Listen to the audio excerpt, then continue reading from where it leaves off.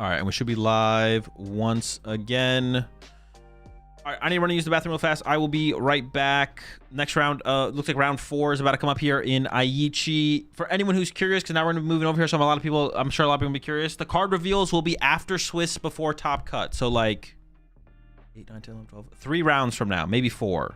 And then also they like to slow roll it, so they might put a little bit of a break in between the break. Yeah, before you ask, because I know you were gonna ask. I don't know who you are or why you need to know, but I know you were gonna ask. The card reveals will be happening after Swiss, before top cut. I'll be right back.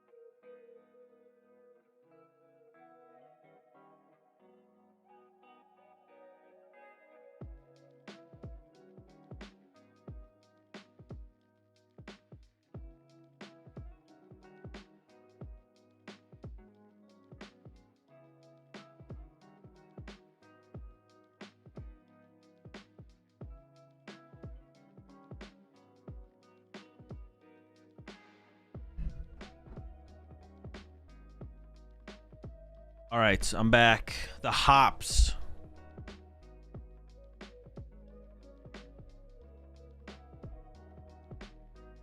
Hops, Trevenant. Okay, okay. Look at his prizes real quick. Okay.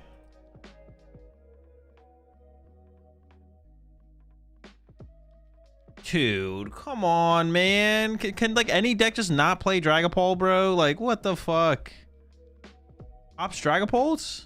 Or is it just like a Draclo draw engine? Gosh, bro.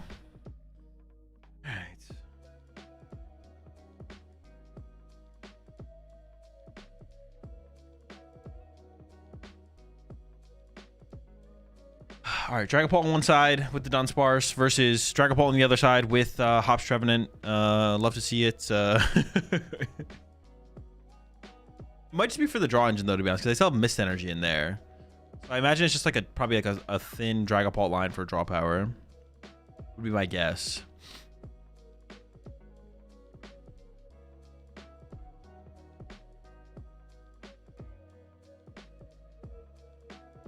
All with Trevin and Clefairy for the clapbacks, I guess. Yeah. I mean, you definitely play some. You probably play Psychic and Fire Energy. I guess you may as well be able to attack with it, right? In your Ogerpon deck, would it be worth playing Duck and Shaman if I find room? Probably not. No, maybe Duck, but probably not Shaman. Yeah, probably neither, to be honest.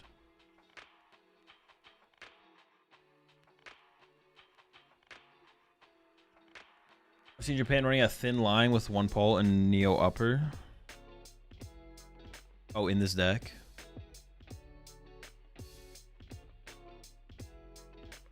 Is this the year where Pult reaches Summit with Lugia V-Star and Guardy? I mean, it'd be hard to catch Guardy specifically, but Lugia V-Star for sure. Well, Lugia V-Star was really, really powerful for like a shorter time. Guardy was really, really powerful for like a really long time. So I feel like Guardy is kind of in a league of its own. Like, even though at its most broken state, Lugia was more broken than Guardy, Guardy was still more dominant for longer, or more relevant for longer, maybe. All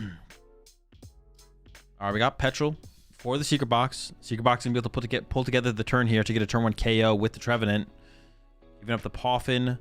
Ooh, giving up the Poffin. That's how we get our Dreepies. Already never had a 30% meta share. Yeah, it didn't. I mean, this would be the moment for Dragapult to like get it close, to be honest. You could maybe get there. Dragapult was obviously very relevant. Oh, we should go get another Poffin here. Okay. There might be no Hops bag in this build. Might just be Poffins and Pokepads, which makes sense. There's a Dreepy to the bench. The opponent is probably a little surprised.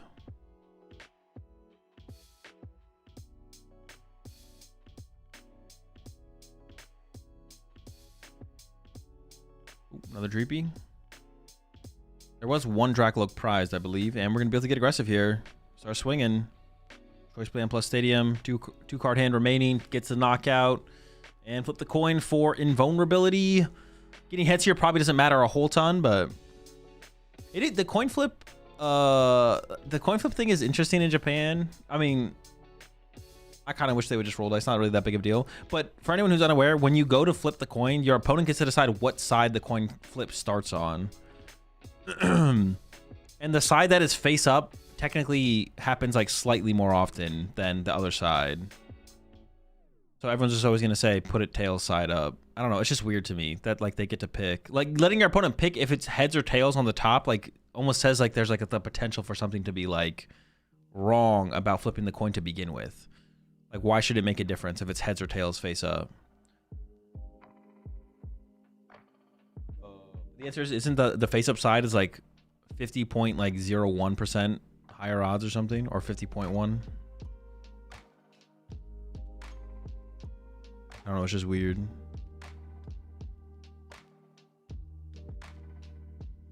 You ask for a judge coin flip? I don't know. I don't think so. Do we have any judges in chat? Can we ask at like a TPCI tournament, could you have a judge flip the coin?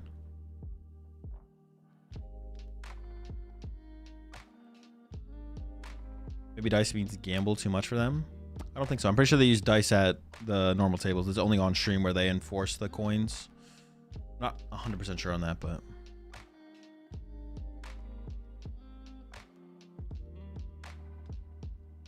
was uneven for the old Gen 1 Chansey coin. Well, no, just like any coin, though. Like if you flipped a quarter, the face that's face up flips, it lands on that side slightly higher, right? The Gen 1 Chansey coin was just like rigged. That was like a rigged coin. Not on purpose. It was like unintentionally rigged. That's like a whole different story. All right, there's the Dunsparce back to the deck. I have to decide what to send up here. You can ask for a shuffle, but I've never heard anyone asking for a judge coin flip. Yeah, you can. The judge shuffle exists. I don't know about the other thing though. It's like debating the Ultra Ball for another. Getting some more Dunsparces or even another Dreepy to the bench here does seem pretty good. Second Draclog is searched out now.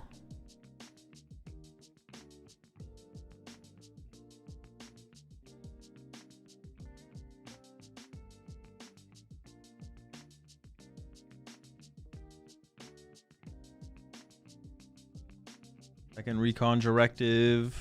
Got a Dunsparce for next turn. That's nice. We could grab the Fez, but prize liability in play does not seem great. So I'm going to opt for the Dunsparce.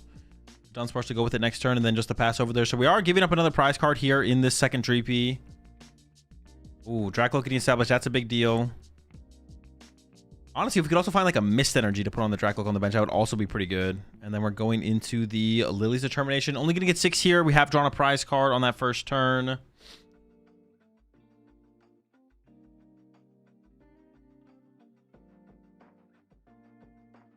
From the Japanese perspective, they must think what we do is insane. The cards literally say flip a coin, so of course we start rolling a die. Literally, well, I'm pretty sure most of the Japanese players still roll dice. I don't think it's like that crazy. At least that's what someone said once. That like at the normal tables, not the the non-stream tables, they're just rolling dice out there. There's so many Japanese players use the terrible Pokemon sleeves. Mystery.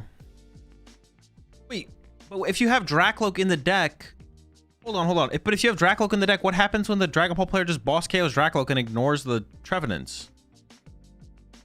You just lose? I didn't think about that in the moment, but like now that I'm like, what do we do? What do you lose? The game over?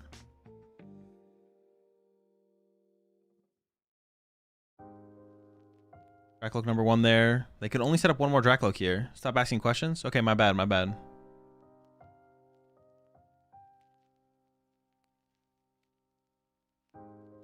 Has the technology gone too far? No Trevs, only Tump. Oh, it's a Phantom Dracloak deck. Of course. Wait, what if it actually is, though? I guess you just swing again with Phantom, right? You just boss something and swing again with Phantom if they do that. I guess it's not that bad. I don't know. The Dragon Ball decks play a lot of boss. They can boss around you for a while and spread damage to the bench. Okay, we got the miss, but that's gonna get boss KO'd. It's not gonna get spread on. Putting up the choice bands. I actually have no faith in this Phantom, in this Trevenant Dracloak deck. I'm not gonna lie. At first, I thought it was kind of cool. I liked the idea. I was like, oh wait, hold up, there might be something here. But now that I'm thinking about it, it's just so many liabilities. Trevenant gets involved now. So many non-hops liabilities. Okay, here we go. Here's the flip. There's a knockout. I don't know if it's heads or tails, but the KO did happen. I guess now for the Dragon Ball player, can they find boss KO Dracloak? That's what we'd want to look for here, ideally, to avoid activating Trevenant. There's a Dragon Ball, but gonna opt for the Buddy Poffin instead. So we need Psychic. We definitely have a Dragon Ball in hand, then that means. Ultra Ball and Rosa. We want a boss this turn, so the Rosa does not seem that good. Dunsparce for 3. Okay, that's all of our draw power exhausted. We could still find Pheasantipity. No Psychic Energy that I've seen yet. Could still be in the hand there, I guess. But yeah, like I said, we do want to avoid KOing a Phantom here.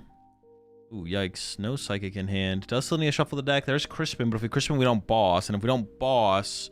Well, if they got heads on Phantom, though, we could just spread 6. and continue to ignore knocking out, though, I guess. So actually, honestly, if they did get heads there, that's kind of fine. Here comes the Ultra Ball. Boss. Well, we have the boss, but we don't have the Psychic Energy. Ultra Ball and away the fire there. I assume to grab Monkey Dory and then go into the Crispin to set up the Monkey Dory and the Dragapult. And then you could KO the active and the Phantom, but the problem with that is then Clefairy knocks out our Dragapult. And then go Clefairy, Trevenant, knockout, bench Phantom. Things get a little weird. It was a quick read. I don't know, but the way they're reading the cards, they might just not be aware of what is possible. What the deck does. You have to think about the Clefairy though, right? Honestly, in this situation, I'd be kind of hoping my opponent got head so I could just punch the active, do no damage to the active, and then spread 6 to the Phantom on the bench. And the next turn, start to boss KO Dracloaks. I don't know if they got heads or tails there, though, so I don't know actually what the outcome's going to be here.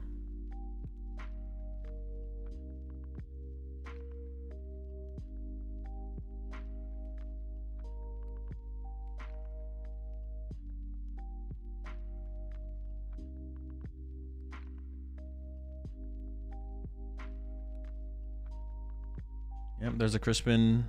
Monkey Dory is set up. I have no clue if the Phantom got heads or tails. We'll know soon, though. I think they're attacking. Whether it's heads or tails, they are attacking. We'll see if the active Phantom dies. Yeah, plenty of bosses' orders in the hand for follow-up turns. So I think we just really should not take a knockout here if we're going to avoid it. We could have even, like, KOs the... Okay, it was the heads. Okay, very cool, very chill. Was a heads. Dreepy gets KO'd.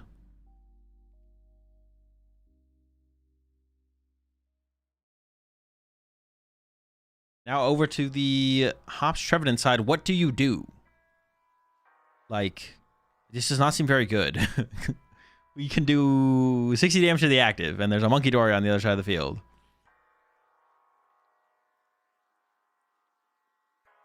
I actually don't know if I like that 10 damage being left on the Monkey Dory. Now that the 10 damage on the Monkey Dory actually is really, really bad. But I guess you'd have to bench Snorlax to be able to take advantage of that 10 damage being left on the Monkey Dory. And benching Snorlax here does not seem great. So maybe it's not that bad, actually. Yeah, it might be okay. There's an Ultra Ball, giving up a Snorlax, which, yeah, putting it in play is a little bit annoying, precarious, obnoxious. Let's avoid it. Let's discard him.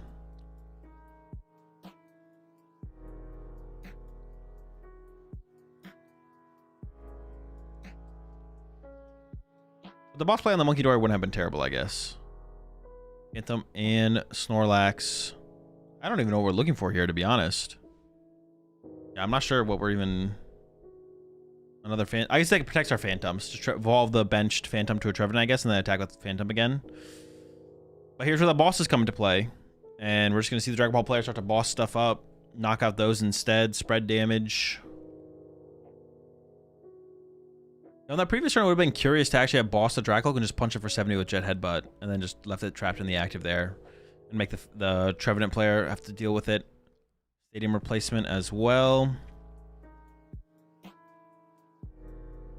As boss on... Oh, is this doing enough damage to KO the Dracloak, actually? Okay, KO Dracloak. Missed energy to the bench Phantom. Still plenty of boss in hand on the other side, though. To start bringing up those Dracloaks and avoiding the knockout.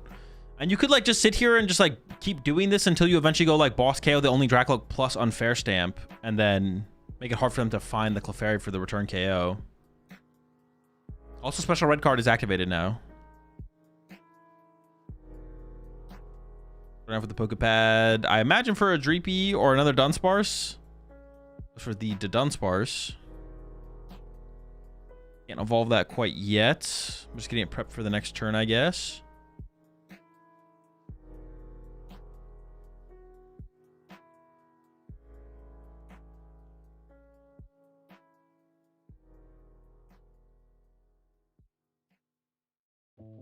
Also on the Dracloak. Knock that out. I guess you could actually now with this turn spread damage to the bench Dracloak to KO later. So you could go knockout and then spread the damage to the Dracloak.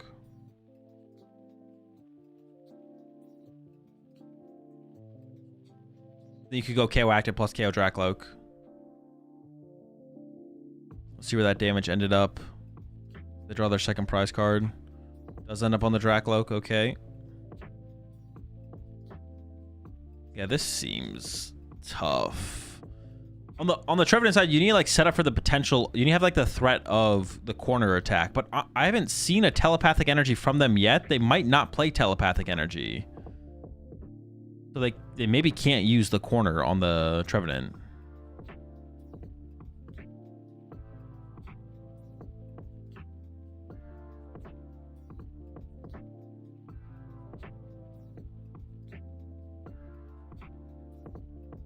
They had a telepathic in hand before. Okay, so they have telepathic.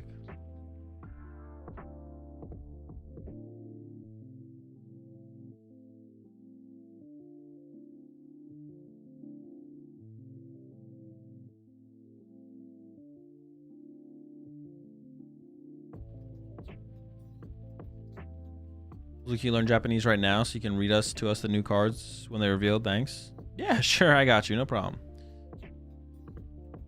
What is the undefeated guy playing in LA? Not sure. My guess would be Dragapult, but missed the Dracloak to protect it on the bench, but Boss KO Dracloak still works. So we did have the Boss KO here on the Dunsparce. Thinking about another Dreepy to the bench. Does end up with Dreepy on the bench here.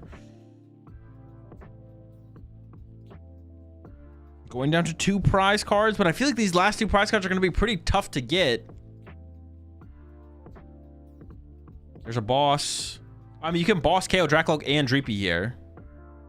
Setting up the Monkey Dory. We could go for a potential Mind Bend eventually, I guess. Into the Dreepy. Still has that special red card in hand. I don't know if we're going to use it this turn. There's only a 2-card hand on the Trevenant side of the field, so you're actually increasing their hand size. There we go. Knock out both of those. Once again, we didn't load up energy to threaten the corner. We're still not threatening corner here, which is something we should definitely threaten. So that way we could... Yeah, that we could just KO this. We go Clefairy knockout. So still no corner threatened. Maybe the mist energy should have been put on one of these Trevenants, so we could have gone at telepathic energy this turn. They're just punching though. They're gonna hit for what is it? 90 damage, 120 damage, 90 damage. But this gives Monkey Dory access to the other side. If we have double Monkey Dory here, I think we're content with just double Monkey Dory in here. 60 damage to the other side of the field. There's already quite a few bosses' orders gone, and all the draw power has been exhausted here. I do see that dark energy in the hand, so if this is just Ultra Ball for Monkey Dory, I think we're feeling pretty good about our situation. Just move 6 over. And then eventually we should be able to just take it. Actually, we could just do it on the next turn, right? We just move 6 over to bench Trevenant, the next turn KO double Trevenant.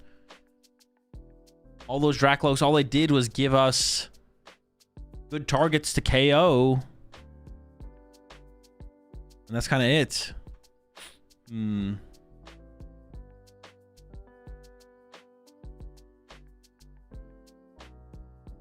Yeah, I don't know, man.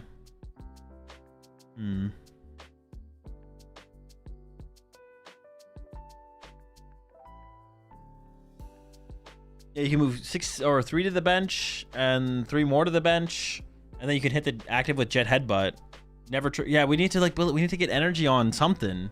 We never threatened the corner KO. Threatening the corner KO is like super important. And there we go, Jet Headbutt for 70. No knockout taken. No threat of corner. So this one seems pretty cooked. I don't know. I don't see a line here.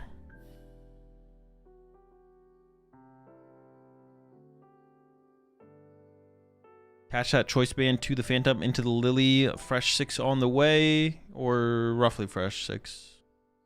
5.7. I wonder if these Pokemon Center sleeves are better than ETB sleeves.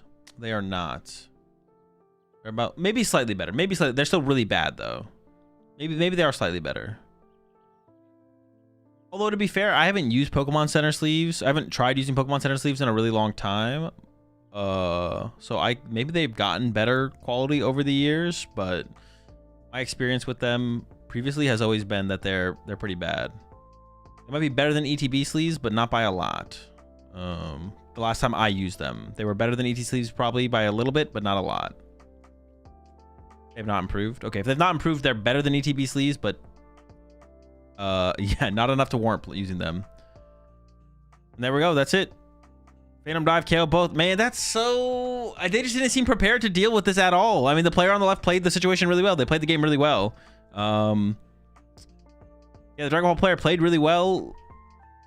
I just would have been nice to see more from the Trevenant deck. Like, it felt like they didn't have a good answer to Dragapult at all. It feels like that deck just loses to Dragapult. That was kind of my fear once I saw the Dracloaks hit the field. I was like, wait, what if they just keep bossing the Dracloaks? And they kept bossing the Dracloaks. And, that's the L. Unlucky. Hoping for more. But what I thought would happen did happen. Does not look like a good matchup at all. Alright, I'll be right back, chat.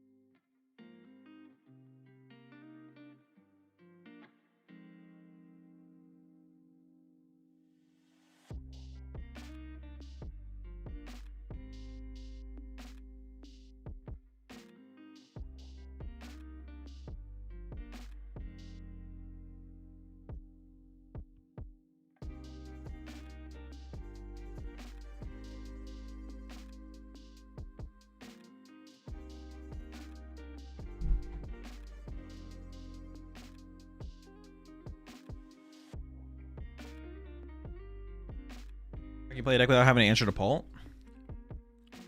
Like showing up to the tournament and playing in the tournament with a deck that doesn't have an answer to Paul. In that situation, though, it can definitely be one of those things where it's like the player on the left played well, and I don't think every player is making those plays. So, and listen, y'all in chat are guilty of this. It's like y'all will be like, Azul, my deck 100-0's Pult. I beat 3 of them on the ladder. But that's not... If your goal is to like do well in a tournament or like win a tournament or even understand what the matchup win percentage truly is, that's not the best way to figure that out. So listen, that player with the Trevenant deck, they might be 100-0 against Dragapult on ladder. But they maybe haven't played against a Dragapult player who approached the matchup the way their opponent just did. And if they had, they might have rethought their deck choice. Or maybe they know the Dragapult matchup is bad and they're fine with that. That is also possible.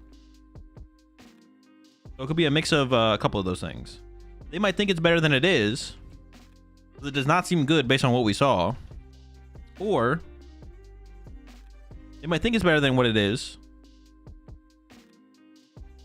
Or they're just okay with having a bad Dragon Ball matchup.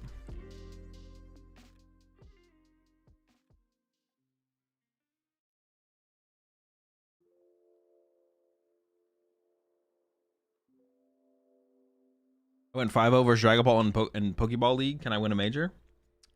Yeah, you got this.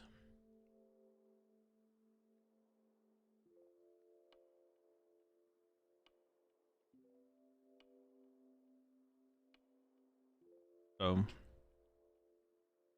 yeah, they maybe also just don't care that it's a bad matchup. That is also possible.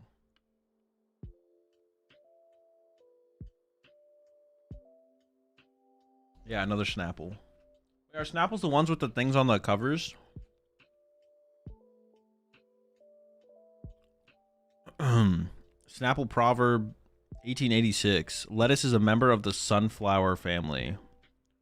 Next, read fact to 762775.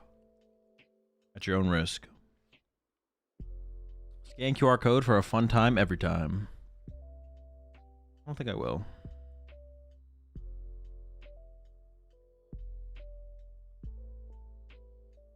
Did he play the Clefairy? I assume so, yeah. He probably had the Clefairy. It just never came up to get use epic. Because there was never a Hops Pokemon KO to trigger it.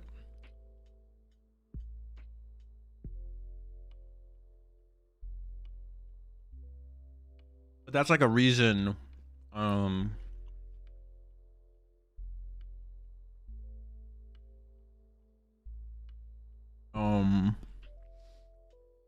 That's a reason why you have to threaten the corner as soon as possible. So that way your opponent can't do some bullshit like that, where they kind of just like don't take a knockout on the Hops Pokemon, or just like do very little damage or something like that.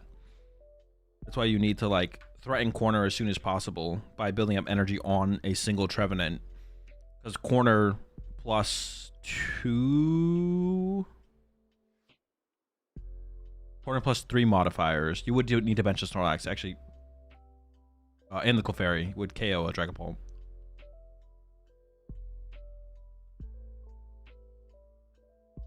So do you know when cut is? Is it 15 rounds? I actually don't know. I think it's 14, but I'm not sure. 14 or 15 rounds.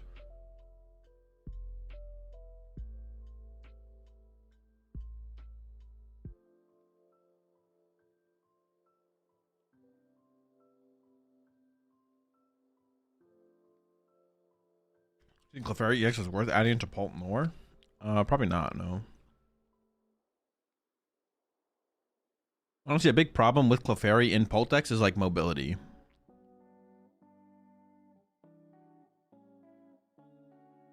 Like getting into it. Unless you play the Dunsparce. The Dunsparce is like one of the builds where it's easiest to have the maneuverability to actually get into stuff like Clefairy consistently.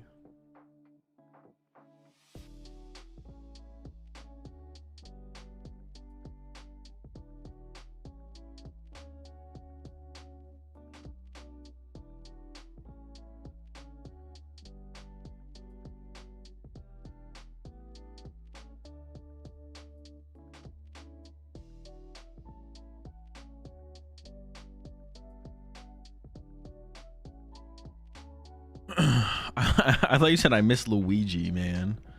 I miss Lugia. They should make a Luigi card for Pokemon TCG. Mario card, Luigi card. Oh wait, didn't they actually do that? Isn't there a Luigi Pikachu in Mario? I think they actually already did that.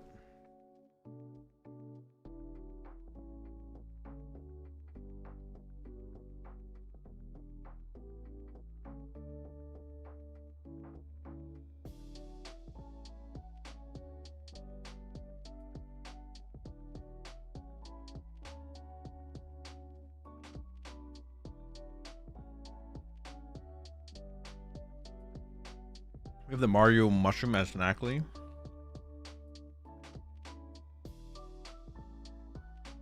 Get you in a Mario and Luigi costume. That sounds familiar.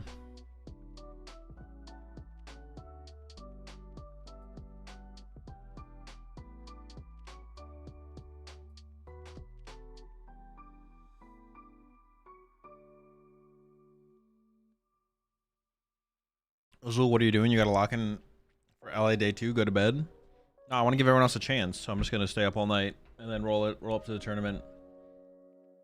I think that's fair, right?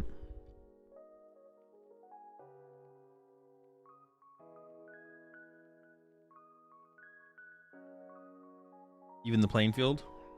I get no sleep. Everyone else gets sleep. We all show up for day 2 to play the game.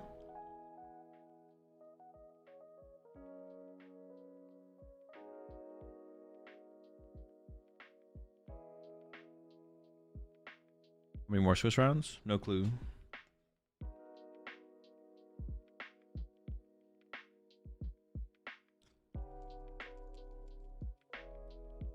There's 12 more Swiss rounds? Dude, what the heck? There's no way I'm gonna make it to the finals then.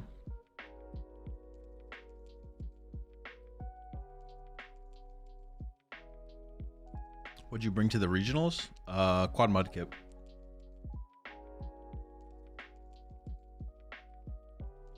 Alright, let's see what they got going for us. Ogerpon Meganium versus Kangaskhan.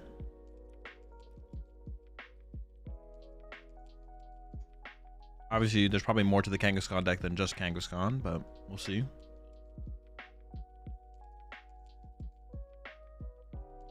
Ooh, that's a Moltres in the opening hand. I think they actually have turn 1 Moltres attack for the knockout. Push Iron Leaves, Crispin to Iron Leaves, plus hold the basic fire. They actually probably should have checked first by playing the Crispin, but it is in the deck. Because they could have Crispin to Grass. They could have Crispin and Energy to the Kangaskhan and then moved it with the Iron Leaf. So they definitely should have Crispin first to check for this play. But this is a pretty good turn 1 attack here, I'm not going to lie. To get the ball rolling. It's going to give him a nice lead here.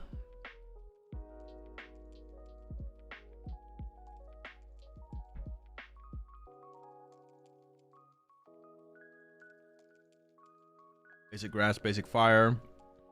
I guess maybe they had a Prism in hand. Oh, wait, we're already in round 12. What the heck?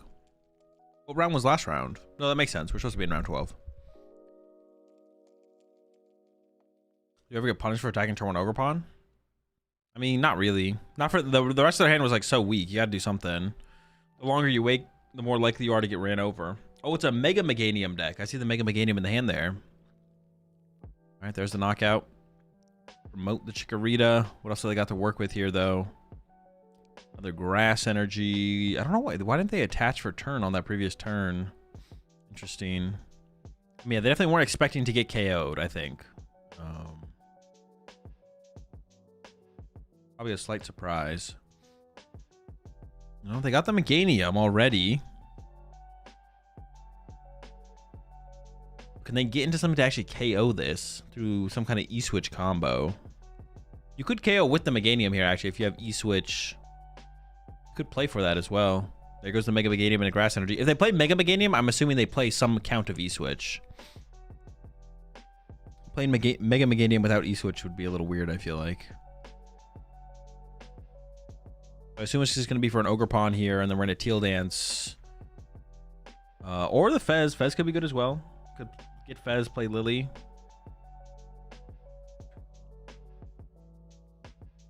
But, I don't know.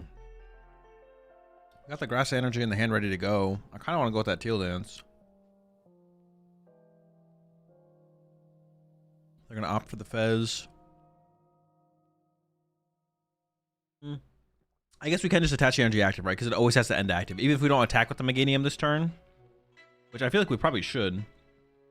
I guess we put the Ogerpon in play, and with the attack, though, then our Ogerpon just gets boss KO'd, right? Which would be really bad.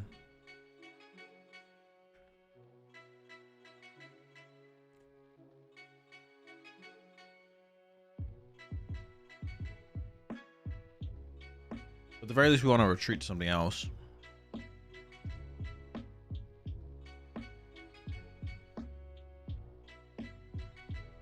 Because benching the Ogerpon without taking the knockout would be very susceptible to a Meowth or a boss or a Meowth for boss. Yeah, Night Stretcher. I don't. Ooh, we're gonna cycle with the Teal Mask. We're putting it in play. Oh, we still have Fez as well. Oh, we should definitely just Fez first then, right? There's 3 Lily in that hand. Okay, Fez for 3.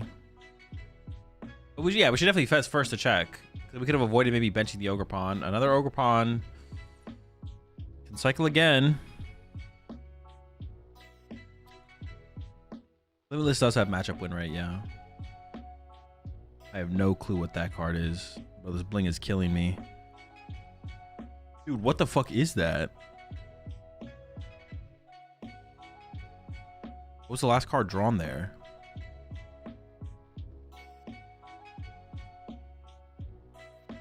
AZ? Oh, was it AZ's Tranquility?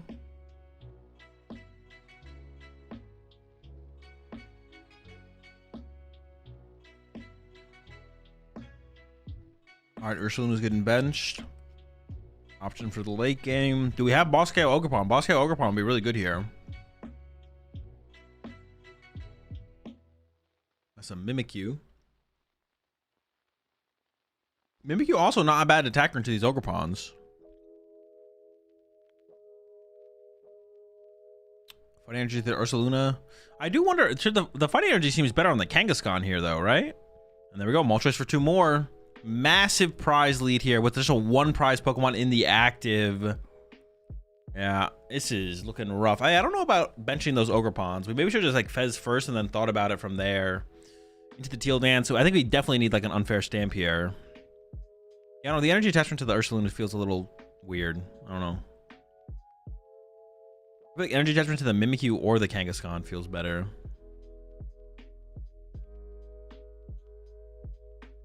We're not gonna need the Ursaluna for such a long time, and who knows? I guess the Ursaluna is only. Well, I guess the Ursaluna's a Crispin away from being able to be utilized, right? Yeah, maybe this is fine. We just need Teal Mask E-Switch or Crispin, and the Ogre-Pon or the Ursaluna could attack next turn. Maybe it's all right. No, I don't believe they're going to be showing any of the expanded matches today.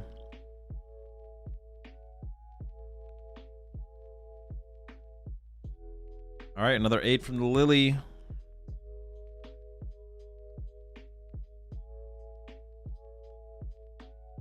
If anything, maybe they'll show the finals. I believe one year they did show the finals of the expanded tournament 2 or 3 years ago. The player on the left is playing slot box, yeah.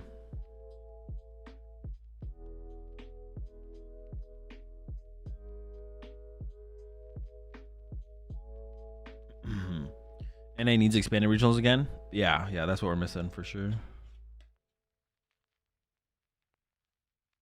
I haven't played Regidrago Mirrors in quite a while. I would like to bring him back. Sounds sick.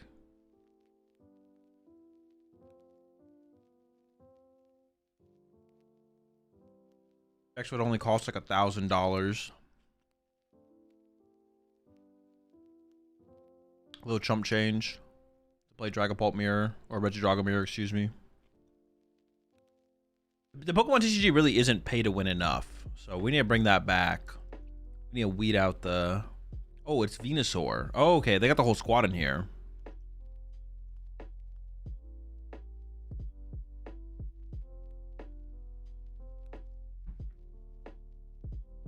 Expanded actually like 100 right now? Yeah, because no one plays Expanded. But if Expanded came back and the only viable deck was Regidrago, a playset of Regidragos would probably be like $200 or more. For sure. There's no way.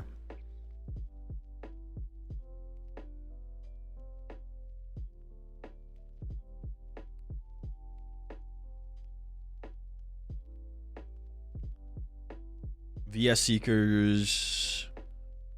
The All-Stars are only $20? Yeah, because nobody's buying them. But if Expanded came back, that would change.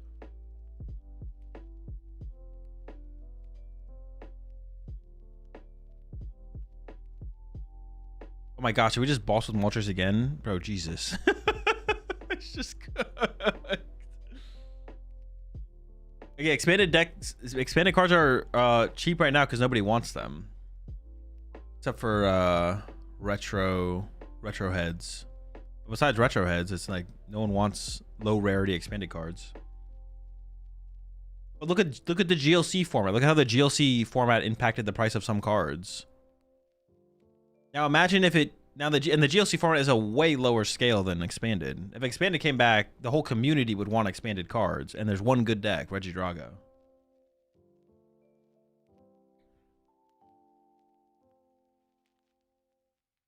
Let's stock up on old cards and then push for expanded to come back. We'll be rich. We'll be millionaires. Genius. That is a genius plan, Jake.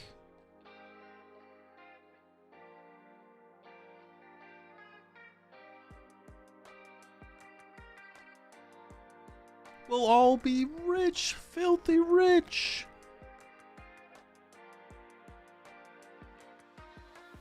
Nah, expanded is definitely garbage. Garbungus.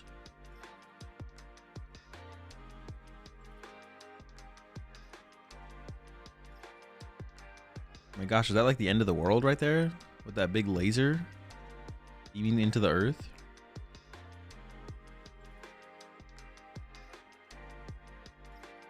They should make expanded a thing again, but ban Regidrago. That'd be a good start. Yeah, banning Regidrago would be a good start. Probably need to ban a little bit more than that, but I'll start somewhere. Alright, I'll remember this from my yacht funded by Regidrago flips. Yeah, Reggie Drago is the next Bitcoin. Get in while you still can. Expanded Pokemon cards is where it's at right now.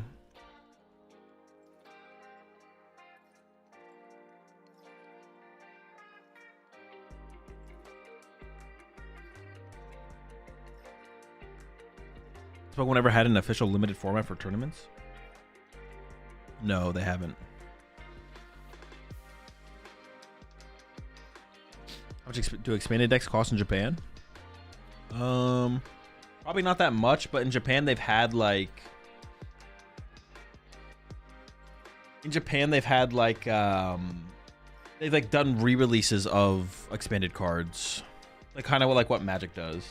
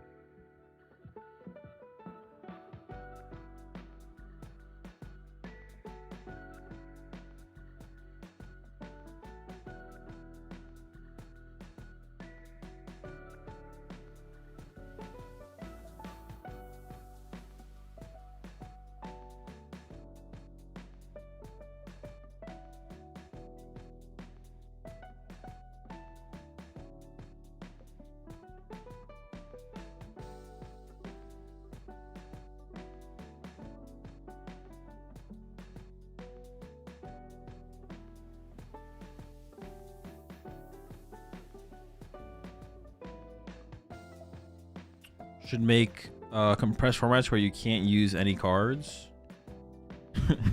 Just as small of formats as possible. I mean, that's kind of like cubes, right? A cube is a compressed format.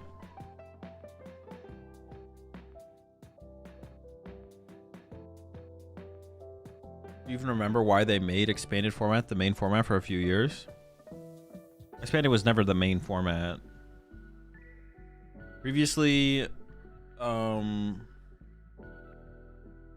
like I think half the regionals or slightly under half the regionals were expanded and the others were standard. I don't think expanded was ever more than half of the regionals. And then before that, day 1 was standard, day 2 was expanded.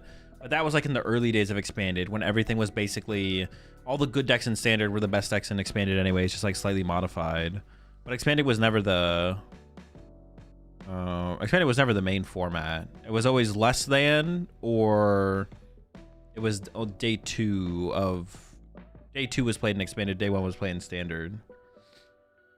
There was a year where all NA regionals were expanded. No, we had this discussion, but you were wrong. There was never, wait, all right, let's go back and do this. This year does not exist. We had this discussion and you were wrong. There was never a year, Nora is right, I promise you. I remember having this discussion. What year though? It was just day 2s were expanded. The day 2 was expanded. Day 1 was standard, day 2 was expanded. What year would this have been? It wasn't 2015, 2016. The year after Jacob Van Wagner won? That's 2015, 2016.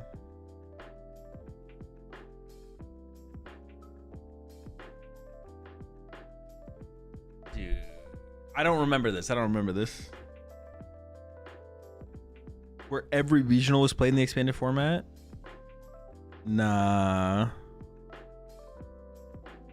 I remember having this discussion, but I'm pretty sure you were wrong. But then it would have been 15, 16, right? Because Boston Worlds was 15. Right? Yeah, Boston Worlds was 15. So it would have been 15, 16. But US Nationals 2016 was standard format. Yeah, US Nationals 2016 was standard format. And I think, yeah, states and stuff. Well, regionals though. Regionals. Were regionals expanded that year?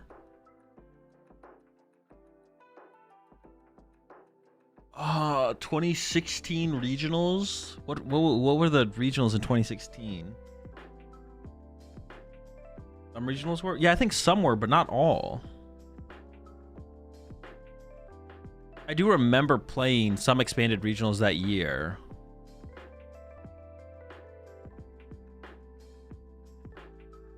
Were they all? No, some were standard. Some were standard. Yeah, one of them at least was standard. I remember playing one of them as a standard. I'm pretty sure, yeah.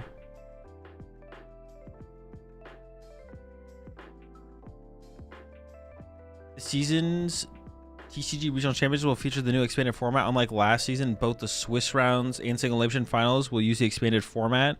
Because all standard decks are legal in the expanded format, players may use the same decks they use for standard tournaments. The PokemonTCG Autumn Regionals will be held on the weekends of... Wasn't that speaking just for the autumn ones? The seasons. But are they speaking to the season as autumn season? And I got the link, yeah.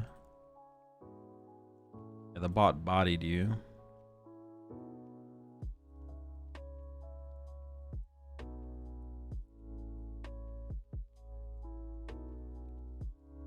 Dude, we definitely, I mean, we've had this whole, this is literally deja vu. We've definitely done this before. No. Pokemon TCG Autumn Regional Championships. So it was just for those, it was just for the autumn ones. Because the regional championships used to be split into like 3. It was like autumn, winter, spring regionals. And then summer was Nats and World. So the autumn ones were all expanded, but not the whole year. That would be a terrible decision by them. I mean, they could have done it. I think it's just speaking towards the autumn ones. I think all the ones in autumn were expanded. I remember Fort Wayne was a standard day 1, expanded day 2 at some point. Yeah, that's how all regionals were initially. Yeah, I see the... Oh. Unlike last season. Oh, but that is for the next season, yeah. Is that the same for winter, bro? Or what about the 3rd season, though? There was 3 seasons, right? There was autumn, winter, spring. What about the spring season?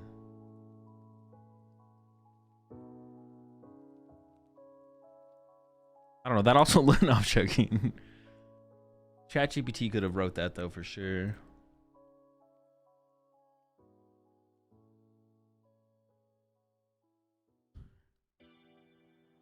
No, I believe you on the first 2.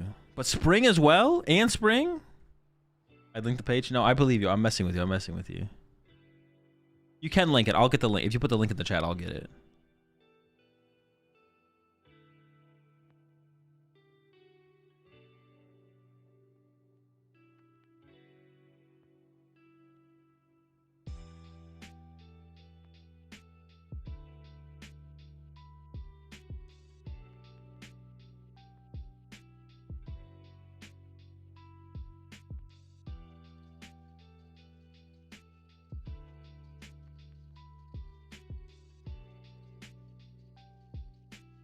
Wonder how many casuals just played a normal standard deck? A lot, but that's because like the standard decks were usually the best, like some of the best decks anyways, so it didn't really matter.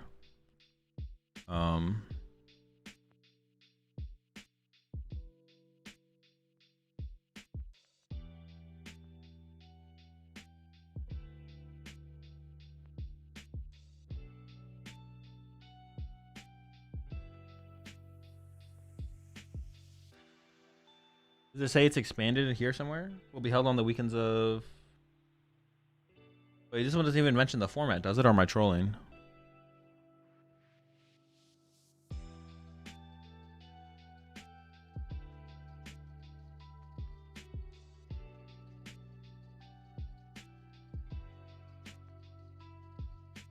The fuck? Does it not even mention the format that it's played in?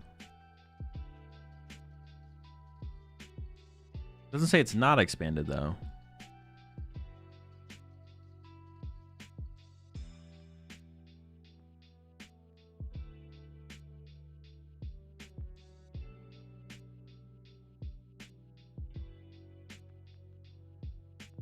Oh, sick.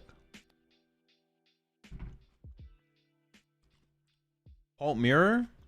You know I'm down for some Pulp Mirror. All right, we got Chicken Pulp versus no Chicken Pulp.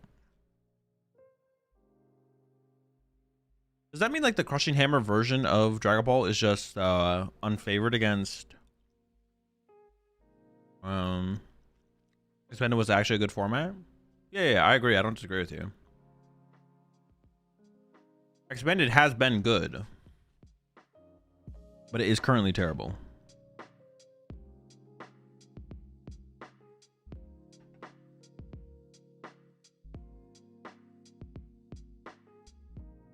Also, expanded at the end of the time was the expanded format at the end of its time was also mostly terrible. Like that format was pretty terrible for a pretty long time. I don't know when it all went bad, but there was a moment.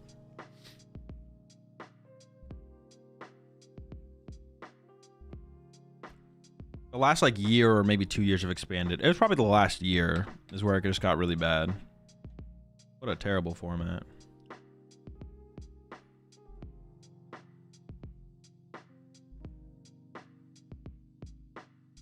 So have you ever tried the Eternal format? I have not, no. Is that just unlimited?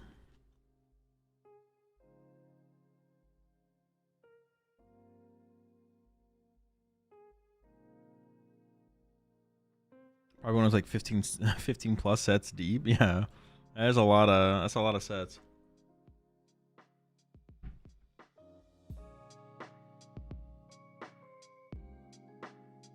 Too many sets.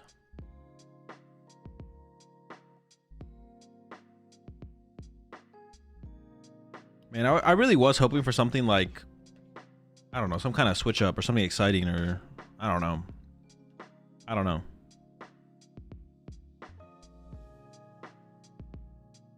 I was hoping Japan had figured it out, like how to like not play Dragapult, but for the most part, it just looks like Dragapult, you know? I don't know. It was bad.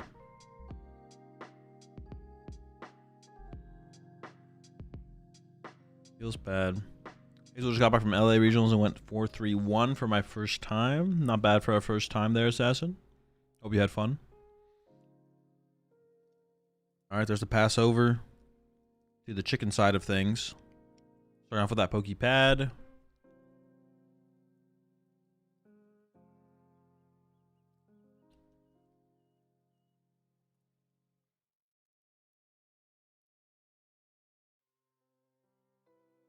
We can't really expect Japan to not play Dragon Ball. They liked it playing it when it was bad at the start.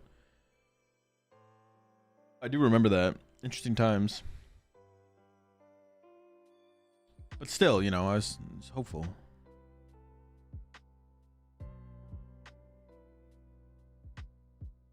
I'm expecting some Dragon Ball, of course, but it'd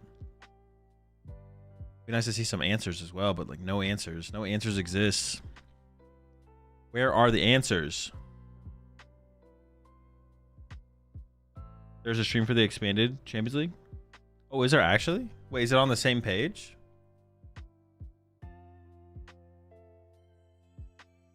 I kind of just want to see it.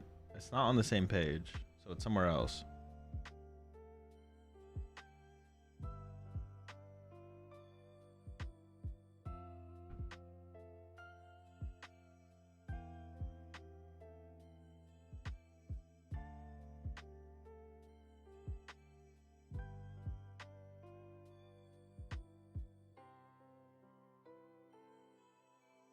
The players got to choose what event they want to play in, right? I actually don't know.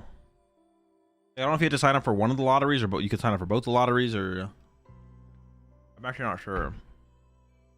All right, there's Itchy Pollen. Yo, chill. Dusclops, Dracloak, Creepy on the back line.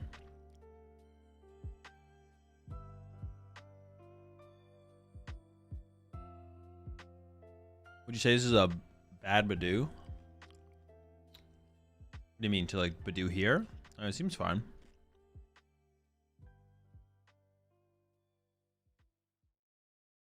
Seems like a fine lad. I don't have anything against him. Imagine being forced into expanded.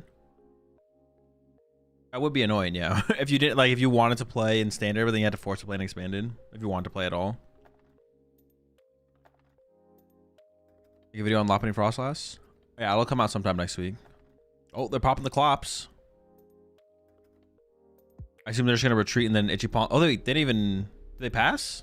Oh, okay. No, we're not done. Just retreat and then go into our own Badoo here. All right.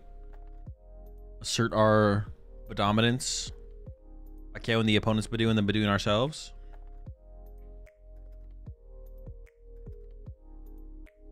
All right, we still at least have a Loke here. Evolving active is optimal. I guess they probably should have evolved the bench first. But you'd want the damage counter to be on that Dracloak though, as well. You don't want it to be... You'd want the damage to be on your Dracloak, not your Dreepy though, I guess. So if you're always going to do this play, then... Yeah, I think it's fine.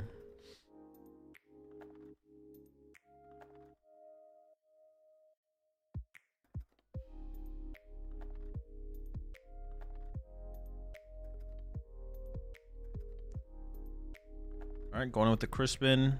Are we going to see the... I don't even know what the attack is called on the Dreepy.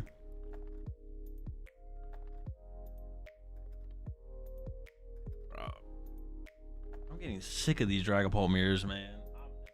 I'm never going to play Dragapult at a tournament. Like, this is a miserable... I mean, obviously there is like a lot of... There's still like some skill to everything and... Oh, but it's just not it, you know? Just not it.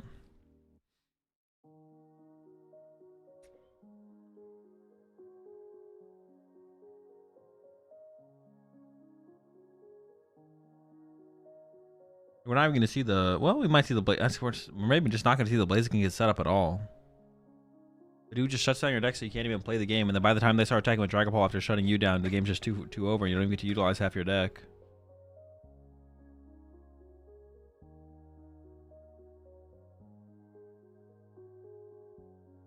Is Pult the most dominant used deck of all time?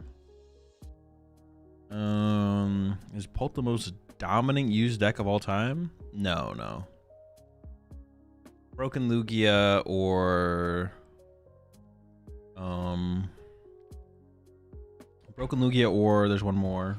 Guardy Gallade, old Guardy Gallade, way back 2008.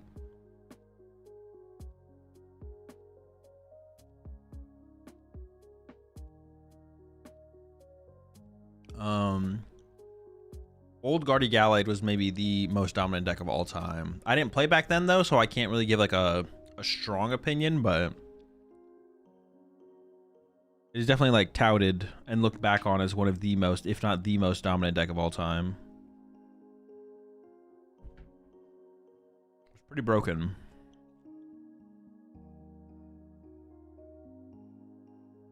And it continued its it was really good for a really long time.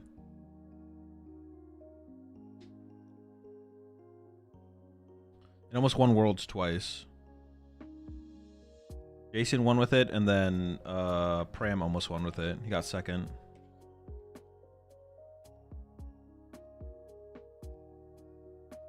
College football? No.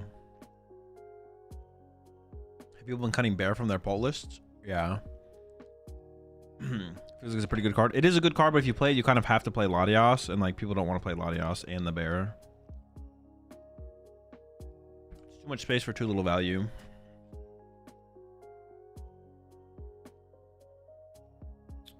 Why do they always make Gardevoir so elite? That's just one of their. That's just one of their cards. Oh, into the petrol. Hold up. So Limit says Guardy only has 6.5k earnings. You have to be lying. Which Guardy?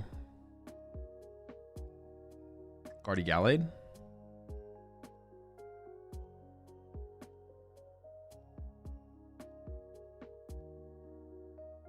All right, Itchy Pollen again. No energy for turn, so still a very, very slow turn. They just Night Stretcher for another Duskull.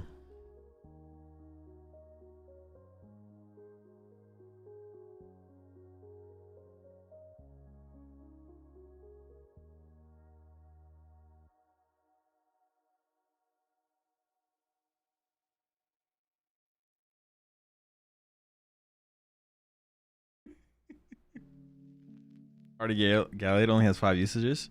Yeah, because there's no tournaments recorded on Limitless for Guardy. Also, I don't even know if you're thinking of the Guardy Gallade, or you're looking at the Guardy Gallade that I'm talking about. There's multiple Guardy Gallade. I guess there was, if you're looking at Guardy GX, but I don't know if Limitless goes far back enough to look at the Guardy I'm talking about.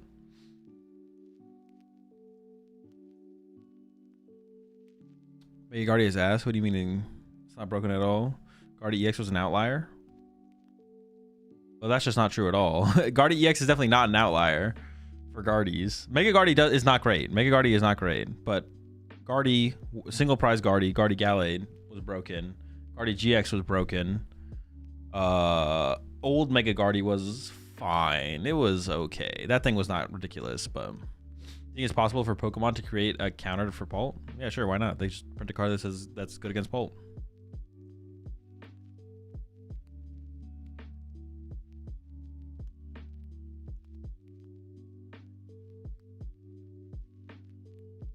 There were 2 old Mega Guardies. Which one? The dual type one was okay. The other one was just bad. Imagine benching Clefairy, Crispin, Stamp, KO. That'd be pretty good here. I mean, they need something. Their setup here sucks. They need some help.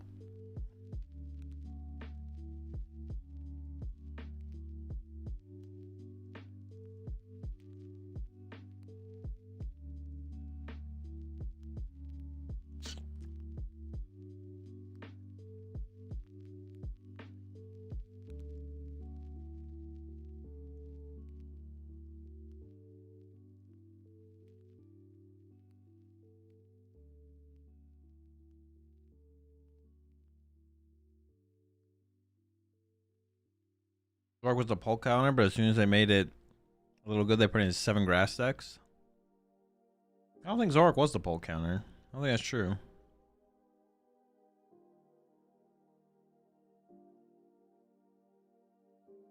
Okay, Candy Pult into the Crispin. Do we have an energy?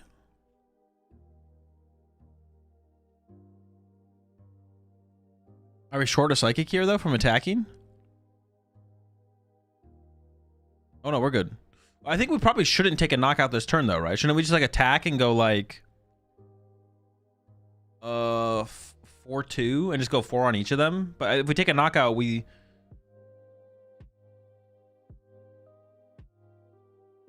Yeah, I think we just split the damage there. Yeah, just don't take a knockout. You don't want to get unfair stamp. You don't want to get Fez over. Oh, no, did they KO it? Or did they not KO it? No, they didn't KO it. They split it. Okay. But it probably should be a 4-4 split, right? There's no reason to go 5-3, I don't think.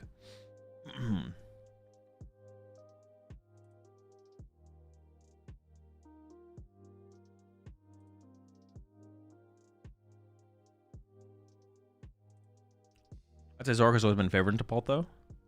Yeah, I don't know if I would disagree with that. That seems reasonable.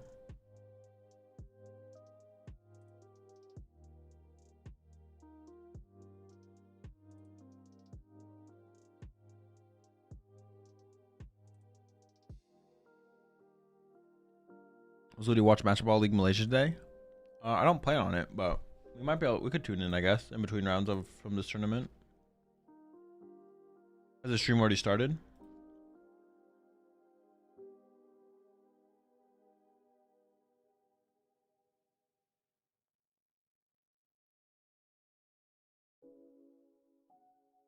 Yeah, the stream's up. I didn't plan to, but we could hop back and forth when there's downtime over here in Japan. Although I'm just like super checked out of these Pult mirrors. I'm not gonna lie. Pult mirrors got me checked out.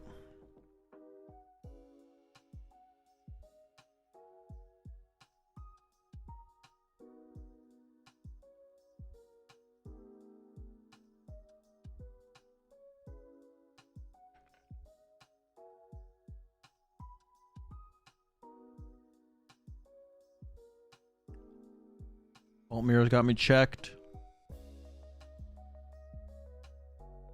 Why don't you like the Reshiram and Zork? It's just a waste of space. It's good into Pult, no? Yeah, but you're still favored against Pult without it. It's not necessary. Mega Starmie did at LA today. We saw, well, which version of the deck? There was one Mega Starmie on stream, I think, unless I'm misremembering.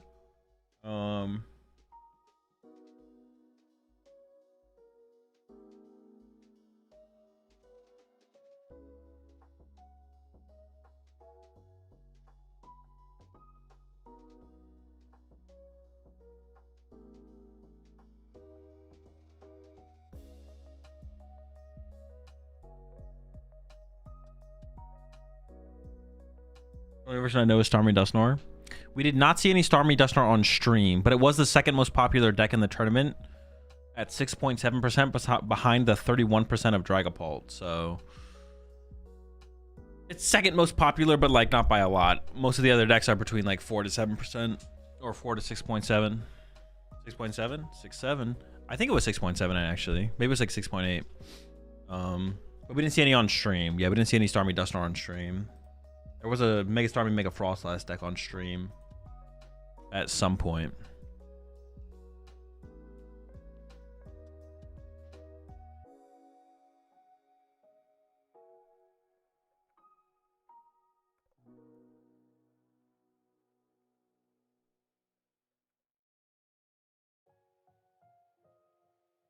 What's up, Evan?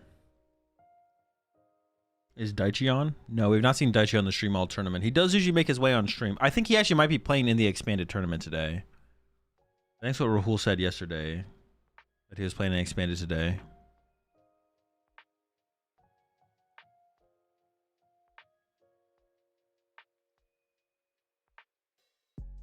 Wait, can he win this turn with like a hit? What does he need to hit here? A Dark Energy? He's got 3 prize cards left. There's a Dark Energy. Is it like winnable or something? The guy on the left side is like praying that he whiffs. Oh, I guess he doesn't win next turn if the Dark Energy is found, and you can KO the Dusclops. Okay, okay. We don't lose. It's not over, right? I thought the game was like completely cooked or something.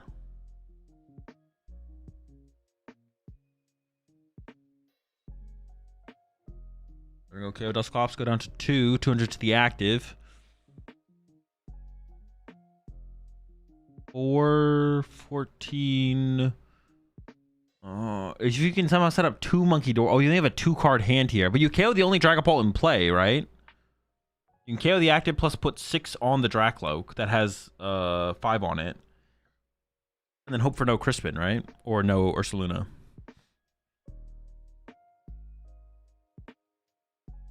Yep, there we go. Commits all the damage to the Dracloak.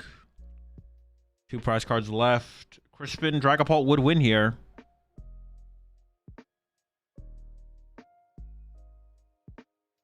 Mind Bend would delay the game. You could always Mind Bend. Whiskey Ruins top deck. That gives us access to a potential cat.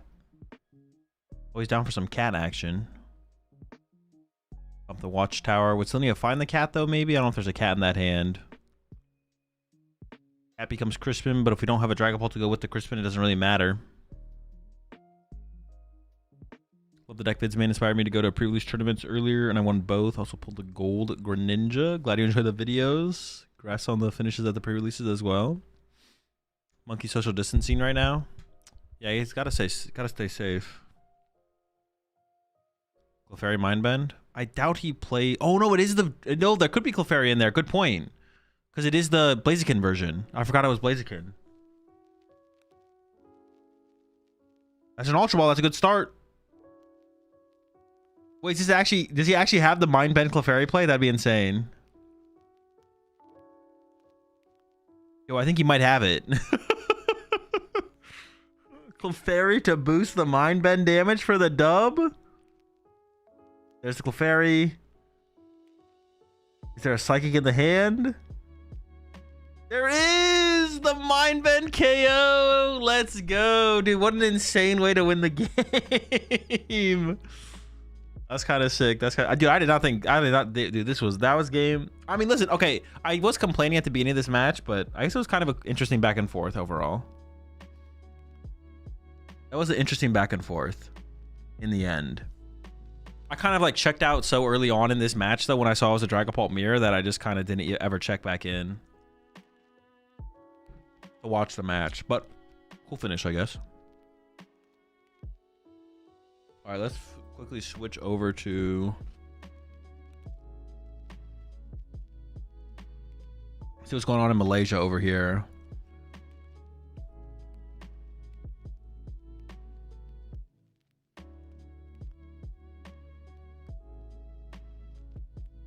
We got Mega Frostlass versus Zoroark.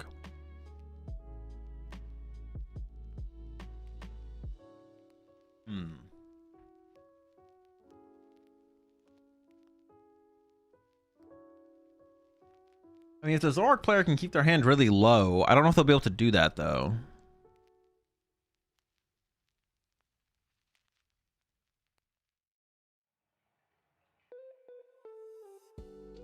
Price for 3.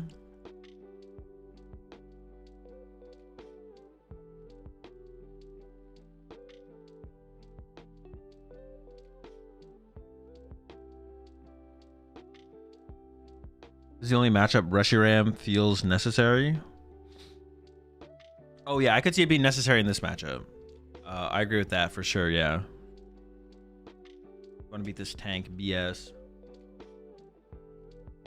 Oh, they got the tool scrap? Hold up. Or that works too. They can just one hit. They're not fucking around. The tool scrappy?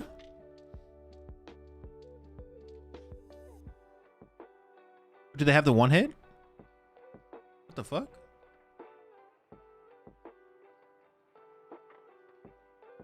They have the one hit KO?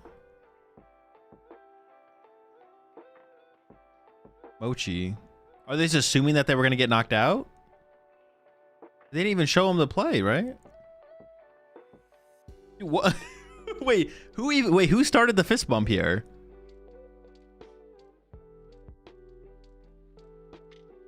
The player on the right did. What the fuck? I have no idea what happened there. I am so confused. Oh yeah, the player on the left got the win. Dude, what the fuck just happened there? They like played the scrapper, got rid of the cape. And they're like, nah, I'm good.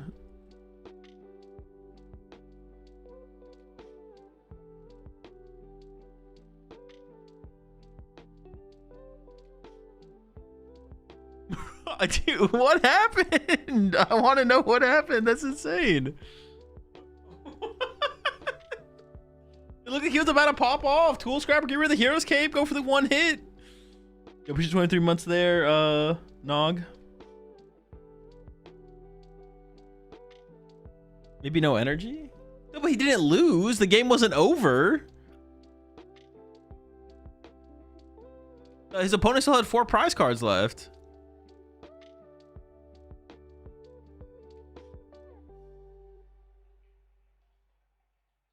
I'm sure the reason is probably legit for why he conceded, but I just want to know what it could possibly, like, I just can't fathom what it could be in that situation.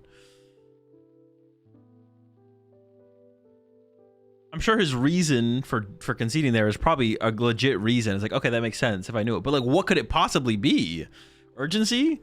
Dude, that's a whole nother level of urgency. You just don't even, you just don't even want to win. You just want to make sure, you just want to play the games faster.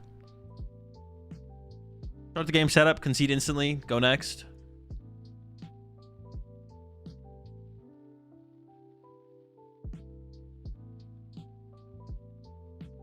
All right, game 2. Well, now the tool scrapper, the knowledge of the tool scrapper is a big deal for sure. For the Mega Frostlass side. I mean, this was just probably going to put the hero's cape in play and hope they don't have it when they need it, but it is a big deal to have.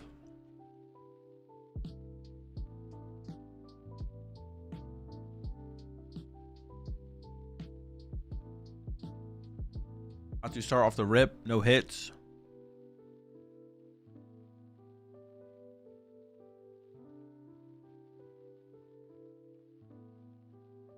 Or we couldn't kill the last and then the opponent just uses Wally, it's wrap. But yeah, but make them do it. Dude, all right, none of your guys' reasons are any good. All you guys can't even come with a good reason here. What?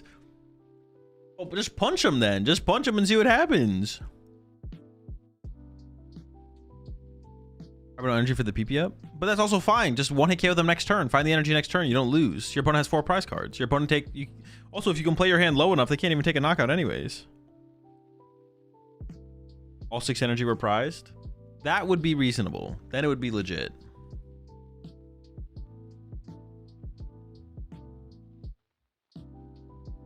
You mean punch them physically? Physically, emotionally, historically. What you gotta do to get the dub.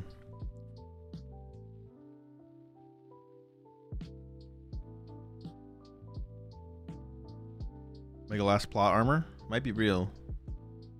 Do not see the shaman on the pass through here. Oh, they're playing the Acerola. Very cool, very cute play. Cute inclusion.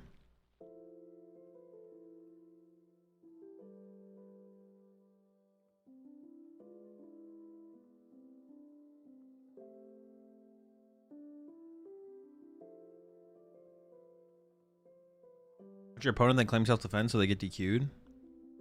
It's a good call. Alright, I'm gonna jump back over to Japan here. We're back over in Japan. We're time traveling out here. We're not time traveling, we're teleporting. 3 Clefairies? Oh my gosh, these poor Dragapults.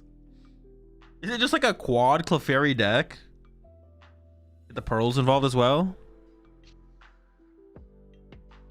Full bench. Ooh, full bench is not quite get the KO, but we could get area 0 plus Terra and get +1, and then we'd get the KO. What else do you need? That's true. That's very true.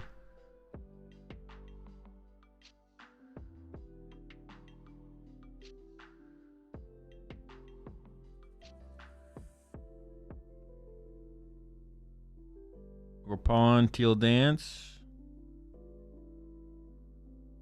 We got an area 0 to work with. Yeah, well, the show would be great.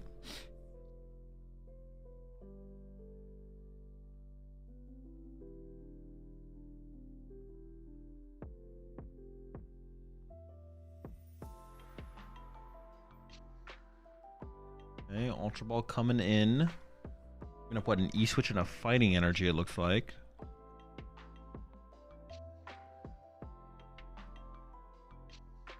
Can we kill this cat? Grabbing the Fez. Triple E-switch to Fez? No, we can't even do that. I was gonna say triple E-switch to Fez, snipe a Dreepy. The Fez is an interesting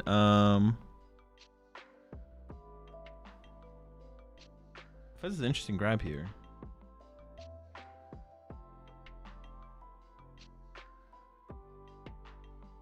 Oh my gosh, we got the area 0. Jeez. I guess, I mean, that makes more sense to get the Fez. I forgot the Kangaskhan already. And that is it. Turn 2 KO cat. And we are cooking. And the Pearl! Oh my gosh! Chill! This poor cat! Okay, what kind of response do we see on the Dragapult side? Dreepy to the active.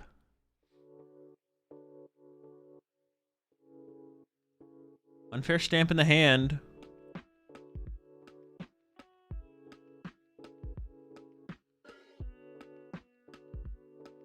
Looks like they're lining up an Ultra Ball. Okay, Ultra Ball comes out.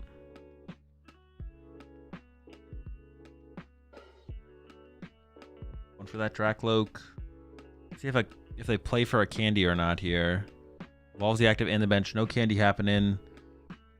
Into the Lily. Okay, so we're taking another turn off here. Not getting anything done this turn. If we can keep a small enough bench though, and we can replace the stadium. If we keep a small bench and replace the stadium, we can make it so Clefairy can't KO a Dragapult, which could be our way back into this one on the Dragapult side.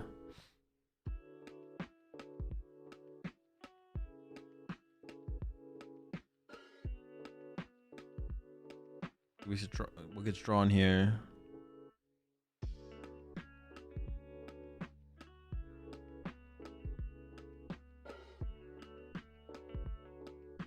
All right, here we go. Ooh, unfair stamp found. I don't know if we'd commit to it this turn, though. We might want to wait a turn on the unfair stamp. Coffin, and I can't tell. But like I said, I mean, we could get one more Dreepy in play here, I think, with the Poffin. I'm not sure what the card was that was taken, but... All right, Dracloak number 2. Replacement Stadium is also super important here.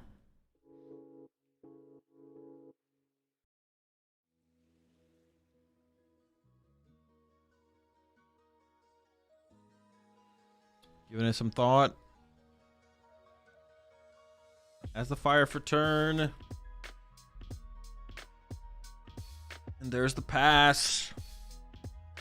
I mean, KO Dracloak in the active is obviously guaranteed. We can start to build up another Clefairy. That'd be good. Boss KO the bench Dracloak would also be good. That force the Crispin next turn. Could be an argument to want to preserve the boss's orders, but maybe not. Maybe you would be just fine with playing boss here. He's going to go for the Cyrano.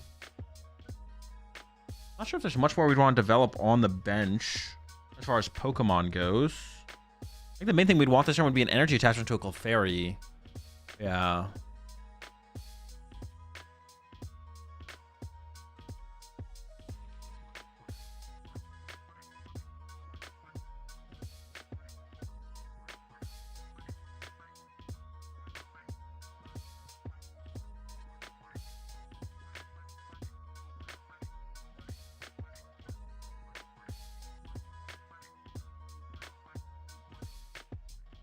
Maybe end up with another Ogerpon on the bench. Right. But yeah, the big thing for this turn is just an energy on the Clefairy, I feel like. Ideally a Psychic of some kind. To Dunsparce EX for infinite damage. I feel like if they played the Dunsparce, they would have taken the Poffin to get it last turn. Okay, here comes a Teal Dance. I would almost rather see that energy on a Clefairy, though, if we don't have another energy to work with here. Let's see, though. Cycling with Teal Mask is good, but energy on Clefairy I think is better. Can we do both? Doing both is optimal.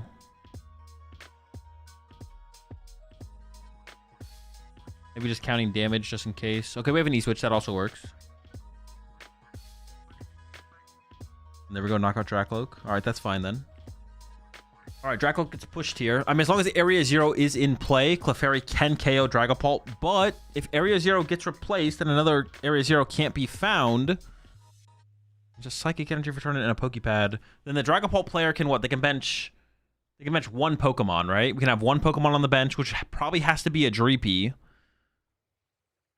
So if we can get Dreepy plus Unfair Stamp plus Dragapult Knockout, technically we don't even have to... No, we'd want Unfair Stamp here.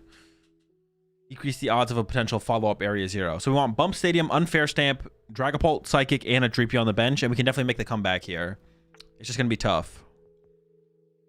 And then we could probably spread the damage like 1 to Fez, 5 to Kangaskhan. And then we can go KO Clefairy or Fez, and then put more on Kangaskhan, and then boss KO Kangaskhan to win the game. So there is a line here, I feel like. And it's also possibly Unfair Stamp. I mean, unlikely, though, because, like, the Fez plus the Kangaskhan is going to draw a ton of cards on the other side. I think we have everything. I think we have all the pieces. Oh, going for a boss. Interesting. Boss, Fez. And then do we have Stadium Unfair? Leaving the Clefairy alive, but not taking a KO.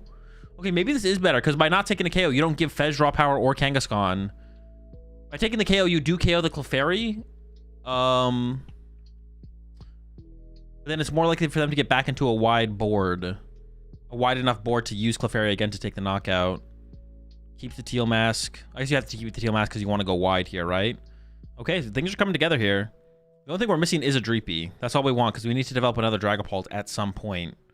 At the very least, this Clefairy is coming back to the active and punching our Dragapult. So we're only going to get 2 turns out of this Dragapult. We only need 2 turns as long as we have a follow-up. I guess the follow-up technically could be Ursaluna as well. So if they play Ursaluna here, they don't need to develop a Dreepy this turn. If they don't, though, I guess they could develop the Dreepy next turn if they have a Candy, but that's like so much more work. So you'd rather just get it done this turn to go through a Dracloak. See what the stamp gives them. And haven't played a supporter for turn. Oh, no, we ended up playing the boss. That's right. We ended up playing the boss. Okay, a couple Pokepads. And there's the Dracloak in the hand, so I feel like it's going to be the Dreepy grab here. And yeah, it is safe to bench. Benching 2 Pokemon would lead to the Dragapult getting KO, though, so we can't bench 2 Pokemon. We still have another Pokepad in hand. We could just play that to thin out the deck, increase our top deck odds. And we could go a little bit wider next turn as well. So, like, we should grab something we'd want to put on the bench next turn, which could just be another Dreepy. Yeah, so we bench one Dreepy this turn. We can bench the other Dreepy next turn after the Dragapult's already taken a hit because it's going to go down anyways. Well, actually, we could develop back-to-back Dragapults with no other one-prizers on the bench to take away that as a win condition. Actually, both Dragapults could get 2-hit KO. So actually, maybe we don't want to bench another Dreepy ever, actually. Because then this thing gets 2-hit KO, then we don't want to leave a boss target on the bench. So we should just go one Dreepy. Doing the math real fast. You could you could bench no Dreepy to play around area 0 plus 1 basic, but I think we have to develop something. So I think this Dreepy has to come down to the bench. We just can't bench the other one. If you bench the other one, the active die. No! You literally just can't do that.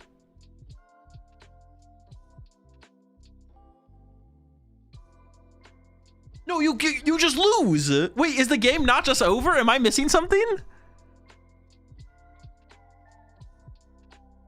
What?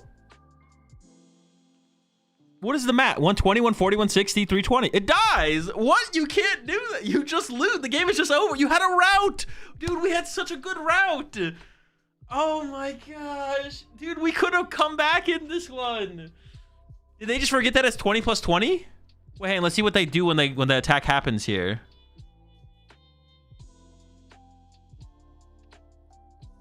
Oh, they did forget. You see their face? No!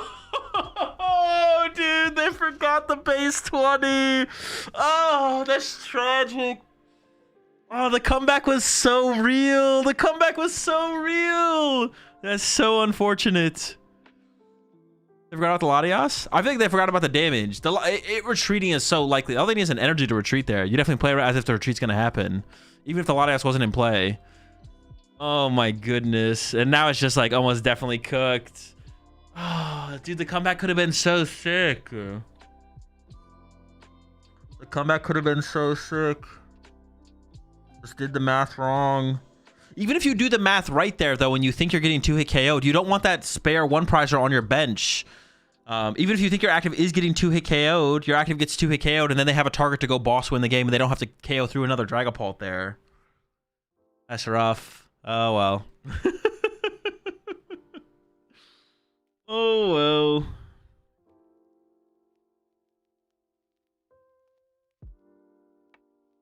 It would have been really... I mean, they're still probably at the disadvantage there, but it would have been cool to see it play out and see what happens.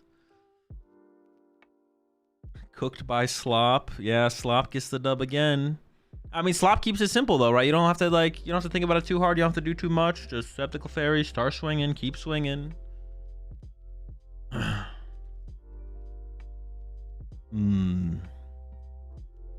It was all just coming together so beautifully that you just wanted to root for the comeback to happen. All right, let's go back to this game where some other confusing things have happened. Honestly, this matchup, does the Mega Frostlass player not play Shaman? If they don't play Shaman, I feel like this is probably a favorable matchup for Zoroark. They have the Darmanitan. I guess if you use Darmanitan, that gives the Frostlass player a turn to boss KO the Darmanitan. So it's hard to chain Darmanitans. But even getting 2 prize cards from the Darmanitan is like a pretty big deal. And if you can put one-hit KO together, which you should be able to do at some point. I do see the boss in the hand here. I'm still curious as to how... You have to be careful here, though, I guess, as well. Oh, wait, the hand is huge. Never mind. There's no being careful here. Now, there's no being careful here. Our Zoroark is getting one-hit KO'd for sure by the Frostlass. We're going after what? Snow Run? Why didn't we go after the... Oh, no. The Darmanitan would do 130 damage. I miscounted. All right, there we go. Petch up the Zoroark. And yeah, we're in Darmanitan snipe here. KO Snow Run. Why are we KOing this Snow Run? Why not just KO 2 Dunsparce? I'm kind of confused by that, to be honest. Why don't we just KO 2 Dunsparce? Why are we KOing a Snow Run? I don't quite understand that. Well, the Zoroark player should probably be able to win next turn. They have a massive hand. Hand Disruption isn't played in the Frostlass deck, like, ever. But the Frostlass player is threatening to win in 2 turns. So if you don't win next turn, actually, you do just kind of lose. So it just kind of have to all come together here. for the Zoroark player on the next turn.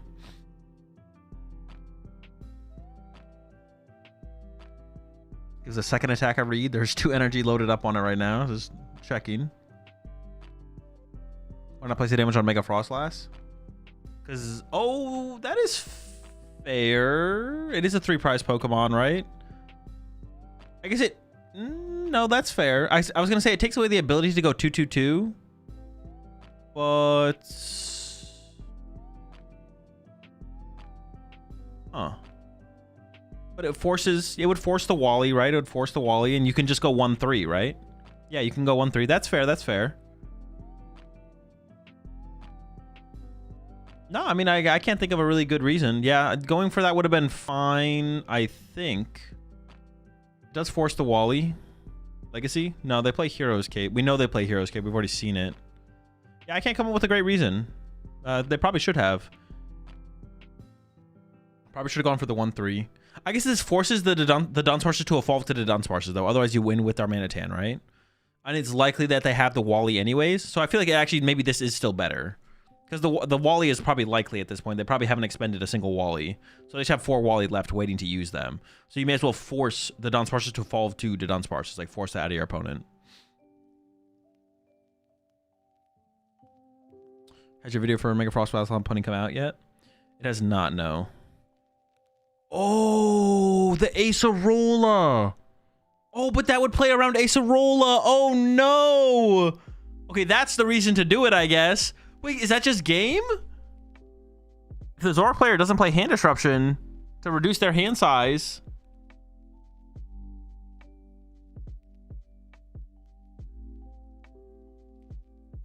if they can reduce their hand size, they like if they can judge this turn and then play a card or something like that.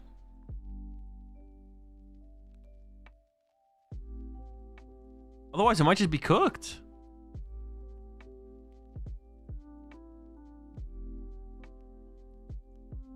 Was Frostlass alone better than Mega Starmie Frostlass?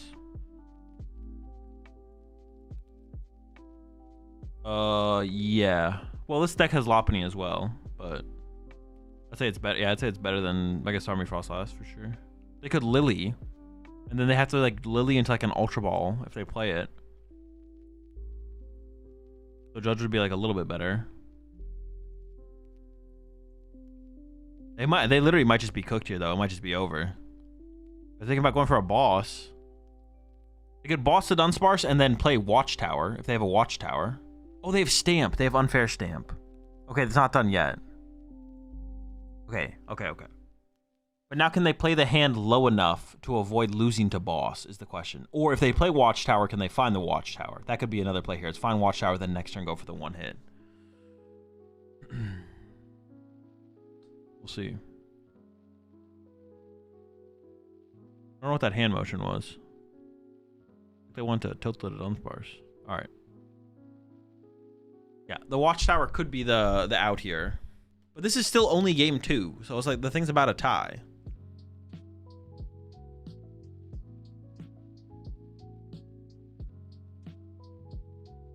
You can KO the Dunsparce into snipe Dunsparce. Well, it's only if you get the hand low enough to do that, though. The hand has to be under an amount of cards where the Mega Frostlass doesn't just one-hit KO you. I guess you could do that and keep your Zoroark out of range, maybe, right? Okay, yeah, don't take the Cyrano. Went to take the Cyrano and then was like, wait a second, I don't want cards in my hand.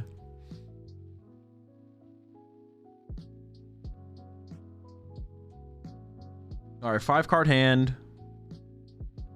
Fail the Tatsu. The Zoroark doesn't die currently, so you could Zoroark KO to Dunsparce here. It's gonna pass. Wait, what? Oh no, that would be a prize card drawn. Alright, Hero's Cape down, 2 to Dunsparce in hand. We win with Boss's Orders here. On the Mega Frostlass side, we win with Boss's Orders. Okay, cycle to Dunsparce first. Lopunny Energy. I don't know what the rule is over in Malaysia, but they did see the next card there. It's not a big deal because the deck shuffles anyways. It shouldn't be a big deal, right? Because the deck shuffles. I mean, I think they saw the card. I saw the card. I don't know what the rule is in Malaysia though.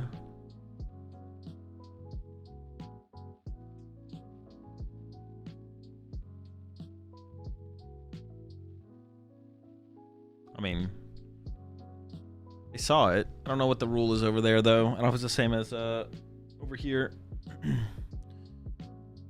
3 more. It doesn't really matter because the deck does shuffle again, but it, like, technically matters. I don't know how technical we want to be.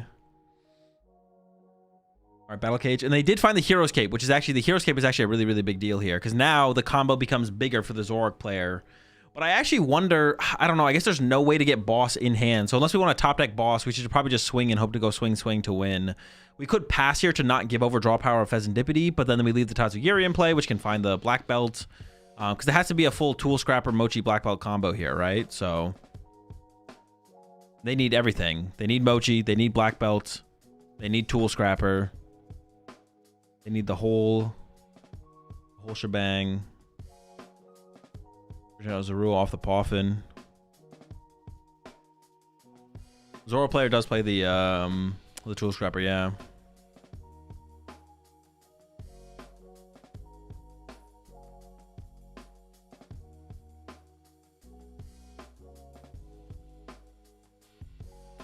That's Zorua.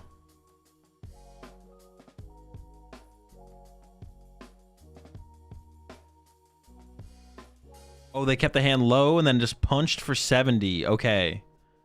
Keep the hand low, punch for 70. We're not going all out here. I guess that makes sense to not go all out here because we know our opponent doesn't have Boss, right? They also didn't play Lily. If they had played Lily that turn, then maybe we go all out to try and get the win. But we know they're missing some pieces here. But now with the Dunsparce on the bench, a little bit more sketched in terms of not going for a KO here. Or not digging. I guess we could just knock out... Well, no, because we're going to get punched here, right? There's no reason not to take the punch.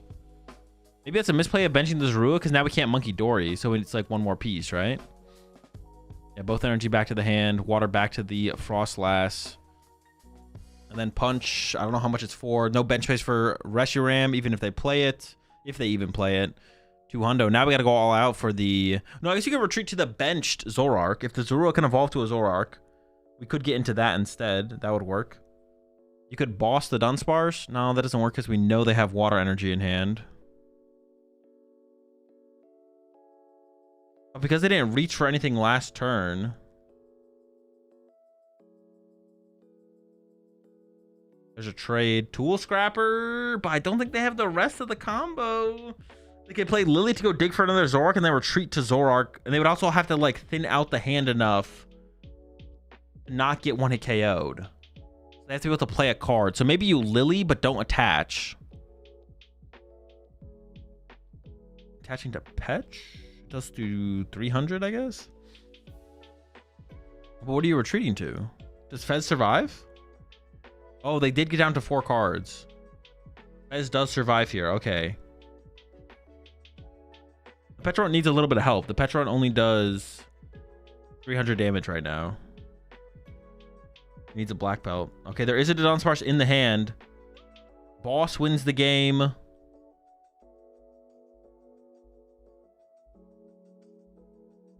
there's only 3 EXs. Oh, we have to play around the Dunsparce EX. Okay, yeah. That's it, right? That's boss? No, it's another Dunsparce.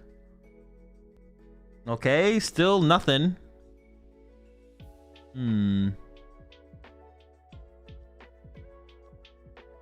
240, not 300. No, it does 300 here.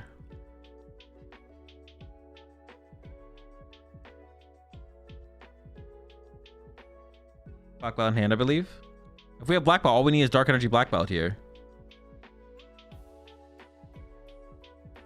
Yeah, we have the black belt, so we just need an energy here. And then we can Petron up the Zorua and retreat. No, no energy. We got the ends PP up. We're stuck once again.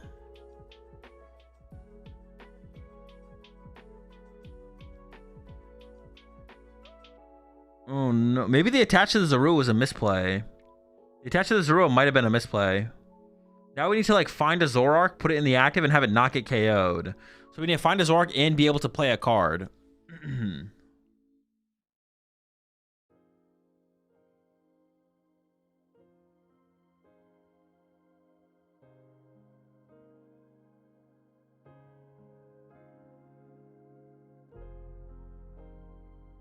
There's a Lily. 4, 5, 6. Okay, we found something to play. We found the energy as well. We can play 2 cards. Nitrogen for the Zoroark. To protect. We still need the black belt next turn, though. So if we can trade... Actually, the black belt might be in hand. I can't tell.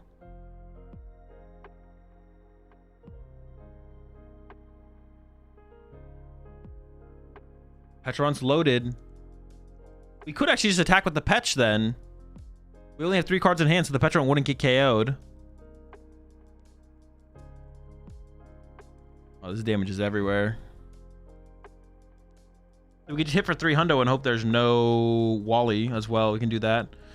I guess if Jason plays a Lucian or a Judge, though, then the Petron could get KO'd. So maybe we just leave the Zoroark in the active here, actually, just to play around Judge. Because actually, we'd lose to a Judge. If we think there's a Judge. It's a call we got to make. All right, looks like hit for 250. Okay. So for Jason here, Jason has to top deck boss. And I actually don't know the tiebreaker rules for this. Oh my gosh, bro. Of course. Gotta top deck the boss. There we go. Man. Insane. We worked our way all the way here as Kian just to lose to top deck boss. Oh boy.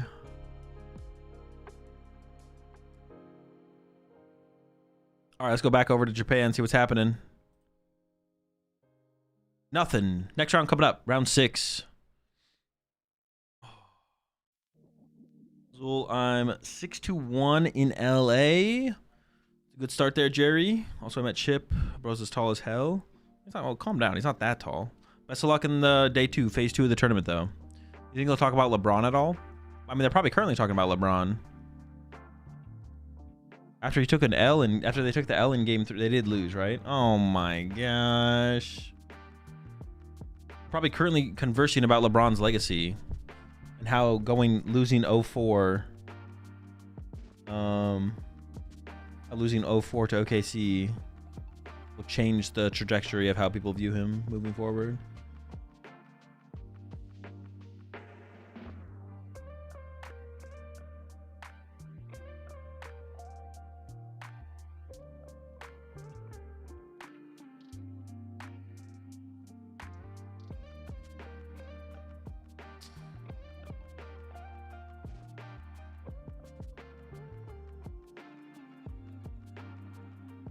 That's Yoshiyuki Arai, right?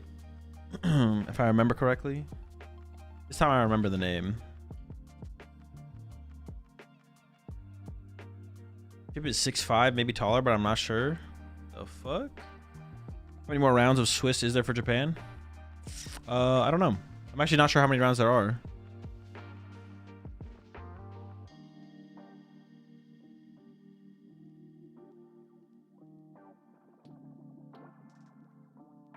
Why'd they not use the trade? They'll still be at 4 cards. Probably just a mistake. Yeah, there's no reason not to, right?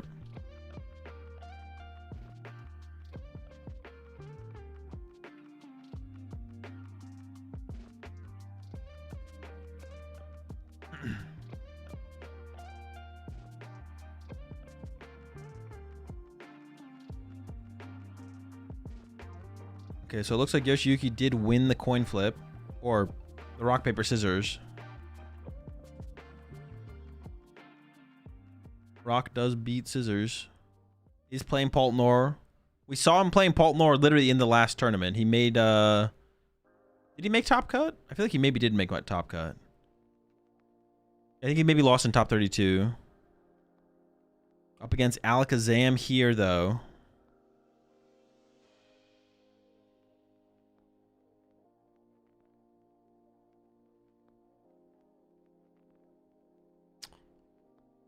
Master Ball League time break rules is really silly. They don't have ties in day 2 Swiss. That means 1-1 in the end of 50 minutes. They'll have to play a 6 prize card sudden death game to finish. Okay, yeah. So tiebreaker game.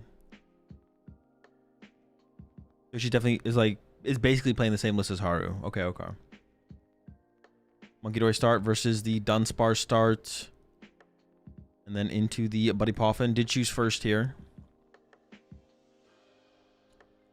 We're not going to talk about double battle cage. I mean, I assume they play 4.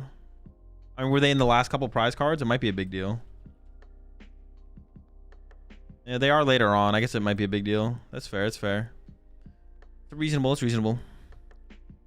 So just tell me LeBron moved his Monkey Dory damage to the bench Pokemon while Battle Cage was in play. Insane meme. Looks like Yoshiyuki might not be familiar, might not know what they're playing here, though. It looks like it's prepping around Badoo. And, of course, the Dunsparce could mean Badoo from a Dragapult. But once you see the Enriching Energy here, and you will probably see an Abra hit the bench. Ooh, the Duck as well. And it is a Dusknoir build. The Buddy Poffin. Abra's on the way.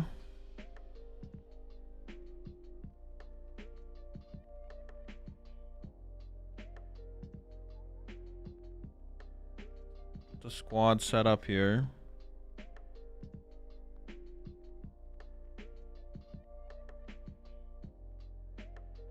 No telepathic energy available, of course, because we did put the Enriching in play, but it is pretty important to get like a lot of Abras down early.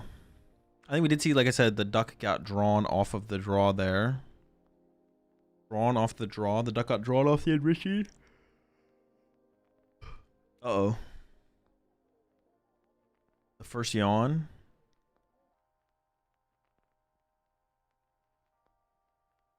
Yeah, this might be the winning in. This is round 14. There might be one more round. I can go back and look at the previous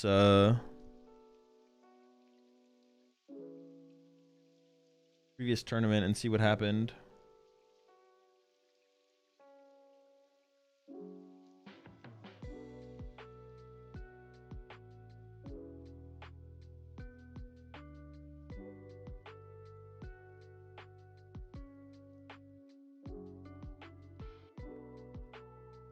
Round 13.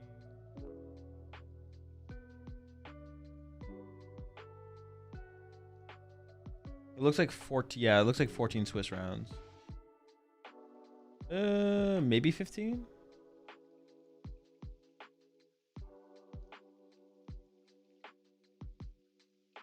Oh, actually, no, it might be 15. I think it is 15. Yeah, 15 rounds of Swiss. 15 rounds in total. Oh, okay. Appreciate it. Appreciate 3 months there, Archangel.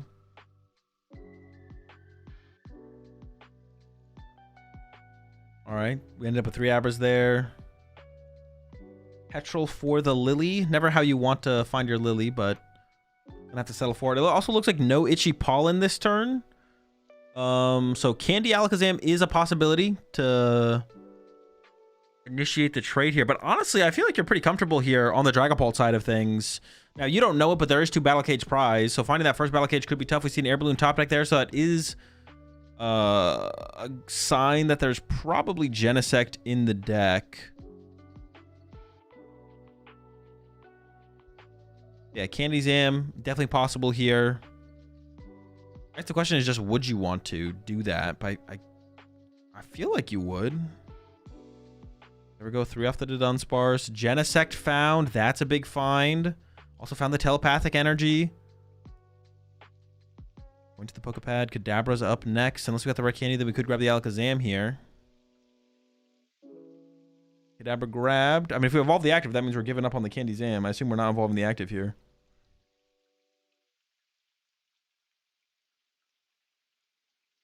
There's Kadabra for 2. I saw another Kadabra there, so we can get 2 more.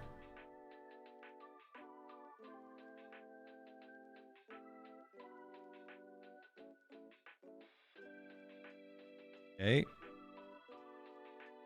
There's Dawn.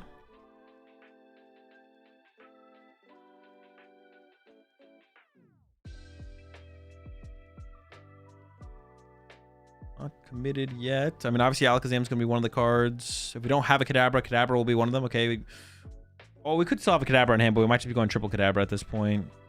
Then there's not an Abra prize, I don't think, right? Maybe there is. Maybe they ended up getting prize. Could be good to get the other Abra out of the deck as well. No, there's not an Abra prize. Okay. Is Genesect and Duck down too much? No, you play for that here for sure. There we go. I feel like we should have done... Well, I guess if we don't get... I guess this means we have Candy Alakazam, right? Because if we don't have Candy Alakazam, we want to attach to the bench. If we have Candy Alakazam, then we want to attach to the active.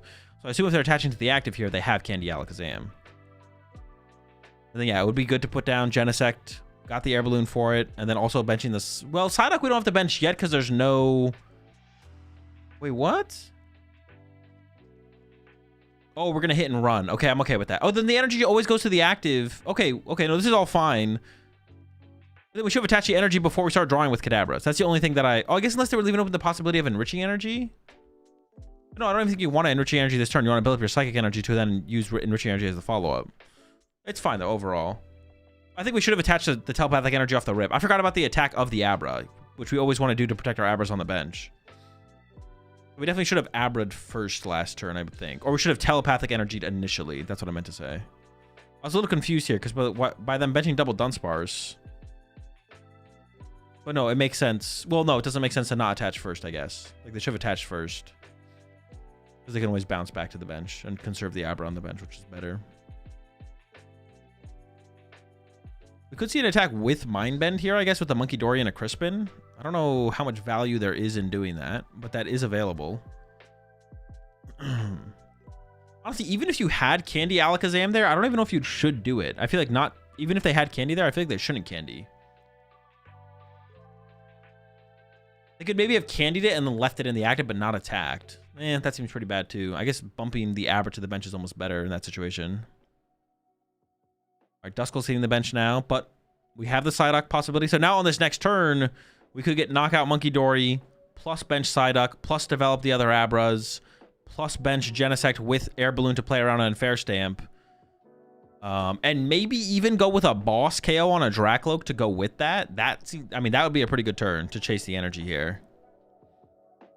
I feel like chasing Dracloaks with energy is a lot more valuable in this format than it was in, like, the previous format. Despite this format, they have the Crispin. They didn't play Crispin last format, right? They just had the Neo Upper Energy.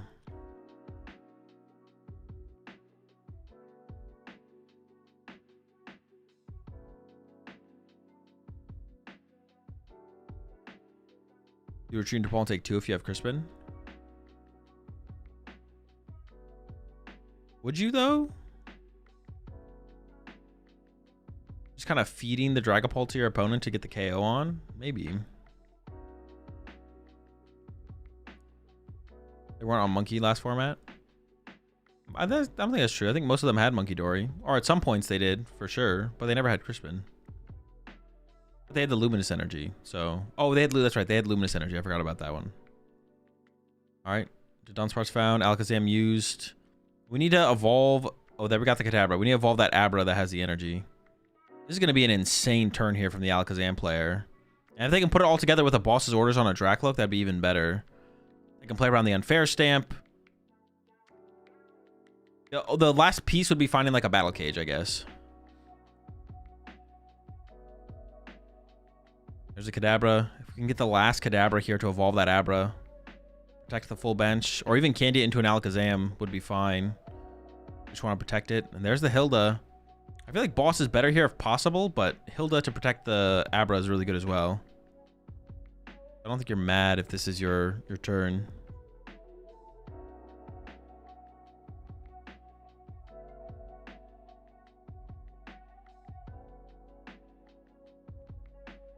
Does Japan not have a crazy scalping problem like the US? Or the cards cheaper? Cards go really, really quickly, but the cards are cheap. The cards are really, really cheap over there.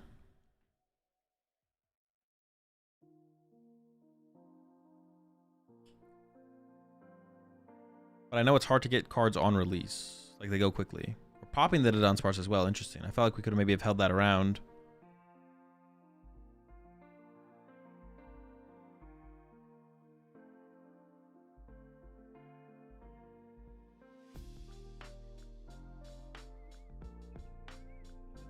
Okay, there's our energy. Then we have Psyduck, and we have Genesect to fill... Oh, I guess we have to pop the Dunsparce to get down Duck and Genesect, right? If we want to get down Duck and Genesect, we have to open up the bench space. Which we definitely want to do this turn. There's the Duck. No more Duskulls, and here comes the Genesect with the tool card. The whole squad is here. And here comes the KO on the Monkey Dory. Pretty easily there. The question will just be, can we get the KO on the Dragapult next turn? But I feel like that should also be not too difficult. The only problem with the setup is there is no battle cage. But besides that, it's looking pretty good. Another question I would have is there a judge in this build? Actually, I'm going to look at their last build from the last tournament. Oh, they have special red card now. No, they don't play judge. They have to wait until special red card triggers. But that actually does work. You can punch this turn. Punch the active, put 6 on Genesect. And then next turn, special red card plus Stadium if a battle cage gets put in play. KO plus KO Genesect. And the turn after that, go attack plus Unfair Stamp. I feel like that sets you up reasonably well to get back into this game or just be okay. Like, it doesn't seem like a terrible situation on the Dragapult side, especially with only one prize card having been drawn on the Alakazam side. If the Alakazam player had Candy Alakazam on the previous turn, I feel like things would have been a little bit scarier having 2 KOs drawn, because then you're just looking at back-to-back Dragapult KOs to win the game. But now, as the Dragapult player, you have time to KO the Genesect to get access to your Unfair Stamp. After the special red card happens. Last track Loke there, giving it some thought. That is a lot of Lokes. 60 on Pult if 60 on Duck if Pult runs Risky Runes. I don't know. The opponent's on odd prize cards. I think you can just chain triple Dragapult. That's probably just going to be better than ever using your own Dusknoir. Maybe it could work out where the thing would be better, but... Well, you can KO Duck on your turn, Panda. You can put 6 on it now, and then you can Monkey Dory at the turn after. That's only if you'll be able to get access to the Monkey Dory energy, though, which might be tough. It might be tough to get the access to the energy on the Monkey Dory. Well, I guess if you're not judging, you could always go like Special Red Card plus Crispin next turn, and that would work out fine. You'd be able to get there. Well, we'll see what they choose to play. I'm sure they're going to go after the Psyduck or the Genesect here. Going after the Kadabras does not seem very high value. So that is going to be the question. Do they target the Genesect to unlock Unfair Stamp, or do they target the Psyduck? Oh, they're going to go aggressive for the Genesect. They're not even KOing the active here. See, but this going after the Genesect now, there's a decent chance that the Genesect just gets recovered. And then we almost never gain access to Unfair Stamp. I don't know. All right, spreading the damage. Is it 2-2-2? Might be a 2-2-2. The Kadabras are in danger at this point. No stadiums used. There's one stadium prize, though, on the Dragapult side. I mean, I feel like you have to evolve. That's not true. You actually don't have to evolve either of these Kadabras. What you really need is Night Stretcher for Genesect. We actually didn't put enough damage on the Duck to be able to Monkey Dory the damage over as well. We could have put 5 on the Duck, but then we don't have enough on the Kadabra. We still could have gotten Monkey Dory access, though, to deal with the Kadabra as well, though. I'm actually curious to see how the Alakazam player chooses to play this out. There's the Battle Cage.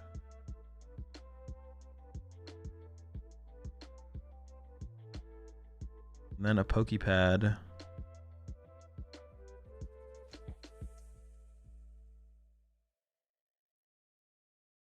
Noted Dunsparce is in Kazam kind of cooked by red card if they bench Gen.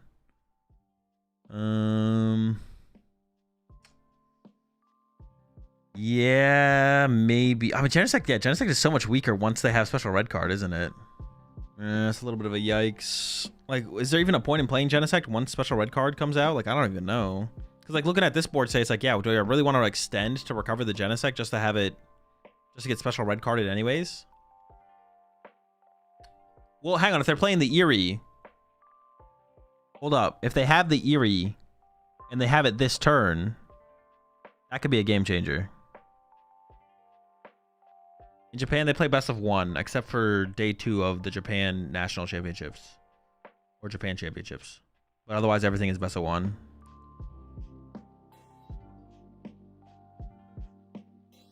So this is best of 1. Top cut will be the best of 1. Day 1. The next Champions League. Wait, is there another Champions League before the Japan Championships? I actually don't remember. We're not KOing the active here. Oh, we're staying out of red card range. Okay, okay. Is that good enough, though? We're keeping ourselves out of red card range. There's the knockout. Playing around the red card. But we can get Unfair Stamped this turn, and that would still be pretty brutal. It still feels like it's in Dragapult's favor. I don't know.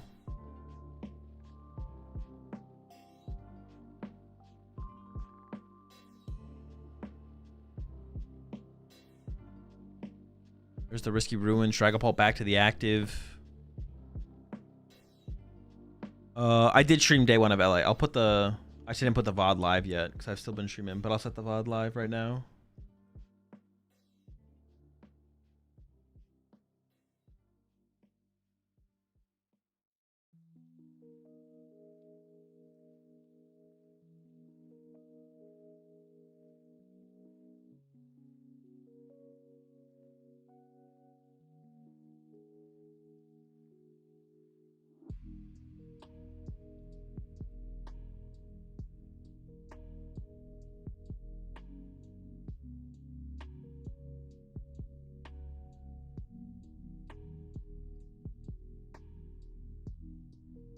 All right, VOD's up. I put 6 on the duck. Could have wiped here. Yeah, I wouldn't have hated. I mean, we didn't have to put 6. We could have just put like 5, right? 5 would have been enough to build up towards the Monkey Dory play. It's kind of the same thing though. 6-5. Give enough time to rest before streaming LA day 2. Yeah, it should be fine. Have a good one, Mark.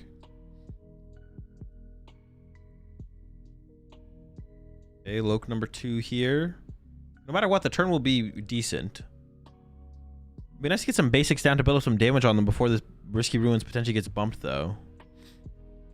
If you draw 2 prize cards this turn, this is where you could get red carded as well. So you might want to avoid drawing 2 prize cards here. But there's a KO. And then they KO the duck as well. And leave 2 onto the Dunsparce. Now you could get special red carded, though. On the oh, we found the unfair stamp. I didn't realize we found unfair stamp. Okay, it'd be pretty hard to pull off the knockout plus a special red card. Never mind.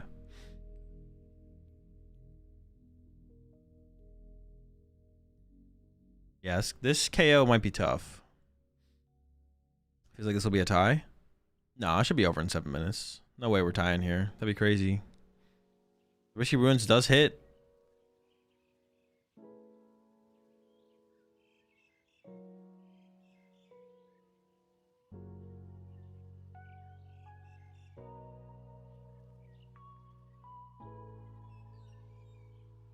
Okay, enriching. Draw 4. We're just not even close, though, still. Yeah, we're never getting this 1-hit KO here. No shot.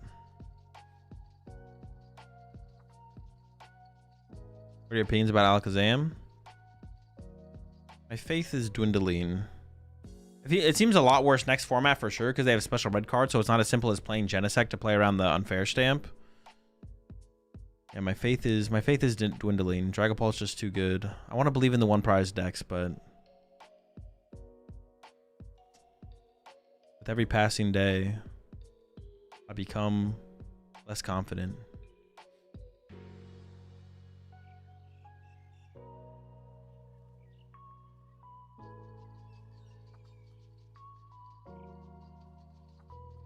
Okay, we found the battle cage now, but we're not 1-hit KO in the active. We are just punching the active, and that is pretty tough. Also, I believe there is a watchtower in the hand and the ability to use Dusknoir. So this game should be over, I imagine.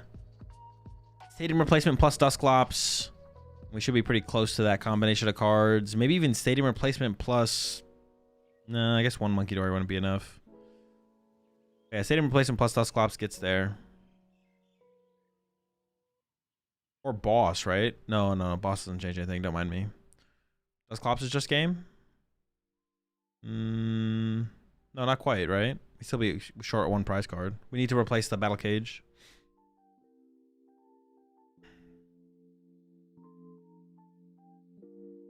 And even if we don't do it this turn, we could always just like do it next turn, and that works. Need some more energy out of the deck. Yeah, I have to imagine the game is over here, but maybe it'll go 1 more turn. The way they sequence this, though, makes me think that they maybe... no, I feel like they probably still have game. Stadium's just game? No? No, it's not. Well, actually, no. Stadium is effectively just game because you just draw 2 prize cards this turn, then the game's basically over. Yeah, you are right. Stadium is basically just game. We don't actually win this turn, but we might as well. But yeah, there we go. Stadium plus Dusclops or Dusknoir. There's the Dusknoir. Pops a Sparse. Attack the active. KO another Sparse. 0 prize cards left. Moves on to 12 and 2. Moves on to the winning in.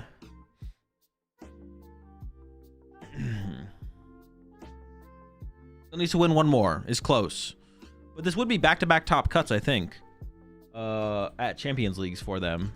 If they win this next round.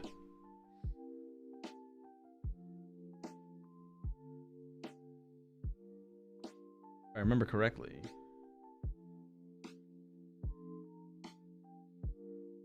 Yeah, it would be. They lost in top 32 last time.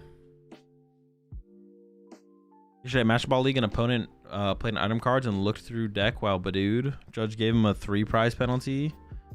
3 prize penalty? Right back to the head judge and only got a warning. Interesting.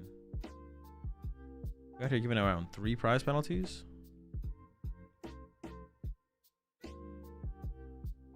Straight pult, best pult. How do I get bigger HP KOs without bombs? Attack more times in a row. Have you ever streamed 24 hours? No. I'm trying to get my brother to start playing. Got any meta deck suggestions that are easy and fun? I was thinking Okidogi. Okidogi's chill, yeah. By the way, Azul, for the JCS Worlds invite, I think it's top 64 instead of 32 this season. Oh, so there's a lot of potential for invites at the... Wait, so if you place top 64, you get your Worlds invite? Azul, I'm playing Pult with Ezumeral, the one that does 230 if a Terra is in play. The mirror match is pretty good. What are your thoughts on it? I don't know. It seems kind of bad, to be honest. It doesn't seem worth it. Yeah, not great. 3 prize penalty optimal? Yeah, sure, why not? 3 prize penalty, 4 prize penalty, 5 prize penalty. Just not 6 prize penalty. Anything but 6 prize penalty. No game losses, only prize penalties. None of that. You're taking a break from competing? Nope. With Okidogi, you really got to sequence correctly. It is true. The deck is probably... I don't know, but... I guess what's an easier deck? Like Saraledge, I guess? I don't know. In the current format, I don't know if I would discourage... I don't know. I guess Dragapult can be a little bit complicated to... I don't know. Maybe something like the Megalopony to Dunsparce deck with Wally's Compassion. Maybe that'd be a good starting point. Yeah, that might be the... That might be the place to start, to be honest.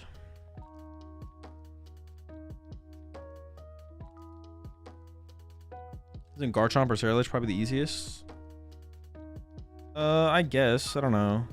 I don't like to, like, when someone's, like, coming to, like, I don't know.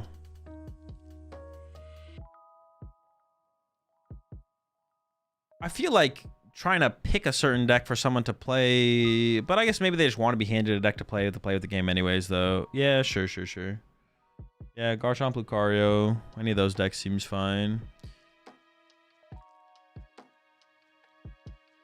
Yeah, Garchomp, Lucario, I don't know, I forget, Saraledge, Alakazam, probably all reasonable.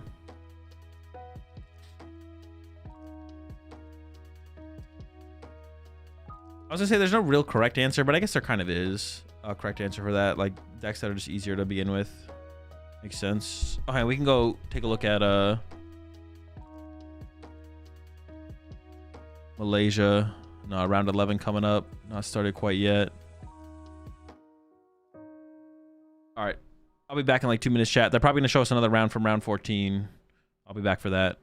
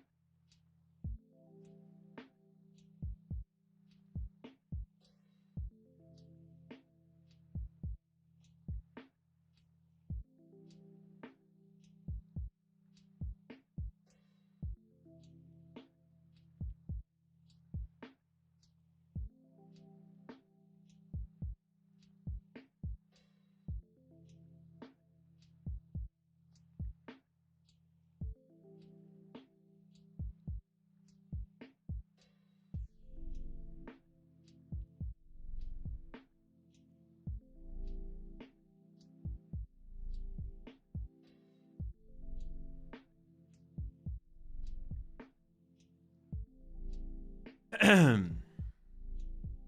right, let's lock back in, chat. Did they not show another round? I thought for sure they would show another round. I should be going back to break.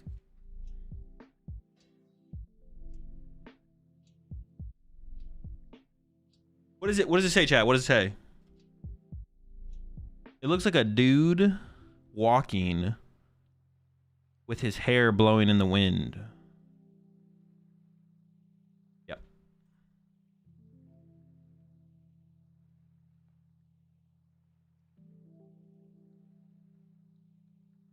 Naruto run? No, it's not a Naruto run. Oh, wait, it actually is a Naruto run. Wait, you're right. It is Naruto run. But it's headless. There's no, the guy doesn't have a head. So the head would be like here. But actually, it is Naruto running without the head. Headless Naruto run. Directly translates to that. Also, do you think Alakazam is just bad with red card because Paul can abuse it against you? I mean, it makes the matchup a lot harder. I don't know. I'd have to actually test the matchup. I have to get something like Eerie involved to have a chance.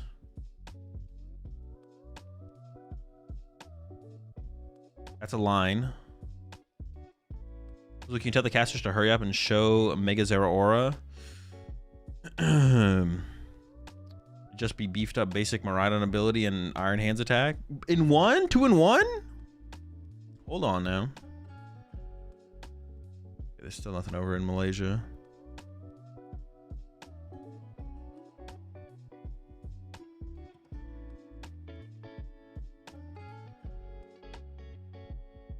If you have the Dunsparce set, I think you can win.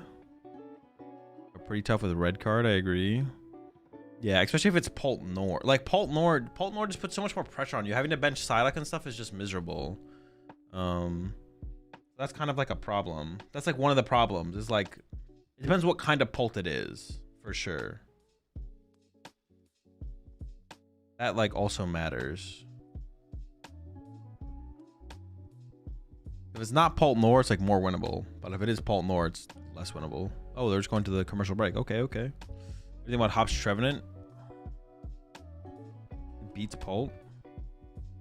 I'm not convinced it does beat Pult, to be honest. It might beat Pult, but I'd have to play the deck more. I actually don't know if it beats Pult.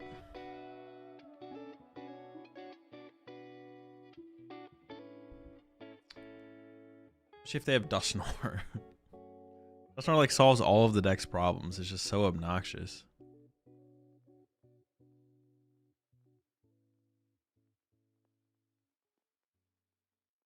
What deck did you dislike more? Lugia Visar or Regidrago Visar? Lugia. Regidrago wasn't that big of a deal. The deck was good, but it wasn't as good as Lugia, and then it didn't have as long of a lifespan either. Like Badoo came out and kind of killed it, which was nice.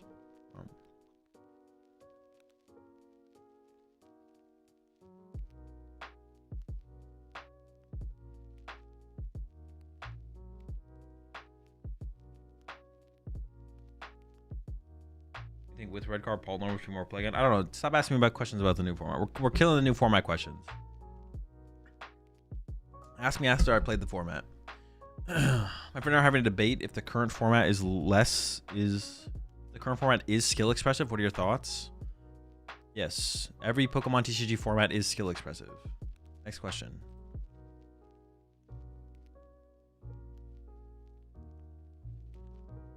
There is no Pokemon TCG format that is not skill expressive. I think that the Lopunny Frostlass deck has a pretty good play for LA. I just wish I could have realized that earlier. Yeah, it seems decent. The straight Lopunny build might be the better way to play it, though. What Hale's playing. That might be the move. Not sure.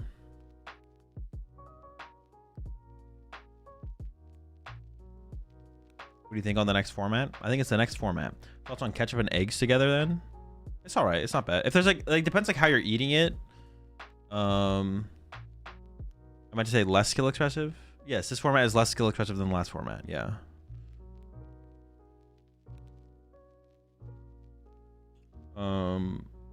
Ketchup on egg. It depends. Like if it's like Like sometimes I'll have like a bowl that has like potatoes and eggs in it, and then I'll put ketchup on top of that.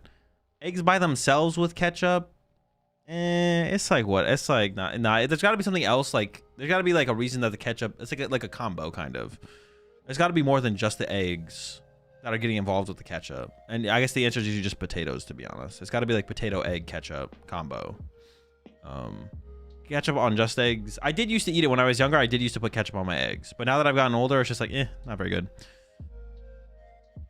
Is it ketchup or hot sauce on your eggs? I used to put both. I used to put Tabasco and ketchup on my eggs when I was younger, but now I don't really put anything on my eggs. Maybe some sriracha. Sriracha on eggs is pretty good, but Tabasco is not that good. Sriracha is definitely way better.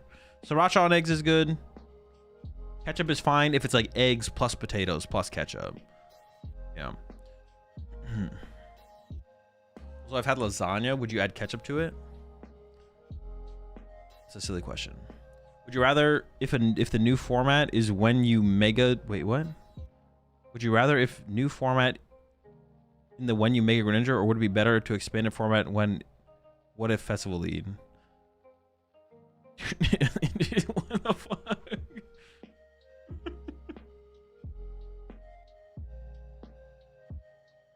Yes. Let me put you on game. Try Melinda's hot sauce on your eggs. So good. What one is Melinda's? Melinda's. Oh, I have seen this one before.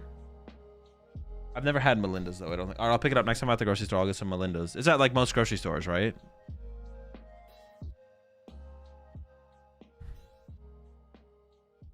I think Jason is in his prime could.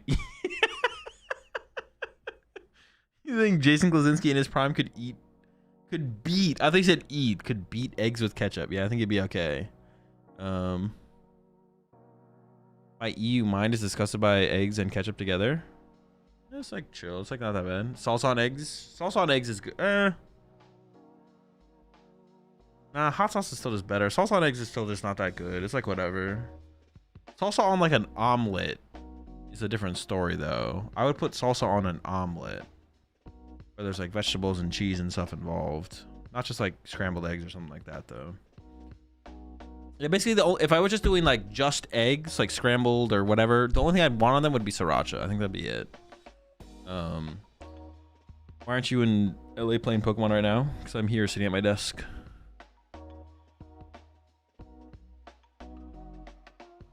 Well, you're not Hispanic. Eggs with salsa is bomb. Are you saying if I was Hispanic, I would have to like eggs with salsa? Or are you saying if I was Hispanic, not assuming you're assuming I'm not, that I have to like it? Interesting statement there. Yeah, very interesting statement. That's it. That's all. I'll leave it at that. Are you sitting at your desk though? I'm doing that over doing anything else. Are you or Wolfie the more prolific egg eater?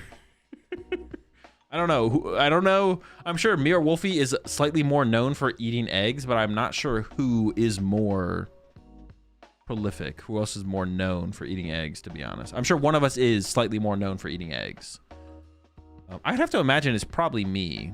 No, I guess it could be Wolfie. I don't know if he's an egg enjoyer like that. Wolfie has an egg story. Oh, it's probably Wolfie then. I don't have an egg story, so.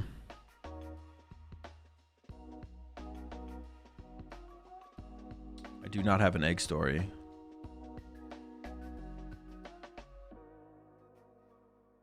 He ate so many eggs. Wait, that's it? He just ate a lot of eggs? That's the story?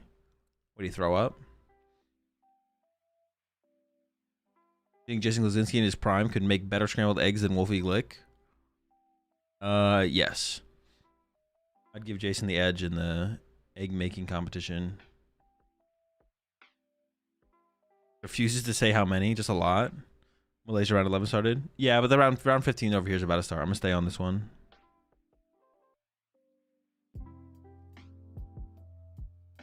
You know, on mayo on scrambled eggs? That does not sound very good. Is it in them or on them? That sounds bad. I could see it being good. Like I could see it being good if you scrambled mayo in the eggs. I've never tried that, but it doesn't sound like unreasonably bad. But if you're just like putting mayo on the eggs, that does not sound good.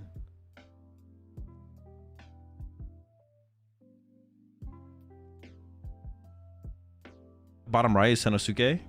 Wait, actually 14-0?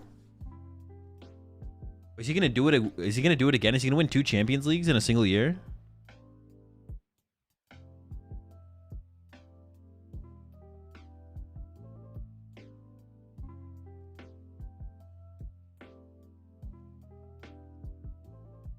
I was a mayo scrambled hard-boiled egg hater until I got put on game. Nah, it sounds like you just got brainwashed.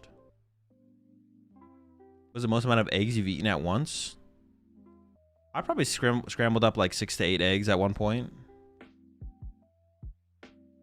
For sure. We need to do to be in Champions League. Either have an invite or get in through the lottery system.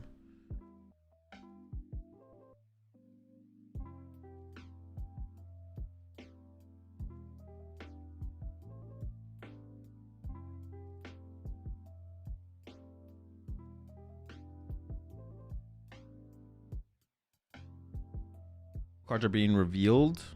We don't know. That's what cards are being revealed? We don't know. They haven't been revealed yet. What?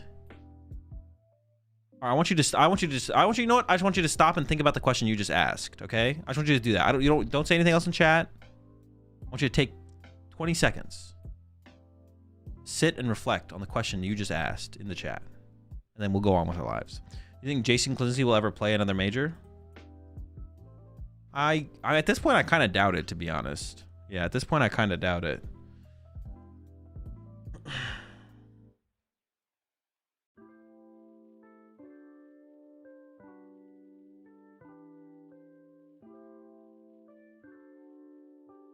Previously I would have been like, yeah, there's a good chance. There's a chance for sure. But now I'm just like, yeah, probably not. What card would you reprint if you were TPCI?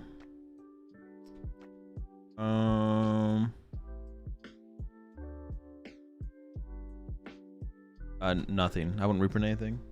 Also, TPCI doesn't reprint cards, so that wouldn't work. If I was the Pokemon company, I don't know. I'll put my trust in their hands. Yeah, I don't really need anything. Whatever they give us is fine with me.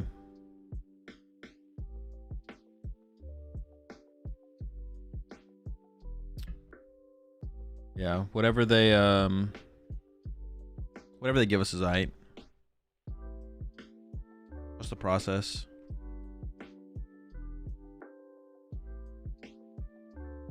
If you were held at gunpoint, how many chicken nuggets would you be able to eat? Well, but like, what does that even mean? Like, are they making me eat a certain amount? Like, what if I eat 2? Do I get shot? Like, do I just have to eat as many as I say I can eat? 10. That's it. I couldn't eat it. I couldn't eat an 11th one. Is that it? Can I go? Your question has some flaws here, I believe, for the outcome you desire. 10, you're dead? Wait, what the fuck? You asked how many I'd be able to eat at gunpoint. 10. The answer is 10.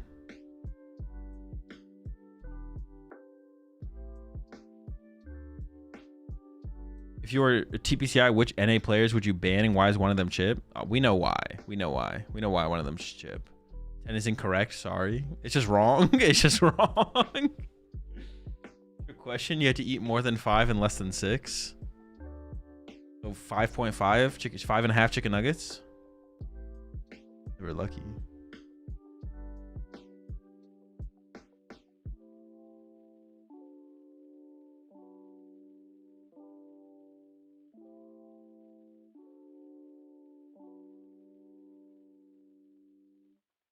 For 1 month, I'll ask you the same question on stream again. Do you think Jason could beat Mike Tyson in their primes?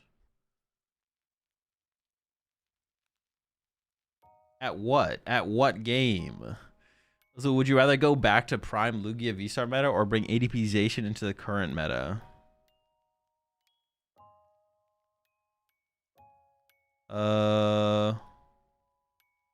Probably bring ADPization into the current.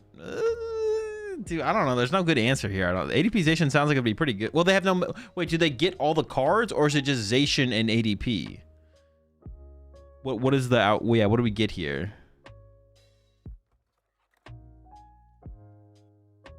Is it just adding Zacian and V-Star to the current card pool? Oh, they would have Crispin though. Ooh. Would that be? That might be enough. Crispin itself might be enough. Be kind of broken. Felipe though. Ooh, Felipe's coming out too. They might not need anything else, to be honest. They would just need ADP and Zacian. I don't know. That's tough. Oh, but Clefairy one hit KOs it. All right, let's bring ADP in. Let's bring ADP in. Bring him in. Bring ADP Zacian in.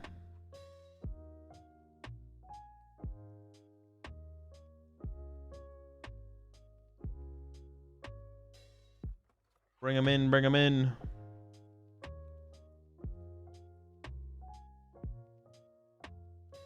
You kill Clefairy for 3 though? Yeah, but I think Clefairy has the edge in that trade. That's true, not with the Pearl. Do you think your Yen Mega Deck is going to be consistently somewhat viable, or is it a 50-50 off meta gamble? I think the deck has potential. I think the deck's got potential. Yeah, the Yen Mega is not terrible.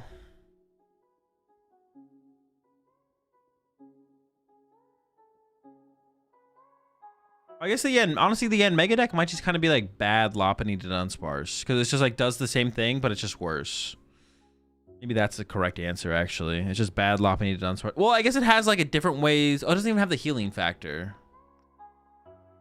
Oh, I have a Scoop Cyclone in there. Yeah, it might just be bad Lopunny to Dunsparce, to be honest. But I guess like there are some matchups where it probably has the advantage, I guess. I don't know. So what's your favorite deck you've ever played? Oh, I don't really have one.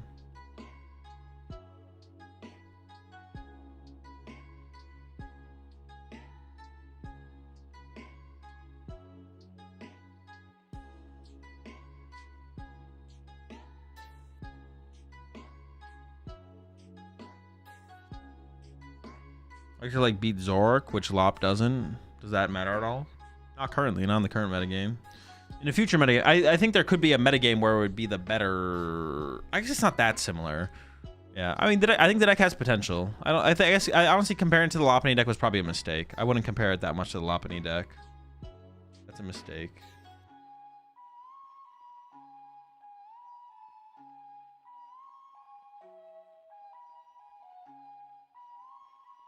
Yeah, it's got potential, but the current metagame I don't think is its moment. What's your least favorite deck you've ever taken to a major? I don't know off the top of my head. Nothing stands out. Maybe Metal Box to London. I forget the year. Yeah, we could go with Metal Box. Shout out Metal Box. Shout out Metal Box.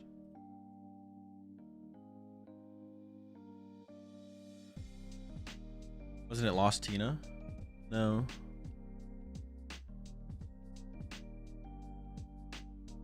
If the choice of bringing one card that rotated to bring it to the current standard format, what card and why? I don't know. Nothing. If you're allowed to play as many Lily as you wanted in Dragon Ball, how many is too many? You'd probably play like 6. Yeah, 5 or 6 for sure. 7 seems like too many because Crispin is still important, so you're not only 5 or 6. Probably the correct answer.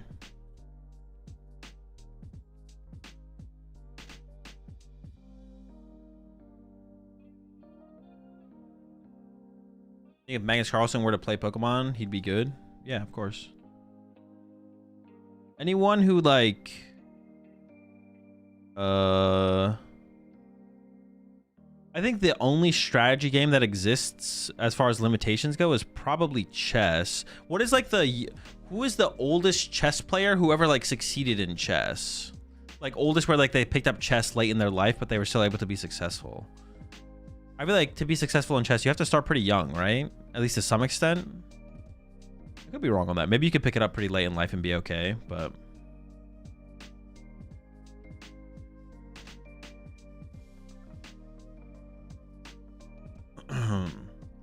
I think pretty much any strategy game, any player can pick up basically at any age from any other strategy game and be top tier if they want to. Yo, love your content. I'm new to PokemonTCG and was curious on the best resource to learn the legal card pool. Is it just the TCG Live client, Limitless, or is there another better resource?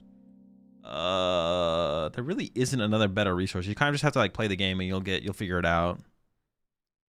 You could literally go look at every single legal card in the format, and then that'd be something, but...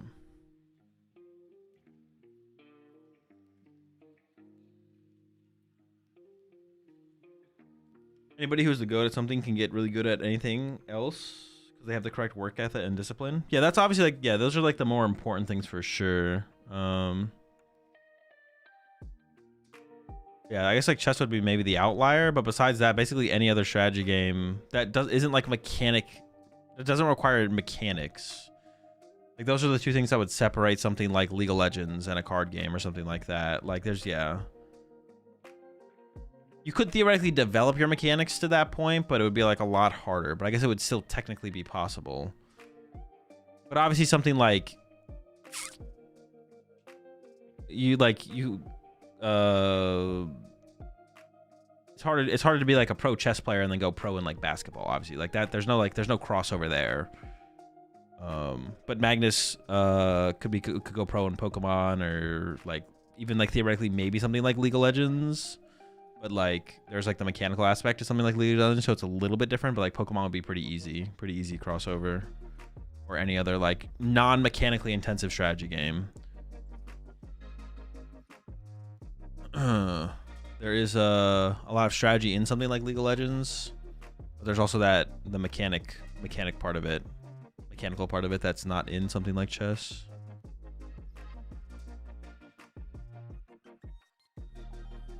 Chess, I guess, is different because it's so many positions to know, but you can definitely still get to the low 2000s, which I'd consider good, if not amazing necessarily.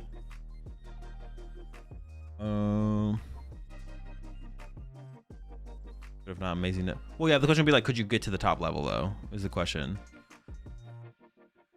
Like if you started playing at 30, if you start playing chess at 30 and only knew the rules up to that point, basically, like the odds of you going like being like a top player would be really, really low. I guess it is technically possible, but it's tough.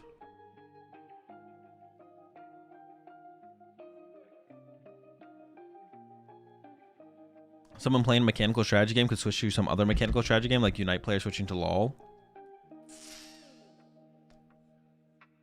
Maybe like LoL to like CS.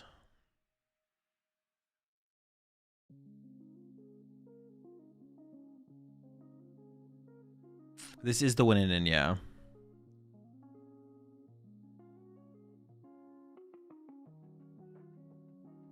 But depending on how much chess you can play, right? Like if they had suddenly made chess their obsession, maybe it could work.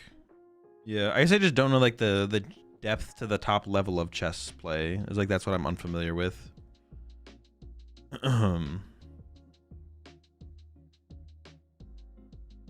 eating Sam's Club pizza right now. Do you like Costco or Sam's Club better? Definitely Costco. But I haven't been to Sam's Club as often, so I'm probably just kind of biased based on my Costco experiences, which have been good.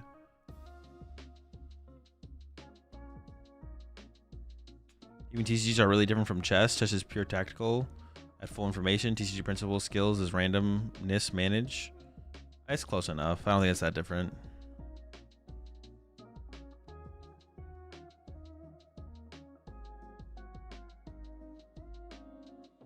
It's not that complicated.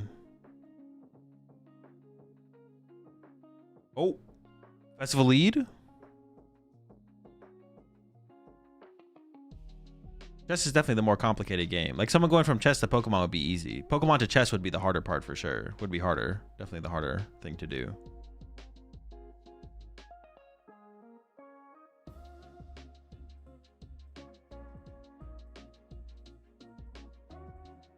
Even like League to Pokemon, there's correlations in terms of being a strategy game. It's just all trying to find the optimal play. The only thing about League is that there's mechanical...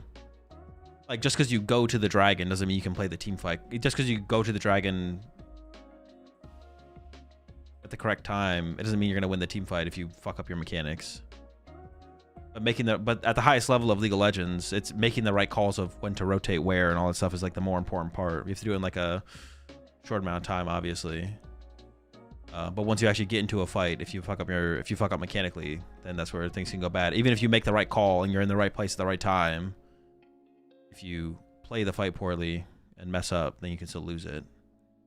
You can't do that in Pokemon. Like a Pokemon, if you make the right call in Pokemon, you can lose, but it's not because you messed anything up. It's just because your opponent top decked when they had a low % odds of top decking.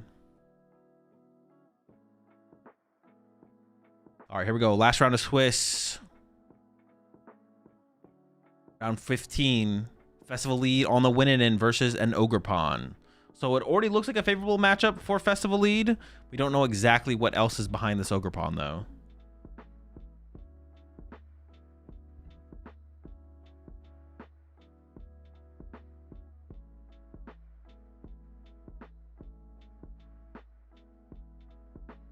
The average chess player is better at chess than the average PTCG players at Pokemon.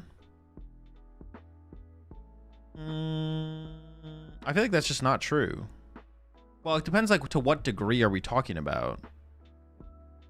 Yeah, I feel like that's actually just not true. I feel like the average Pokemon player is better at Pokemon than the average chess player is at chess. Because, like, what are we using as, like, the measure? Like, way more players can beat Tord than players can beat Magnus Carlsen, like, in percentage-wise. Like, out of 100. It depends on what the goal is, right? The goal is to win tournaments, right? To win tournaments, you have to be able to beat Tord. So if you can beat Tord, then... If you have a higher chance of beating Tord, then they're already... The skill ceiling is lower, which means the average Pokemon players are better at Pokemon than the average chess players are at chess.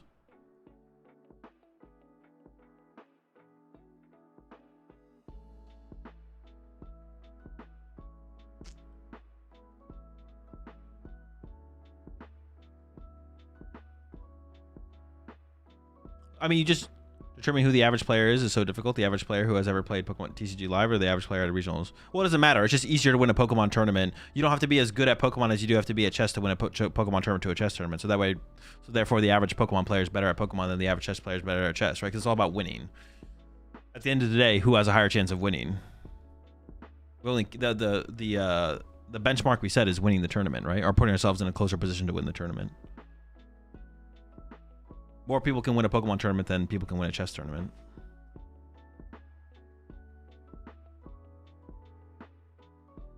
I think it's not a good comparison because chess doesn't have RNG involved in it, right?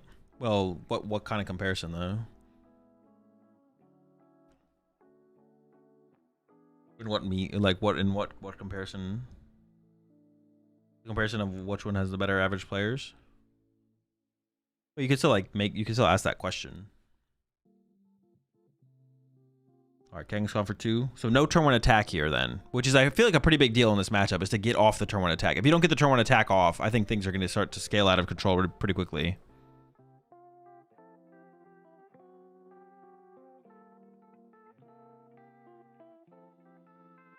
Okay, into the Pokepad. So we got...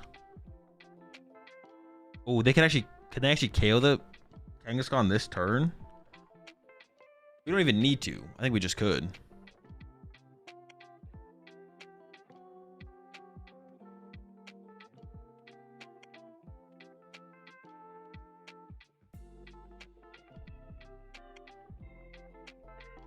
All right, into the Thwacky number 1 here.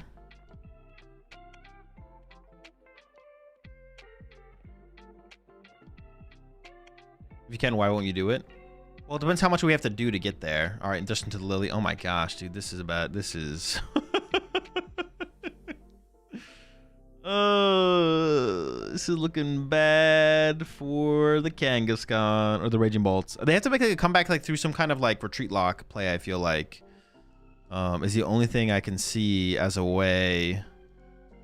Yeah, I mean, like as the Raging Ball player here, you need like an aggressive start. You have to hope the Festival lead player has like a slower start, but this is looking pretty quick to me. Already found that secret box for some big potential. Got the Sea King in hand as well. Just need to get the Shaman on the bench to play around like a Water Pawn play, and we're kind of cooking. Or get the Rapska to build up towards that. Could be a line as well. My gosh, the cards are moving all over the place. That's a whole bunch of fellas in there. Some Applins. Oh, and there's the Shaman. Okay, so we're protected from the Wellspring. Just need to get another Applin down this turn. And I think we have the attack with the Sea King for 60, just to draw 2 cards and build up towards that 2-hit KO on the active here. On the slip. I mean, this looks cooked to me. It's looking cooked.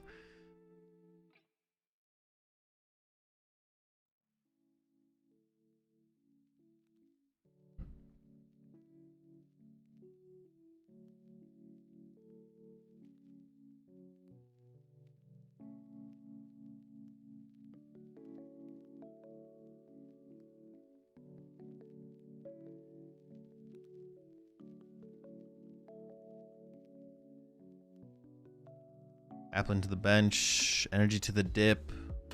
Shaman? Hasn't benched a Shaman yet. Just gonna pass. Wait, didn't we have the Sea King in hand? Am I trolling? Or was that another Goldeen? No Shaman bench, so we could see a Water Pawn play this turn. I mean, if I see a Kangaskhan and an Ogre Pawn, I'm playing as if they got the Water Pawn. I would not give the opportunity to a Water Pawn play to happen here. But they're given the opportunity here for a Water Pawn play. Yeah, I wouldn't even give them the opportunity. I would just bench a Shaman and be like, nope. You're not going to get that. Like, I don't know why we risk it here. I don't know why we're risking it here. I don't even know if they have the Water Pawn in the deck, but if they could, and our bench is fine to have a Shaman on it. That's like the only, one of the few win conditions here. Going for Passimian. Okay, going to trade with a 1-prizer early on. No Water Pawn. No aggressive Water Pawn happening. Okay, okay. No aggressive Water Pawn. Could happen later, though. Look out. Be cautious. Grass fighting. Passimian is not... Oh, Passimian's not weak to grass. Okay. So it does have to be effectively 1-hit KO or 2-hit KO'd. Or it is 1-hit KO, but it costs us a stadium type deal. Maybe we can chain a couple Passimians in a row here. Maybe that's something we could do. We found the Teal Dance. I actually don't know why we... Well, maybe we want to draw other stuff that weren't energy. But if we draw an energy, it's like fine. Teal Dance. Bug catching set. Okay, gonna keep going further. Ian's list doesn't play bug catching set, right? Isn't Ian's list literally just 4 Ultra Ball for Pokemon search cards? No Terra Orb, no bug catching set? A lot of grass energy.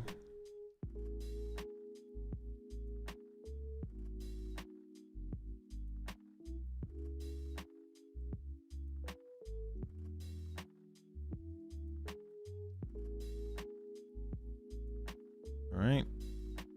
We're pawn down. Means got the KO lined up to initiate here. A lot of cards in the hand. The potential is high on follow-up turns. Just going for the Passimian attack this turn.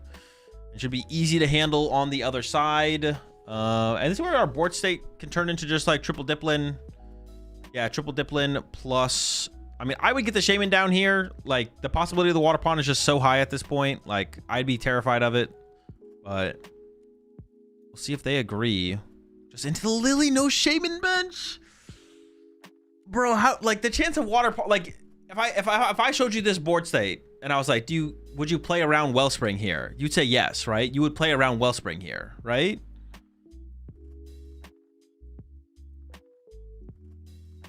They just put it back in the deck, bro. Are they gonna get cooked by a well? Maybe they won't, though. Maybe they won't get cooked by Wellspring. Like, why not play around it? I'm just trying to come up with, like, why not? It's like the only thing you lose to here. Our setup is so good here. The only thing we lose to is Wellspring.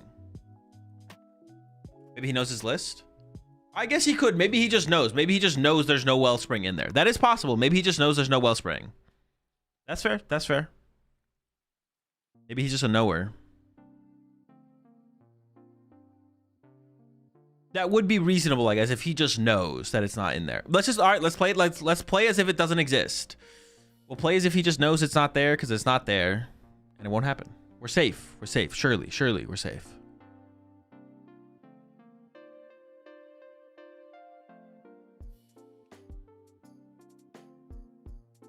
Double Thwacky in. I'm kind of rooting for him to get Wellspringed, though. I'm not going to lie. Does anyone else want him to get Wellspringed in this situation? I don't want him to... Am I being a hater? Am I being a hater for wanting that?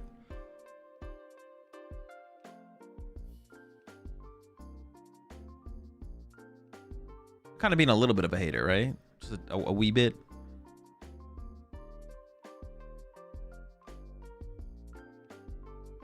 I kind of want the apples to get tri-frosted. I want the lead to win it all. Well, I want him to win it all with the lead by, you know, if he plays well. No way you're benching it now. I'm gonna be pissed if he benches it now. If he just had it in the last hand and didn't bench it. Then he doesn't know. Okay, okay. Attacks twice, gets the K. Okay, I'm gonna calm down. I'm gonna calm down. All right, over to the other side. Got that first KO with the Passimian. We could attack with 3-2 prizes in a row. If we never put the Kangaskhan in the active again, maybe we play Briar as well. Maybe there's a Briar. Well, no, the Briar doesn't work anymore because we're already on odd prize cards. Considering the Raging Bolt. There goes the Raging Bolt. There's the Crispin. And I'm assuming they play Unfair Stamp, so if they can get the Unfair Stamp involved, that is also a line.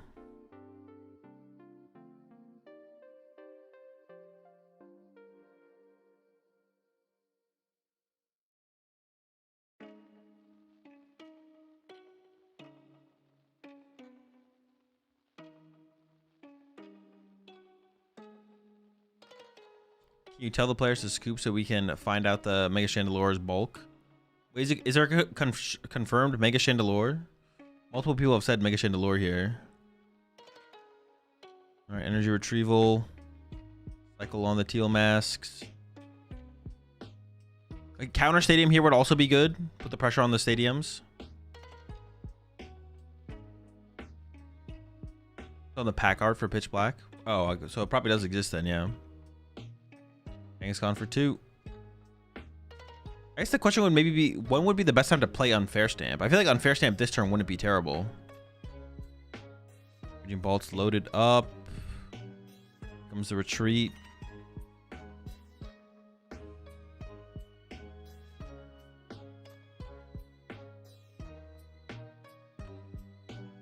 Imagine how funny it would be if there's no Mega Chandelure and it was just Rage Bait.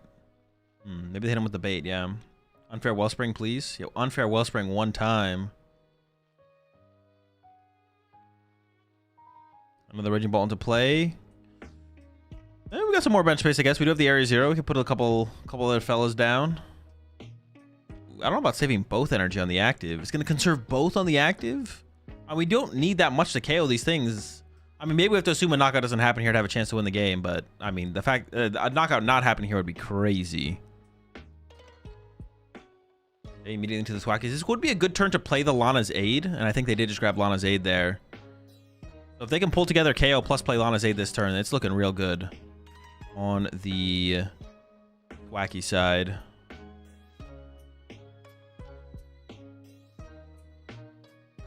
Eyeing up an air balloon as well. Maybe we can just get our Thwackies prepped for potential boss trap.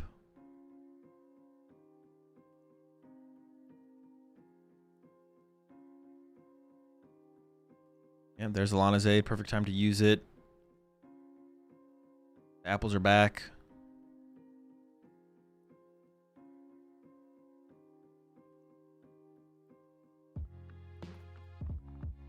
I'm still sketched up by the lack of Shaman, but listen, it's working. There's Stadium. Then swing twice. 2 more prize cards, 3 prize cards remaining, 2 attacks away from winning the game. What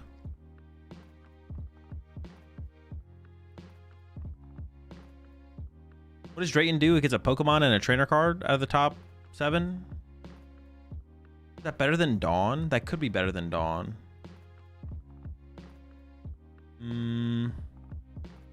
Just guaranteeing your Pokemon off the Dawn, though, sounds kind of nice. I'm not sure.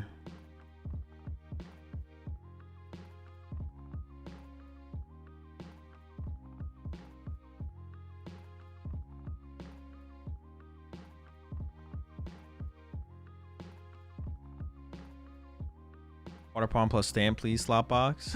Just one time, come on.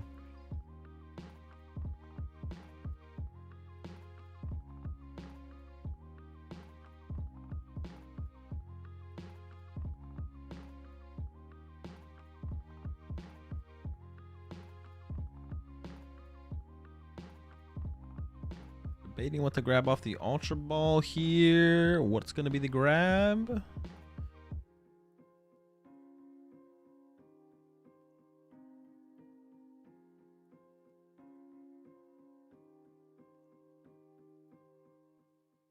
Let's go for another Kangaskhan here. Maybe just to thin out the deck. Cat's getting involved. Goes for a Judge. Okay. Yeah, see the discard energy. We should have discarded at least one energy off the active Raging Ball. We have actually so little in play to work with right now. I was gonna try and get disrupted with the Judge to make a comeback here.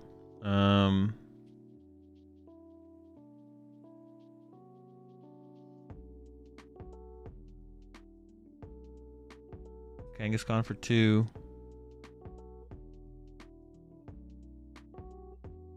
Oh, we do have the Unfair Stamp in the hand now. So we can go for that instead of Judge here. See what they go for. Treat the Raging Bolt. Makes me think it's going to be... Ooh, they have E-Switch. Okay, so Trumpet, E-Switch, Unfair Stamp, or Judge.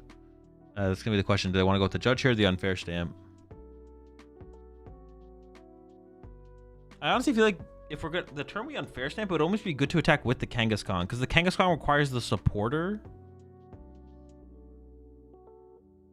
Yeah, the Kangaskhan requires the supporter, whereas the Raging Ball just requires a Brave Bangle. So it allows us to play Lily for turn and go for the reset. I actually think this is a misplay. I think we should attack with Kangaskhan here. I know we could just like lose, but we need to try and find a turn. But I guess, well, if our Kangaskhan gets punched and we can go like Area 0, Chew and Pow to clear it off the bench, that would still work. Yeah, because that's kind of the problem. Also, the Dipplin player can just like whiff for, it can like pass for a turn and be fine. Which is also a problem. They can just go like Thwacky for Lily, reset up, go from there. Oh, he is. Yeah, he does have Secret Box. Yeah, not if it was Max Belt, then that would be a little bit riskier, obviously. But it is Secret Box, so not as big of a deal.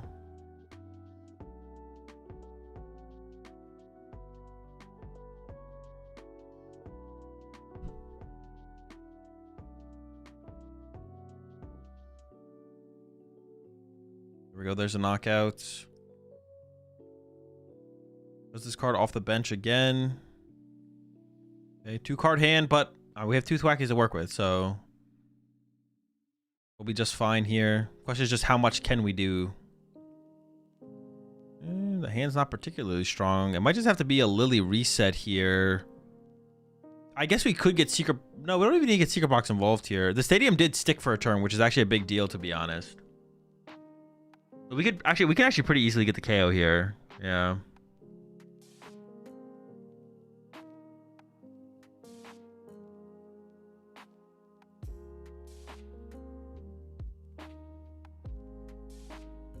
Let's keep discarding on bench, going off the ball at least. Well, in this situation, it matters less because if the ball dies, you attack with Kangaskhan. On the first attack, I think it could have mattered, but now it doesn't matter as much. If the bolt dies, then you just push Kangaskhan, attach your Kangaskhan, attack with Kangaskhan. So not as big of a deal anymore.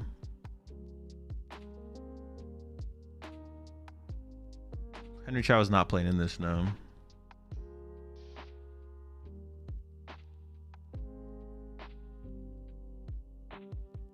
Second Thwacky coming in. The Grookey there was on the bench last turn. Oh, we are committing to the Secret Box here. Okay. There we go. There's the Secret Box. Go for the Black Belt's training. Do we need to Secret Box here? Feels like the Secret Box was almost like just overkill here, to be honest.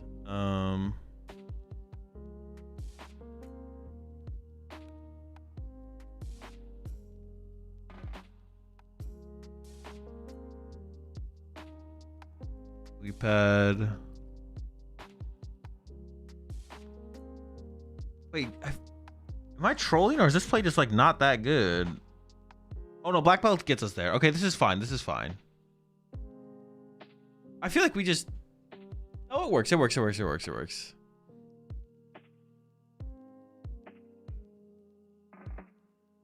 Yeah, then we should have enough stuff to work with on the next turn to pull it together. Or we could just like not do anything for a turn and then win it out, close it out on the next turn. It's okay. It's okay. Yeah. Yeah, black belt. We don't need the extra basic. Then we still have the Applin set up. I thought we need like one more basic Pokemon. So I was like, wait a second. I think we might be in trouble. But yeah, 120, 120, 240. This works.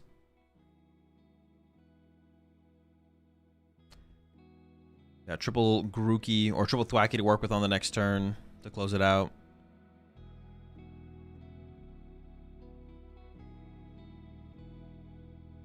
Yeah, things are looking pretty good.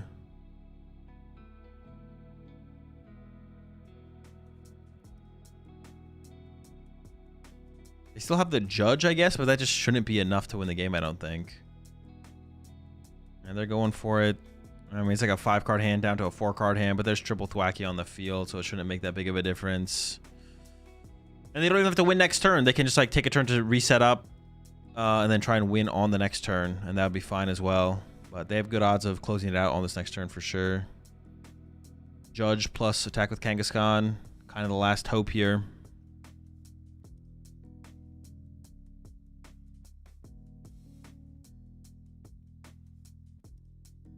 And there's the Judge. All right.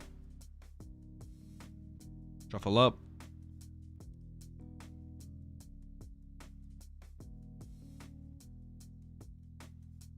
They need Boss Stadium Energy. I think it's just guaranteed now.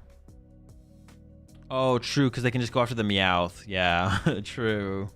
Oh, no, they would need a modifier, though. They don't have the bench space for it. The bench Pokemon for it. But with the boss drawn there, it should be over. Yeah.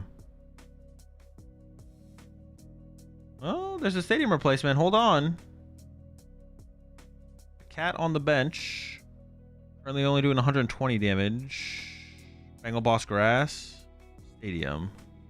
Oh, true. Yeah, I guess just Bengal Boss Grass off the 3 Thwackies. Or, yeah. Bengal Stadium Grass works. And then we have the boss in hand for the cat. I guess they have Area 0 to bump the cats. No, or not Area 0. If they have Chimpao to bump the Area 0.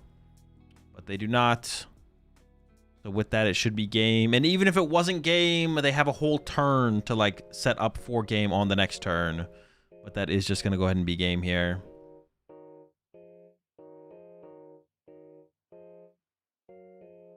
I just need to get all the pieces. Yeah, they needed so little there.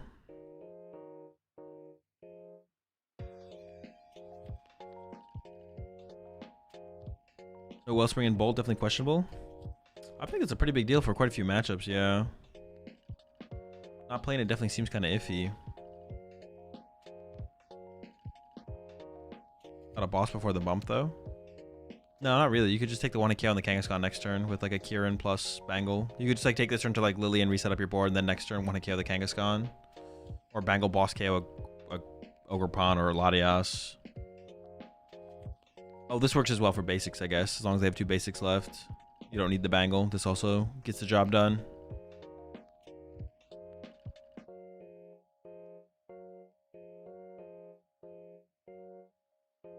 And yeah, boss on the cat. Stadium. Do we have the energy? Oh, Nitro. Okay, there it is. And sure, Bangle as well. Another piece. Blow the cat up.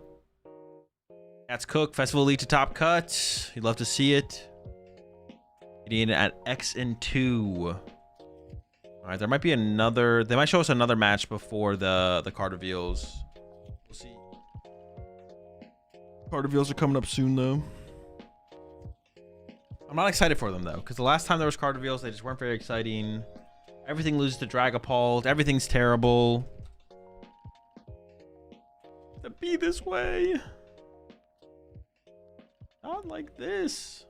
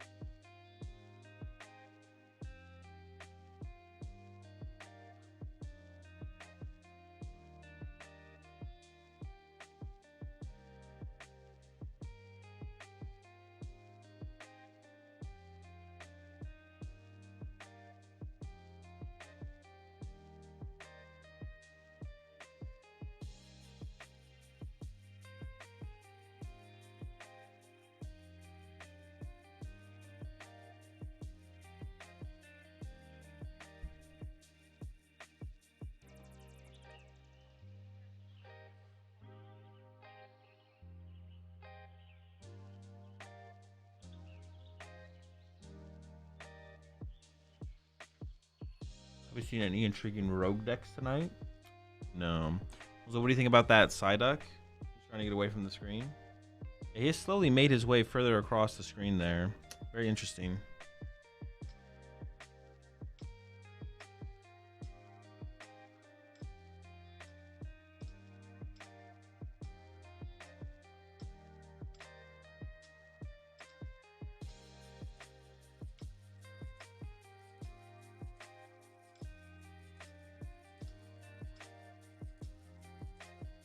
So what do you how say would the internet go if we got a Guardy reprint? It'd be pretty insane. Yeah,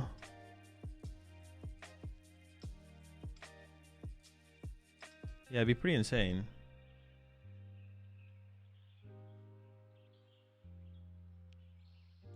How many more rounds? That is the final round, but they might show us another match. Actually, this is where they get weird with it, and they show us like matches from like previous rounds. Senosuke 15-0. Apparently, that's kind of ridiculous. What is he playing? What is he rocking with?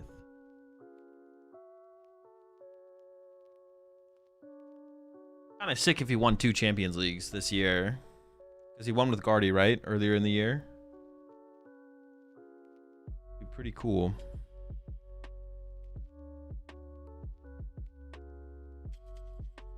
So thoughts on Attack on Titan? It's a good show, but I didn't like the ending. It's still a good show.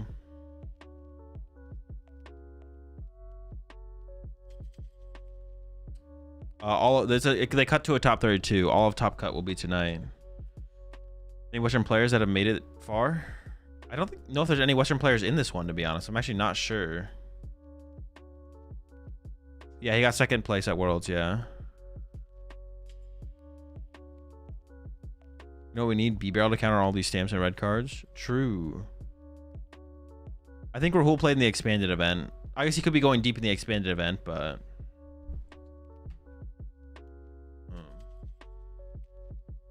yeah, he could be, he could still be in it over there. Is the Ace-Spec for Festival? I actually don't know. I'm becoming more fond of the Secret Box, though.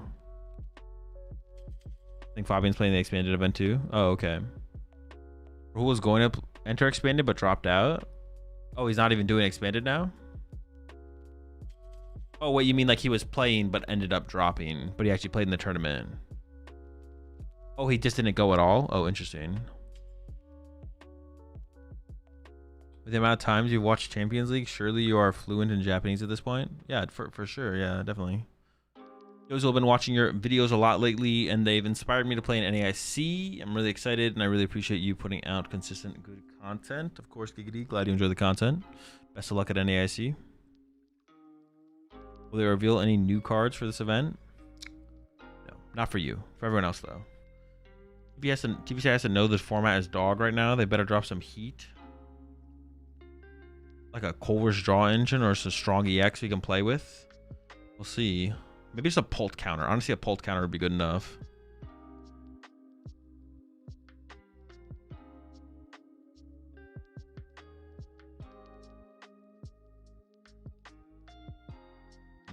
Cut to commercial. They could still be hitting us with the switcheroo, though. They could come back and it could just be more rounds. They don't always get right into the reveals.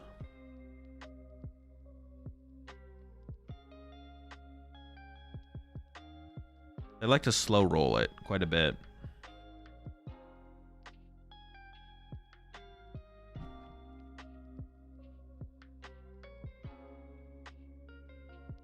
They need to do it to Paul what they did to Drago with Badu. That would be ideal to be. I don't think they expected Dragapult to be as dominant as it has been, for sure. That definitely wasn't part of their plan. But we're here now.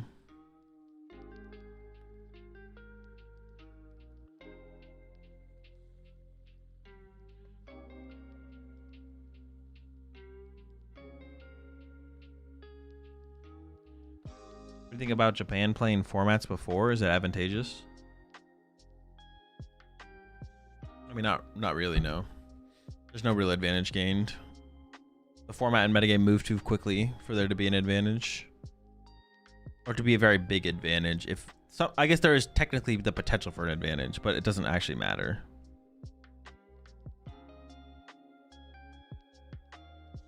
But also there's not that much international play between us and Japanese players. They sometimes come over to our tournaments to play, but that's about it.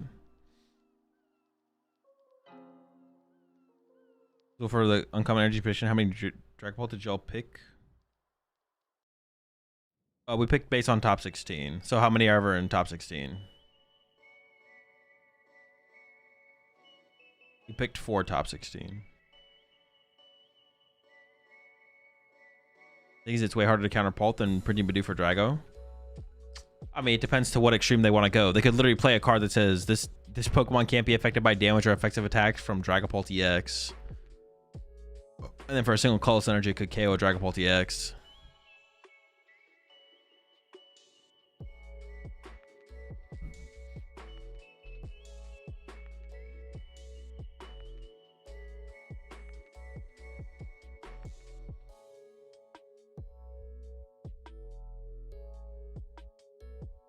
Rolling just for Mega Chandelier EX to do fighting. Oh, fire colorless 120. This Pokemon has 3 additional fire energy attached to it. It does 220 more damage. This Pokemon can't attack next turn. That'd be pretty miserable. Why'd you stop competing? I didn't. Past year, the few good Japanese players that have played international events have been doing quite well.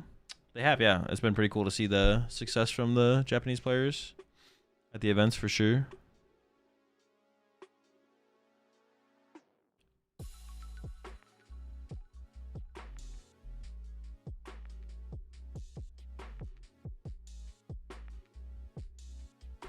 Dragapult players will start playing the counter for the mirror. Yeah, it'll just become another card in Dragapult for Dragapult. This is a pocket set? What is this? It's got to be pocket, right? This is some bullshit. What the fuck is this, man? Wait, is this pocket?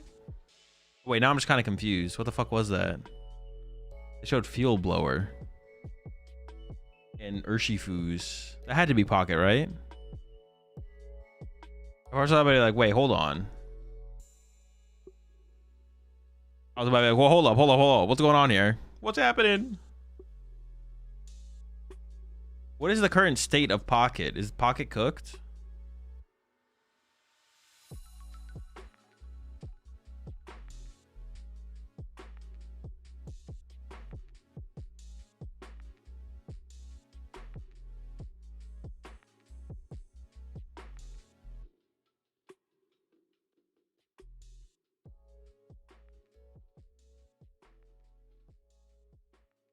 It's a bit cooked.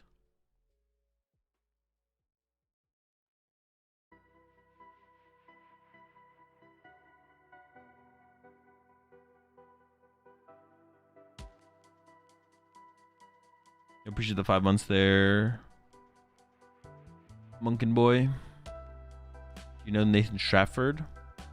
I've talked to Nathan a couple times, yeah. Played against him a time or two. Maybe just once.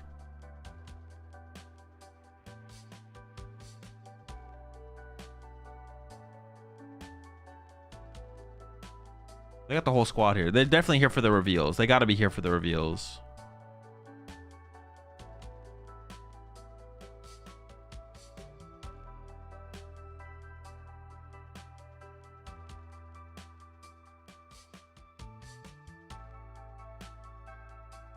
So when will you make a Mega Dragonite attack? I don't know. Theoretically at some point potentially, but maybe never.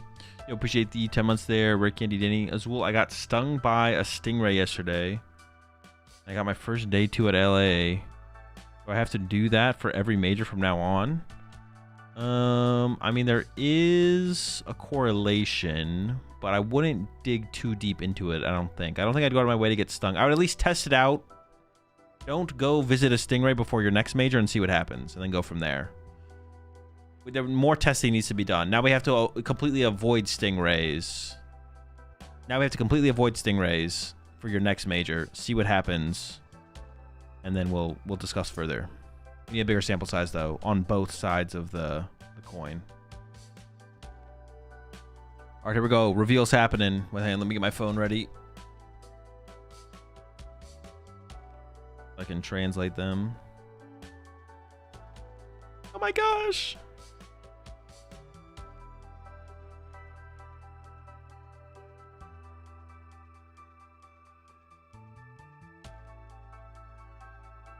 Considering some states have regionals and no stingrays, you should probably take one with you on the plane as an emotional support animal. You just come fully prepared. Yeah, they got rid of the Psyduck, dude. What the fuck? What happened to the duck? Oh.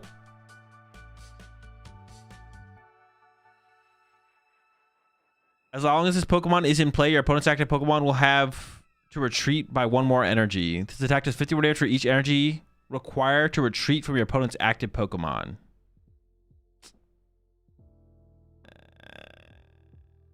Dude, that's gotta be some ass. Well, a KO's Dragapult.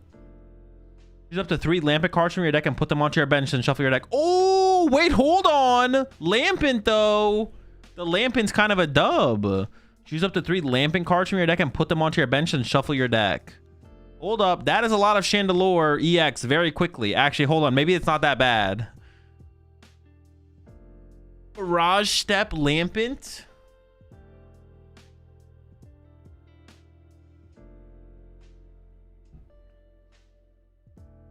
Okay. There might be something there. That thing can hit pretty hard, I guess. 330 with max lamps. Yeah, and we have Gravity Gemstone, like someone in chat mentioned. Who this fella does. This attack does 30 damage for each energy required to treat your opponent's active Pokemon. Okay, so 30 times, 1 price option.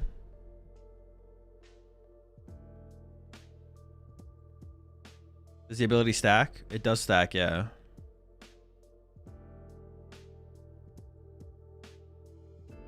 Dude, is this it? Is this the Dragapult killer we've been waiting for?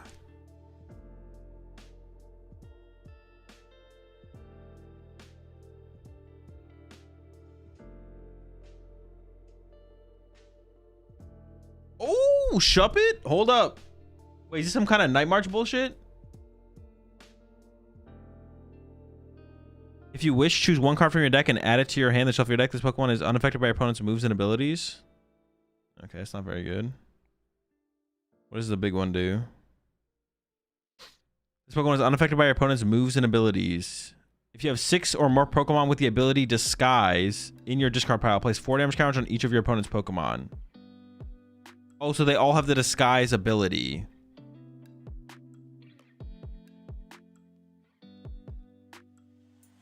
So the ability says they can't be affected by effective attacks and abilities, right? Interesting. And then if you get the Matcha Spin, if you get 6 of them in the discard pile, which that could be tough, you place 4 damage counters on each of your opponent's Pokemon. That's pretty good spread. That's pretty good spread value there.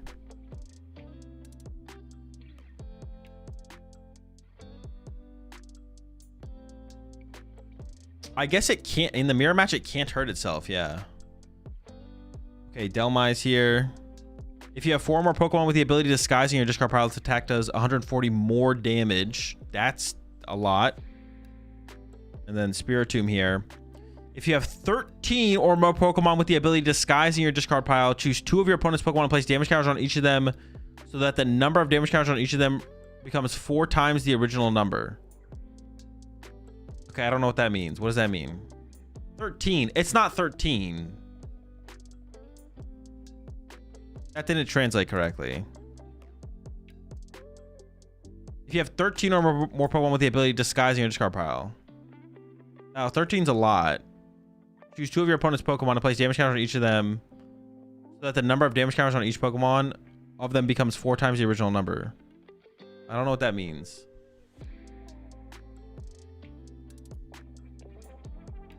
Oh, it amplifies the damage. Okay, I get it now. I get it. Yeah, I get it. But it says 13 or more. How are we have 13? There's only... Oh, there is 16. 4 Shuppet, 4 Banette, 4, 16. We can get 13. Okay, sure. Dude, I didn't understand what it meant. Discard up to 2 Pokemon, excluding Pokemon with rule boxes from your hand. Then draw cards equal to the number of Pokemon discarded times 3. Obviously, synergy there. Okay. An okay supporter. It's not great, but it's obviously good with the card.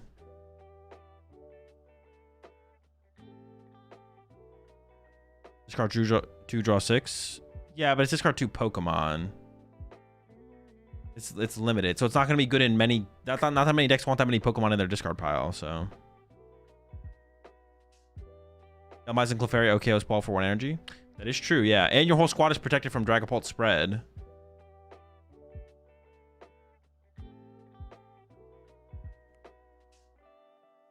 Okay, it could be cool. Could be cool.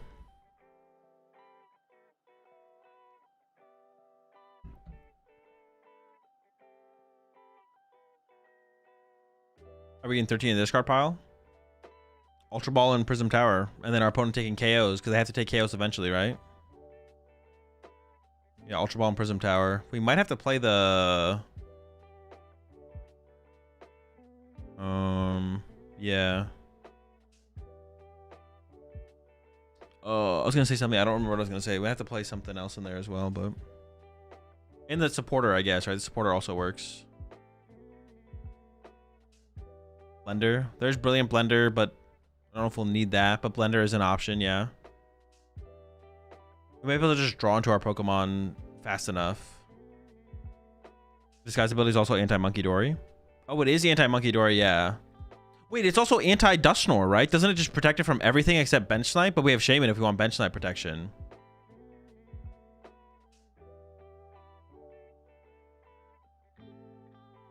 No Monkey Dory, no Dusknoir. Very cool, very cool.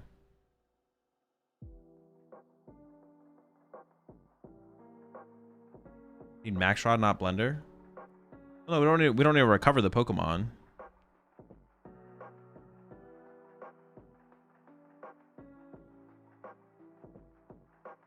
You can run 16 disguises. Yeah, we have 16. You got 4 Shup, 4 Banette, and then 4 of each of the grass guys.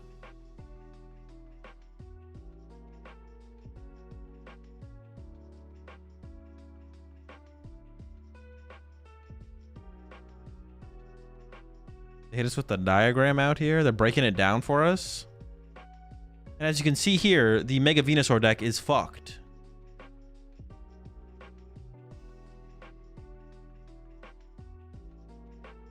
I'm not gonna lie, the Mega Venusaur deck looks like they're chilling. I think they're okay. Or they're leaking the sauce? Yeah, what the heck? Doing the Henry Brand thing? Wait, are they actually? Is this actually a Pokemon puzzle? How to beat Mega Venusaur in 2 turns.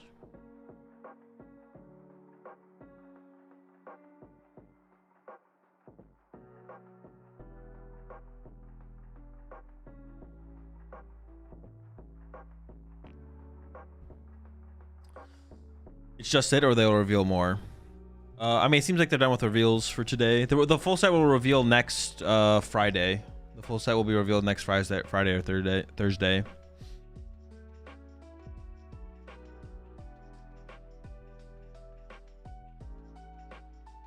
Yeah, this build specifically does not seem very good. There's probably better ways to play the deck for sure. This set will be legal before Worlds. This is like the World set. The set will come out for... This will be legal for Worlds.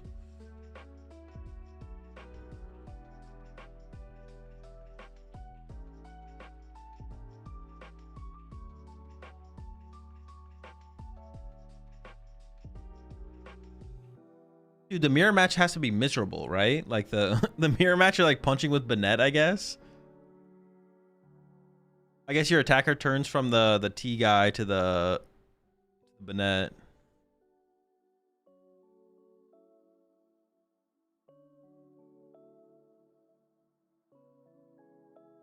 Can we get the whole combo with 13 in your discard pile? It does 160 to everything? No. Not quite.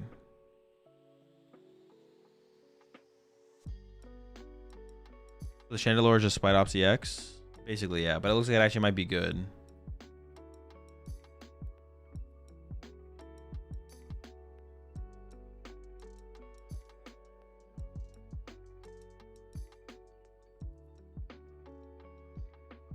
Nessie doesn't specify once per turn. What do you mean? 4 damage counters on everything and then X4 with Spiritomb? Well, Spiritomb times 4 is on 2 Pokemon. Not all of the Pokemon.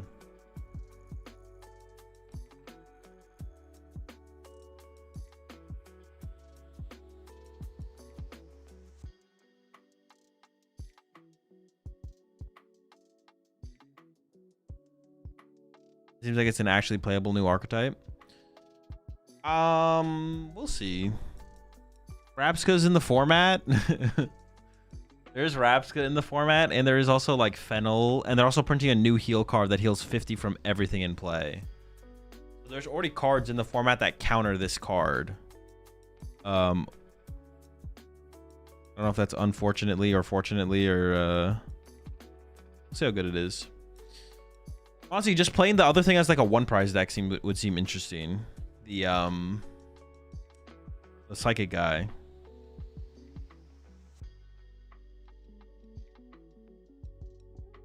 As some kind of like 1 prize deck could be interesting.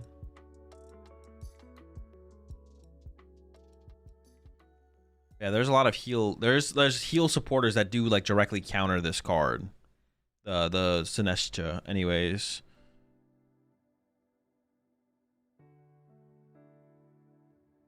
Because the I want to go back to. Well, this thing spreads 40 to everything. Wait, I guess there's Rapska protects against it. Yeah, there's a new supporter that heals 50 from everything in play, including your opponent's side of the field. And then there is a...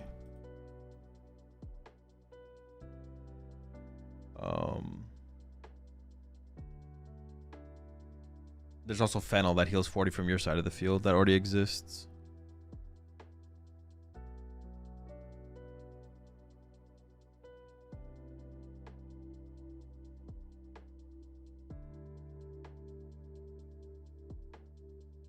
So we'll see. We'll see how good they are.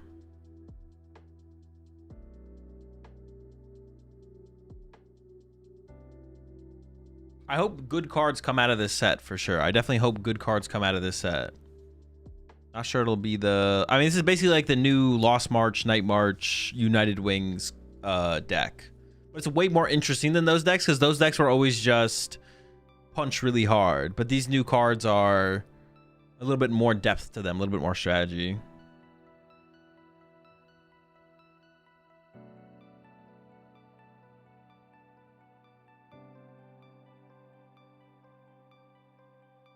Zero Aura will cook, trust. We know for sure there's going to be a... Oh, I think we already went over this. We know there's going to be a Zero Aura, right? And let me fix my camera.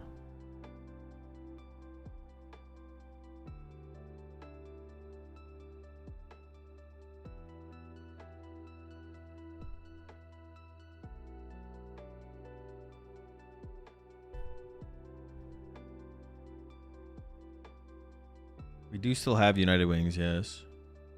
Can't forget about the great United Wings.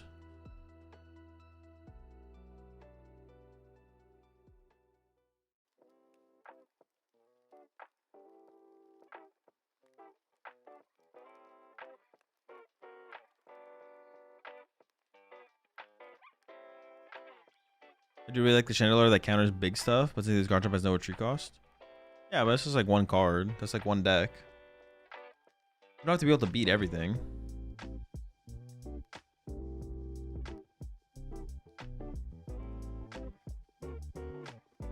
Just gotta be able to beat enough stuff to be good, and then you're good.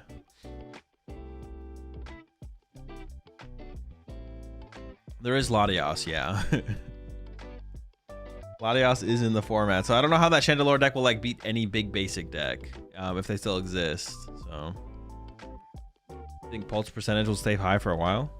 Yeah, I don't see why not. Yeah, it doesn't seem like anything's been figured out to beat it, so I imagine it'll still be a very popular deck for quite a long time. My question is, does Air Balloon and Latias just counter it? They're effective cards against it, yeah. I mean, Latias means you're playing basics though, because if you are playing an evolution deck, it doesn't matter anymore. Air Balloon would be effective against it, but you can play Tool Scrapper as well. Like, nothing's stopping you from playing. If they want to play Air Balloons, you can play Tool Scrapper. Yeah, Latias does negate it, yes.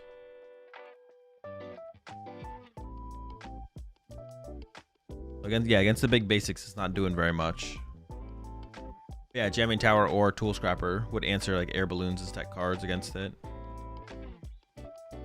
Latias does also rotate in a year. Yeah, that is true. Latias is going to be gone. This card is going to be around for 3 years. Latias rotates next year. But maybe it'll just be bad until Latias rotates, but then it might have its potential after then. Is there any other good Chandelures in the format? There's the one that draws cards. Because the fact that it has that ability means it'd be easy to set up other Chandelures outside of.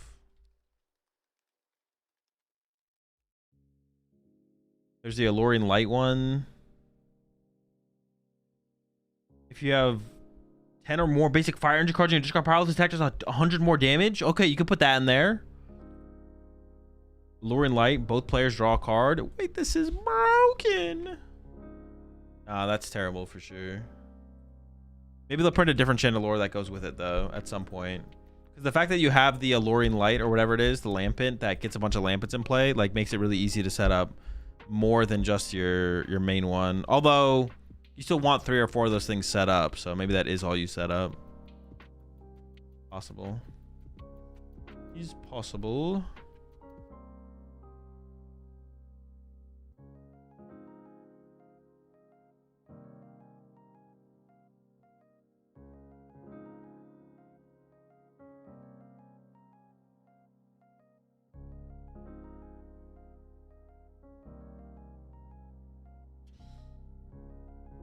All right, I'm gonna take a second here, chat. Top Cut is coming up soon. I feel like this is like sooner than Top Cut usually starts, so hopefully I'll be able to stay up all the way through to the finals. Yeah, Top 32 is up next. I will be right back.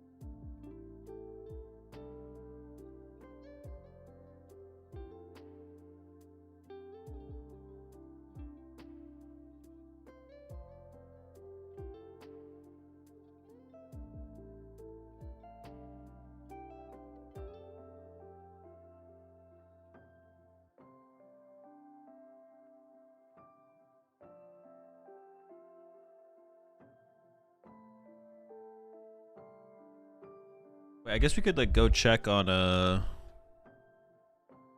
let's check on Malaysia. Oh. Wait. No. Never mind. Malaysia is Mia. Up there too next, so I'd say at least 2 more hours. That's longer. It's gonna be longer than that. It's gonna be at least 3 hours. Cause like each round takes like an hour till like between rounds.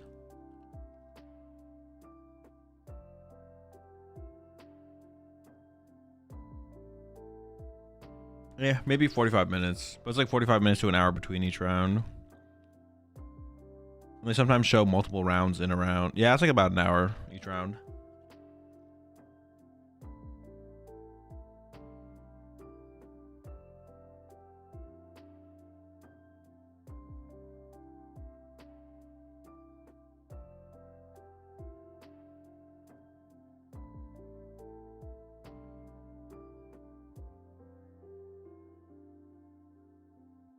Hideaway deck anything?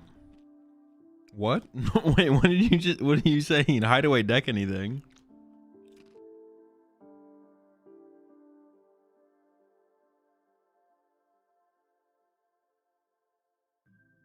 Hideaway deck anything?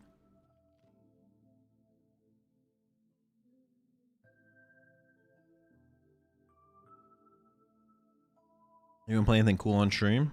Not really, just a lot of Dragapult.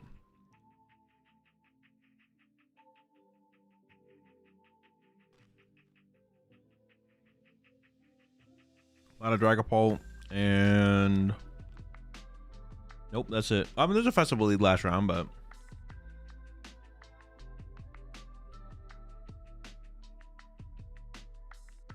nothing I'd categorize as cool.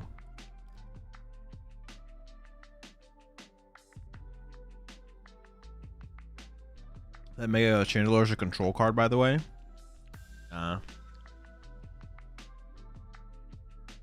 Couldn't see it.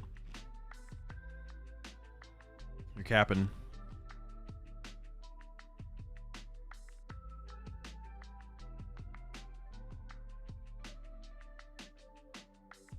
I wonder if Greninja is doing very good.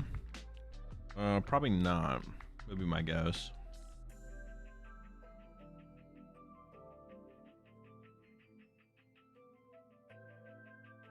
I play min rarity cards.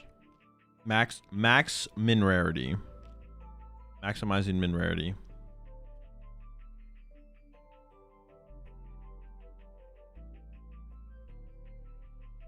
Turn 1 Salvatore into Lampent to get all your Lampents out. So turn 1 Salvatore? I don't know about that, but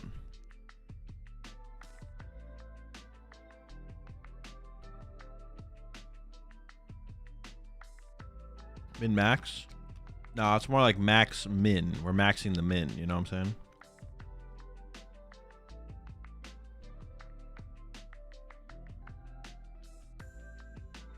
Azul can't afford max rarity, so he just copes by saying he plays min. Chill, bro. Why are you exposing me like that? What the fuck? Was that really called for?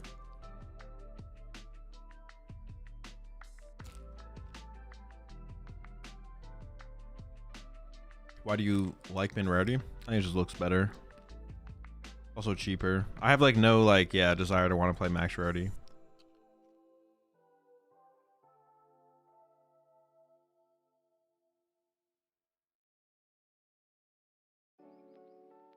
I don't think max rarity cards look any better. Doesn't really matter to me, min or max rarity as far as that goes. Yeah, they don't really look any better. It's kind of just whatever. You feel like min rarity feels different? No, same shit.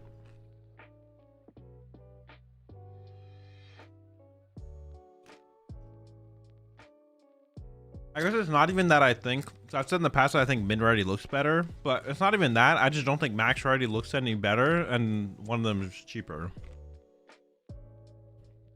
Yeah, I don't think max rarity looks better, and one of them's cheaper, so.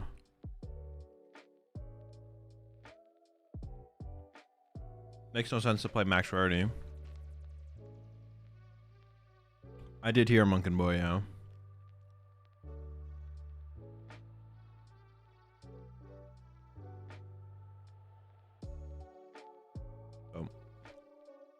I just play min rarity. Optimal.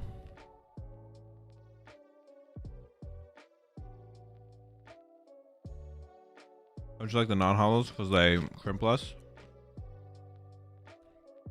I do try and max non-hollow, but I don't really care about that anymore. I haven't really gone out my way to get max non-hollow stuff in a while.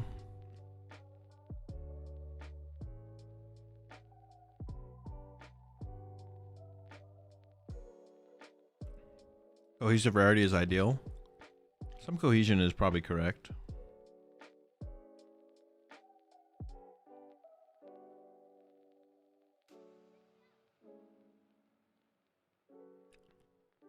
What's with the oversized blazers?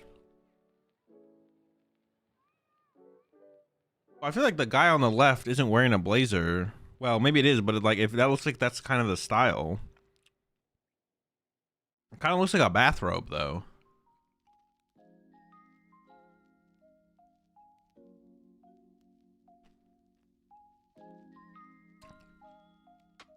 Yeah, it kind of looks like he just came out the shower.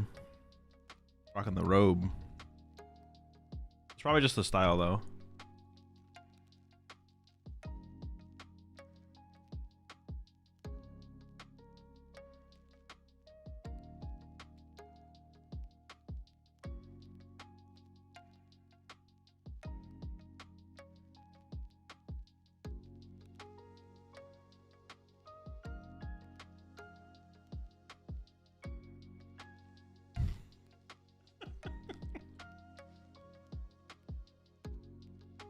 He's flexing on the West because he knows we don't shower here.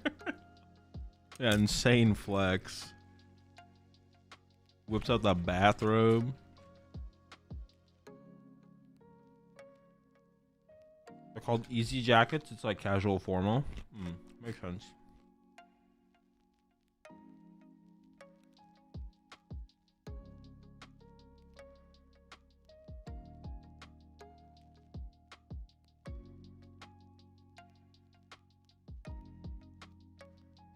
I think Chip should get one of those. They would not wear Chip. They would not let Chip wear something like that on the stream, I don't think.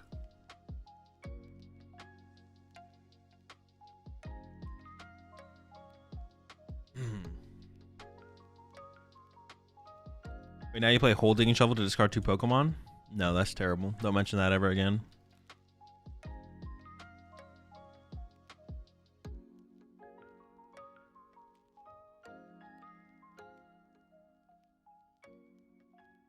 When is the next Uncommon Energy video? I don't know. Say subscribe to the channel. You'll find out when it drops. Also, did you have fun doing the evolution series with Chip? No, I hated it. It was terrible and miserable.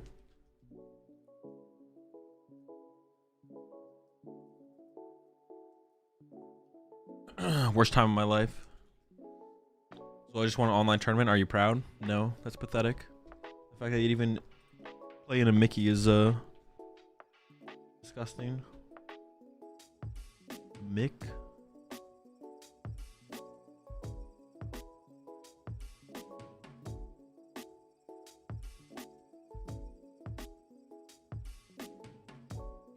Busted Cypher Maniac plus Hole Digging Shovel combo. Imagine if you just like turboed for like turn 1 attack with like the, what is it? It's the anchor. Turn 1 turbo anchor attack. Turn 1 going second, hit for 170 or whatever. We're about to go into top 32.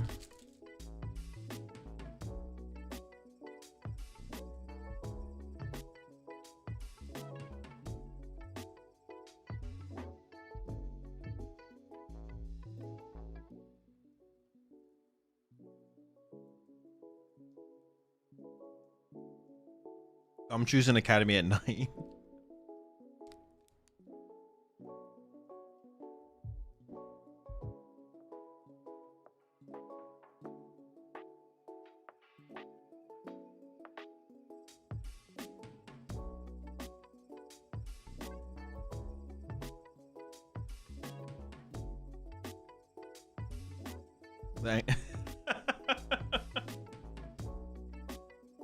Wait, but it does. The first attack does 30 damage for a single psychic. It KOs Badoo.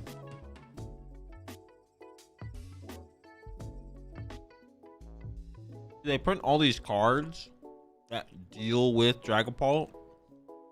The Dragon Ball's just gonna unfair stamp you anyways, and you're gonna lose. It's gonna be sick.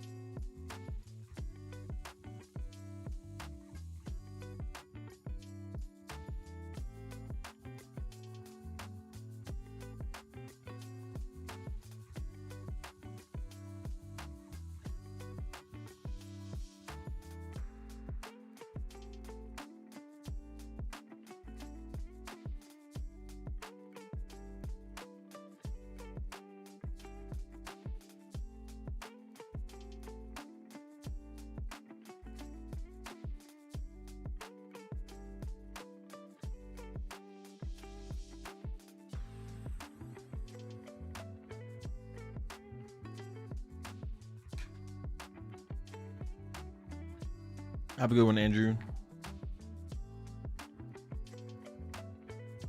What's been your most liked deck on stream this Champions League? I hate all of them. Well, I guess Festival Lead. Festival Lead for sure. But they all be some garbage. Alright. Had some chips and salsa. Had a protein bar. Feeling good. Dude, the salsa that I got, peach mango salsa, that shit's insane. I've always liked mango salsa. But peach mango salsa is kind of next level.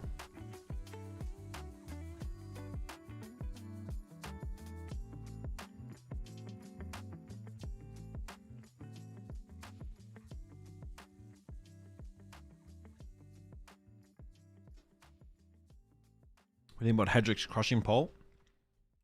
Seems fine.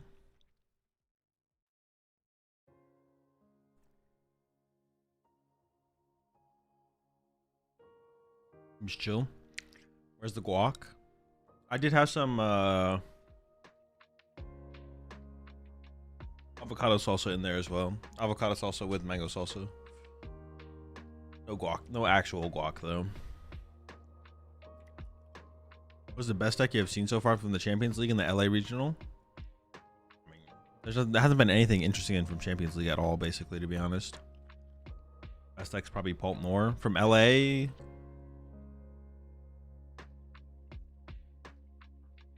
I feel like I haven't seen anything from LA either. Maybe what Hale played, the Lopunny Wall's Compassion deck.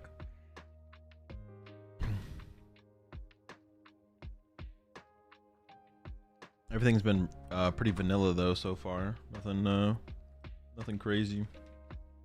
Was I forgetting about Azumarill? No, I'm not. Not that impressive though. The deck's probably just bad.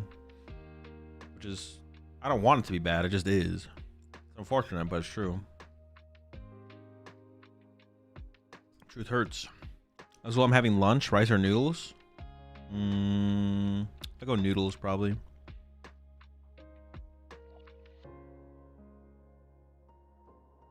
All right, reveals are done.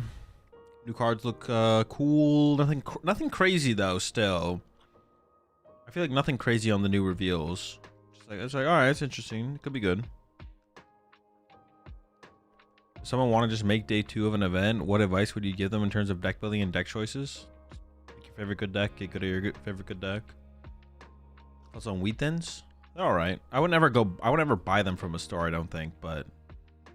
I'm not against eating a wheat thin if it ends up in my proximity.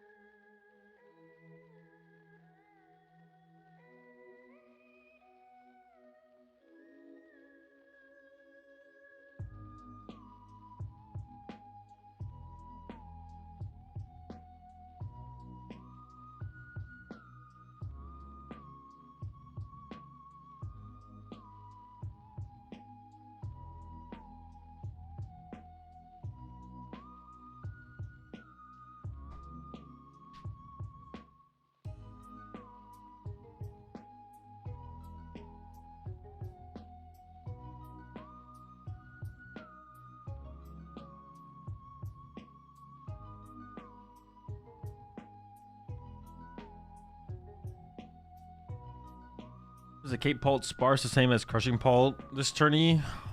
Like a good meta call inclusion? Well, I mean, Crushing Pult will always be good if Pult is just always really good.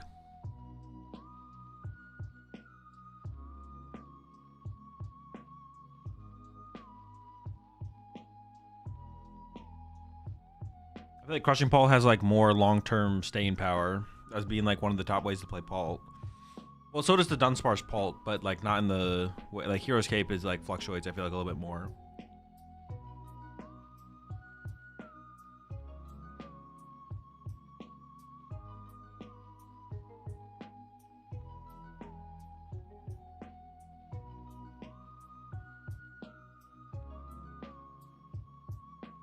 What should I get my mom for Mother's Day? Nothing. She doesn't deserve it.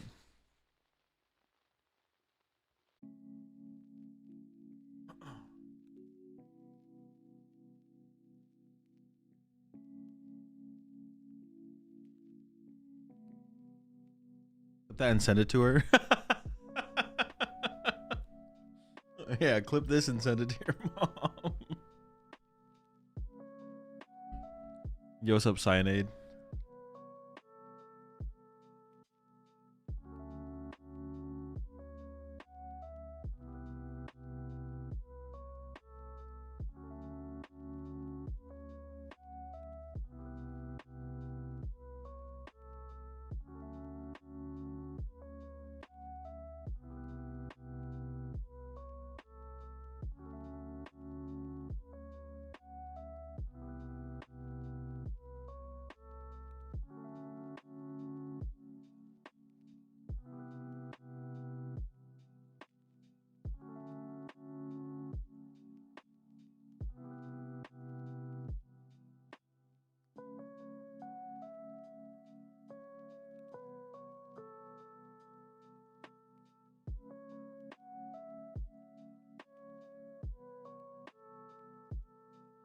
Got my mom a bag of chips and a card that says "Watch your lip." I think I'm giving the best gift ever. Yeah, solid choice, solid choice. Dark Pulp players' favorite cereal is Raisin Bran. Raisin Bran's not even that bad though. I don't know. Like you think, I actually don't even really like raisins. Raisins are like super mid. It's got like a weird. Is it the texture or the taste? Maybe it's a combination of both. The texture is not that bad though. It's got to be the taste. I don't really like raisins, but I actually like Raisin Bran. Yeah, raisins are kind of weird. Raisins are weird.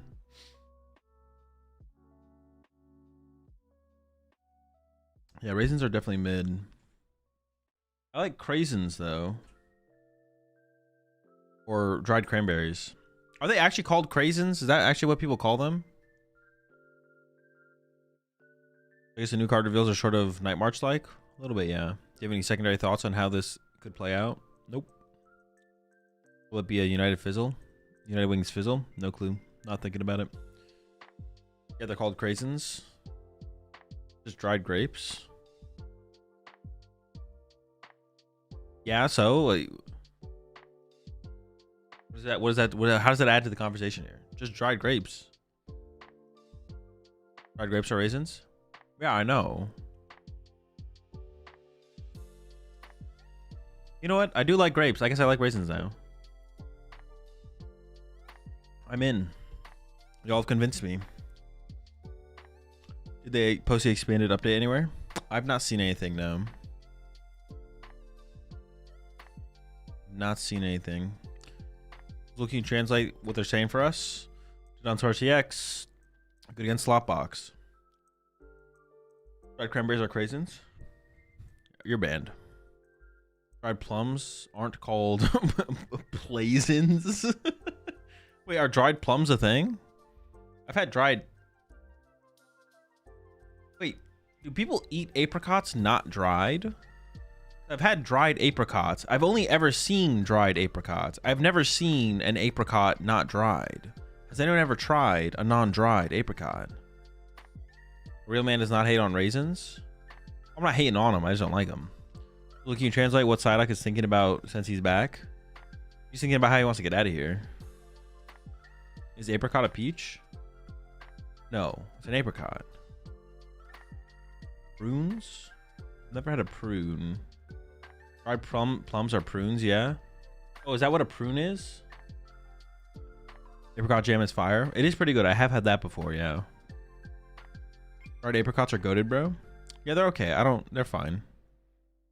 I don't think I'd ever go out of my way to get dried apricots, though. It's like one of those things, once again, one of those things where it's like, if it's available, I'd eat it, but I'm not going to buy it myself.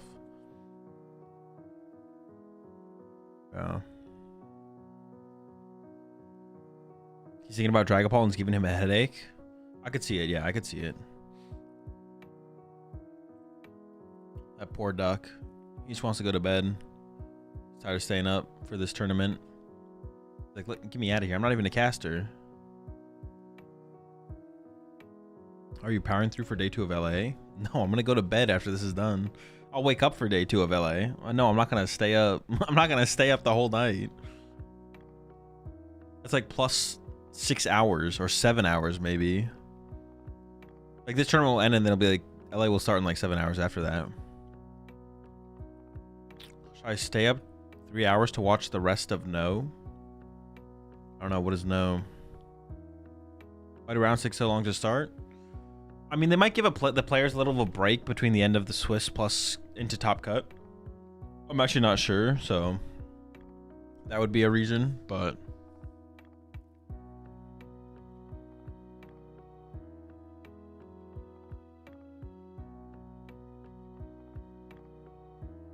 I came in with a headache and is leaving with a migraine. Yeah, he's not having a good time. Oh, the match is live? Yeah, the matches are live. Meant or no? Oh, well, I mean, it depends. What do you have going on today? Like, what's the schedule look like? Is he going back to back with the tournaments? Yeah, we're not going back to back though. I will be taking I'm gonna go get some sleep before LA starts up again. Cause that's like, yeah, it's like a 3-hour difference or something, or a 7 hours, not 3-hour difference. It's gonna be like 7 hour break between tournaments.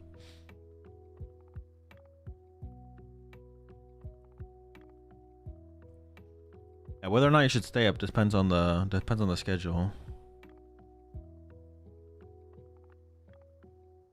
Was he artifacted less of the caster with the Oxford Blazer? It's a why'd you call it an artifact? Is it a Sentret? I think it's a Sentret. What is the artifact? What do you think of Tim Danklin's Blood Moon Ursaluna deck? There's no way that deck is good. That deck has to be bad. I don't believe in it. I have no faith. Sentret?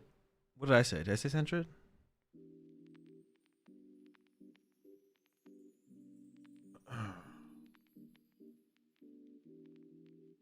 Yeah, it's one of them fellas. One of them critters.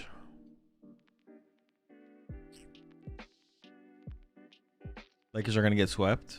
Yeah, probably. I don't know. I don't know what saying it has anything to do with anything though. Jeez. Just leave him alone, man. Telepathic energy to Delmise to grab Clefairy and KO Pult seems really good. Yeah, definitely not bad. I mean, for it. Well, no, isn't it Sentret? Interesting decks? No. So far, literally zero interesting decks. Like, no meme. I'm not even joking. Well, I guess there was like the Spite Ops, what's it called deck, but I don't know how interesting it actually was. Oh, sick. The Poltnor Mirror, man. Let's go. Please don't remind me that LeBron is on his last year on the contract and we're getting swept. Wait, his last year is this year or next year?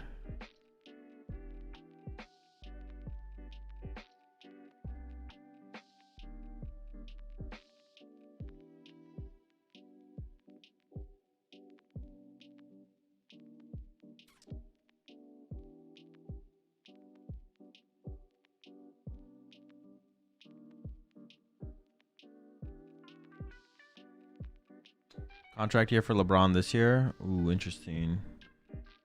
I mean, it'd be kind of cool if he stayed with the Lakers. I guess this would be also like a good opportunity for him to retire though, right? Theoretically. Has he said if he's gonna play longer, or he hasn't said anything on that probably, right?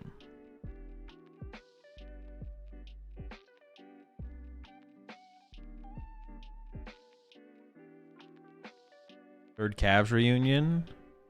Nah. LeBron playing till 50 just to piss people off? That would be pretty funny, I'm not gonna lie. Who's the oldest player who's ever played in the NBA?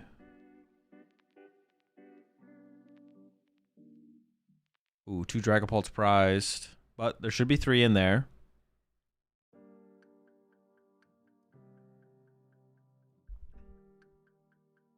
So we should have a Dragapult to attack with here.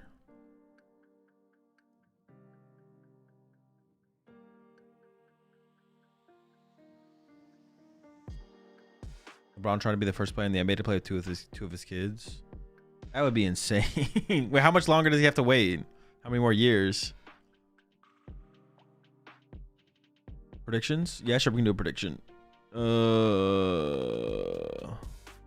This prediction should work for it. All right, we got Dragapult, Dusknoir Mirror, 2 Fire Energy prize on the left-hand side, 2 Dragapults prize on the right-hand side, but nothing like that makes anything unplayable. I guess finding a Dragapult under Badoo could be difficult here, though.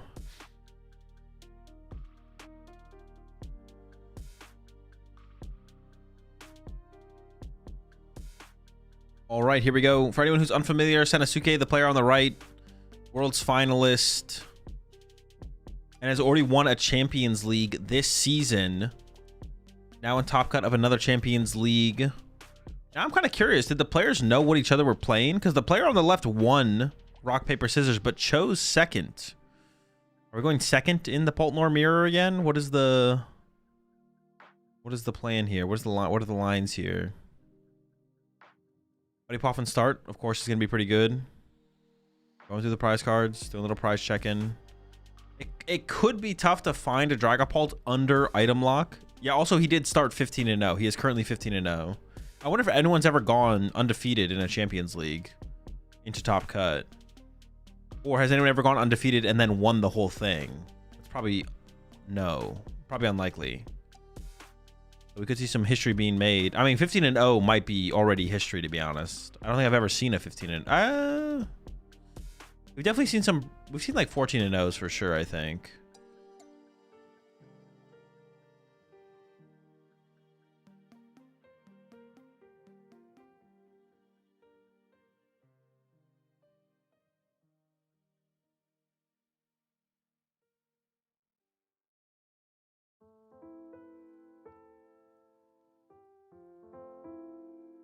Lakers getting 15-0'd right now.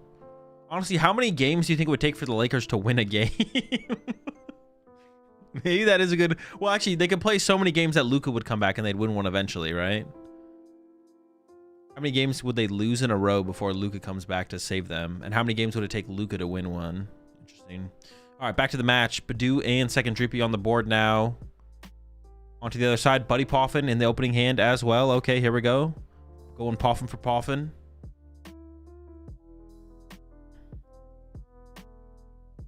If Luka comes back, Lakers in 12.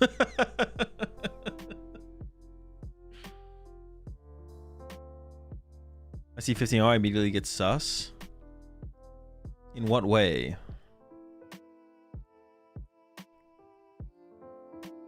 What do you mean you see 15-0, you immediately get sus? What are we getting sus of? All right, prize check as well on the other side. Badoo is in there. I don't know if they play 1 or 2, but they're going for the Aichi Pollen as well. Okay, the Pollen is very much active here for both players. Then has an Ultra Ball, but also has double Dracloak in hand, or could load up double Dracloak in hand, actually.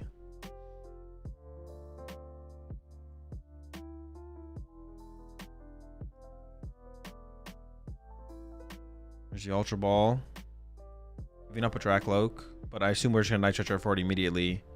Whoa, what the heck? Okay, what the fuck was that? Why are we just discarding Dracloaks out here? There's no way that can be correct. Dracloak is like literally one of the most important cards, isn't it? Like, why are we discarding Dracloak? There's no way, right? Am I trolling? What was the rest of the hand? I mean, I don't hate getting another Dreepy. Get rid of that Jamming Tower, right? We've got a Jamming Tower in this hand. Get rid of that Jamming Tower. We ain't jamming nothing. I was thinking we could have sat on the hand. I was thinking we could Ultra Ball away, Nitro and Jamming Tower, retreat. I mean, playing the Lily is probably better, but there's no way we ever... We want to draw Dracloaks off the Lily here. That has to be a misplay. That has to be a misplay. I can't believe that's correct. Like, all we want off the Lily is Dracloaks. Well, you know what? He drew double Buddy Poffin anyways. No, it is a single Buddy Poffin. No, it actually is double Buddy Poffin. Never mind. He just has everything. I apologize for assuming he would whiff a Dracloak.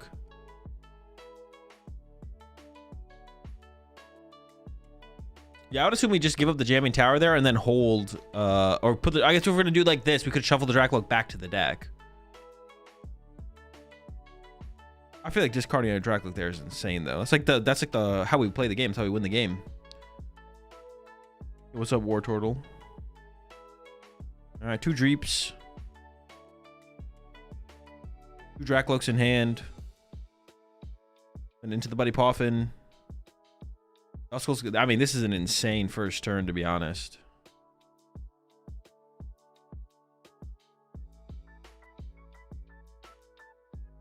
I don't know. Maybe he's onto something I don't know, though. Maybe he's onto something I don't know. He did draw into triple Dracloak off the Lily. I didn't think he would do that, so... Might be onto it. I think he prized a Dracloak too, right? No. There's no Dracloaks prized. Even the Dusclops actually might be better here as well. The third... I see the last Dracloak in the deck there. It still kind of feels crazy to, like, not... I don't know. The Jamming Tower just seems so low value. Unless you think Sanosuke is playing Hero's Cape, I guess. Then I could get it. Then I would get it. All right, Itchy Pollen, 10 damage. Dracloak and Psychic. But we need more.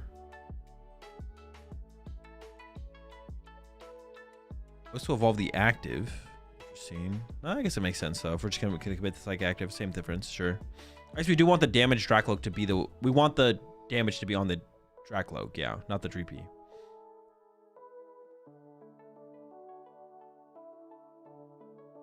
Am I missing something, or don't we always bench like a Duskull? No, it's too hard to utilize. The Duskull becomes like a free prize card later in the game. It's too hard to like evolve it and get out of range of just getting sniped. 1 Duskull is probably correct. Rock. Repeat Monkey Dory, Dragapult, Dark Energy. No Dracloak. I want the Dracloaks here. Ooh, still no Dracloak. There's a rare Candy. And a Lily. Looks like keeps the Lily there. Shinosuke. Thank you. Creeper to the bench. Hard Retreat into the Badoo. And then... Itchy is Pollenine or something like that. Pollen is itching. Itchy Pollen.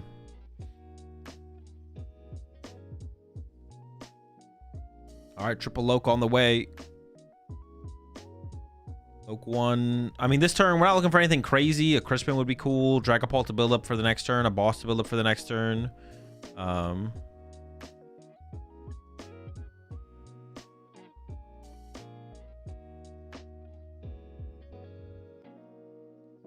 Has Shinosuke been to many...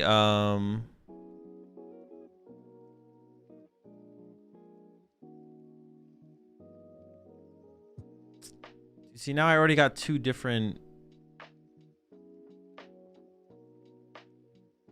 Sanosuke? Shinosuke? Well, see, now I have 2 people in chat telling me 2 different pronunciations. What am I supposed to do?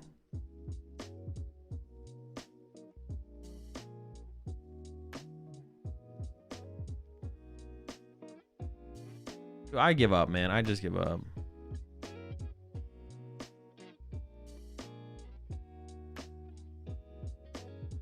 Google it, I guess. No, I'm just gonna give up. I'm giving up. Oh, we popped the Clops on the Badoo. I'm wondering how the Badoo died there. How good do you think Slowking will be once K? I have no clue. I don't think about future formats. Into the Recon Directive. Pronunciation is subjective? Not really. But I can't really do much when 2 people in chat give me 2 different pronunciations. I get kind of... that's it. I'm spawn trapped. All right, Fez for 3. We definitely need to look for, like... I mean, I feel like we need a big turn here. Wait. Oh, we only had 2 Dracloaks. I was like, why didn't the 3rd Dracloak get evolved? but we only had 2 Dracloaks, so that makes sense. Yeah, I feel like we need a big turn this turn. Uh-oh. Okay, we got Dragapults. I mean, Fire Energy Boss looks really, really good here. Crispin Monkey Dory also looks really good here, but I don't know if they have either of those plays.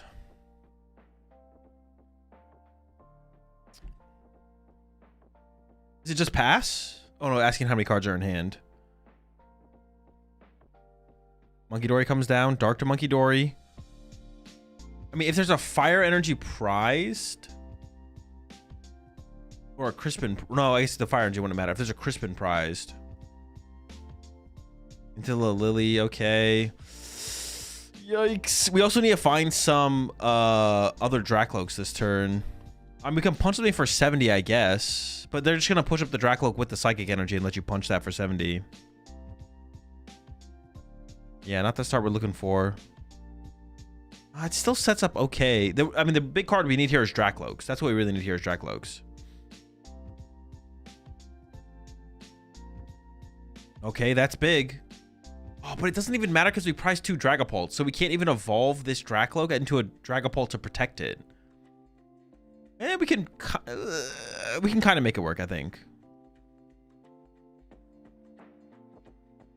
It'll be. I think the lack of another Dragapult, if we don't have another Dracloak this turn, is going to make things really, really difficult.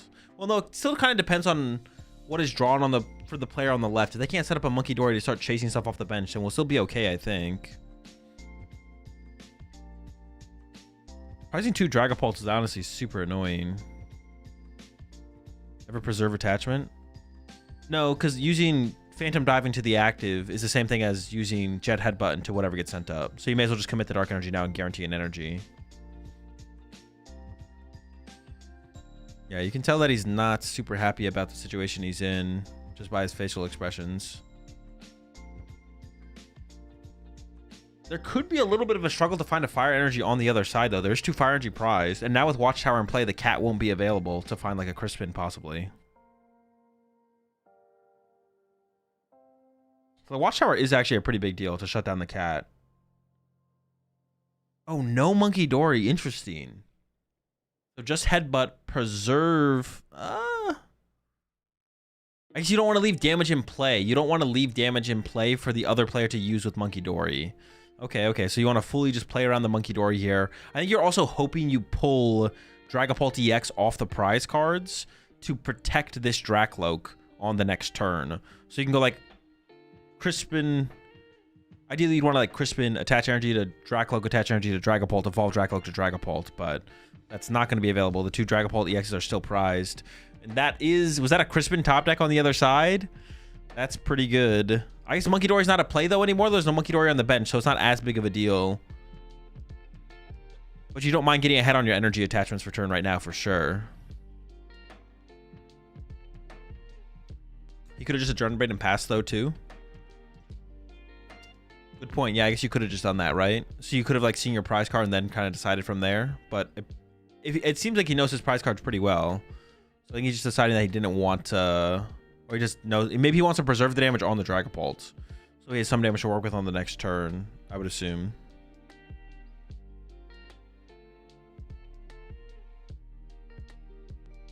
Committing to the Ultra Ball immediately is interesting because I would assume that you'd want Dracloak and Dragapult this turn. I feel like you'd want to play Crispin, get Fire Psychic, put Fire on active, Psychic on bench Dracloak. Or committing to the Fez.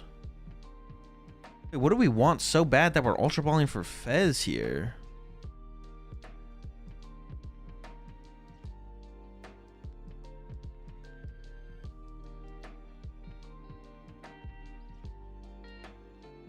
We have the Dragapult in hand.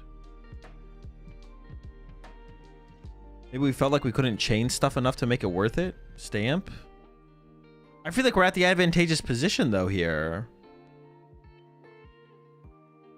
I feel like putting Fez in play, all it does is give like a win condition over to the other side. Because the way we could develop our board could just be two Dragapults and a Dracloak. Or two Dragapults, yeah, 2 Dragapults and a Dracloak, and then we have nothing to chase. And maybe Monkey Dory gets involved, but we might not even... no, maybe they'll never end up going that way, actually.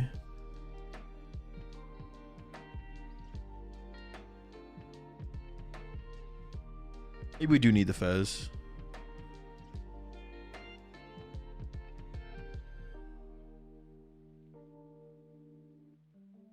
I assume we would just like be content with playing Crispin this turn, but they haven't even played the Crispin yet, so it looks like they want a different supporter if possible. The thing is, we price 2 fire, so we're almost always going to be forced into the Crispin. Oh, there's the unfair stamp. Okay, so we do end up with the unfair stamp. We're still going to have to play the Crispin here. 3rd Drakloak. Well, see, now I think we should have played the unfair stamp before using the 3rd Drakloak here, right? If we're going to play the... I assume we're playing unfair stamp at this point. That'd be my guess.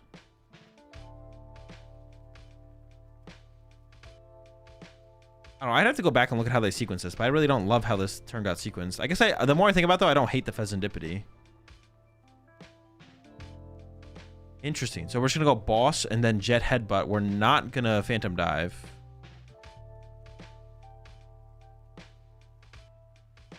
I feel like this... Wait, does he just not have fire energy? Am I trolling? Does he have no fire?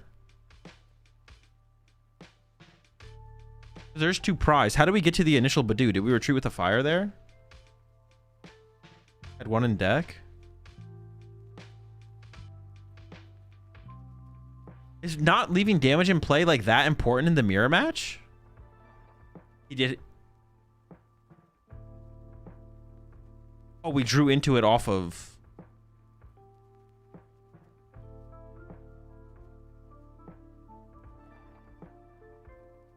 Then just Jet Headbutt for the knockout. Once again, not leaving damage in play for the opponent to utilize. I feel like this is a huge opportunity, though, for the player on the right side now. Like, well, I guess you don't... I don't know. I don't know. That's so interesting the way they're playing this. They're definitely just both trying to avoid damage being in play on the other side.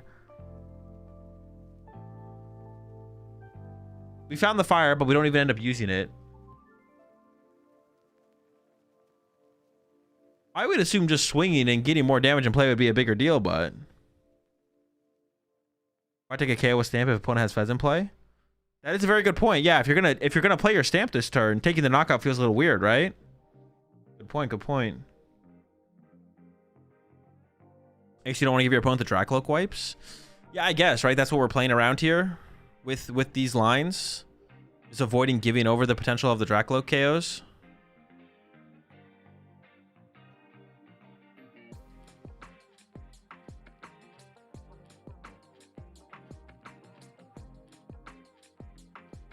Yeah, this is basically equivalent to a regionals, yeah.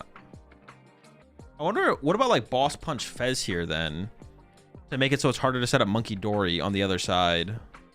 We do see the Dreepy getting searched out here as well to make it easier to chain Dragapults coming up.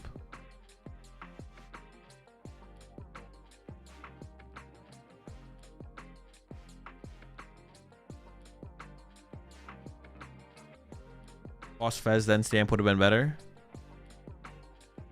The chance you get the fire energy is so low.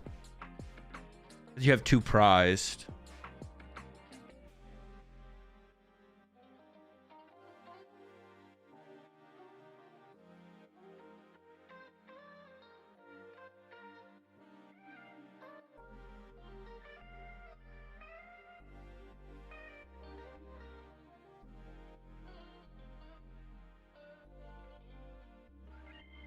Okay, we're set up to swing. And we have to swing here, right? We're not going to do some cheese where we just like pass or something like that, right?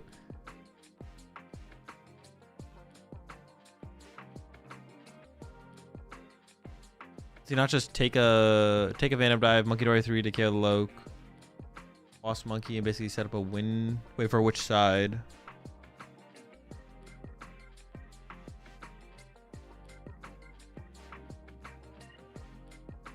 Yeah, we have the boss. Yeah, I like the boss on the Fez here because it makes it harder to get into Monkey Dory this turn. But They can still get into the Monkey Dory. But this means, okay, it doesn't make it that much hard to get. No, it doesn't make it that much harder to get into Monkey Dory because you want a Crispin anyways. You want a Crispin if you don't boss the Fez. Are we gonna KO the Fez here? There's no way you do this and knock out the Pheasantipity, right? Or is that actually what he's doing? Oh, we are KOing the Fez here. So we're just trying to draw. Oh, we're trying to get the Dragapult off our prize cards, probably. And then we go 2/2/2 to avoid the Monkey Dory play. I guess double Monkey Dory could happen here. And we do get the Dragapults here, which is a big deal. So we can get to potentially second Dragapult.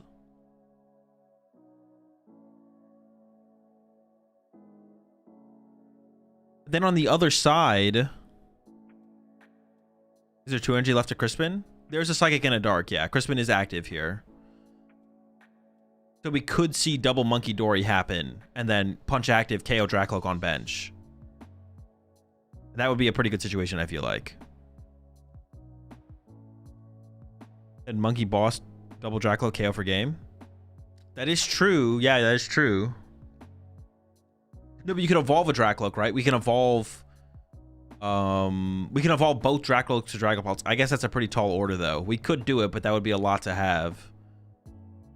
Yeah, see, this is why the play of the punch the Dreepy felt so weird. We're just not drawing prize cards very fast at all. And then also putting Pheasantipity in play when it felt like we didn't have to. Yeah, the players from the player on the left felt a little bit weird, and I feel like we're seeing them get punished now. Like, we didn't have to put Fez in play, and then we aggressively put Fez in play. We could have just Phantom Dived, and instead we did like the weird Jet Headbutt KO a Dreepy play. And now we're just seeing on the other side, just Phantom Dive as soon as you possibly can, draw prize cards, and we're just getting outpaced here at this point, right? And now we're in an awkward spot here for the player on the left to actually have a real win condition, I feel like. I don't even know what the win condition is at this point. The board on the other side is about to get out of range. They're thinking about Boss. The Boss doesn't seem very good. Crispin, it kind of feels like you have to play the Crispin here at this point. If there was an opportunity for double Monkey Dory, I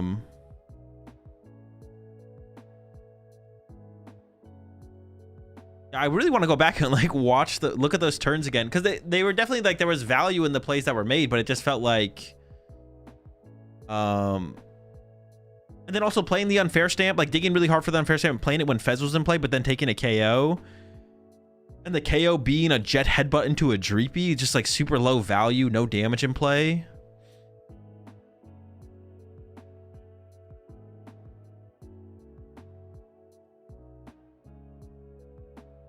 He overcooked the turn. Yeah, it feels like super overcooked for sure. Like in the moment, the ideas like seemed cool and like had value, but then when you think about it, it's like you did 70 damage instead of 260 damage. Even though your opponent has a Monkey Dory in play, I feel like just hitting for 260 damage just probably is better, right? Like, there's a second Dragapult, but we need a third Dragapult here at this point to evolve the Dracloak into, and I think we're actually going to go with the full Dragapults here. This could continue to make things awkward here. We have to do it though. We're not gonna do it. Wait, we haven't used that drag. We've used all the Dracloaks, right? Oh no, wait. The third Dragapult is prized. The third Dragapult is prized here. Oh, there's also only 2 minutes left.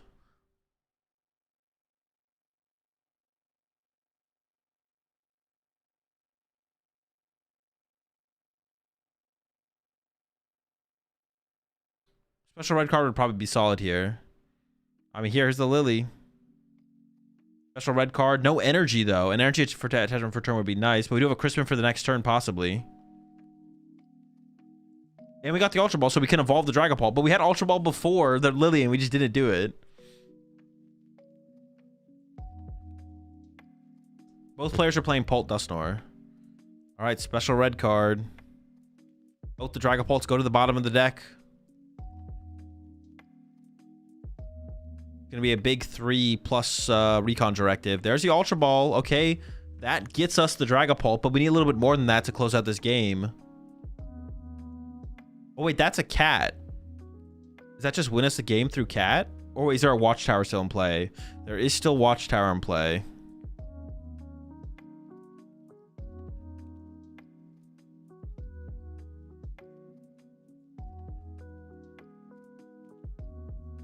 Plays an Ultra Ball, grabs a Cat. 1 minute 15 left.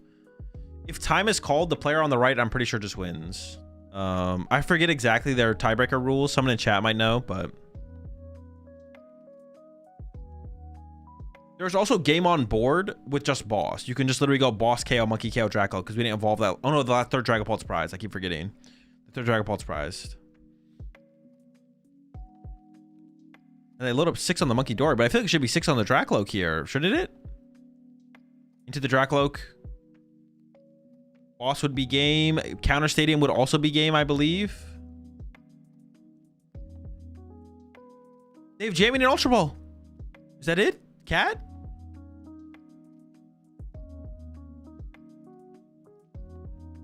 Gonna play the Buddy Poffin just to confirm everything's in there. We still have plenty of cards for the Ultra Ball.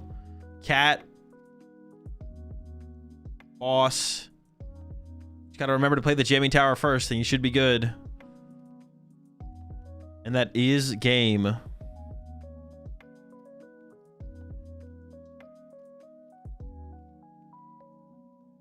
Yeah, this game was like really, really well played on the right hand side here. Dude, I want to go back to that turn. I gotta go back to that turn, man.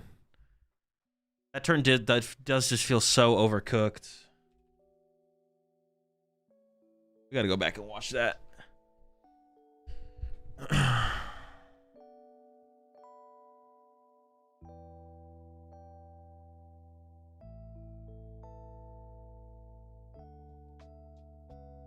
Yeah, cool game overall, just like how it developed and everything played out. And we'll let it catch up again.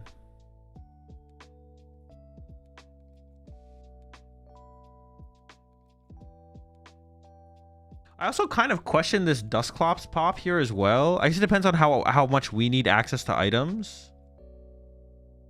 But like we had the Dracloak advantage, so I wonder if we could have just held this Dusclops. It depends how much we think we need items. But like at this point, we have the advantage.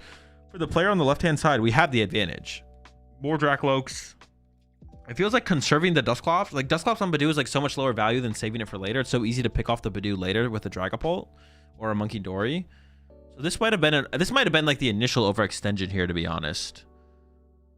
I was kind of surprised that they did this because it just felt like they had the better board state. And like in this situation, the only thing you're scared of in this situation is the opponent having like Dragapult, Fire Energy, Boss, knock something out. But even if you KO their Badoo, they can still have that. It doesn't stop them from having that. So it depends on how comfortable you are under item lock, I guess. But I don't know. Their hand looks pretty good to me. Looks fine. They don't want to live with it though. They want to try and break free from the item lock. We see Fez get involved initially on the other side. Then we see the Dragapult come out. Monkey Dory gets set up. Lily happens. Watchtower happens. Then we just take the KO with the Jet Headbutt, which is fine. But this is the turn coming up here where it's like, it just feels like you just could have done, you could have just like pressured your opponent so much more and just chose not to. Okay, this end. Does the turn start with Ultra Ball? So they start the turn. They have Crispin in hand. Like right here, what I see is just going like Crispin, set up 2 Dragapults, evolve to double Dragapult or something, get the third Dracloak and play Punch, put 6 on the Dracloak. And then from there, try and clean up Dragapult plus that Dracloak on the next turn. Or go after, if this evolves to a Dragapult, go after the other Dracloak. But they immediately Ultra Ball for the Fez, which immediately gets taken advantage of on the other side. And that we just don't need Fez here. We haven't even used a single Dracloak here, and they just immediately commit to Ultra Ball for Fez. And then they do go for the Fez. They do actually find the Unfair Stamp, which is like one of the high value cards to find, I guess. But then they do like this boss play. Yeah, instead of just like punching the Dragapult in play that still needs a Fire Energy to attack, and then all that energy just gets taken away, they go for this boss Jet Headbutt Dreepy play. And also, if they do just attack the Dragapult and then put 6 on the Dracloak, they don't draw prize cards, so the Fez doesn't give them draw power. They don't have the possibility of Unfair Stamp. They go for this Jet Headbutt play, which like doesn't leave damage in play for Monkey Dory to take advantage of, but there's still 2 damage here that they take advantage of by going after the Fez.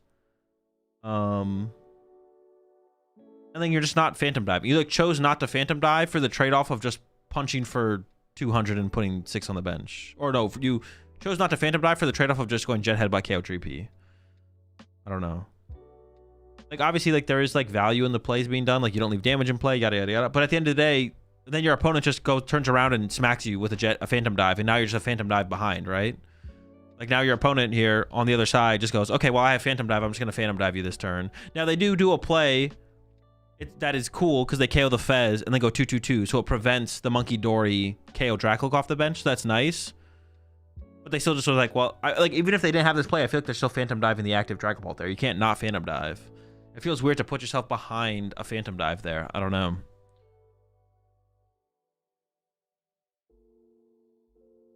Sand plus dive would have been pretty good considering opponent drew so little. That's also a good point. Once we found the unfair stamp, going like Crispin Phantom Dive, Crispin unfair Phantom Dive. Just hit the active and be like, all right, you have 1 Dracloak, good luck. Seems reasonable.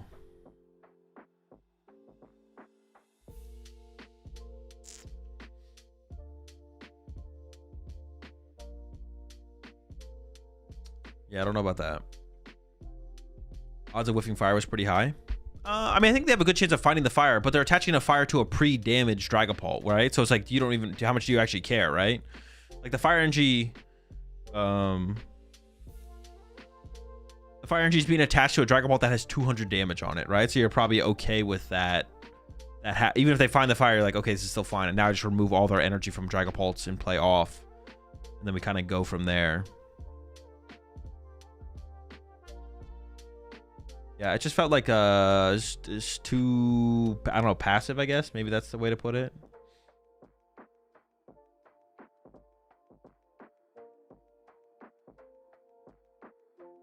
Too passive. Maybe, yeah, maybe that is the best way to put it.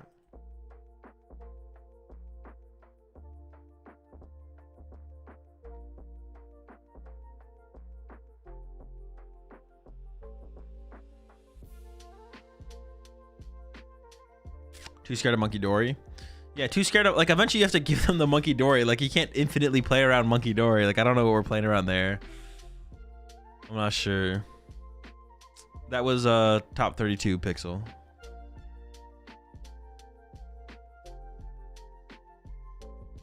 Again, the first Phantom Dive onto a pole is so much higher value. Do you even care as much if they Monkey Dive a Loke and you have 2? They're on 1. We should be scared for their Loke. They only have 1. Yeah, exactly. Yeah, that's how I felt so far when I played the Dragapult Mirror. Is like attacking first feels fine, but being the first person to attack into the opponent's, like if you attack with Dragapult first, but you don't attack into their Dragapult, and then they attack into your Dragapult, it usually feels like that puts more pressure on you. I don't know.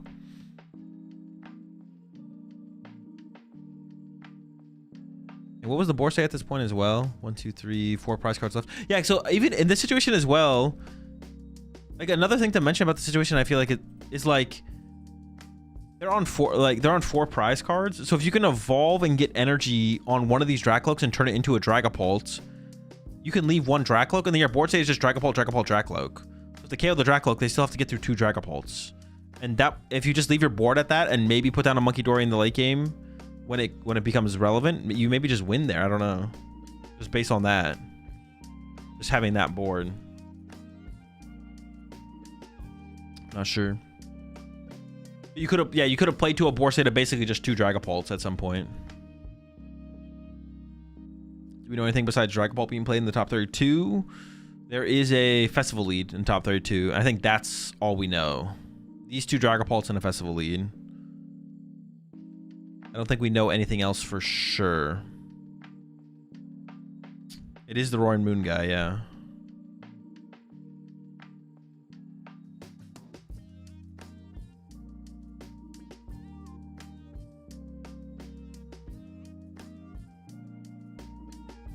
There's totally a Lopunny Wally. Trust. All right, I trust. You better not be lying to me, though. tired are you feeling? Not very tired, to be honest.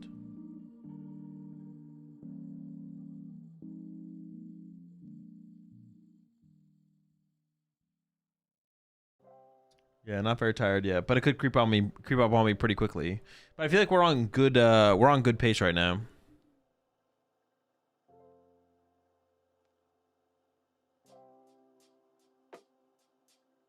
We just finished top 32. They might show us another top 32 round, or part of it at least, and then we'll go to top 16. Yeah, I think I'll be good to stay up for all of it. It's probably a good thing I went to bed early yesterday, to be honest, instead of staying up for the last round or two. I think there was only one round left yesterday. It's probably better I went to bed early yesterday instead of staying up for the last round. Won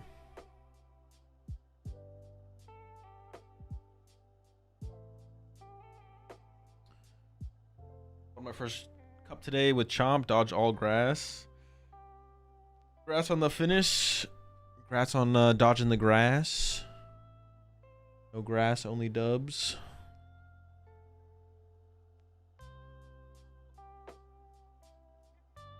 Yeah, big congrats. Big congrats.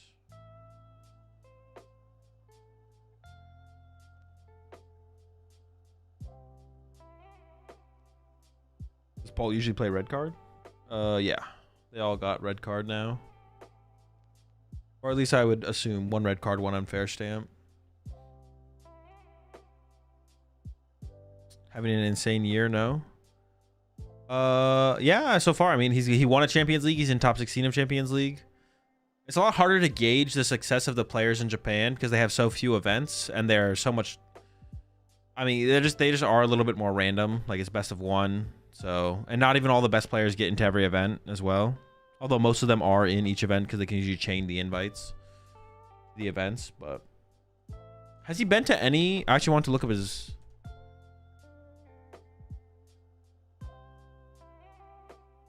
Has he been to any? I don't think he's been to any regionals, right? It would be cool to see him compete outside of Japan and see how successful he could be outside of Japan, because he would definitely be pretty successful. It'd be really cool to see him compete outside of Japan. He went to UIC. Oh, he did not place very well. It's not on his Limitless page.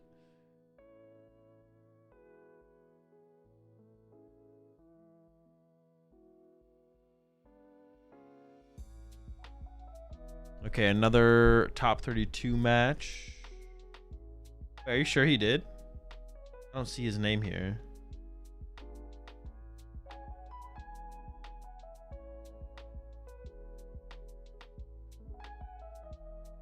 All right, here we go. Okay, apparently there is a Honchkrow in top 32 here.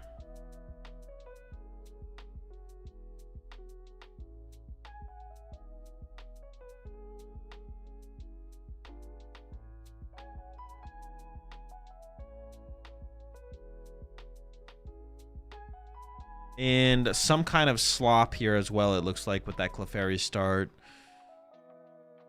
There's no way it's anything else besides the slop.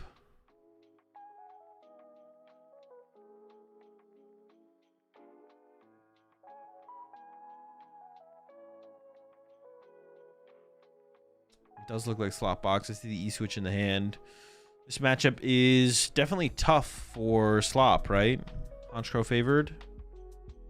Heavily reliant on unfair stamp, and I guess you have water pawn, right? If you can catch the Honchkrows before they evolve, or the Murkrows, whatever, you can get a couple double prize turns with the water pawn, possibly. Turn one Clefairy attack as well, just try and get aggressive. There's an Ultra Ball in hand, so Crispin is available. Lily's Pearls, I guess, to throw off the prize trade. You got a couple different possibilities. I don't know exactly what this build plays, but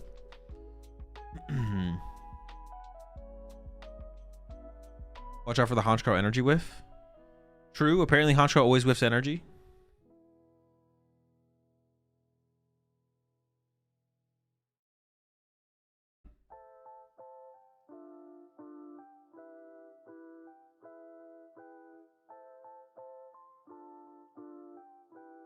Could be Paul Blaziken with Clefairy. Could be, but it's not. You know it's the slop box. There's no one else opens Clefairy like that. Doing a quick hand check.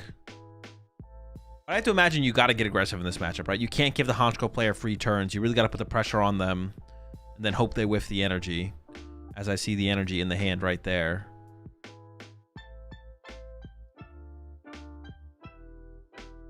Also, from my experience, this matchup isn't that unfavored. It's like 60-40 Haunch. At least if you're playing the Lily's Pearl. Okay, sure. Maybe with enough... Well, how many pearls are we talking? 3? 1-1-1?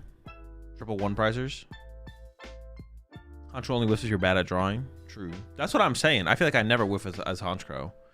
Okay, Water Pond getting activated early. I assume we're just going to retreat into the Kangaskhan, though. I was thinking we're going to go Crispin Swing, but... Playing a little bit more chill here, I guess. Going to run to the Kangaskhan, just draw some cards, set up for Torrential Pump. I don't hate that, I guess.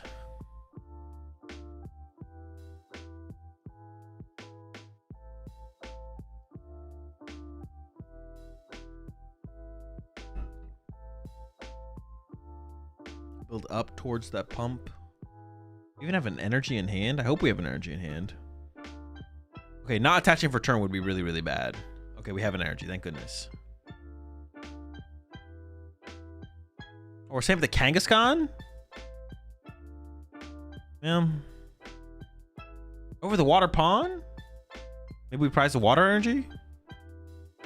But now all the Murkrows are going to become Honchkrows, and then Teal Wellspring is not going to be a possibility. A lot of tool cards in this one. Lucky Helmet and the Silver Bangle, or Brave Bangle, excuse me. Many tool cards. Many tool cards. Predictions? We can do a prediction. Hold up.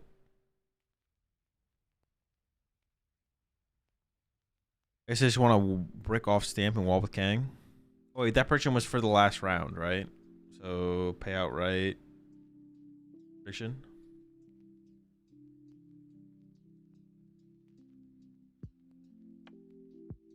Tool cards established. Does have a Honchkrow in hand. Oh, we already have a KO? Bro, what the heck? Dude, this is cooked. We should have turn 2 knockout like that? Bro. Oh, 0 card hand. Hold on. Dude, I don't know about that, though. We can dodge the Lucky Helmet here. Dude, what? We had an Ariana. Can't we just play Ariana and chill? I feel like this is a huge opening on the slot box side to take advantage of now. If we can gust around this. Hope the prize cards are bad and gust around it. Maybe KO the Murkrow with the Silver Bangle. Brave Bangle? What the fuck is it called? Brave Bangle.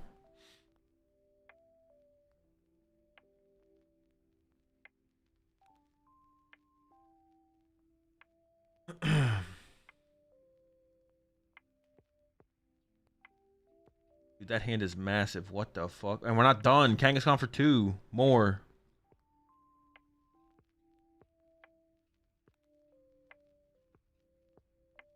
Got an Ultra Ball for the Teal Mask. As long as we have a boss, we have boss around this thing. Boss KO around it. There's a Roto Stick in the hand, but I would go as far as even saying... I mean, yeah, we just got a boss around this. This is a huge opportunity for us to take advantage of. Goodbye Clefairy, goodbye Kangaskhan. Or I guess Fez. Wait, can't we just Fez snipe here? We could just Fez KO Murkrow, right? It's probably better to attack with Kangaskhan.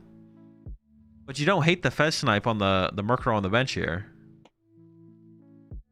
Because then we could Crispin, I guess, this turn.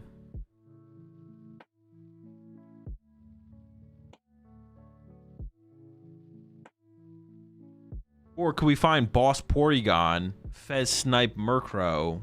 That would be a move. That'd be a big move. That involves double E-switch, though. That's a lot. They do have a very big hand, though.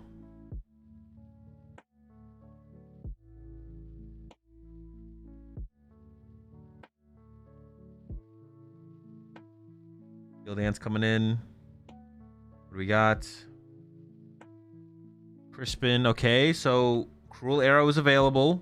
Oh, we already had a Crispin in hand. Cruel Arrow is available. I hope we're going for the Cruel Arrow here, because punching the active seems like the worst thing we could possibly do.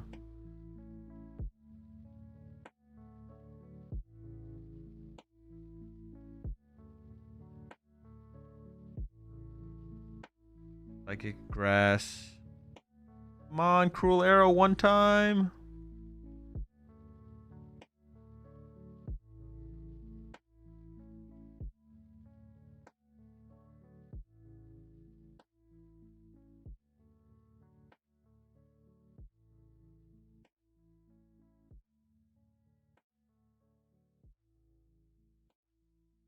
Yes, the Cruel Arrow. This is it.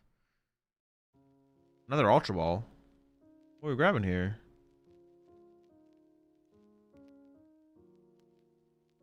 Oh, we need the Latias. Yeah, good point. Good call. Good call. It did die off the rip there. Very sad.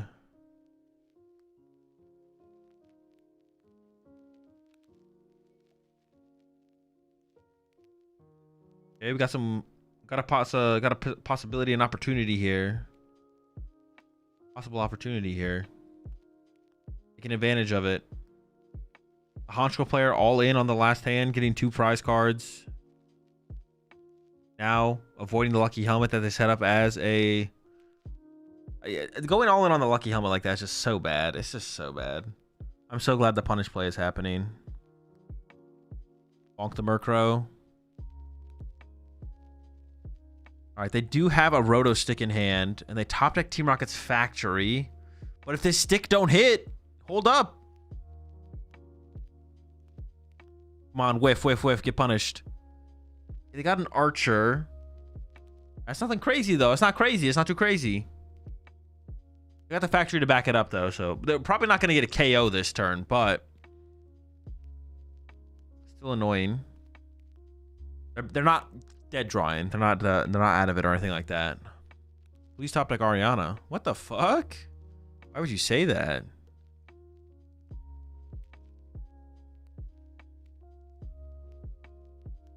Five coming off the Archer. They could get the KO here. If they get the KO here, that's so tragic. They would need a really good draw, though.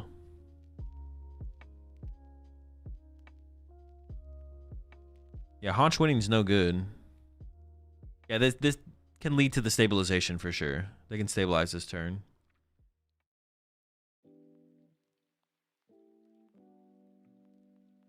Yes, 3 energy and a Proton. Yes, yes. Okay, you love to see this. The punish is coming through strong.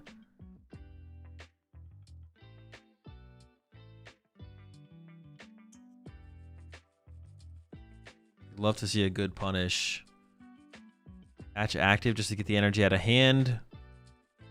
Oh, they have the Transceiver for next turn. Ah, I thought they just had Proton Stadium. They can Ariana next turn. But you just do the same thing here, I think. You just snipe the Murkrow off the bench. It still puts a lot of pressure on them, to be honest, because now not only do they need to get the knockout, they need to get another Murkrow on the bench on the next turn. So there's still a lot of pressure on them.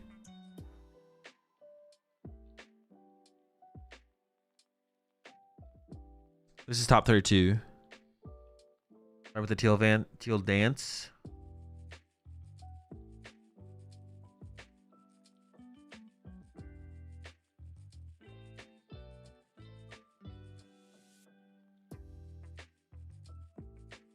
Why are we hating on Haunch?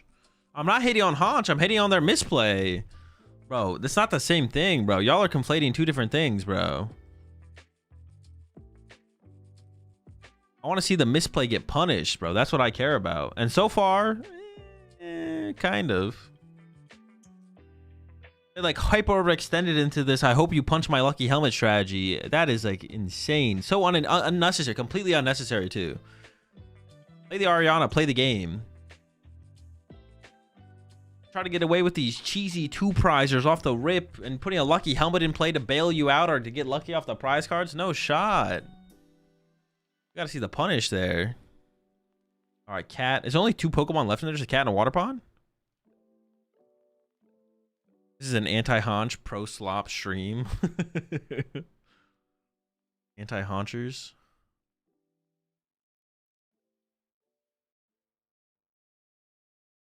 Yeah, I mean, I think we're just into the Fest Knife return. Boom, Cruel Arrow, another Murkrow down. Prize card as well. Oof, the Pokepad off the top. Is there a fourth Murkrow to work with? Dude, so lucky. And we got the Rocket's energy to load up on it now. That's actually that's actually an insanely good top deck, because otherwise we wouldn't have we'd have to like burn an ignition on the Porygon or something. But now we get to actually our attachment for turn is actually value.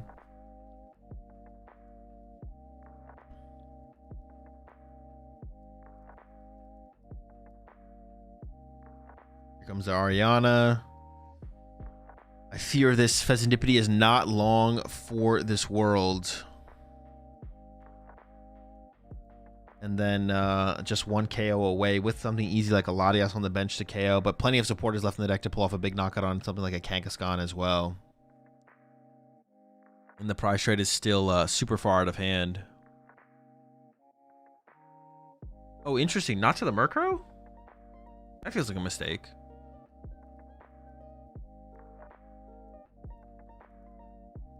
All right, 5 off the Ariana.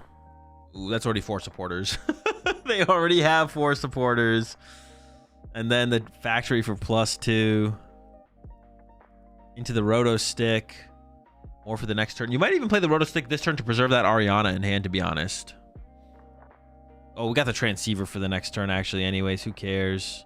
Unless we want to preserve that Ariana. We still might want to preserve the Ariana, so maybe we do Roto Stick here. All right, into the stick.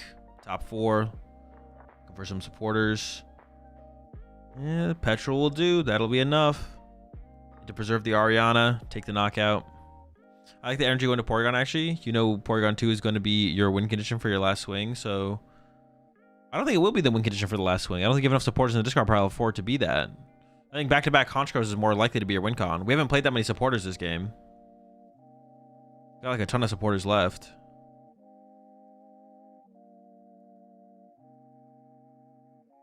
All right, here's a swing. 1, 2, 3. Oh, we had one more supporter than that. Wait, then why did we even play the Roto Stick? Now I'm kind of confused. Yeah, why the heck did we play the Roto Stick there? That makes no sense, right? Ooh, Prime Catcher is the A spec. Wait, isn't that what they usually play? No, it usually plays. Ooh, okay, okay.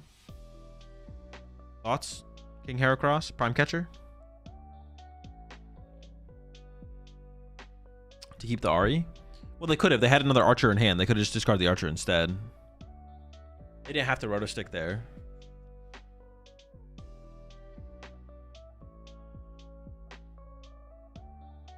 If their pearls is the time to use it. Yeah. It is the time. Porygon 2 does need 3 energy, yeah. So it has to be 2 Team Rocket's energy at this point. But there's 2 Team Rocket's energy left, so it is very possible.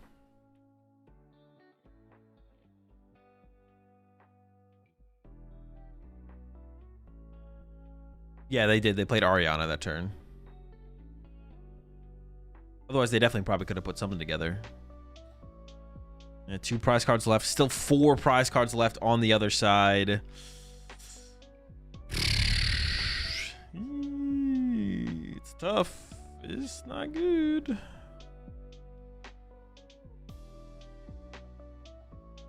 I didn't see the Pearl. This might be...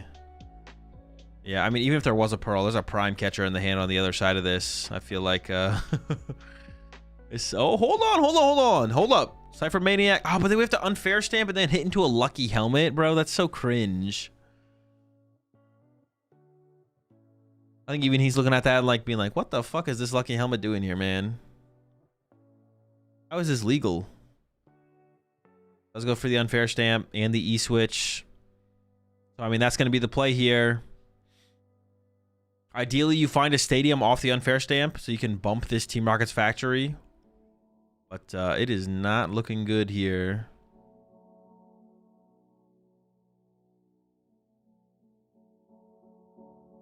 Kangaskhan for 2.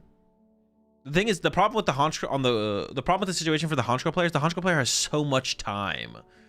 They have like 2 turns to set up for 1 KO. There's the E-Switch. Nitrogen for the energy for turn. Sure. That means you can't like nitrogen for Fez or anything else later on. But you could have just shuffled the nitrogen back in the deck with Unfair Stamp, I guess. But goes for a Psychic. And then into the Unfair. Okay, here we go. Counter Stadium's the last piece we need this turn to maximize our potential to disrupt the potential of the KO, but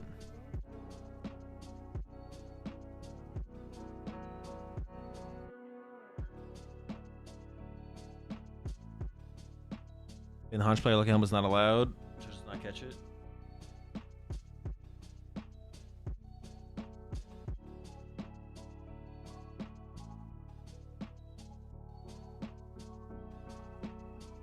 We get a Stadium here. No Stadium. Wait, did we already play a supporter? Oh yeah, we ciphered into it. Yeah. I was gonna say, like, if we could find boss that turn to avoid this Lucky Helmet, that'd be nice. Dude, attacking this Lucky Helmet feels so bad. I mean, we don't have... Oh no, we got the Stadium. Okay. Got the Stadium. Not sure we got much else, but that's a good start. Got a Water Pawn. Okay, that doesn't really mean anything here though, but that's fine. Sure, get involved in case the Stadium gets replaced. You can bump the Latias. Well, actually, bumping Latias is kind of weird because then we have no mobility. You never consider not attacking, right? Because then they just get to draw an extra card anyways. Yeah, you always just attack here, even though you're attacking into the Lucky Helmet. Go push the Prime Sub there. Bandit Cheeks. Okay, pushes up the Porygon. I don't think there's enough supports in the discard pile for the Porygon to take the knockout, but it is an effective pivot here.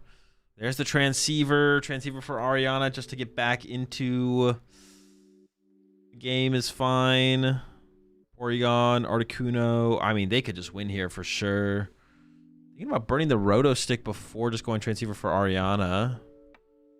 Interesting. I feel like this makes more sense. Keep the Roto Stick for later.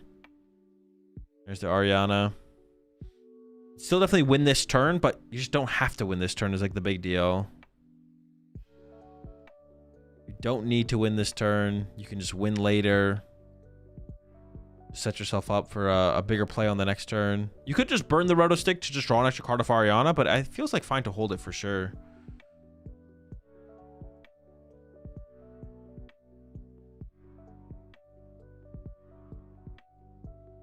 Go plus, what, 6 there? Or is it 5? I'm not sure. Prime Catcher, Honchkrow. Double Pokepad. That's not... Well, I mean... Okay.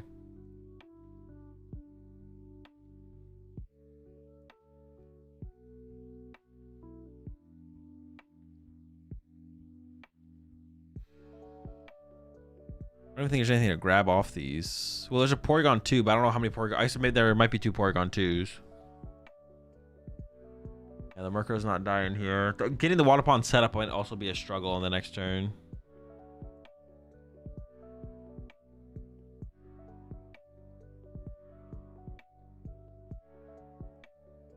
I'm trying to come up with like a line here. What's the best single prize deck? I have no clue. Hacking to thin the hand. Sure. Hit him with a hacking. Seems fine.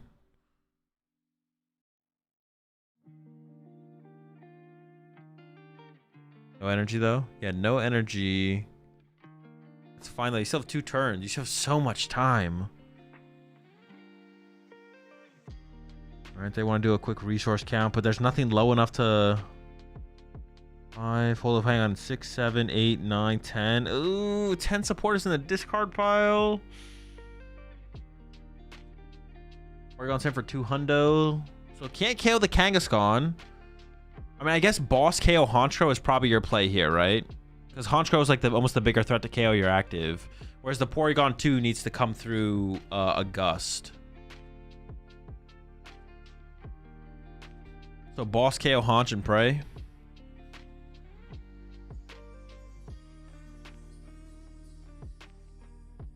Maybe boss KO Honch and maybe you can start to develop the Water Pond to take out double Porygon on the next turn. So if they don't win next turn, then you actually have a game. There's a high chance that they win next turn, though. Give it some thought. Does have the water energy in hand. Onto the water pawn. I don't know if they... Oh, they do have the boss. Okay. So boss haunch is available. I mean, yeah, this feels like the line for sure. Here we go. Knockout down to 2 prize cards. Possibility of water pawn next turn to wipe out the Porygons. We do have the prime catcher in hand. The Porygon, draw for turn. We have Porygon 2 in hand as well. Play the hand as low as possible, then play Ariana. Hope to draw on 2 either energy at this point. Yeah, I mean the double energy actually worked out here on the Porygon in the end, because now we're just any energy away from winning the game. So it ends up working out. Minute 40 left. They're not drawing that much off the Ariana. They do have a really good chance here. Could have won with the prime catcher here. Had he attached that rocket energy to the Murkrow earlier? That is a good point. That is a good point. That is fair, I guess. It worked out here because our misplay earlier allows us to now take advantage of it at this point. But had we just played better, we wouldn't be here to begin with. Very fair. Ooh, the energy, we're right there. Here we go. This Ariana needs to see an energy. We got Prime Catcher. We got Porygon 2. I guess there's no guarantee on the Water Pawn as well. Prime Catcher's a cat. What are we getting? Ariana for 5. Plus the possibility of drawing into a stadium and then drawing +2 a stadium. Ooh, it might be 6. Ooh. And yeah, there it is. There's the energy, and that means the KO. Opponent just waiting for the supporters to be counted here, but it is enough. That's like 240 or something like that. Kill the cat. That's it. He's cooked, and that's a dub. We got a little scary at the end there. Got a little bit scary in the early game. Was what I think was the overextension there, playing fully into that lucky helmet play, but works out, gets a dub, able to close it out despite it. It got a little close for sure.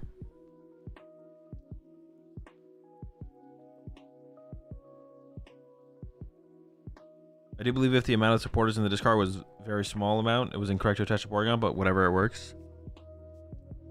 Yeah, I mean, they got it up there eventually, right? Got there eventually.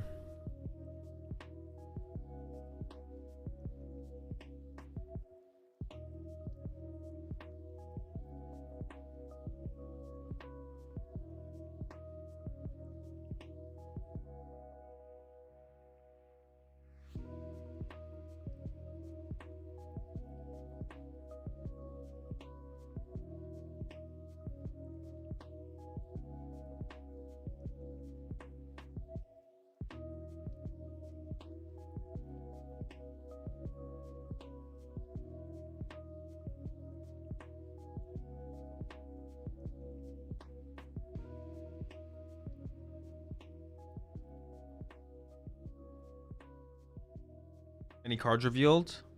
It's possible. I don't think you need to worry about it though.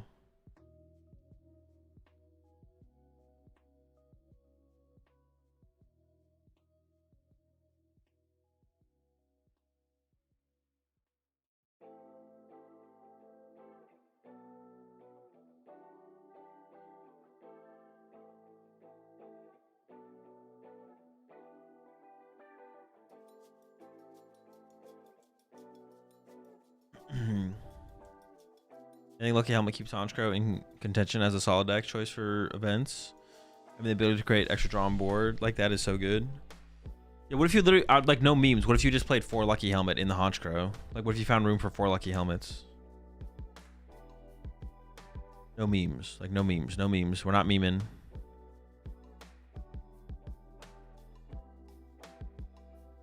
Everyone gets a Lucky Helmet.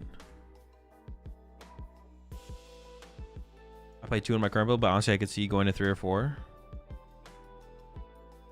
At least 3 sounds good. That's what I'm saying. At least 3, right?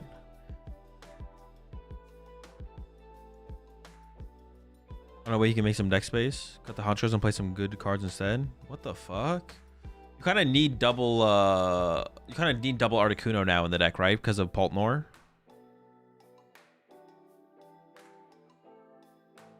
I was thinking like, what if you? Not if you. Well, I mean, my list, like list that I played with, actually only play one Articuno, but I feel like you have to go to 2 Articuno because of Paltnor now.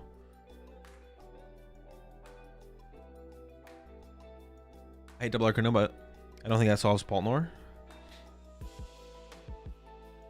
What do you mean? How is that not enough? Like, you be fine. I didn't even think. I mean, with one, I would assume the matchup isn't terrible, right? What the heck? Are we panicking here? Are we panicking?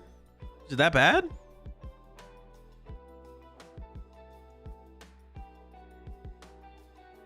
If you bench double Articuno, they ignore them and just ignore your crows. If you play down 1, they ignore the Articuno. Okay, sure, but it's better to have 2 than, because you don't want to give them. But if you, no, I mean, it still works. You have 4 Pokemon in play, 2 Articunos and 4 dudes. You're chilling. You want 5? You want 5? 5 guys?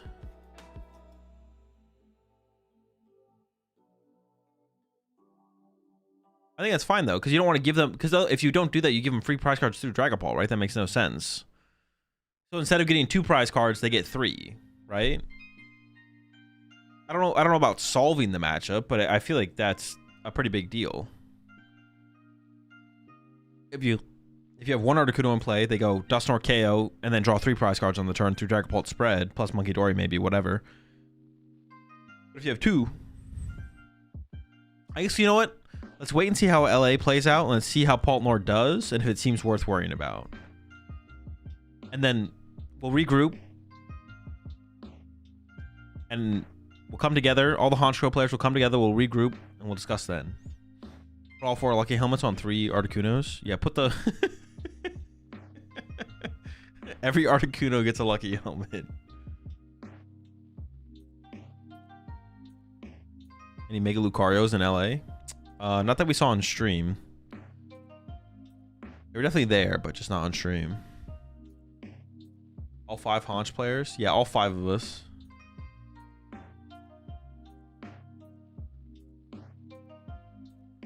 Lucky helmet breaks the deck.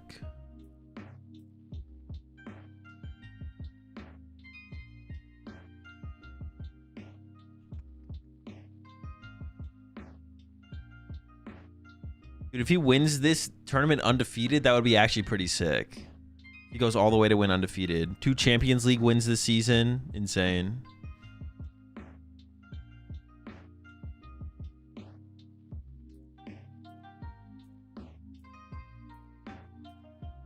I'm gonna have to look more into it. I just hate playing bad opener Pokemon if they don't really solve the matchup. Well, it just depends on how popular you expect Paltnor to be, right? If it's gonna only be like 4% of Paltnor's, it's probably fine to ignore it.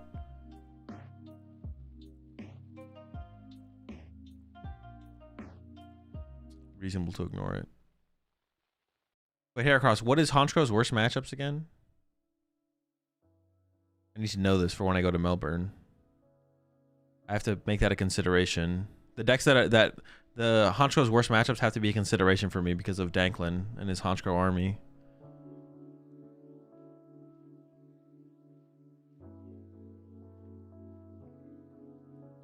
Yeah, there's a player at 16-0.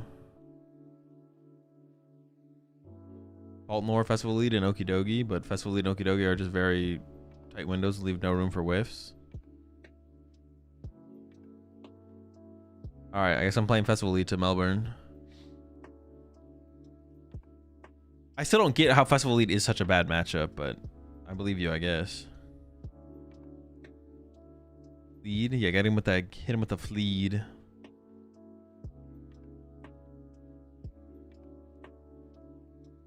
Check my friends list? Nah, your friends list has to suck for sure. There's no shot. There's a group of Honch players, a murder of Honchkrow.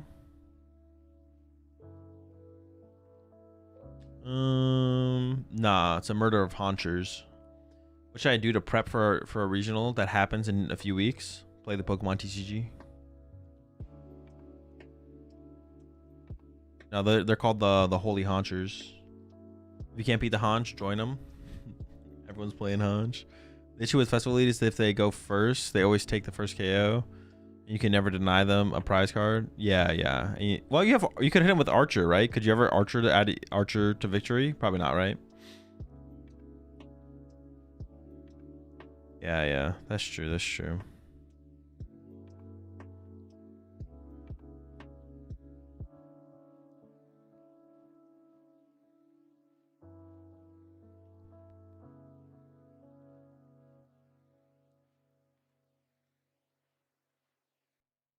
Probably because they can just have Goldeen Balloon on board to play around that. Goldeen Balloon. I think Danklin trying to recruit people onto Blood Moon. Dude, what is it? What is Danklin trying to convince people to play? Is it Blood Moon? Is it Haunch Crow?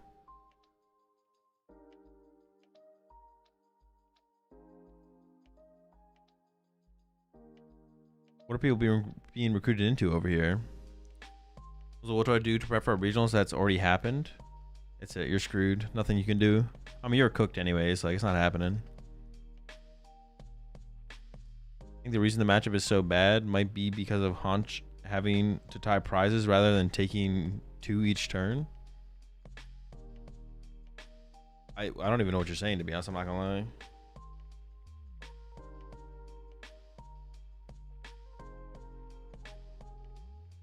Danklin is a mastermind. He gets people to play something and then text for it. Absolute genius. If you can just convince the whole tournament to play a bad deck and then tech for it, you've got him.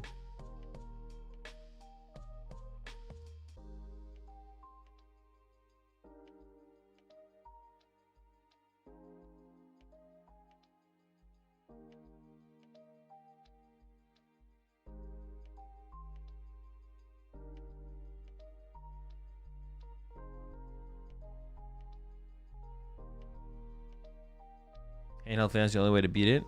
True, true. The handheld fan kind of broken. Does making day 2 as a senior put me on the map? No. New Danklin video title: How I won a regional by making everyone play a deck. I will say I think Lily as a one-of in Haunch is still broken. Nah, that's got to be cap. You're literally just trolling.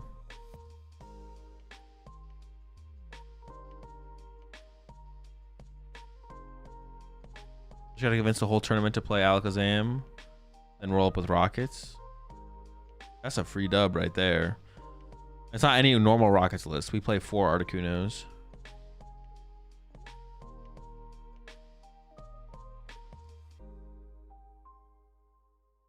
Any new cards revealed? There might have been a couple. There might have been 1 or 2 or more than that. All right, chat. I'll be right back. I'm gonna fill my water bottle one last time for the night as we're heading towards top 16 here.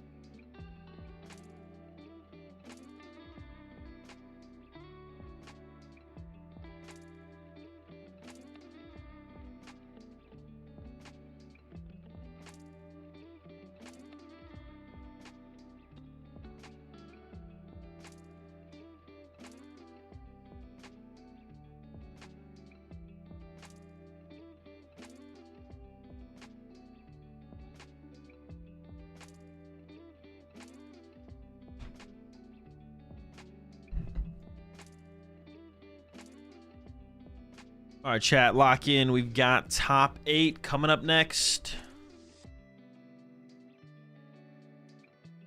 Lots of Ghost Veil. Hey, what is Ghost Veil? Is that the ability on the spread mon? Ghost Veil, Ghost Veil. Oh my. Trumpet is back.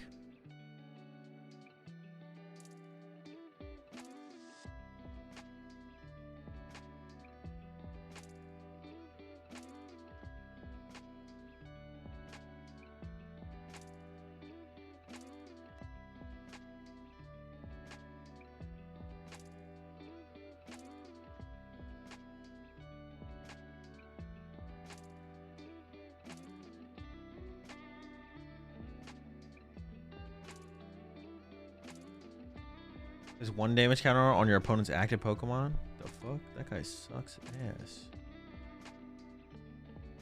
Yeah, it really is. I mean, it feels like this deck actually is kind of a combination of like Lost Zone / Night March.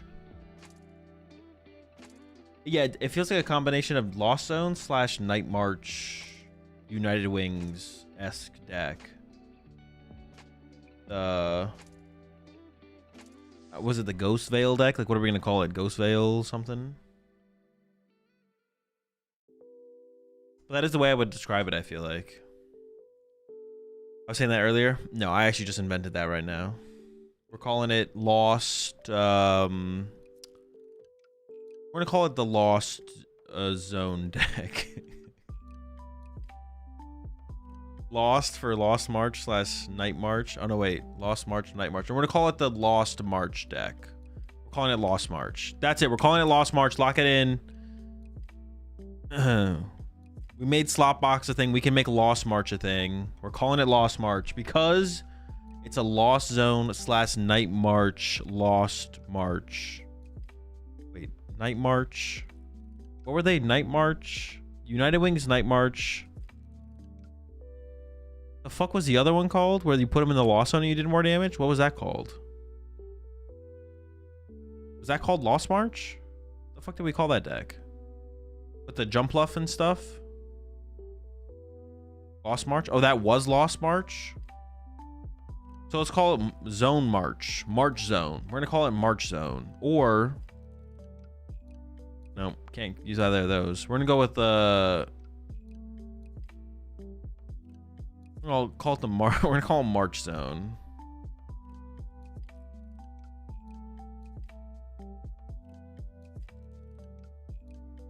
Lost Wing March. March Madness. Call it the March Zone. Lock it in.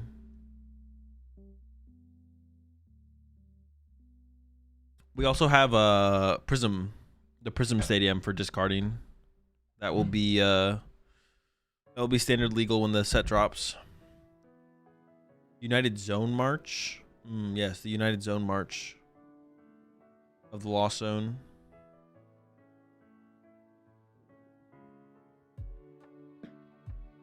Yeah, and we did get the new supporter as well. Good point. Very good point. Very good point. Oh, the teacup has free retreat cost as well? That's broken. Oh, wait, what the fuck? The baby teacup has free retreat. That's insane. You can go second, turn 1, attack with Delmise. Wait, that's kind of gross.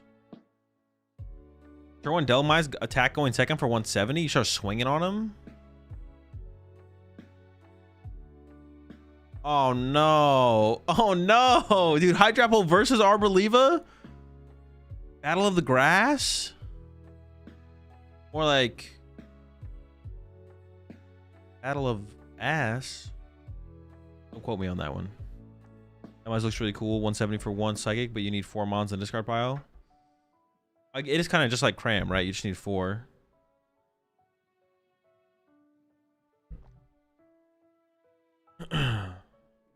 Which deck is more miserable? Battle? That's true. These decks are miserable.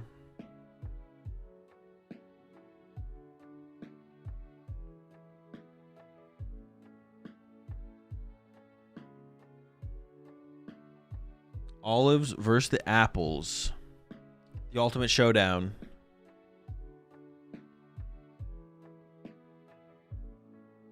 Okay.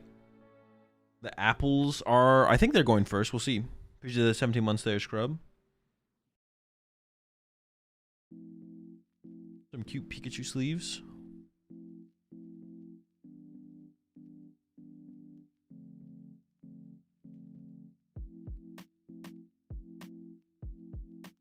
Two forest prized, Fez prized. Two forest on the other side as well? Possibly. Nope. Ooh, Briar, but it is prized. Hydrapple prize, but probably plays 2. So we'll still have access to the apples.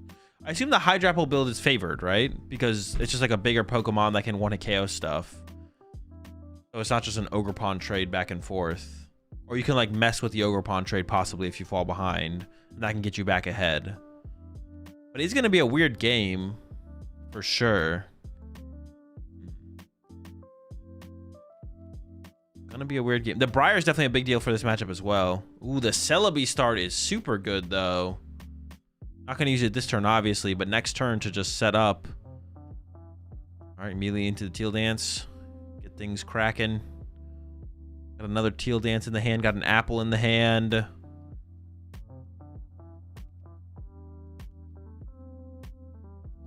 Catch the active and pass. Okay.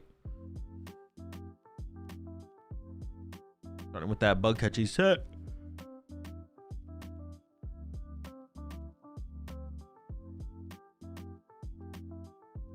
Grass energy, couple Pokemon options. That is a Lily in hand, right? I'm not trolling. You ever go, is the Olive ever good to attack with here? I guess you like pick a Chikorita off the bench or a Bayleaf if it doesn't go all the way to a Meganium. Ooh, attacking with Badoo is also good though. That's a good opening. That's a really good hit off a bug catching set as well. Yeah, the Badoo is really, really nice here.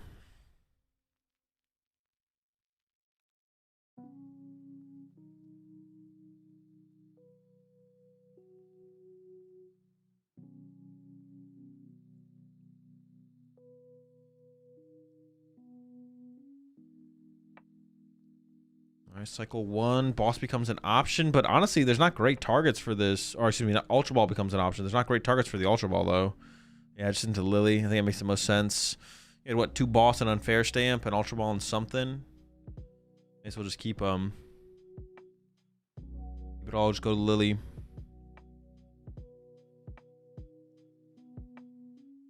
Get a fresh 8, look for some more. I mean, the big cards are Pokemon here for sure. We want to try and find some Pokemon.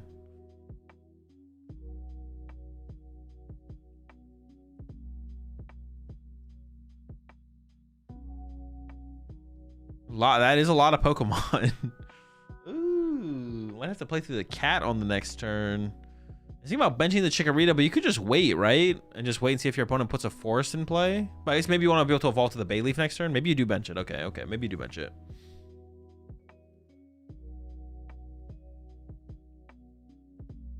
Oh, we do get the Olive involved. Interesting. And then, yeah, retreat to the Badoo into the Itchy Paw.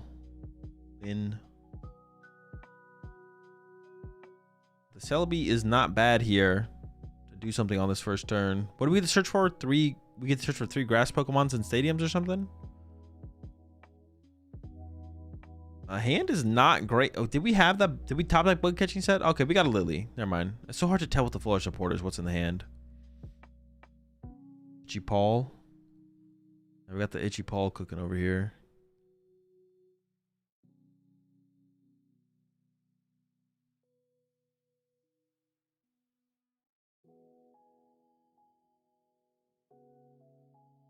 They cooked the just the top half of the deck.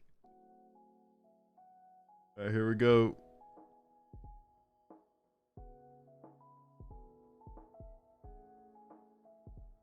The Teal Dance.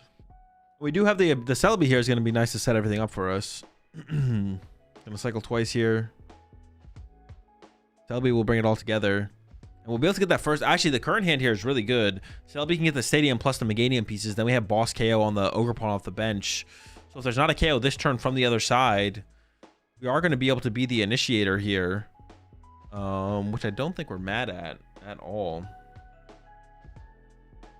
I think Terrapulse still we're testing right now. Like the Noctowl deck? I have no clue. I haven't thought about that deck in a long time. It could be fine still. I could see it being okay. Could be okay, yeah.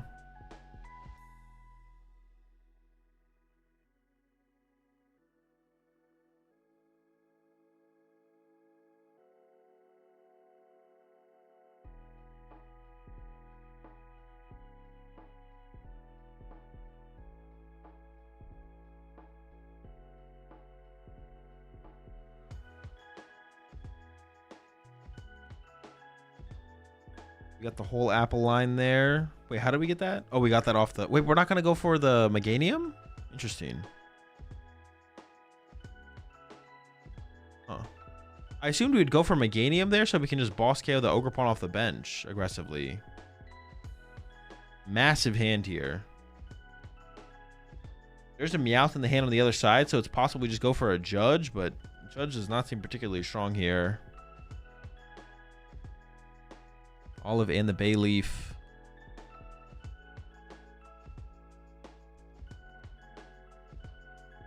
Feels like it has to be Cat for Lily again.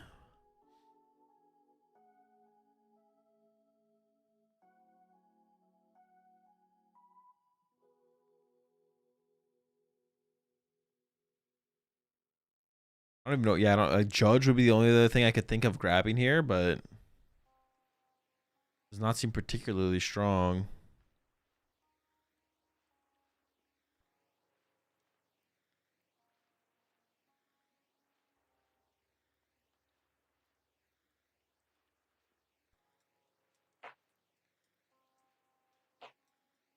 Nothing crazy still in the prize cards. Oh, there's still kind of math in it here. What are we going to go for? I mean, it has to be Lily, right? There's no question.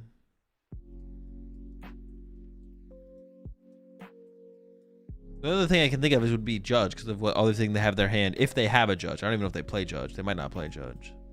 And in that case, obviously, you can't judge if you can't play a card you don't play. So, believe it or not. But Ultra Ball here, still getting rid of the Olive and the Dawn. Get another. I mean, we need another.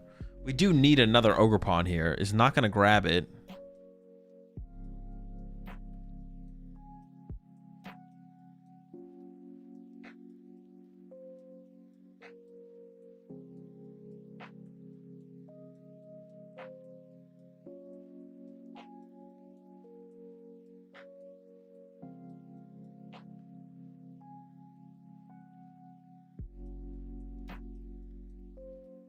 There we go. Yeah, we do need another Teal Mask. No Teal Mask found. We did find ourselves a Pokepad. See, that's why I feel like we should just commit that Ultra Ball for the Ogre Pawn on the last. Like, we just the Teal Mask is so important to find. Not find it. We could actually attach to the Cat this turn because then we could attach to it next turn and then tuck tail on the Celebi, I guess. I don't know how good that is.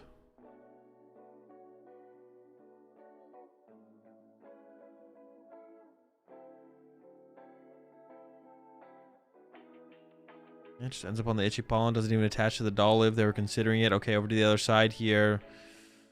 I mean, they got the... Oh, they didn't even get the Stadium, did they? Oh, yeah, they didn't even grab the Stadium off the Celebi attack, right? The Celebi attack can grab the Stadium, but they just didn't do it. So can they even boss KO this turn? Into the Cat. Maybe we're just going to Celebi again? Into the Dawn. Okay, I mean, this is giving the initiative possibility over to the other side once again, though. We're got the Meganium pieces, but they don't have... You obviously can't boss down that you Dawned. And I don't think they have Force of Vitality in the hand either. So they're not going to be able to actually set up any of these big stage 2s. Oh, no, I'm wrong. My bad. I apologize. So they can get the whole squad set up, but they can't boss now. But I guess you could attack with Wait, what the fuck? Okay, yeah, you can't do that. You could attack with Dipplin here. Nope, we're not going to do that either. I don't think we want to attack with Hydrapple here either, right? Because it could just get KO'd. 3, 4, 5, 6, 8, 9. 8, 9, 10. I guess it would whiff. I gotta shuffle the deck. So I just don't even... What does Celebi's second attack do? Does Celebi just KO the Badoo here now? Celebi can KO Badoo? But I guess do you want to give Unfair Stamp and Pheasantipity over to the opponent? I feel like you don't want to do that. So here I would wait until we could boss next turn. I would just attack with Celebi again here, I think. Why'd you attack with Dipplin when Celebi KOs? No, that is fair. I didn't realize Celebi KO'd. I don't even think we should attack at all. I don't think we want to give Unfair Stamp and Fez over to the opponent here. We want to wait till we boss. And we have boss in hand this turn. If we had just Celebi'd for Meganium, we could have boss KO'd Ogerpon off the bench last turn. But now we're giving the initiative potential over to our opponent. We're actually taking the KO? I guess if they play Briar, though. They might play Briar. The Hydrapple player might play Briar. If they have Briar, then I guess this is okay. Because now we can go 1, 2, 3. On the left-hand side here, though, they're still missing... Now they have to go for a 2-prize knockout because they can't afford to go 1, 2, 3. They'll be too far behind, so they have to go boss. But they don't have another Ogerpon, dude. If they had just Ultra Balled for the Ogerpon, that's such a big mistake from them to not just Ultra Ball before the Lily and get an Ogerpon into play. We weren't even losing that good of cards. We're losing an Olive and a Dawn. But now this is so bad. They can, okay, they could Teal Dance into an Ogerpon here. And then Teal Dance into an Ogerpon, and then we'd be saved. But I do think not attacking was the better play here. Teal Dance, Ogerpon one time. It's a cat. Yeah, it's a cat, all right. Yikes. I mean, they're getting punished for their own mistakes here. No one to blame but themselves on this one, I fear. I don't even see a good play here. I don't even know what a good play looks like out of this hand. Like, this seems terrible. I guess you could... Okay, you could Lily into the Olive and the... But, no, you could Lily into Olive and snipe the cat on the bench. And then the Olive doesn't die. That's an out here, I guess. Lily into Olive. Olive lives... They're going for a boss here, though. Are they just going to boss KO Meganium? That doesn't really do anything. You don't even need Meganium at this point. Oh, they're going for an Ogerpon here. Okay. They're going to try. But you can't even 2-2-2 race because you have to get through this Hydrapple on the next turn. The Hydrapple's just going to come up and bonk you, right?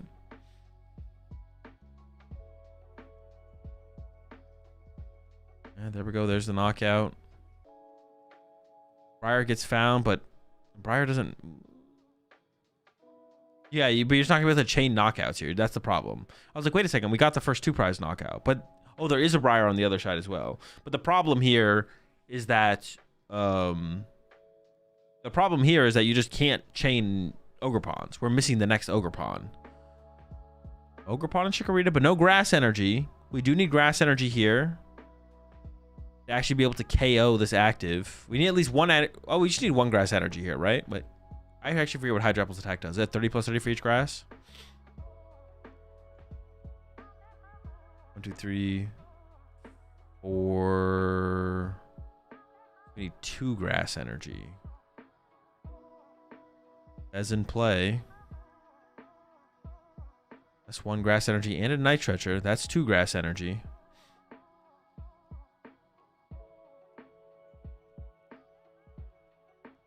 Oh, we had another Night Treacher in hand, okay. But we want to put Grass Energy in play on something that's not the Ogerpon. We don't want too many Grass Energy on just one target that just gets KO'd and then we lose all of our Grass Energy. So we want to split up the Grass Energy here. But that's what Hydrapple's ability can do. 1, 2, 3, 4, 5, 8, 9. Oh, I guess we do KO currently. So we don't actually have to get another Grass Energy in play here. We just could. Load it up on like the Meganium or the Meowth or the Fez or something. Sure.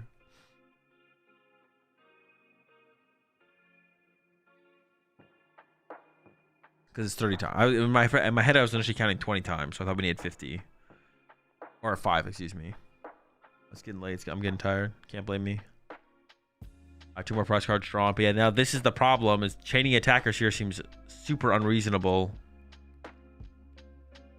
And KOing a Hydrapple specifically, we need a Ogerpon with a ton of energy. It's like not even possible. I don't even see a win condition now, to be honest.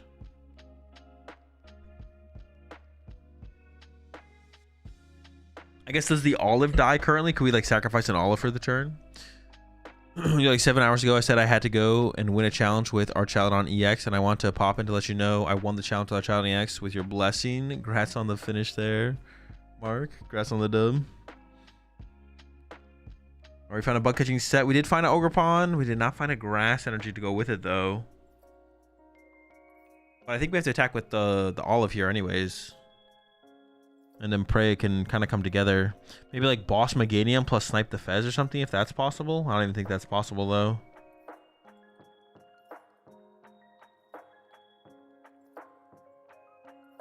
Oh, we have a grass in hand. Hold up. We do have a grass in hand. We can cycle on the Teal Dance.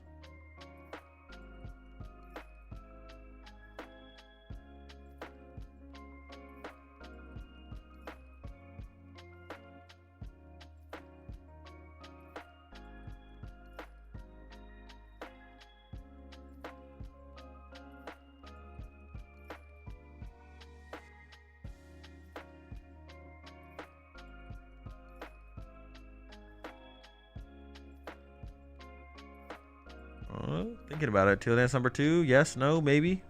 Teal Dance 2. Another Ogerpon. No grass energy to go with it. That's to Lily. Oh my gosh, this is so bad. Yeah. All right. Well, we're not KOing the Hydrapple this turn. That's for sure. I don't even know if that was ever a possibility. Is the Hydrapple KOing us? Is the question, I guess. 1, 2, 3, 4, 5. 10. Oh, it is, right? Isn't the Hydrapple literally KOing everything already? I guess you could KO the Celebi off the bench, but then that gives over a Pheasantipity draw. I mean, you found the Ultra Ball, so you could KO it theoretically.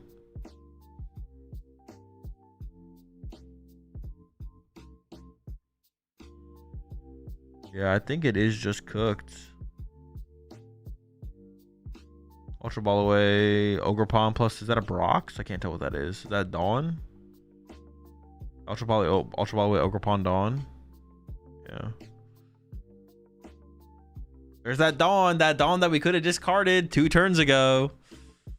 Now we're discarding it with this Ultra Ball instead. Think about Fez over Arboliva. I mean, the Arboliva's not even a play though, because it just dies anyways.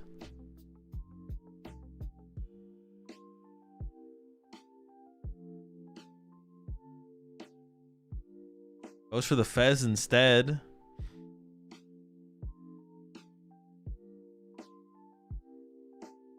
Is there a play? I don't think there's a play.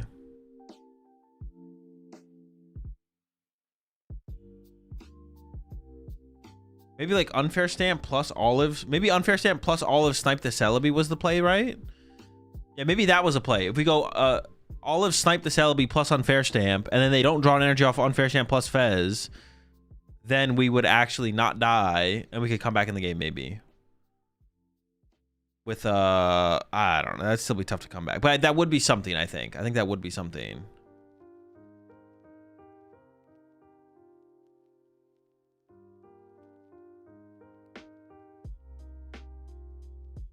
I mean, you have to KO Celebi here, otherwise the Hydrapple KOs you. So the Celebi has to go down, and you can put the other 6 on Meganium or Meowth. So you can go like KO Celebi plus KO Meowth. Gonna quick check on the Hydrapple. But yeah, the Hydrapple KOs everything here.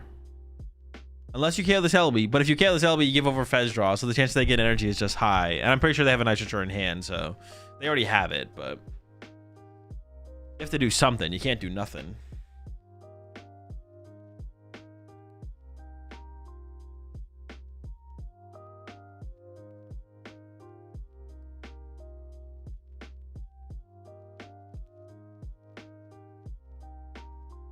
We line from here is KO Celebi, then Boss, Ogerpon, KO Stamp, and hope they whiff KO on Ogerpon.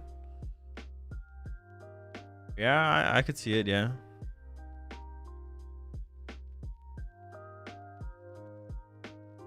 Actually, I don't know if I do see that, to be honest. I initially said I could see it, but honestly, I don't think I can see that at all. And there's a second Ogerpon to completely remove that possibility from play.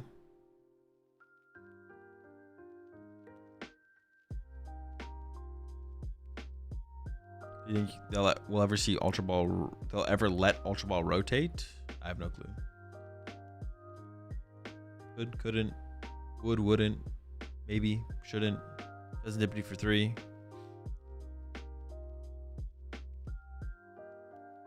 More energy, dude. Why did he seem disappointed? It's like, bro, what do you want off the draw?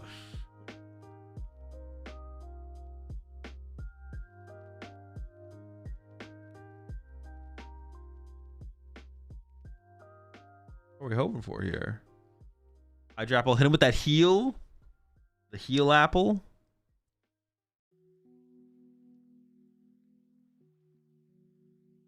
Goes for a boss on Ogerpon instead. Sure, why not? Is it too much to ask for everything? I thought so, but maybe not. There we go. There's the knockout. Goes down to a single prize card remaining. It is that Force of Vitality. That doesn't really matter. Olive gets pushed back into the active. I mean, I guess you got to just boss the Fez, right? Unfair Stand plus boss Fez. And then maybe set up for like some 3-prize turn where you KO Meowth and Meganium at the same time. That's the only win condition I see now. Boss Fez, Unfair Stamp.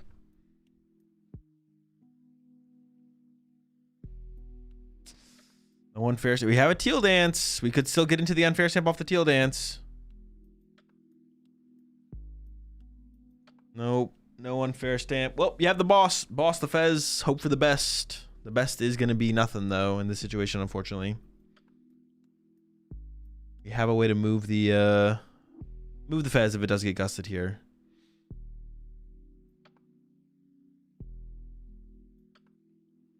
Doing some maths. I don't know what math they are they thinking if they KO'd the Meganium? Was it possible? Oh, okay. Maybe. What about boss KO Meganium? Is that a thing?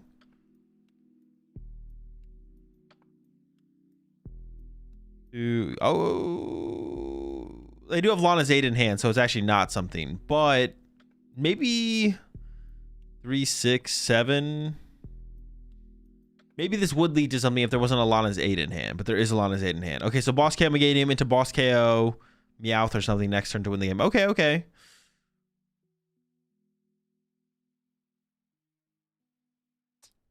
It is unfortunately not a real play. Many ways to win the game. Many of them are also in hand. Plenty of win conditions. And it looks like the second Meganium line might just get put into play here.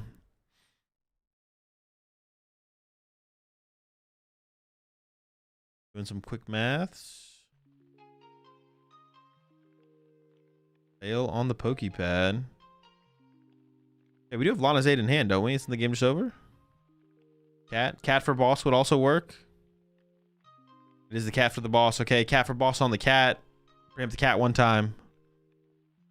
Yes. And it is dead. Kill the cat. Oh, it takes 2 energy to attack.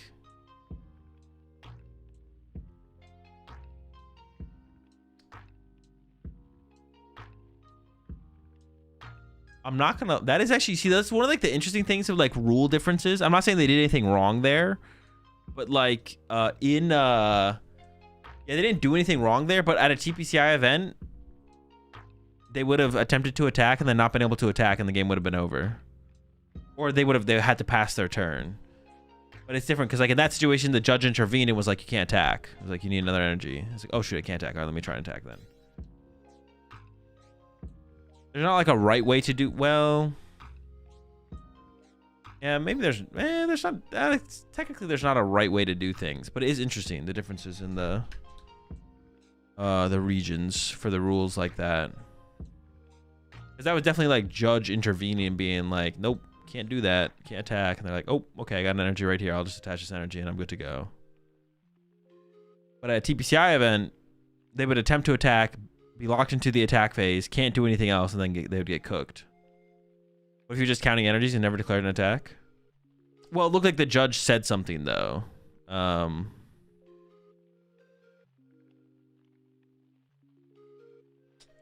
would have been stupid, though, if he tried to attack, but he can't. It's not like he passed. He just can't do it. I mean, it's a misplay, though. I don't know. I kind of prefer the TPCI rules, to be honest. Yeah, I prefer the TPCI rules. Where it's like, if you attempt to attack, but you can't attack, then that's it. Your turn's over.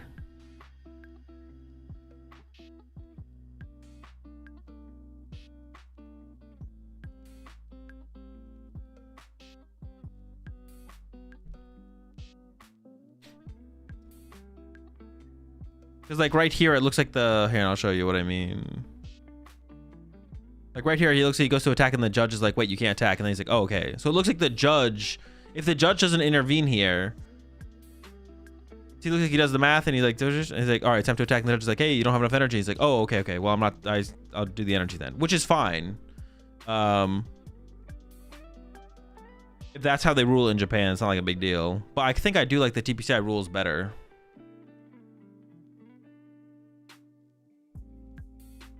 That's not true. Well, that's because his opponent let him do it. That's a situation where your opponent can let you take it back. The rule is you enter the attack phase and you have to choose one of the attacks, unless your opponent lets you take it back. You can go back if your opponent allows you. And in that situation, Liam let him go back.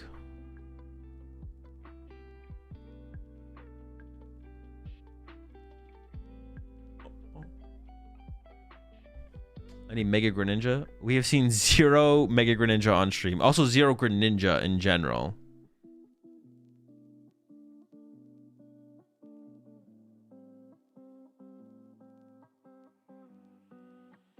But if you can't attack and the action doesn't go through, it's still your turn now.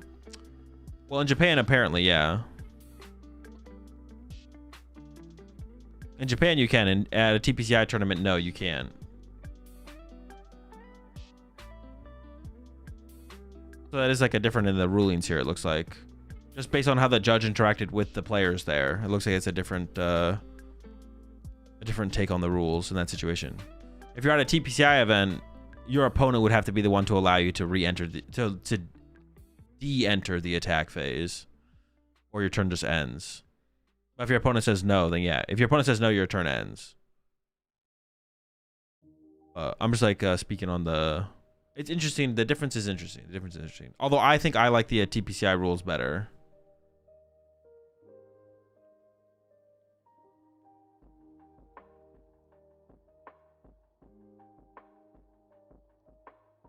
Is he rapping? Might be. I don't know. I can't understand him.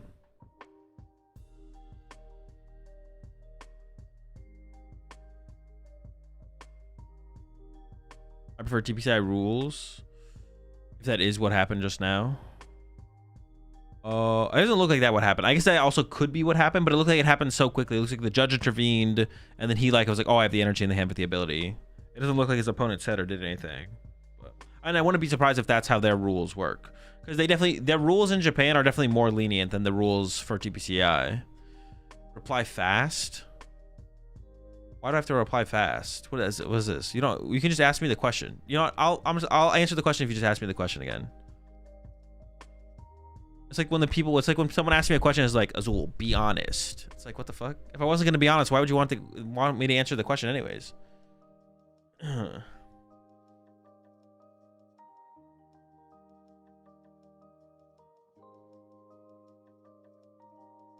Azul, be honest. Would you answer this fast?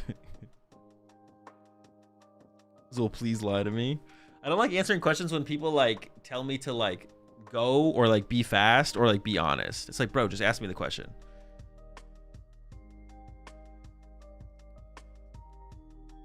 It's like one of my pet peeves. It irks me when people ask me a question, but then they're like, tell me to reply fast. Would you let the opponent take it back this far in the tournament? I wouldn't let my opponent take it back at any point in the tournament. Don't be honest. Is Pikachu your favorite Pokemon? Actually, I'd maybe let an opponent take it back if I was already out of the running in the tournament. Like if I couldn't make top cut, I'd maybe let my opponent take it back because at that point I don't care. It's kind of cringe. No, it's correct as per the book, but you should allow them to attach. Maybe not play cards or do a deck search, but if they have it in the hand, it's kind of eh.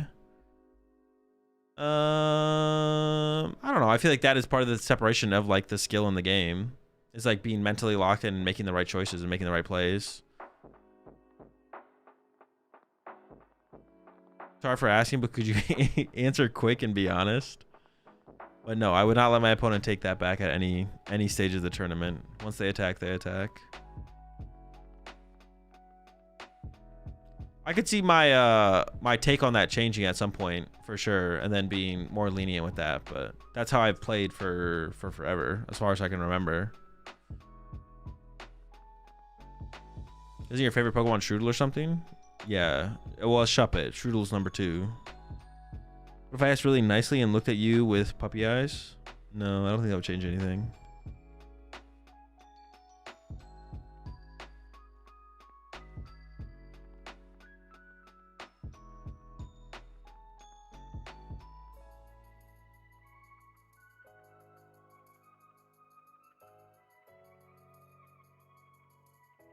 Be honest, you like the questions about future formats, don't you?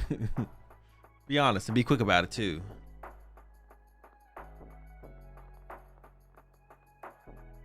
I don't know, I think I feel bad if I feel that way, although I know that part of the skill is understanding the board state and keeping focus.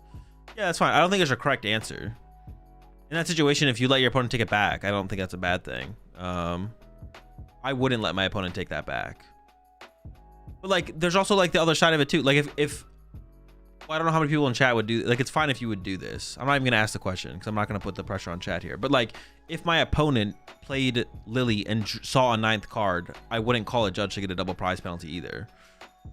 But I know some people would maybe do that, but not do the other thing. Like some people would allow their opponent to attach the energy out of their hand for game. But also if their opponent drew a 9th card off Lily, they might call a judge on their opponent in that situation.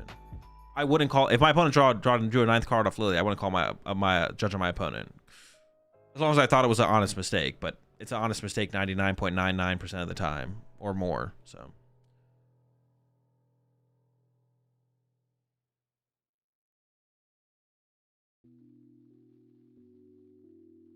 It goes against the spirit of the game, in my opinion, to not allow a takesies backsies in this scenario. On average, the better player with the better deck wins, and they had it in hand, they should win.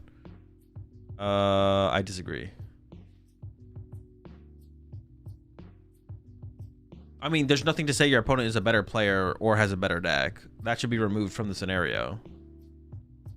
When beating someone has nothing to do with the skill level of the opponent or what deck they're playing. It could, but it also couldn't. What if he declares the attack and you don't let him take it back, but he calls a judge and says he never declared the attack and there was no witnesses? And I don't know, whatever the judge ends up ruling is what the judge ends up ruling, but I would tell them the truth, and then whatever they end up ruling is what they end up ruling. How about the heart of the card? Not even the heart of the cards. There's one card that has a heart.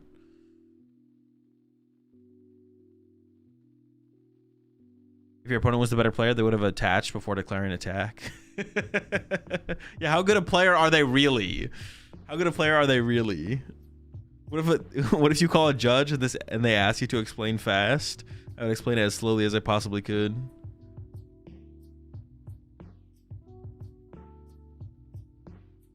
But my idea on a scale of 1 to 10 is lying to judges. 10. What is the weirdest ruling I'm sure you're asking, what is the weirdest ruling I've ever been a part of? I don't know off the top of my head. I think we've seen multiple Zoroark decks in this tournament, and they all have the Dunsparce in it. This is top 8.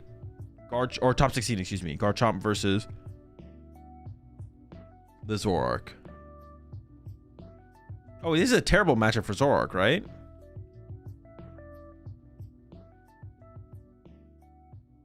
I actually don't even know how you win this as Zoroark.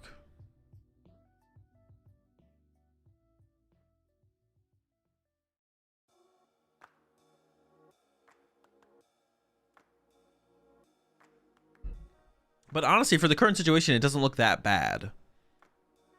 I think it is a bad matchup, but it doesn't look that bad right now.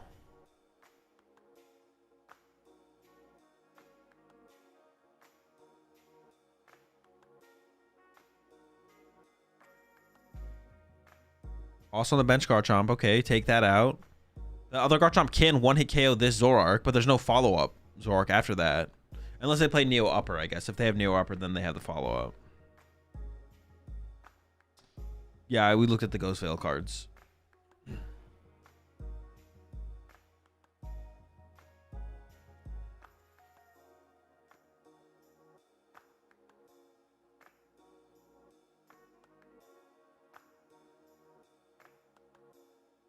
Yeah, I guess Clutch can be a win condition on the Rose Raids, right? I mean, with Neo Upper Energy, they can just win with back-to-back attacks. But if they don't have a Neo Upper Energy, then things are getting a little weird. Pokemon Catcher? Wait a second. Is that cooking? Think about it. Kind of broken.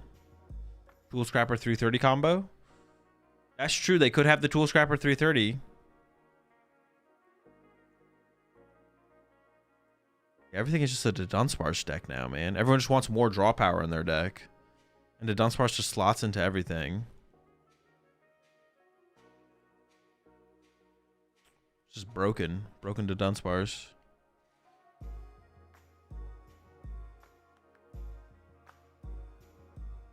Liz not enough, I guess. Yeah, I guess. We need Lilies, the Dunsparce, trade, Recon Directive. What else can we get involved? Serendipity, Cat.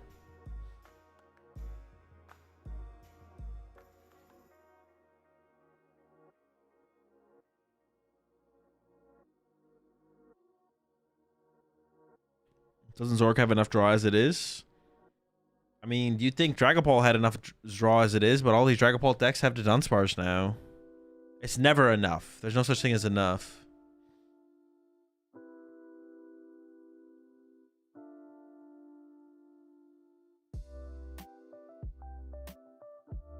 Okay, Force of Vitality. I mean, that just gets another Rose Raid in play if we want it, just to burn the cards out of hand, I guess. Have you ever been in a situation where judges are wrong and you panic because you're right and they don't get it? One time in locals, 3 judges were telling me I can't Night Joker Shred into a Cornerstone.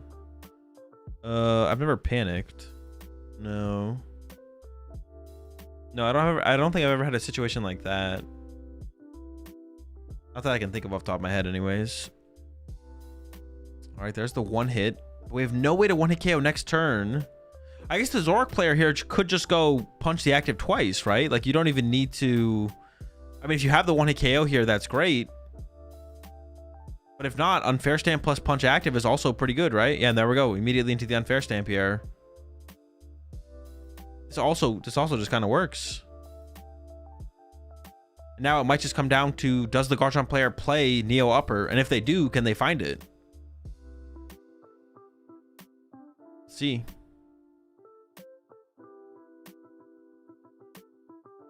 Oh, Spiritomb, good point. I forgot about Spiritomb.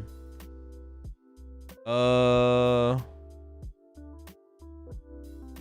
guess you could go boss KO though, right? We do have a boss in the hand here. You could just ignore the Garchomp as well. So that might just be the play here. Trade 2. Couple Ultra Balls.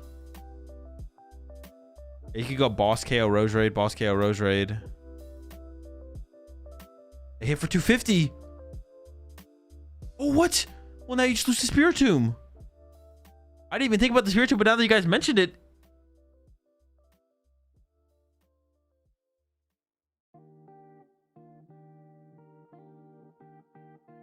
The Shred 70 would have set up the play, right?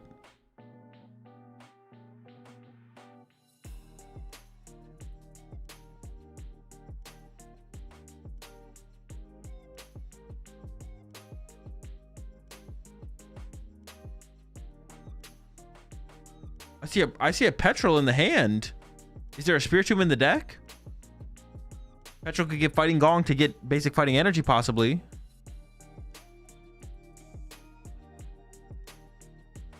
Spiritomb. Oh, I don't see a Spiritomb though. The only thing I see is Roserade. It could be prize or it could be discarded already. Grabs a Roserade. Using the second one now. No Spiritomb. Garchomp and Roserade are the grabs.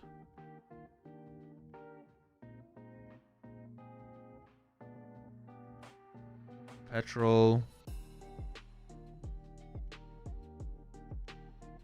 Oh, what is the A spec? Oh, we just got the Fighting Gonk for the fighting, but no Spiritomb. It didn't look like it was in the deck, so it's either in the discard pile, the prize cards, or they don't play it. I know some Garchomp lists don't play the card.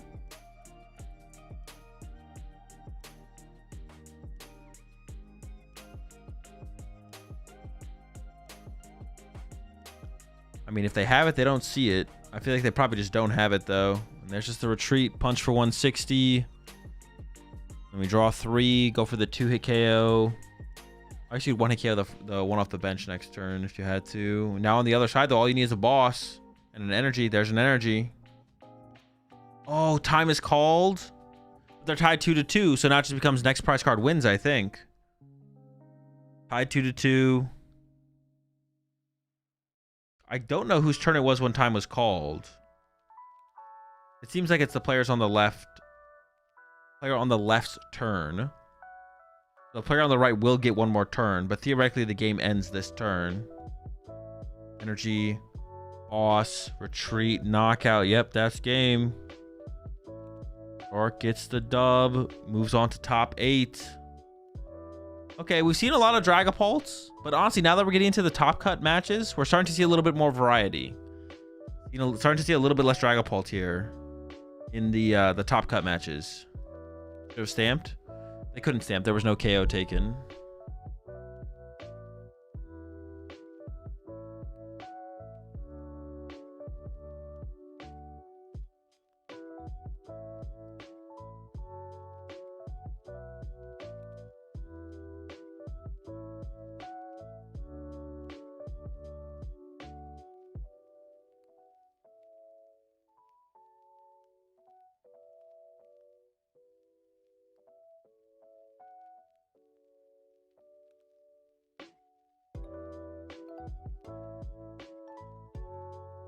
All right, 16 complete. We move on to top 8. I'm feeling a little tired, but I'm not feeling too tired yet. I'm still a little bit awake. I can at least get through top 8. I guess we'll reanalyze after top 8. See where I'm at.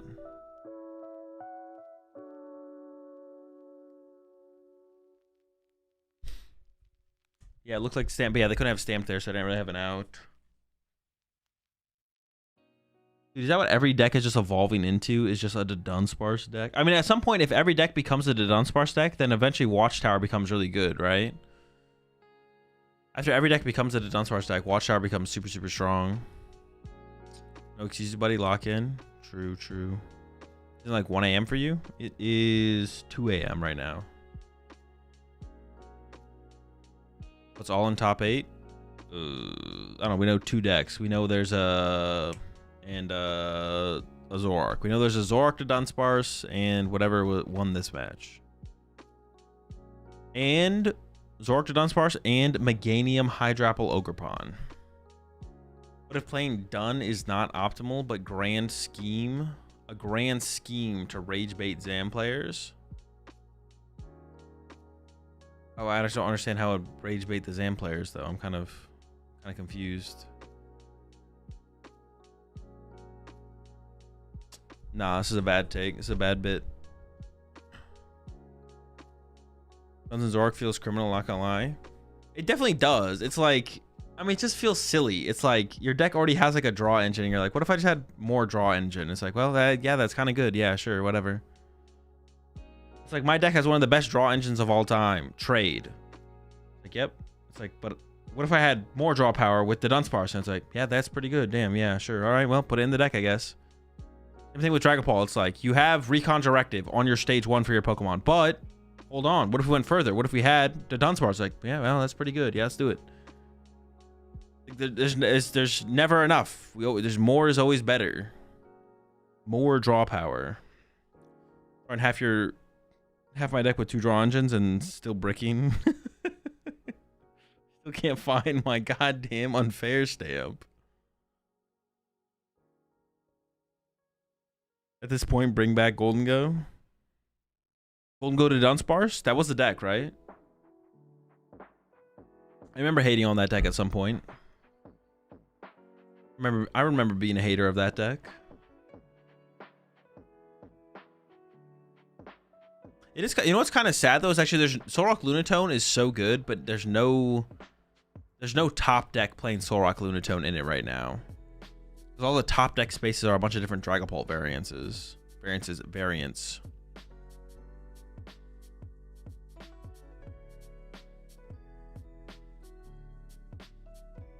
That was a deck for like a month. Was it only a month?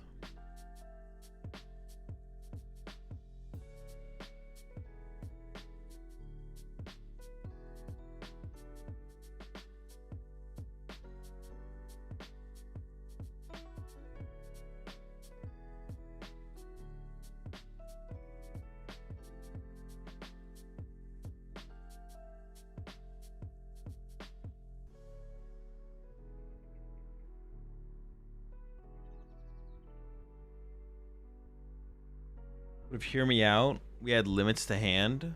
Limits to hand size? Nah. Just need a good hand disruption. And a good balance of like, I don't know. It should be alright. We any new deck? Decks this Champions League? Yeah, I mean the revealed like 2 new decks for us. The full set will be revealed next week. Although all the interesting cards have probably already been revealed at this point. Alakazam just gets Thanos snapped with hand limit. Yeah, I can't do that to the Zam.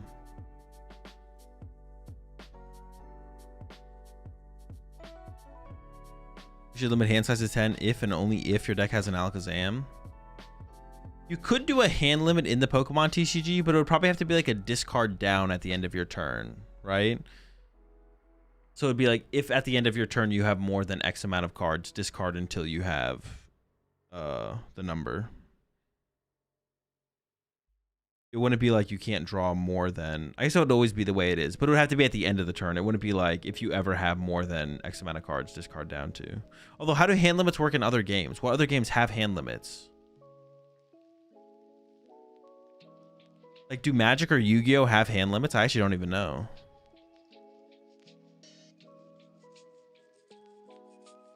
Magic works like that? Oh, what is the hand limit in Magic? 10?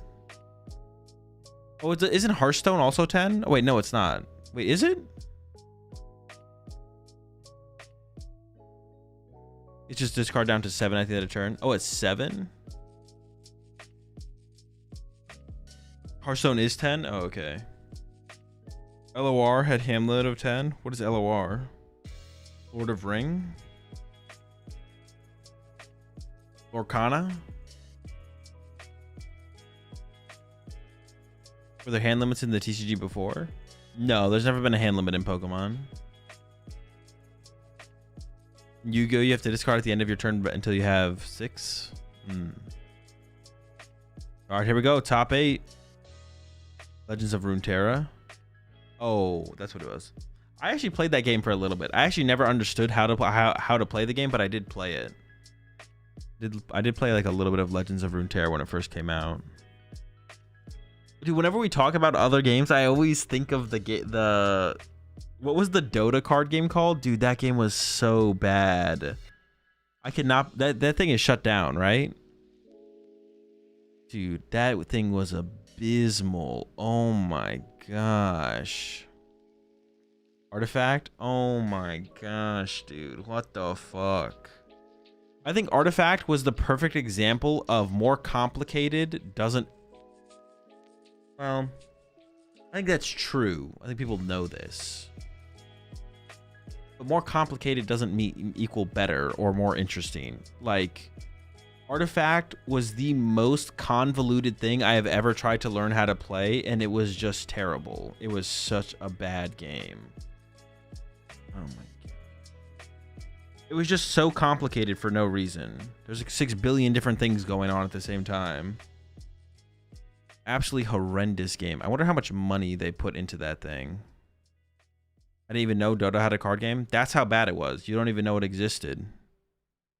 It did exist, though. It did exist. No, I don't really play any other TCGs currently. It was convoluted and had built-in RNG. Yeah, it was absurd. It was just an absurdity.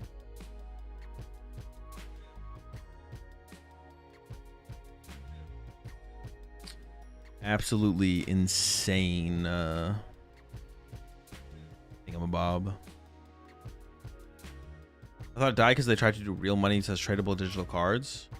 I mean, I don't know why it died in the end. I think they did like an overhaul at some point to try and revive it.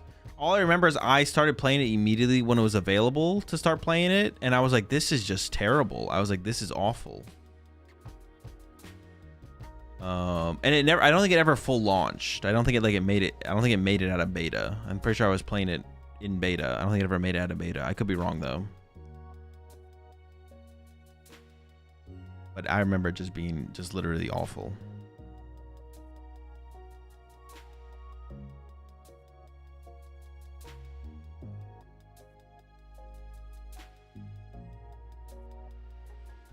My homie needs to make a commander format for PokemonTCG. I mean, couldn't the commander format just be like... I mean, isn't the commander format pretty kind of just basically GLC? Maybe not quite. It's pretty close. All right, here we go. Top 8. Zoroark versus... Yo, Absol, bro? No way. You got Absol out here still? All right, all right.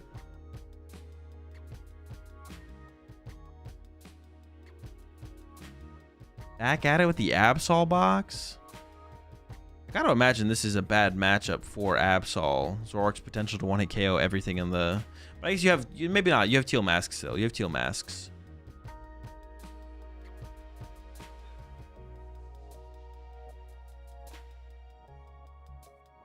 I hope it's the Greninja Absol box. Nah, there's no way it's that. Couldn't be. Couldn't see it. All right, here we go. Zoroark versus Absol box.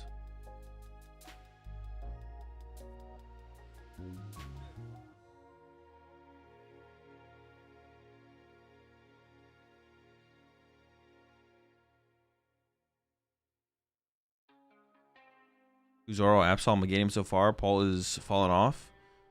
Yeah, what the heck? We have not seen a Pult in a little while now.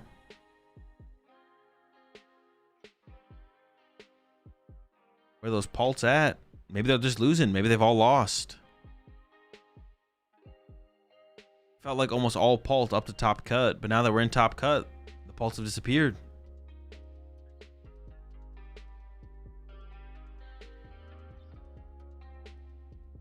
All right, now we can see some Absol slot box versus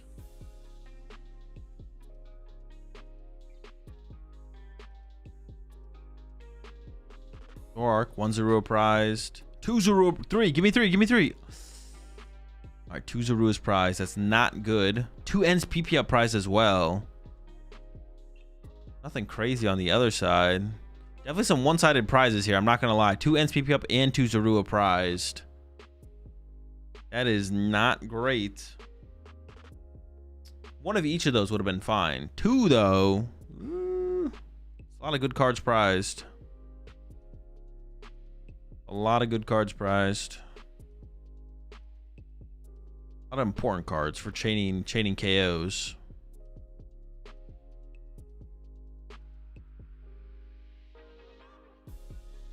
Zekrom versus Monkey Dory in the active here.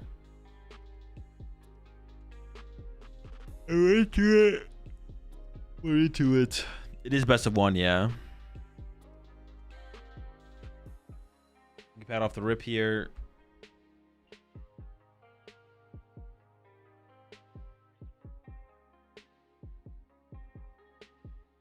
I would actually be curious to know, did we see who won the rock, paper, scissors?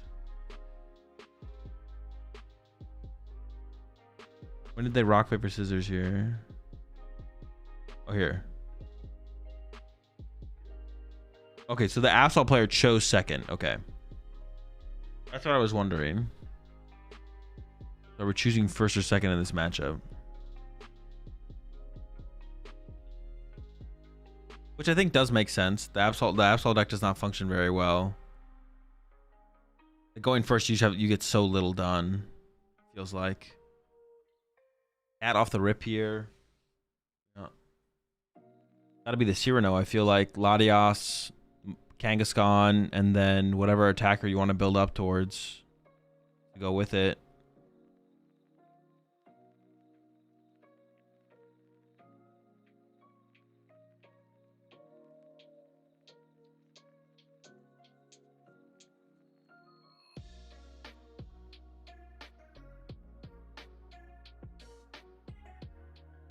Doing a full deck check.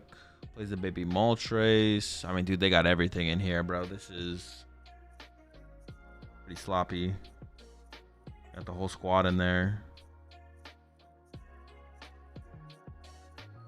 There's Zero, Chi and Pow. You name it, they got it.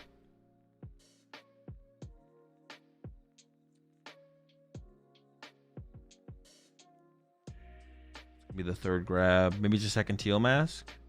Ooh, another cat. Okay. Cat number 2.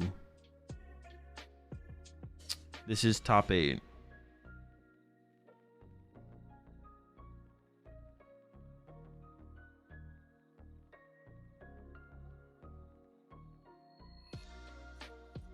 All right, draw 2.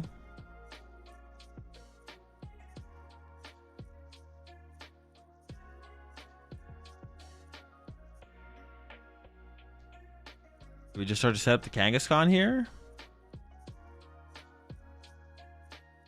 Oh. All right.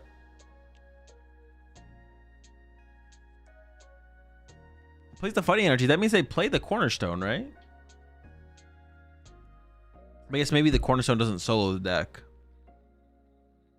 All right, Buddy Poffin here. So get me out for Lily next turn. I mean, I would assume you want to play Crispin next turn so you can start attacking, but... Oh, true. It could be the Passimian, yeah. Dude, this deck literally just has everything. All right, well, this Buddy Poffin's only about to find only one Zorua. That will fully telegraph that over to the opponent now for sure. You definitely would want 2 Zoruas here if they were available.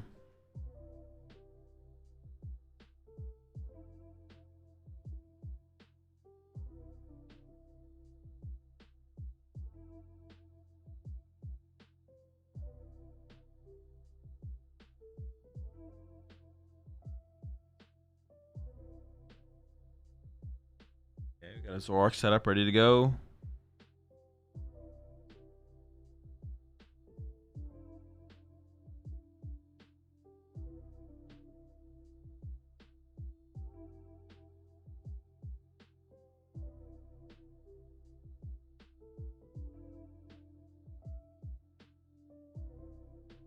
All right, Zoroark is set up. I mean, we could swing this turn. They're just going to pass, though, if we get into the active. So, slow start on the Zoroark side. See what we can get done here on the Kangaskhan side. A Cyrano, a Mimikyu. Cat for Crispin will allow us to swing, though. If we want to get aggressive here, we can go for that. I think it's got to be the Cat for Crispin. Also, KOing the Zekrom here does not seem terrible. And yeah, there's the Crispin getting lined up. We can also Teal Dance this turn to get a Grass Energy developed on the board. Got another Energy in hand, so we can Crispin here for Grass, plus something else to put on the Kangaskhan. And then Teal Dance the Grass into play, attach return out of hand. This is quarterfinals.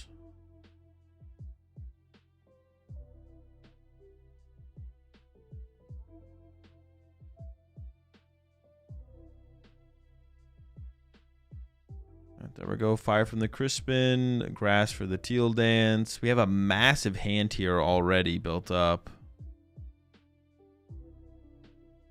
For some reason, I thought they were supposed to draw 2 cards there. I don't know what I'm fucking thinking. I'm tripping. Get Fez established behind the area 0. And yeah, attach return to the active, and we're swinging with the... Wait, have we even seen an Absol? Are we sure there's an Absol? Oh, they got Monkey Doors. They definitely have Dark Energy. Yeah, it's definitely in there. Is it only like 1 Absol, though?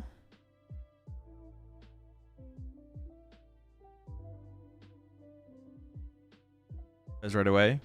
I would assume they're just trying to get cards in play to play around potential unfair stamp here. So play the area 0, play the Fez, just get it all kind of done with. Okay, here's the trade. They could want to KO the active, and there's the unfair stamp actually in the hand already.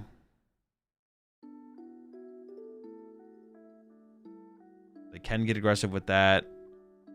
They also still need to take a knockout this turn, though.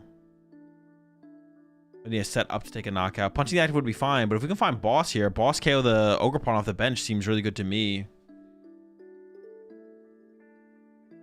Yeah, that seems really, really good. They have a cat in hand. Ideally, you don't want to put the cat in play if you can avoid it, so you can unfair stamp first and only cat if you need to. But honestly, I don't hate the committing. I don't hate committing the cat right now. And yeah, there's the Boss. I'm gonna go for the Fez is a decent target here as well. I think it's probably going to be the Teal Mask. Let's see what they go for.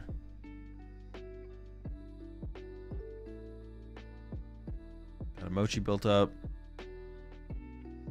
Boss the Teal Mask, yep. And then unfair stamp. And we do have another trade available to us on the other side of this unfair stamp. Things are looking pretty good here for Zoroark, I feel like. Definitely not a bad start. We need a lot to get pieced together on the other side to respond to the Zoroark KO. Unless you just attack with Kangaskhan and hit 2 heads. Or, honestly, Boss KO Zekrom here also wouldn't be bad. 1 Zekrom already KO'd, 1 Night Switcher used. There's really a lot of pressure on the Zekroms in the game so far, to be honest. Chase Zekrom on this next turn wouldn't be terrible. They do play the Reshiram, and they do play 2 Zekrom, and they found all of it right here. Another trade still available. Yeah, Brock seems kind of weak. Could be an out to Fez, though, on a future turn. Well, don't discard the Zekrom, I feel like. I feel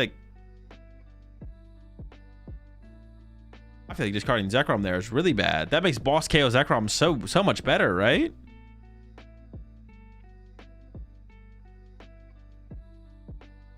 If you're playing unfair stamp, isn't KO Fez better?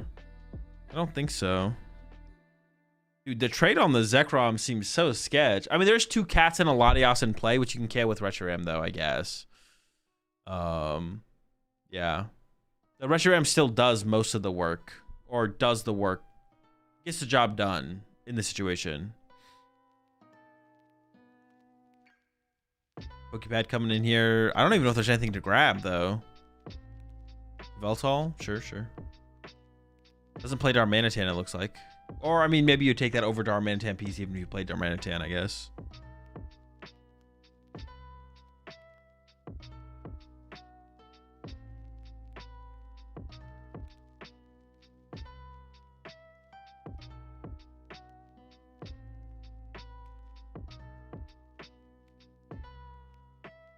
And there we go, Zekrom for the knockout. I mean, for the current board state, it does seem like Boss KO Zekrom would be pretty good. Oh, Area 0 does leave the field, so we do get to discard 1 of the liabilities, but it's just 1. There's still a cat and a Latios in play.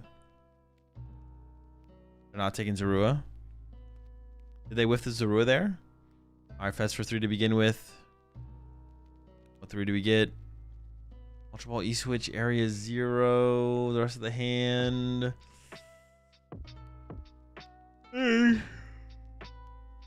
Not great. We need a little bit more here. I'm gonna KO the active. I mean, Ultra Ball for cat. I mean, yikes.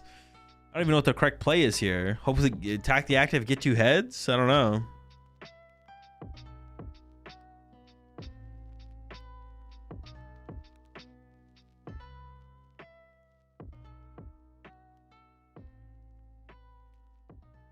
I don't even know what the play is here, to be honest. This just feels terrible. Into the Crispin.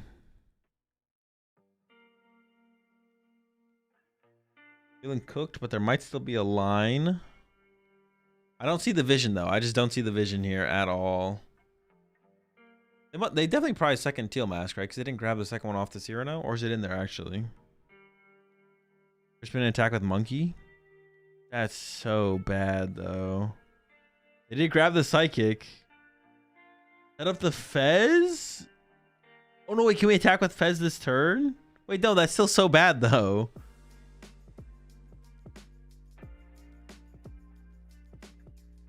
Oh, is there?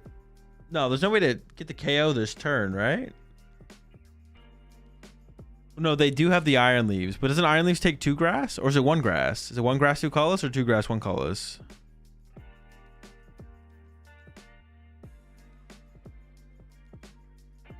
Yeah, there's only 1 grass in play, yeah.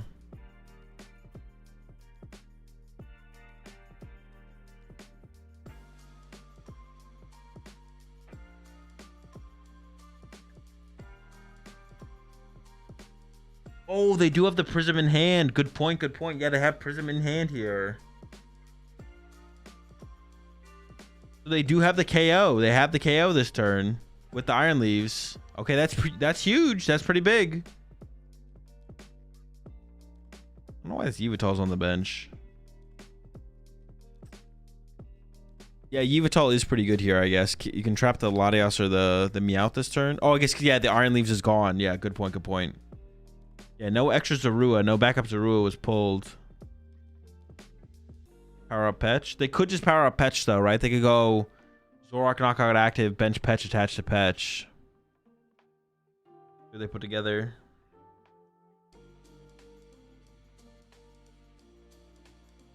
Or boss trap something with Yveltal to set up the Petch on a later turn. That also works.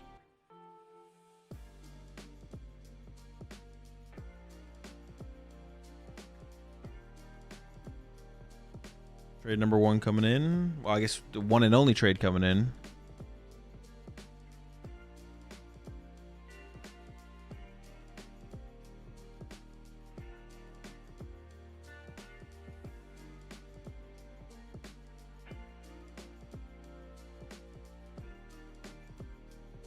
Going in with the Brox.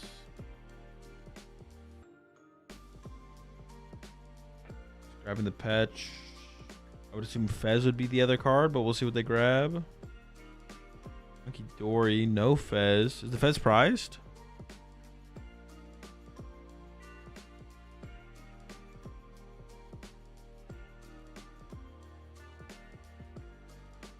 $11 left. Should be plenty of time.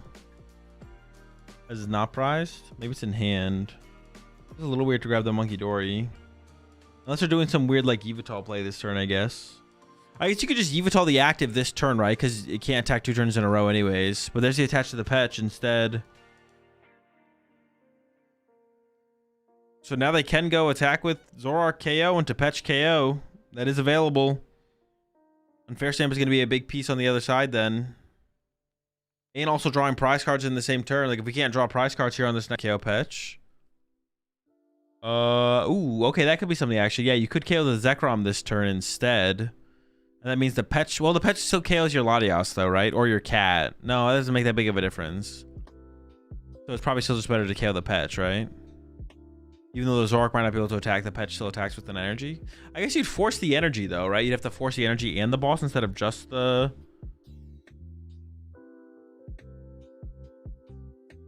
Wait, if we're ciphering here though, we're not bossing, so... Are we gonna cipher for unfair stamp and then cipher for unfair stamp and then hope we hit 2 heads, I guess?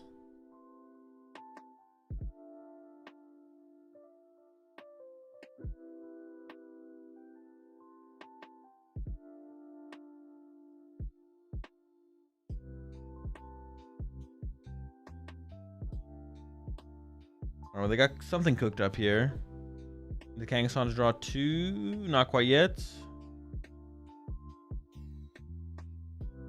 Oh, you can't Kangaskhan. It has to be Fez. Okay, there we go. There's Kangaskhan to draw 2. What are the two? It is Unfair Stamp and Water Pawn. Okay. Simeon comes down. Oh, wait, you don't know. Oh, okay. Oh, do we have like, okay, we're gonna boss here. Ultra Ball for Cat for boss? I was like getting a little bit confused there, I'm not gonna lie, but no, this makes sense.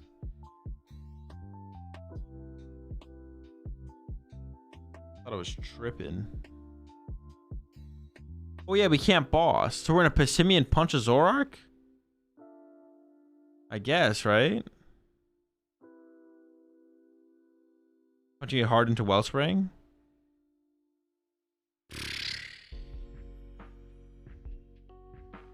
Sure, we can punch it with the Passimian and then Wellspring KO that plus Monkey Dory to win the game. Okay, sure. That's a line technically. Yeah, technically a line, sure.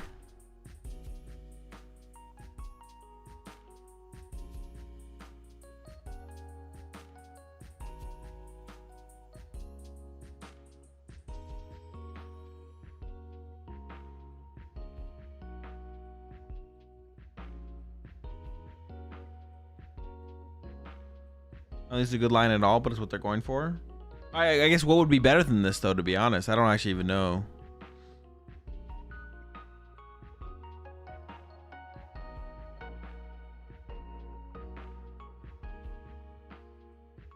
We're playing Hope.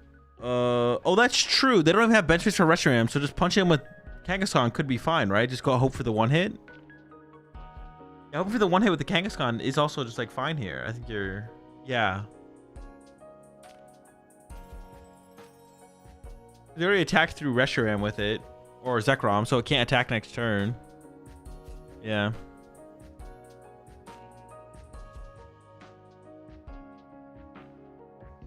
Run off with the Pokepad here. This does give the Zoroark player another turn to play the game as well. Yeah, the more I think about it, the less I like this play for sure. I feel like we should just like hope the one hit happened. Yeah, I feel like we should just attack with Kangaskhan. I feel like you're right. Yeah, save the E-switch. Yeah, there's so many reasons to just hit with Kangaskhan here. And we've also just like, if we are thinking about playing around Scoop Up Cyclone, we've seen the Unfair Stamp, so it's not even like a question of that happening. But it would probably be fine to risk it anyways if we're Unfair Stamping ourselves. All right, there's a trade. Okay. Oh no, that's boss. Yeah, that's game. There we go. Patch up Yveltal to the active, then retreat.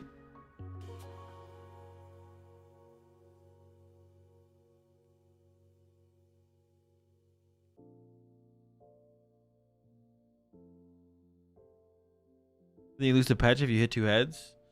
Well, no, you only lose the patch if there's an energy, right? But the trade's gone, so there's no draw power on board. All right, Zoroark gets the dub.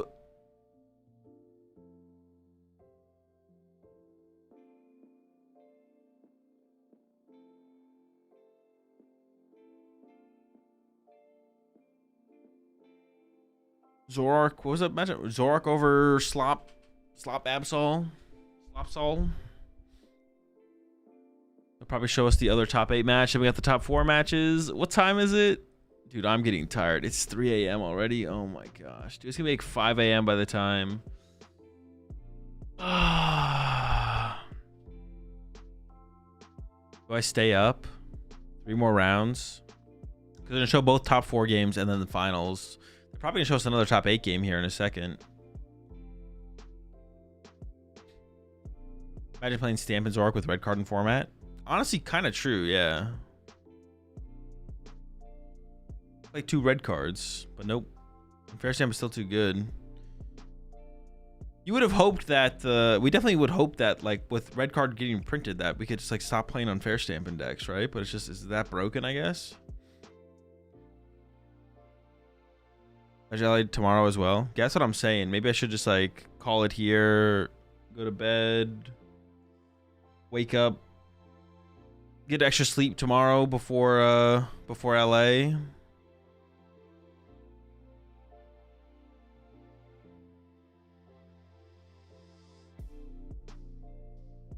Let's see how quickly they get into the top 4 here. If they quickly get into the top 4 here, I'm down, but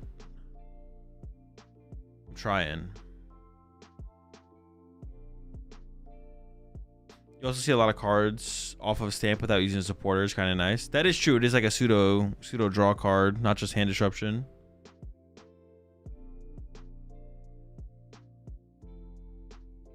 Malaysia is having their top 8 match on stream right now. Let's go over and look at Malaysia. Happened in Malaysia. Some pawnage.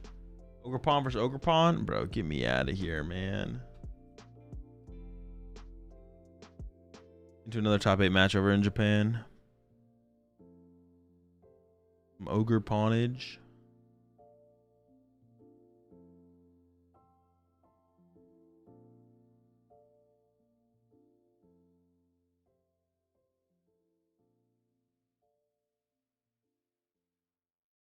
Stream all the way through from now until the finals of LA. No, I'm definitely not doing that. I want to get to bed sooner than later for sure. Oh, we're cutting to the interview. Okay. All right, let's go take a look at Malaysia while they do the interview over here.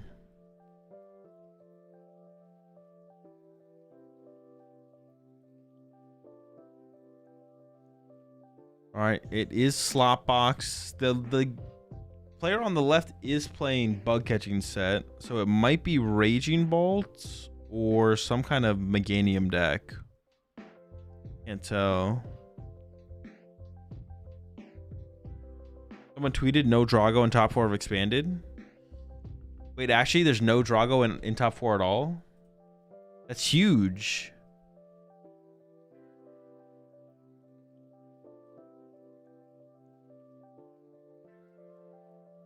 That's insane. That's a dub.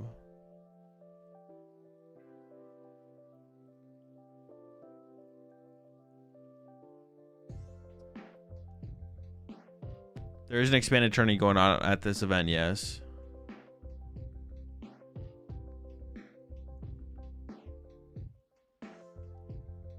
All right, into the Kangaskhan and then pass.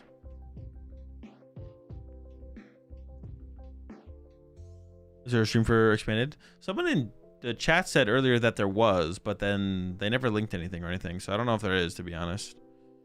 All right, Terra Orb. Oh, is it the Hydrapple deck? It looks like the Hydrapple deck. So maybe I have to give this Hydrapple deck a try, I guess. Is Lugia in top 4? Oh, of expanded.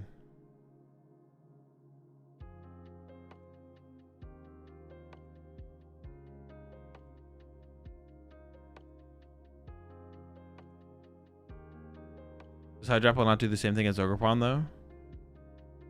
But it's just bigger. It's a bigger Pokemon. So yeah, the difference is the HP basically. Bigger HP, more damage.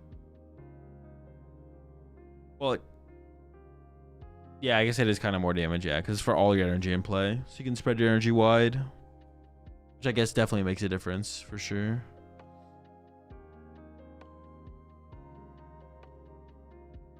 I just want to see what's going on over here.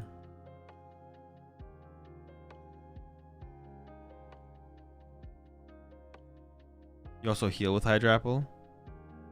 Oh, there's the heal, yeah, which can matter sometimes. True. Against like Phantom Dive specifically. Okay, I mean this Ogerpon, this first Ogerpon's kind of cooking here. Hand check. Into Lily. Okay, we're definitely not KOing the active here. That's not happening.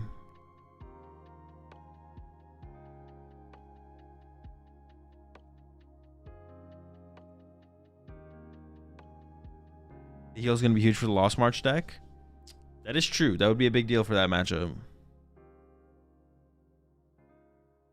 Well, it's not Lost March. What did we say it was? It was going to be March Zone. March Zone. Zone March. It's a mix of Lost Zone and a March deck. Lost March Zone. Zone Lost March.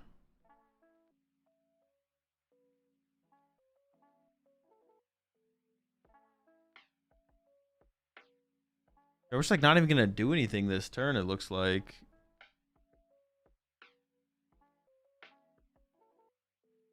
We kind of need to like run. We don't want to leave this Ogerpon in the active here. We kind of have to like run this thing away. I don't think Marchstone is catching on, bud. What'd you say? What'd you call the deck? That's what I thought. What I thought, bud. All right, there we go. Punching for 120.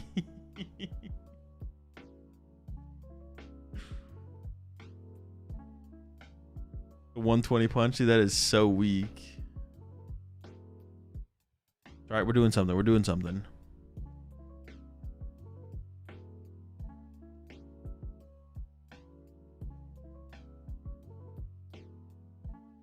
Judge off the rip? That's terrible. Don't ever judge off the rip. Going back over to see what's happening in Japan.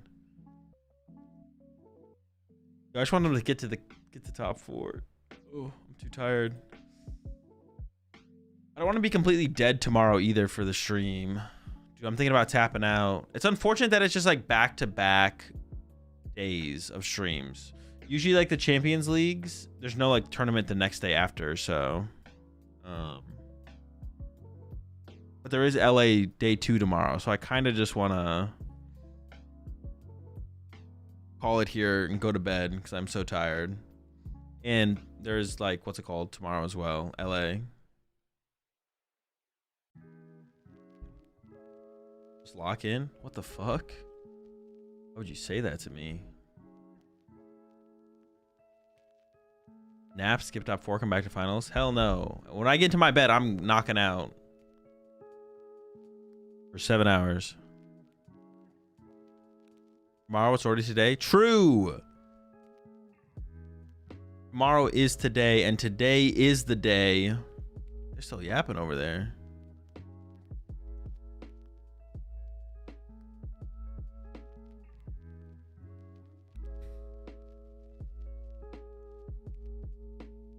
Fairy swing, no KO though, just a punch, and it's got the Lily's Pearl on it.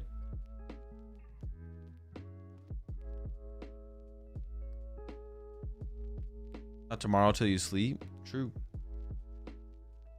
These are all facts. Y'all are spinning some facts here. This is still looking really, really good for the Ogerpon player though. They can KO the active, KO the Kangaskhan, and then KO a 2-prizer to win this 1-2-3.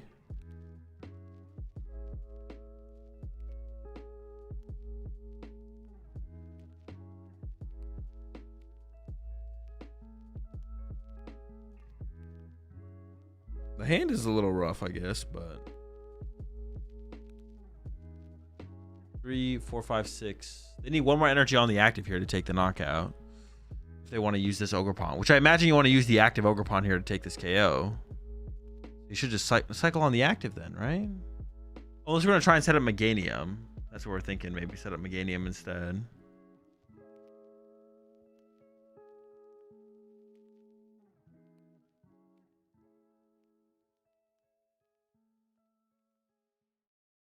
I swear. What's the most lame format you've played? I don't know. Your favorite format is the most lame format. And I'll pull it up on my second monitor so I can keep up with it. All right. Cat into the Lily here. We can pull together off that.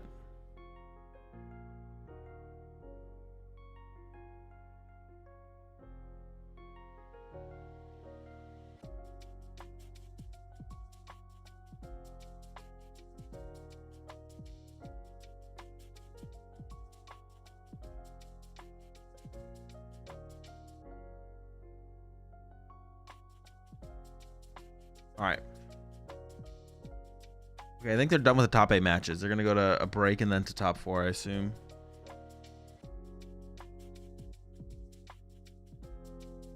Ogerpon grass off the bug catching step, but we still don't KO the active. Well, we actually can KO the active Clefairy, but we have to retreat to the bench Ogerpon. Or no. Now we have the grass for the active Ogerpon because we haven't cycled here yet. Excuse me.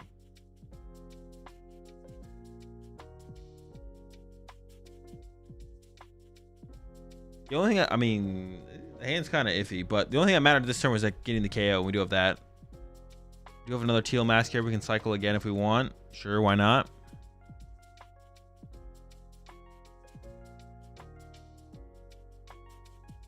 The retreat is weird here. Do we really need to protect the HP of that one that much? I feel like we should just like...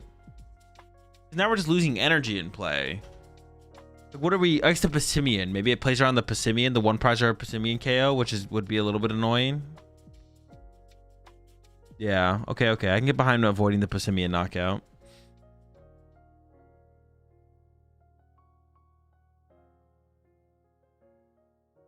Clefairy back in play.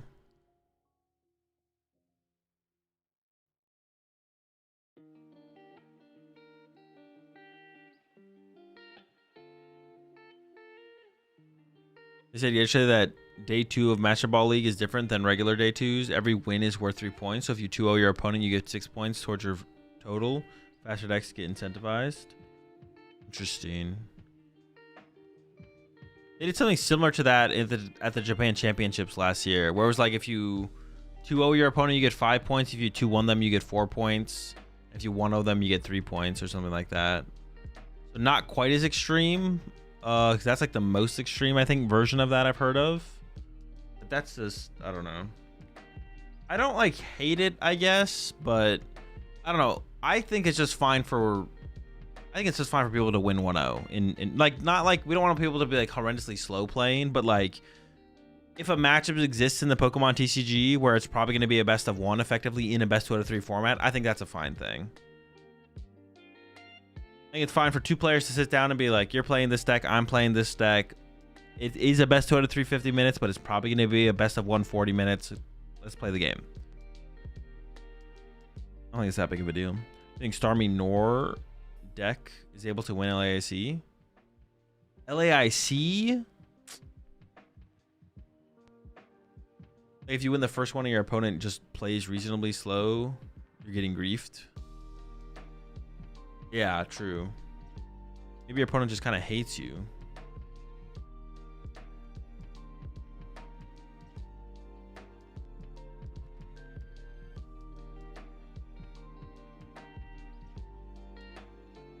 My computer fan is like worrying.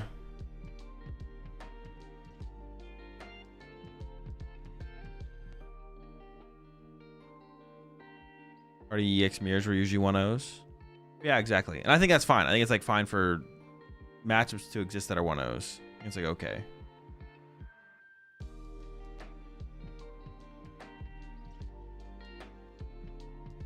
Boss leaked off the top. Are you going to cast the LA Finals? Nope. Bez off the Ultra Ball. We did take a knockout last turn. There's also another Lily's Pearl on the Clefairy here. That is back-to-back 1 prizers, but it would be a pretty big deal to find Area 0 this turn, so this Clefairy actually KOs the Ogerpon this turn. So that's a pretty big deal to draw off the Fez here. Otherwise, we're just punching it again for 200. So we see an Area 0 and a single basic Pokemon. Or we need to attack with Ogerpon, I guess.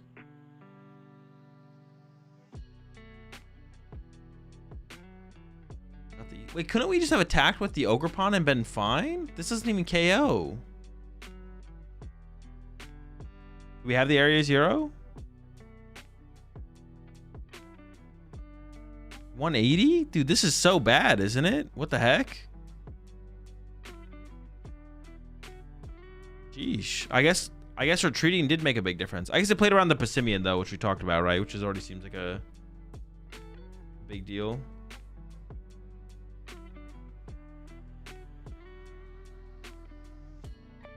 Oh, wait, I have it pulled up on my other screen. I'm just tripping, man.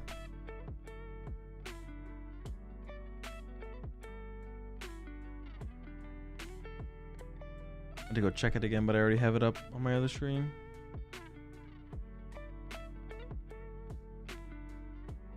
Night Stretcher, Grass Energy recovered.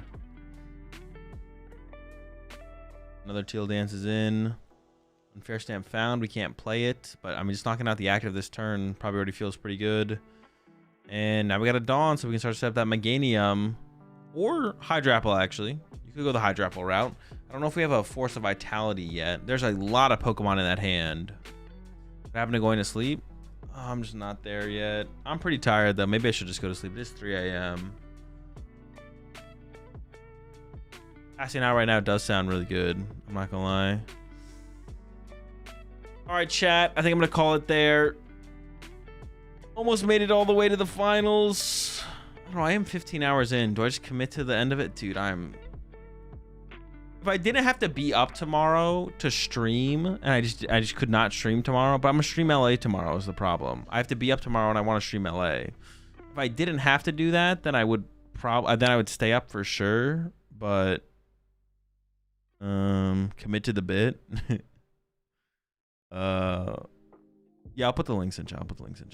Drink more coffee? Well, no, because I want to go to bed soon. I'm at work. I'm going to play day 2 right after. Yo, what's up, Flados? Best of luck. Best of luck at the tournament, though. Fuck, that's a early... What do you work... What are you doing right now?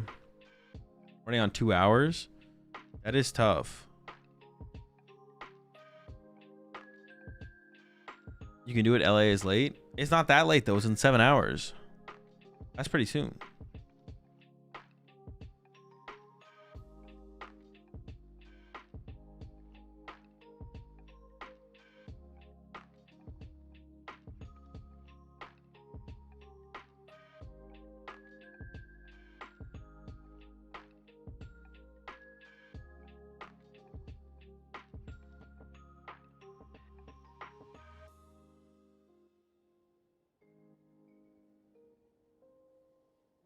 As European hearing is, we'll talk about tomorrow. I think he's gonna stream LA on Monday. Yo, I might, dude. I might do it. I might stream it on Monday instead.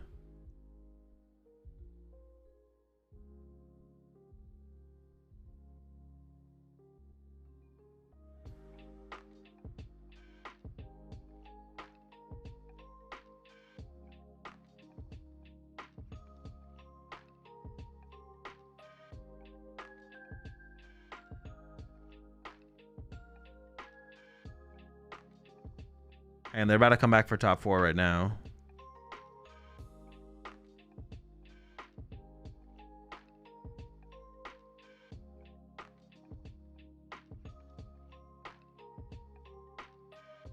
This one is looking pretty cooked. I think Jin is going to win here. I don't even know what play Lee has this turn, but Lee's been struggling big time to pull together any kind of knockout. These ogre pawns just keep rotating on the bench.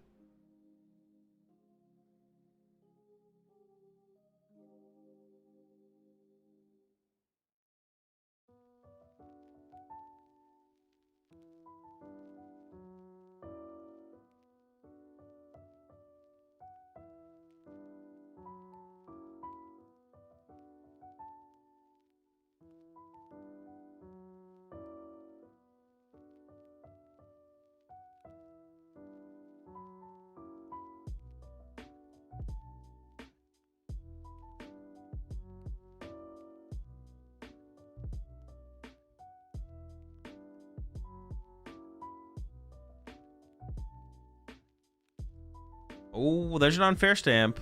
There's still so many attackers set up on the other side, but maybe there's some hope here.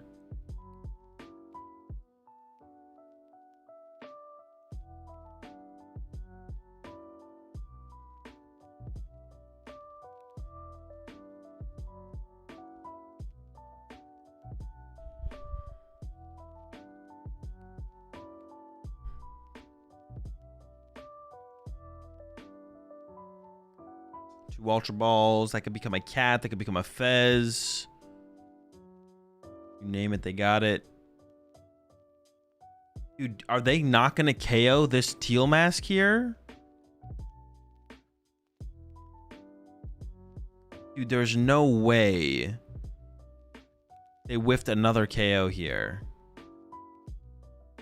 That's insane.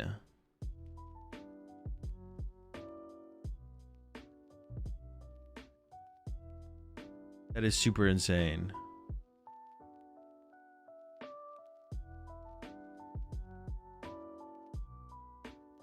Dude, they're gonna punch another ogre pawn, but this time for 200 damage with the Clefairy. Bruh. Yeah, this game is cooked, man. It's cooked. Pack it up.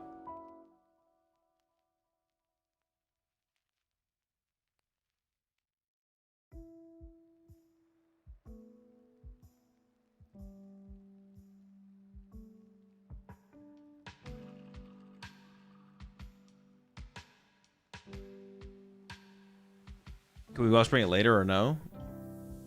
I mean, no, because, yeah, no, it's a Terra Pokemon, so it's protected on the bench. No Wellspringing. All right, here we go. Here we go. We got top 4 starting. This one looks cooked. Jin's going to get the dub. Top 4 going down. We got the Hydrapple versus Alt Dusknoir. 15-0 into top cut. Still hasn't lost since then. Now into the top 4 match.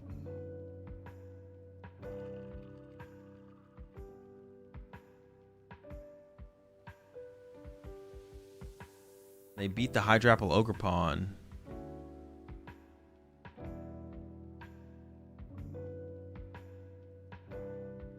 Yeah, 15-0 start. Had a close call in the top cut match we saw him play in as well.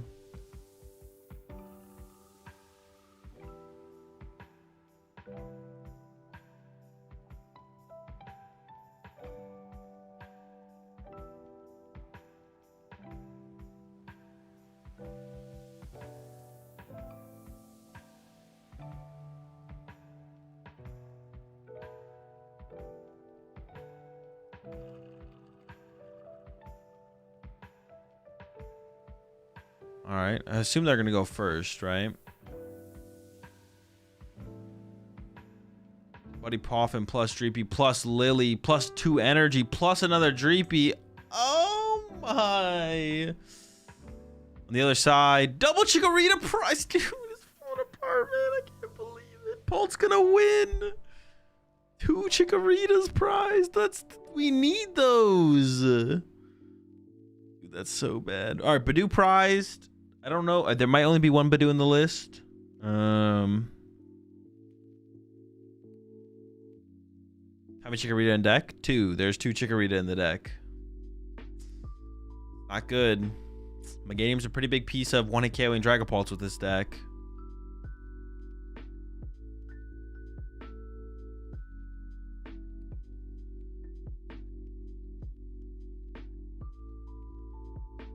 Celebi start again, though. I mean, that's a good start. You're not complaining about the Celebi start, but Buddy Poffin.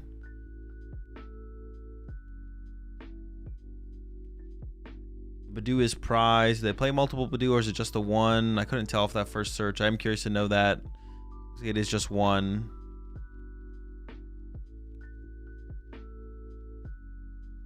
Doing the energy count now.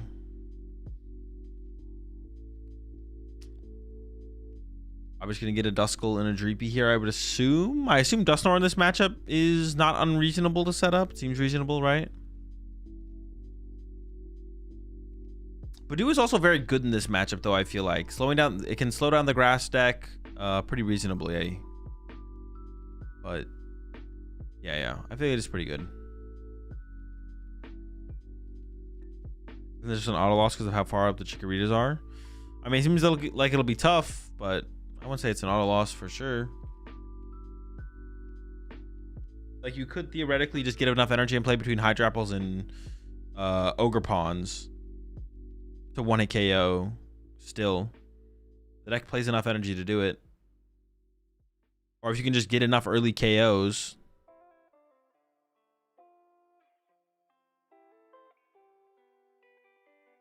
Double Dreepy. Okay, no Duskull. Unless there was one in hand. Oh. I should have known, man. I don't know. We're going to go double Duskull? Maybe just one?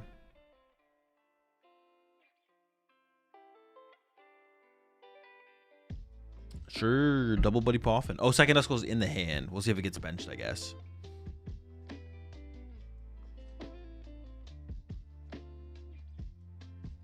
Yeah, it does seem like it is only one Badoo.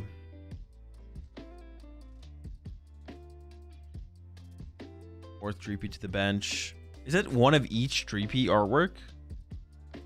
It is, isn't it? Like one Master Ball, one Dragon Symbol, Hollow, one normal, and then one...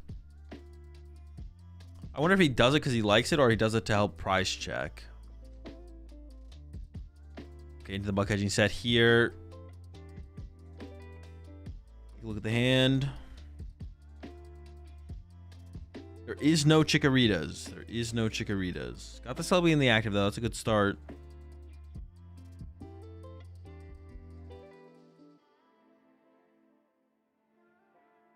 Grass in the Bay Leaf.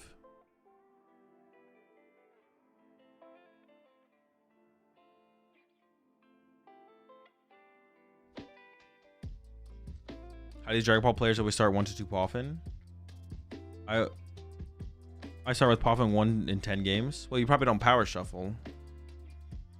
You need to start power shuffling. Got a Pokepet, got an Ultra Ball. Ultra Ball and away the Meganium. Okay, interesting. Grabs the Teal Mask. Maybe there's a read that there's no Badoo gonna happen though because of the 3-3P. Maybe you make a call that no Badoo is coming out next turn. So it becomes less of a deal. Well, discarding is still a little bit awkward. You don't play that much recovery in the deck, do you? Like one Lanazade, one Night Stretcher maybe? Not a ton.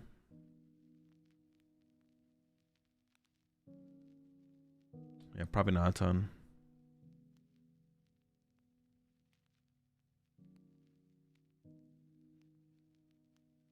That'll be loaded up and then into the Lily. Just like old Mega Absol players drawing Trolley first turn. Very true, very true. We've seen this before.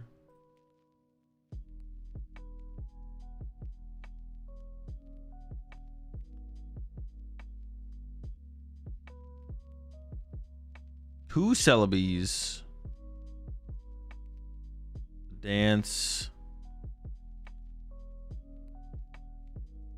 Well, I'm gonna be pretty disappointed on this Celebi use here when we realize there is no Chikorita to work with. I feel like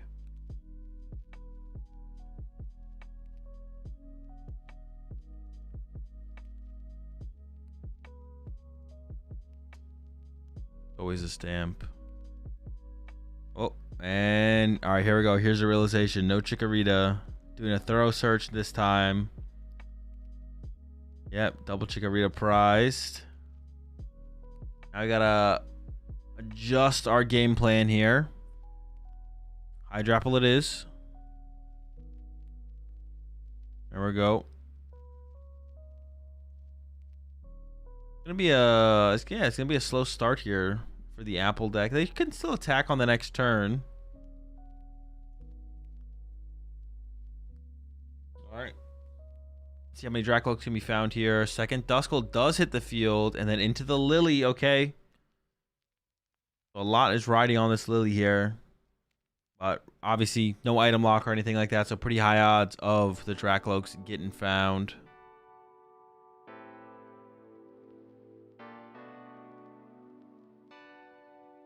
And setting up.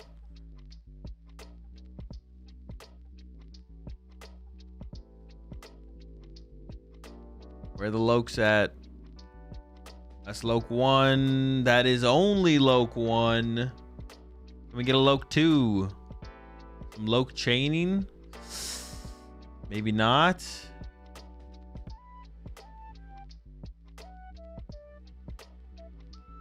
What do we got? Jamming Tower. Do you play Red Candy though? Catches the bench Reapy. Okay, this board state is still pretty good though.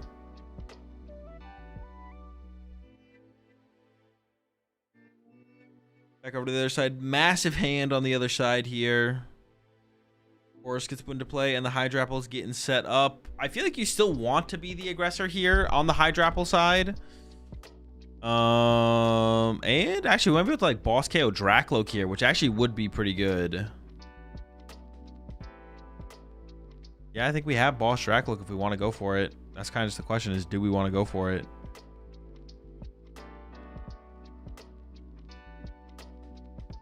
I think we could actually attack with the Hydrapple here, but we're choosing to go with... We would have to burn the Night Stretcher to recover our grass, I guess. Then we go like manual attach plus Hydrapple ability to Hydrapple attack. Thinking about what to I mean, it's got to be the Dracloak every time. I mean, you could think about the Dusclops, but I think it's always Dracloak.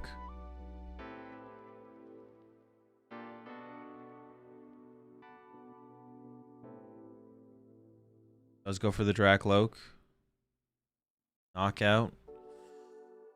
Let's play Candy. Oh, one Candy is prize, though. I mean, I don't know how many Candy are in the deck.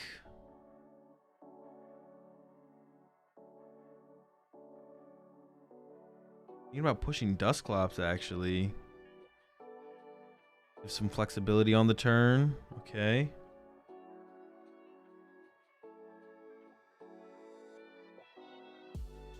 Oh, immediately into the Candy Pulse. That was a top deck, right? I think we top deck Candy there. And the energy. Okay, that's pretty big. Hold up. Pump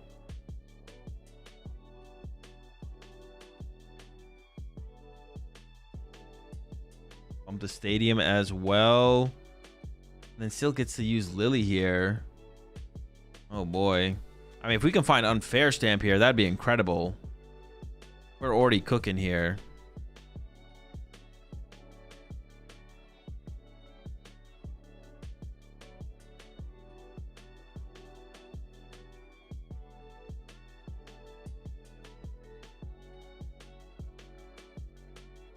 Some more Dracloaks. What do we got?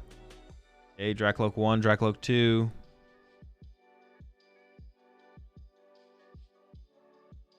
Could get Dusknoir involved here if we wanted to. Looking at the other options remaining. It goes for the Dusknoir. I guess we could pop Dusknoir on the Hydrapple this turn to set it up to get KO'd on the next turn. And then just punch the Ogerpon for 200 and maybe put some damage on the Celebi.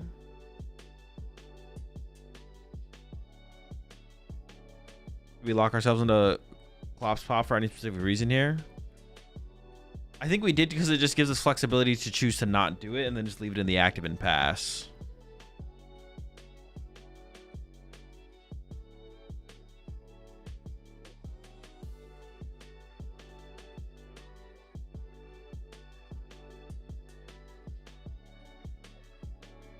No Unfair Stamp. I'm sure that would have been a card we'd want here. Just KO the Ogerpon. And it looks like actually we are just going to go for the Ogerpon KO. We do have a Nitrogen to recover the Dusclops immediately. Was that the Chikorita? That one might have been the Chikorita here. Yeah, then we have Nitrogen for the Dusclops.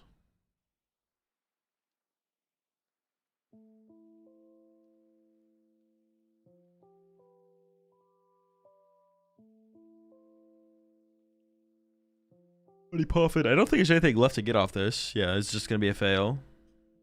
Now the reader's higher up, I think. Even higher? But one of them is in the two middle ones. Oh, that's the second prize given. My bad. I thought it was going to be the third prize given. Oh, yeah, that makes sense.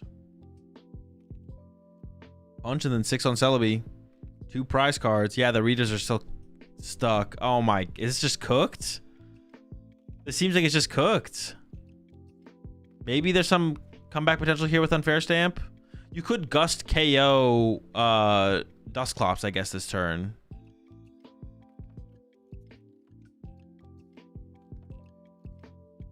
We have like boss Unfair Stamp here, maybe? No boss yet. Gonna start with the Unfair Stamp. Hopefully find the boss, I guess. But it's looking tough. Very, very tough.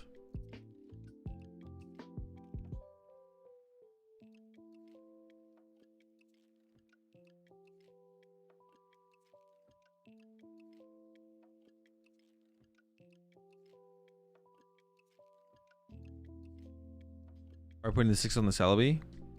This damage on the Hydrapple doesn't matter because we have to 2-hit KO or effectively 1-hit KO with the Dusknoir. The damage on the Celebi can like lead to like maybe a multi-prize turn on like 2 1-prizers. Catching sets. Nothing particularly strong. Grass Energy go with the Teal Mask maybe. And maybe it's just double Grass Energy to be honest. For another Teal Mask. Okay. I guess we haven't played a supporter yet, have we? But I didn't see a boss in the hand, I don't think. Punching the active Dragapult is so bad here. Feels like it's unwinnable for not... If we boss Dusclops, I think we have a chance. If we're punching the active here, it's unwinnable. I guess that's why we have to take this, right? We have to like cycle as much as possible to try and find a boss. And then maybe have enough energy next turn to take a one-hit KO, but there's a forest. We're just gonna Lily here, though. Yeah. Not looking good. Swing with Celebi. Hard treating the active here is like so bad now. Maybe we could have pushed Celebi, honestly. We maybe could have pushed Celebi to begin with.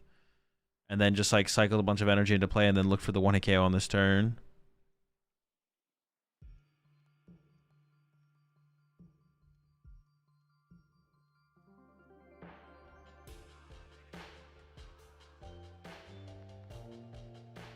Got 6. There's Fez. Fez for 3.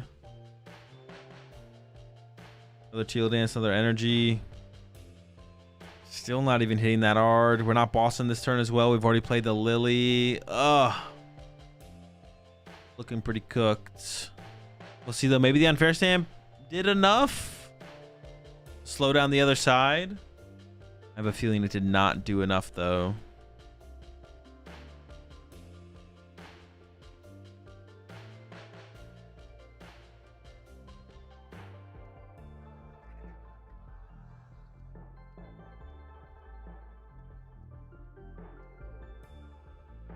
Yeah, no more energy cycling left. We can do it with the Teal Mask in hand if we want, but...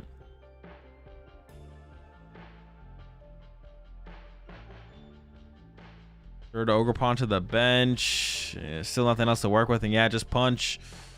180, right?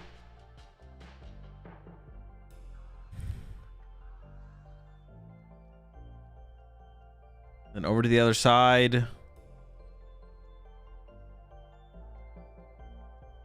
Crispin seems pretty good here. It goes for the Watchtower. Crispin does seem really good this turn.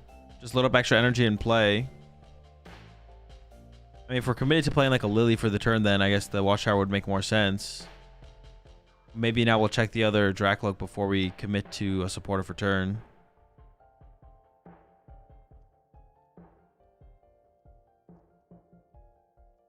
Dawn and Unfair. Unfair will be pretty good on the following turn. Dawn this turn could find us Monkey Dory. Could find us the Dusknoir so we can just KO the active. Could find like Fez as well for the following turn to draw into whatever we need.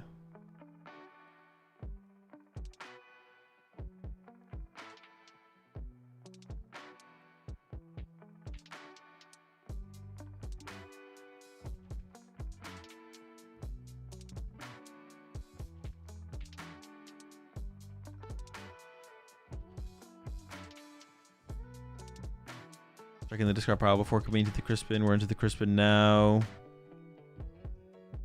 What if there's a Monkey Dory in hand?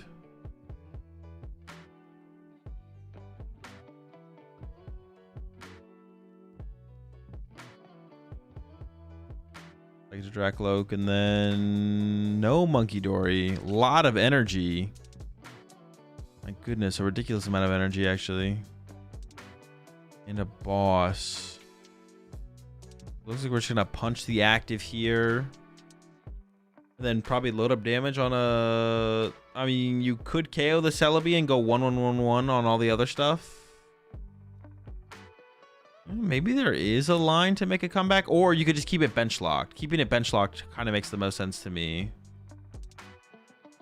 Keeping things bench locked. And then I guess next turn you can go punch active plus KO Fez, right? Because you can snipe the Fez off the bench with Dusknoir. So yeah, just keep it bench locked. And then just go for a 4-prize turn next turn.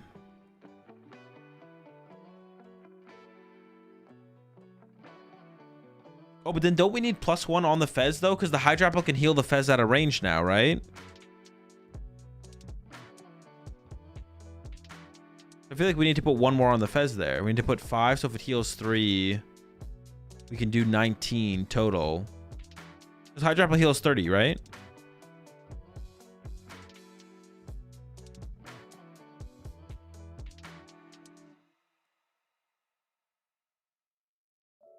Yeah, so we should have put 5 on the Fez, I think then. I'm pretty sure.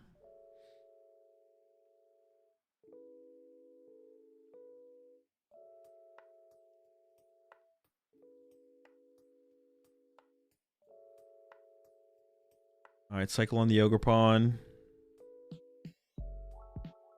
Naplin. There's that heal on the Fez.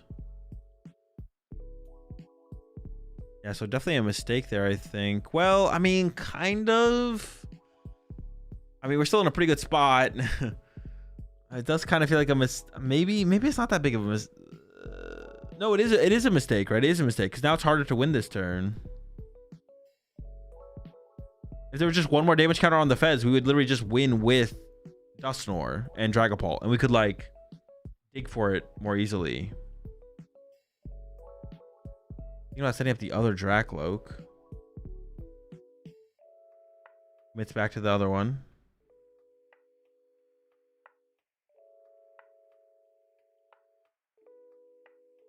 Now you can boss KO and Fez nor Apple. Well, yeah, but that's available no matter what. You didn't need that damage spread like that to be able to have that play available. We got boss. We got unfair stamp. I mean, now we just commit to boss into unfair stamp, right?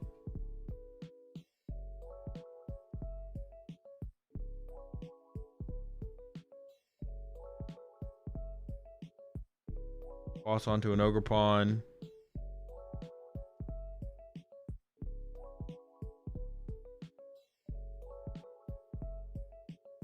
Into the unfair stamp.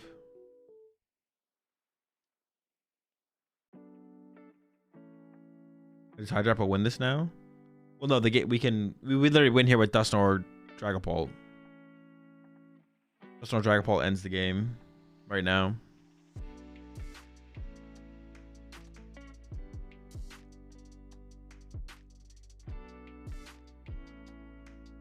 Five off the stamp. What do we got? There's Pokepad. Pokepad Ultra Ball. That's it.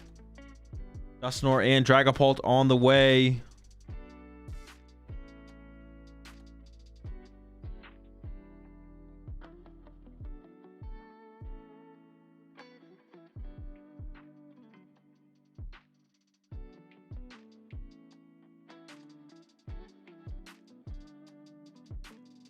Knockout, get 2, and then evolve. Knockout. On to the finals. Another finals. He didn't win the last Champions League, but he won the one before that. Can we get 2 Champions League dubs in a single year? That's insane. That is actually insane to win 2 of these things. Honestly, making the finals twice is insane.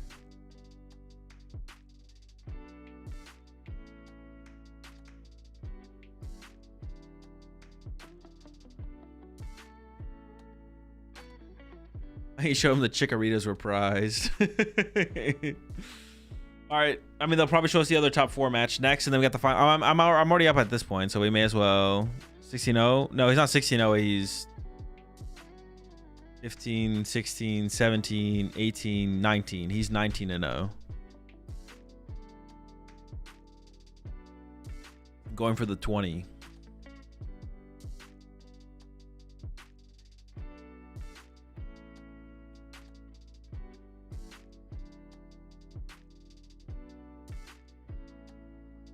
That has to be a first. I assume so. I assume it's got to be a first, but I don't know for sure. I don't know the history of all the Champions Leagues. 3 a.m. snack. Yeah, I need to go get a snack here in a second. I'm going to wait to see if they go to the second top 4 match first, though.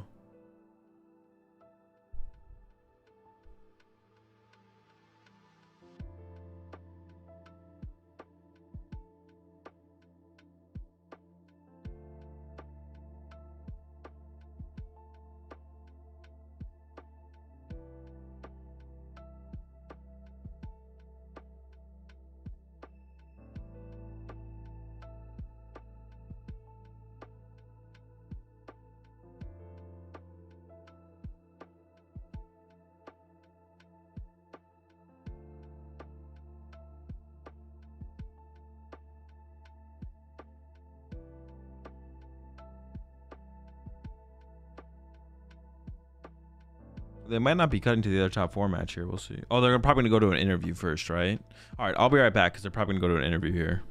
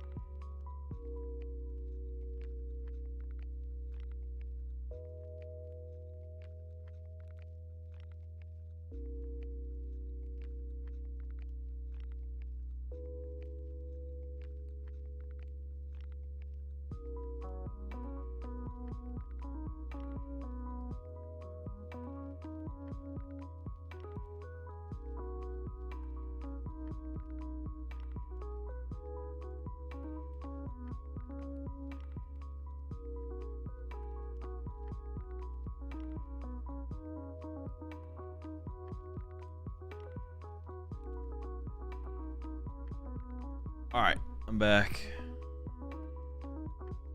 I got a granola bar or something and a sugar-free chocolate pudding cup.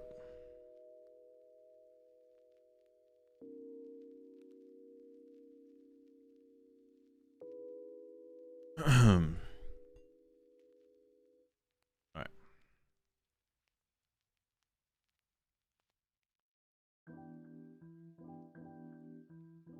Is it Polton or Mirror Finals? I don't think we know what the other deck in finals is.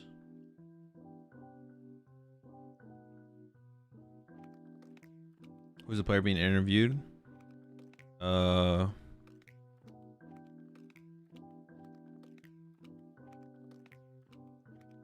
Sanosuke. World's finalist 2020.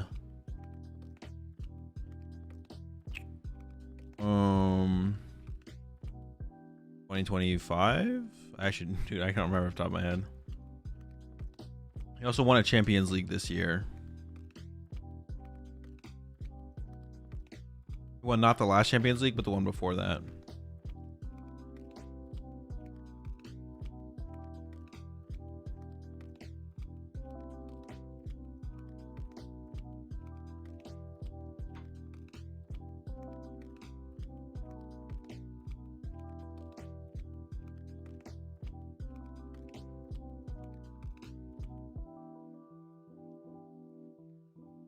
Was that Champions League with the Mega Kang Absol deck?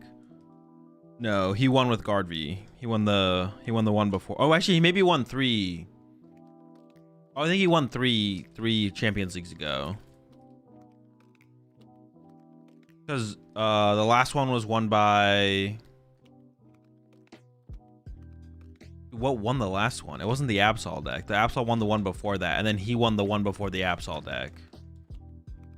Wait, is that true? I think it's true, yeah. Oh yeah, Zam won. So Zam won the last one. Absol won the one before that, and then he won the one before that with Guardy.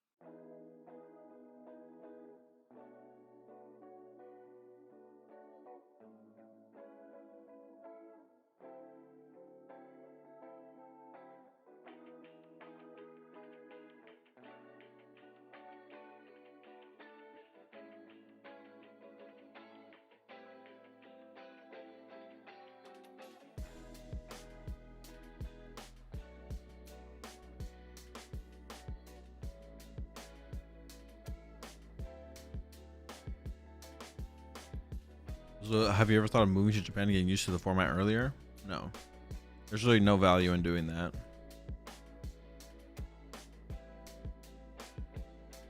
The value would be to go and play in Japan. Which does sound cool. And I am going to try and play in a Champions League next season. But there's zero value in getting used to the format earlier. It's not really a thing. It's like very marginal returns on the investment. All right, we could peep Isn't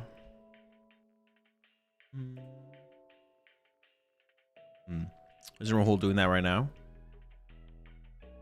Well, I think he's going over there because it's cool to go over, live in Japan for a little while and play Pokemon in Japan. I think it has that much to do with trying to get like get more comfortable with the format earlier on. That advantage just doesn't really exist. It does exist to a degree, but not really.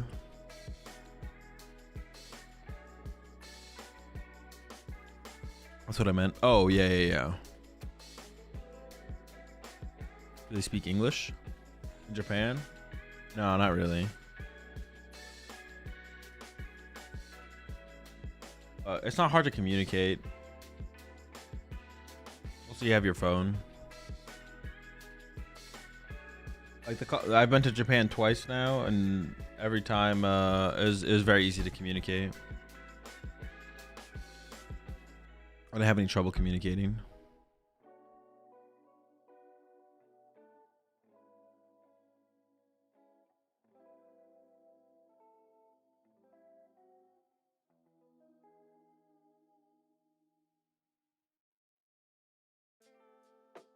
All right, well they might show us the second top 4 match, or we might just go straight to the finals. Honestly, I'm down to go straight to the finals. I am a little tired and it's almost 4 a.m., but besides that. So have you seen the new cards? Do you think I would be staying up 15.5 hours watching the Champions League stream live the whole time, and I wouldn't have seen the new cards? I haven't seen the new cards. What do you think I'm doing here? What do you think I'm doing? What kind of what is the word? What kind of what is the fucking word I'm thinking of? What kind of blank do you think I'm running here? What kind of production? Not production though, it's like a different word. Is it production? Is that the word I'm thinking of? What kind of production do you think I'm running here? Are you kidding me? Crazy, is there even any innovation in that format? I thought Regidrago just dominated and every new card added is just to buff Drago. Apparently not this time around. I am curious to see what did well in the expanded tournament. Hey, you never know. No, we do know. I know, and everyone else knows. You're the only one who doesn't know. You never know. Operation? Oh, operation, yeah. What kind of operation do you think I'm running here? All right, top 4, number 2. Ooh, we're already 10 minutes in, though. You love to see that. Zoroark versus Dragapult.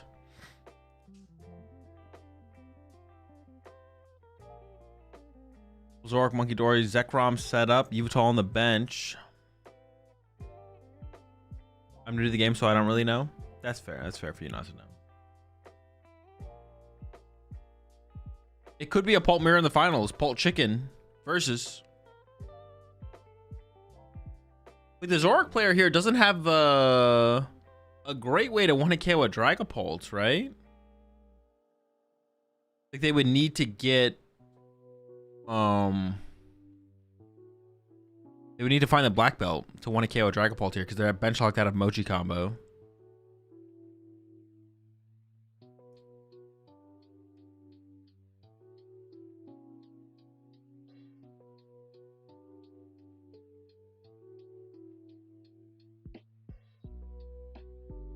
I want the Pult Mirror just because I want Pult Blaziken to get bodied. Well, it still made the finals, I guess. Doesn't really prove anything.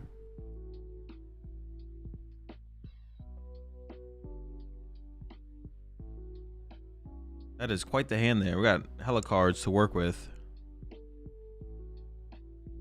Is Zoro playing Scoop Up? This one, no. They are playing Unfair Stamp.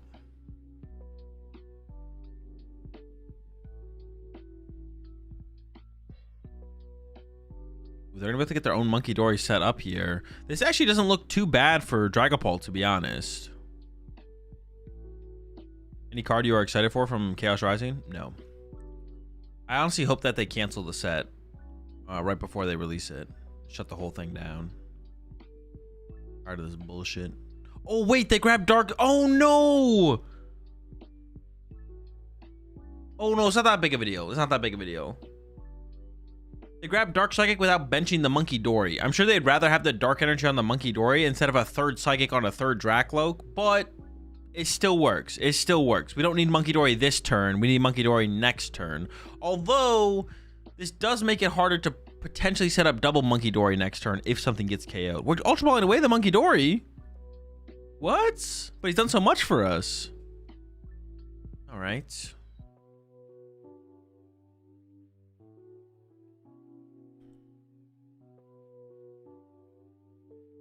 Or he was going to do so much for us. Yeah, still a very close game here. I feel like setting up that Munkidori was pretty good, though. I don't know. I don't know. Seems good. Here we go. Ult swinging. I mean, do we just dump 6 on a Zoroark? I feel like we just dumped 6 on a Zoroark here. I feel like we don't want to take a knockout. We don't want to leave. We don't want to open up bench space for Petch Mochi, right? Mochi Petch. Yeah, just a 6 dump. All right. Is this Orc player playing the Dunsparce? I don't believe so, no.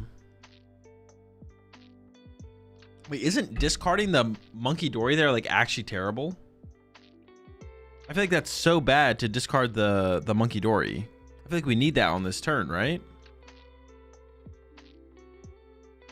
So I'm missing something. I feel like it's a pretty terrible discard there.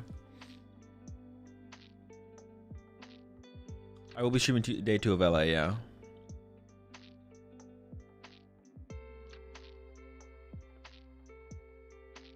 Maybe you just cheat here as the Zoroark player and bench the second Munkidori and hope no one notices. That'd be pretty good. Pretty good play.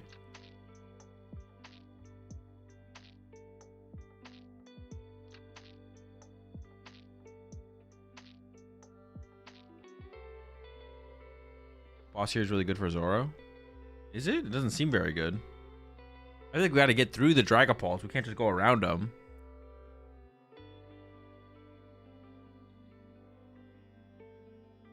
Like, we have 5 prize cards left. We can pick up an extra prize card on the Badoo at some point, but that's just like... We have to go through Dragapult at some point, it feels like. I think we should just start now. Save our boss for late game.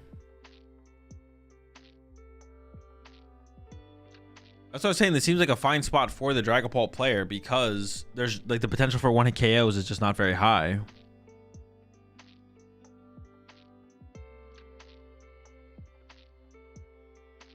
If we go boss plus take up a dude, we get a bench space for poison combo next turn. Well, no, because the Dragapult player can also just boss. Dragapult player can just boss up the Zoroark that you attach to and then punch that one and spread 6 to the Zoroark again and just make things awkward. I guess if you boss the Dracloak, it's less likely you get bossed though. So I guess that would be that would be the reason to make the play happen.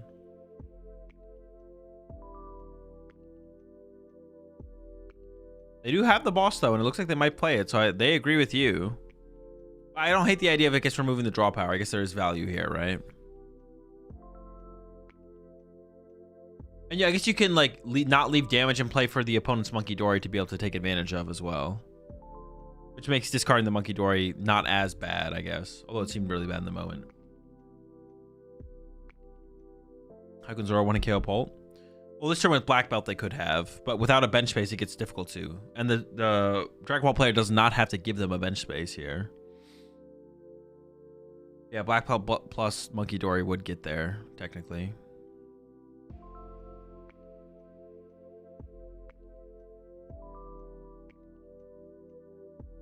There's also only 8 minutes left. There's like not that much time remaining here. Ooh, Unfair Sam's pretty good though. We have a boss to combo with it. Looks like the answer is no. And they got this Jamming Tower in hand. I really wish it was just a Monkey Dory instead. Using Night Stretcher here on the Monkey Dory feels so much worse. There's the Jamming Tower put into play. Then into the Unfair Sam. Not even going to play the Night Stretcher yet. I think we do want a boss here, though. I think we want to avoid taking knockouts. If we can. That's the ideal situation is don't take KOs quite yet. Wait as long as we possibly can. Try and go for like a board wipe play.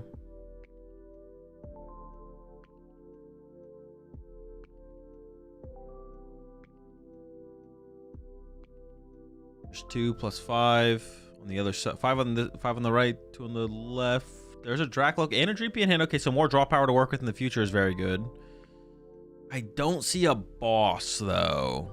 Are we really about to punch this Zoroark? This feels so bad. Maybe they... dude, it feels so bad to punch this Zoroark here. Well, we did combo with Unfair Stamp. So I guess it feels less bad because we Unfair Stamped as well.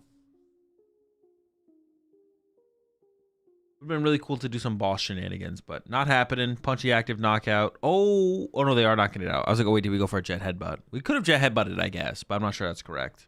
That might be a little bit too slow. We're not doing that much less damage if we did Jet Headbutt, though. No, yeah, it's probably correct. Just I'm not sure, actually. Not sure about that. All right, because now on the other side, double Monkey Dory is possible, which is scary. Mochi is possible. There's a lot of things that are scary here now. Well, I wonder if they play 2 Monkey Dory, to be honest. They play 1. They did just get Unfair Stamp, though, so if they can actually get to any of these big plays. Trade number 1 becomes trade number 2. Gives up the special red card. Isn't Jet Headbutt short of KO by 1? Yeah, that's the point, though. Because then we don't open up bench space. Then next turn we can boss a Zoroark that we can punch with Phantom Dive and then not KO it, spread more damage, repeat process until we can like board wipe all 3 Zoroarks or something. But that might be a little bit too slow.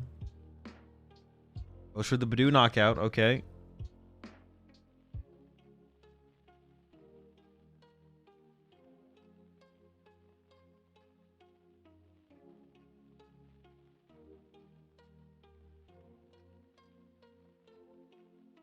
Zoro players played Armanitan? Sometimes. I don't think this build does, though. Alright, got the Zoroark. We got the Mochi. I mean, if we have Petch, that's knockout here, actually. With the... Oh, no, because we already Monkey Dory to the Badoo. It's not knockout. So here we want to boss the Dracloak.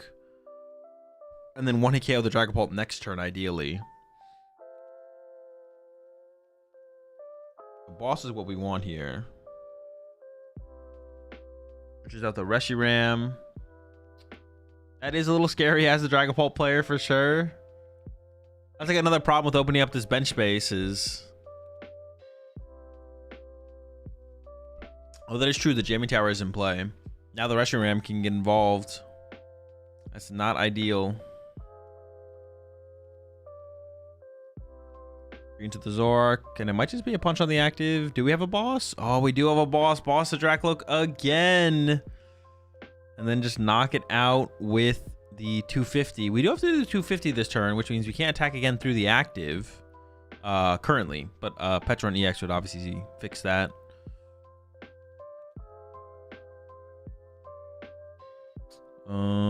Yeah. Unfair Stamp's already been played from the Dragapult player. It might be Zoroark versus Poltnor in the finals here.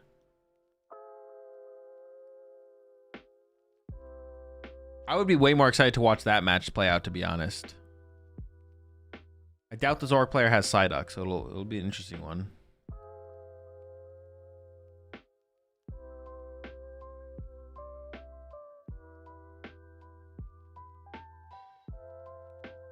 Is this a favorable matchup for Zoroark?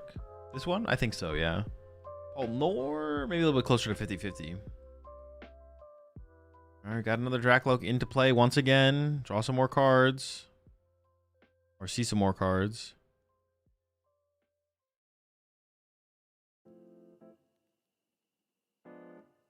Special red card's not bad. Little hand disruption there.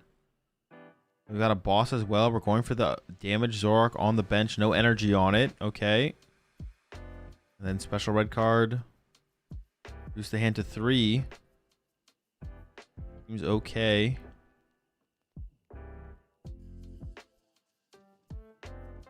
Oh, maybe not. Maybe he's just going to attack and save the special red card here. Yeah, he's just going to save it. Punch for 200. I assume it just has to be 6 to the bench Zoroark, right? Is there anything else? There's nowhere else to put the damage. I think it's just 6 on Zoroark. They're giving it some thought here, though. They're giving this some real thought.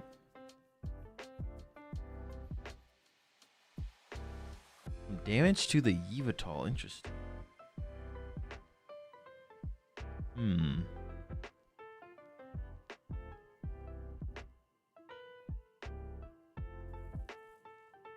Four prize cards left. Oh, can we win next turn by going like KO Monkey Dory, KO Zoroark, KO Yveltal or something? Maybe that is possible, yeah. Nitrous are coming out here. What do we got? The Petchi. I mean, that's his game, right? Petchi X comes down. Oh, no. Jamming Tower's still in play. Hold up. Jamming Tower's still in play. We need a stadium. We need a stadium.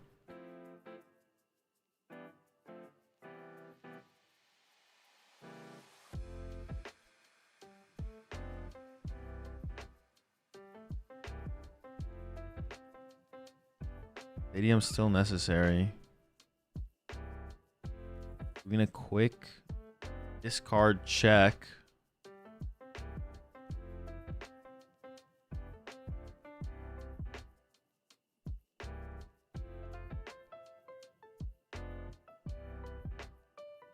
Patches to Petch, and then into the Lily. Doesn't trade first for Black Belt. Black Belt might be in the discard pile or prized, I guess. The Black Belt also would have just won the game there. So we could have traded first before Lily to try and find Black Belt. And then if we don't, then we could Lily afterwards to try and find the stadium. There is an argument to trade first there as long as Black Belt's in the deck. I think it's a pretty good argument to do it. So maybe it's just not available. There we go. Here's a 6. They don't have it yet. They have the unfair stamp, but they did not get KO'd last turn.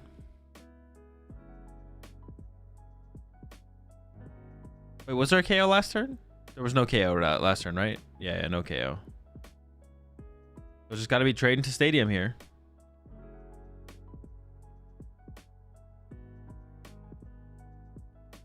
Oh, time's called. Time is called.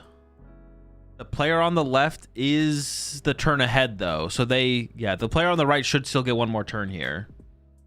They play even turns in Japan. So you can see on like the top left and right corner, the player on the left played 7 turns. The player on the right played 6 turns. So they even out the turns. Trade number 2, stadium. No stadium. So you even out the turns and then you play to, and if you're tied on prize cards after that,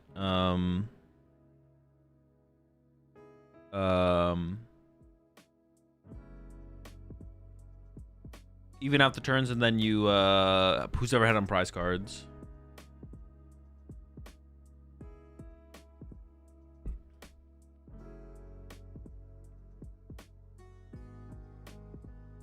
Ends PP up. We got no benches rush ram anyways, though. It doesn't really matter. No stadium. Retreat back into the Zorark.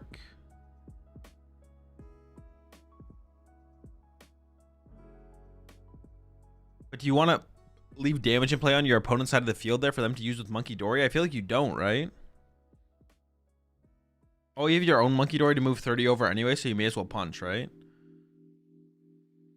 What isn't moving the 30 over with your own Monkey Dory do the boss, knockout? They can draw 3 prize cards this turn, so they would be ahead on the prize exchange. Does that mean they would just win? Does Pole just win if they have boss here?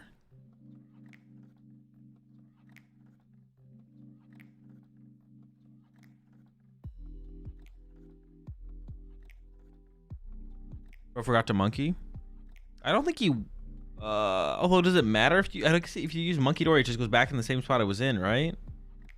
Oh, you could boss KO, Petch KO. Oh, you can KO Zorark here. You can KO Petch. You can KO Zorark, and the game's just over. Yeah, there's just a 4 prize turn. Okay, I mean, it just comes down to do they find boss off the Dracloak, I guess. At the very least, they can draw 2 prize cards. Okay, Candy Blaziken. Boss or Meowth. Yeah, or Ultra Ball. That would also do it.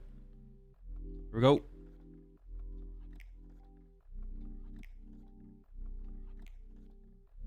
I can't tell from the reaction if they got it or not. I don't think they got it. They do not got it. Oh boy. They have special red card. They are going to go for the special red card. Disrupt the hand. But is that even correct? Because the player in the last turn did not have the stadium, and now you just got them closer to the stadium, right? I feel like this is a misplay, actually. You just got them 3 cards closer to the stadium. That's got to be a mistake.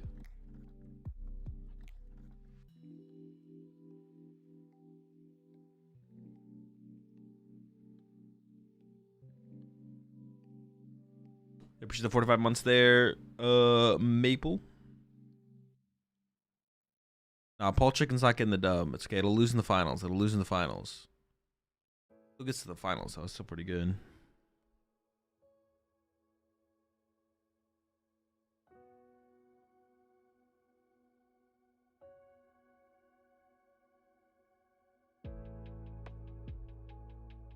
Just punch and no KO is good, no? No, if you don't take a knockout, you lose. You have to take a knockout, otherwise you just lose on time. Time's been called. You have to even out the prize trade. You have to be even on prize card, so that way next prize card wins. Yeah, so we take the KO. We go down to 2 prize cards.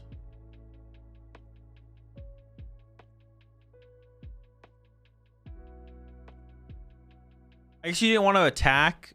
You don't want to leave damage on the side of the field that they could double. You don't want to let them double Monkey Dory, which I guess would have been possible. Okay, so now they're tied on prize cards. So now it should be next prize wins.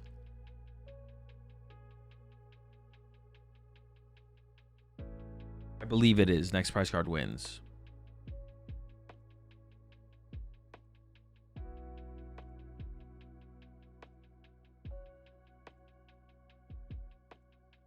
Okay, draw for turn.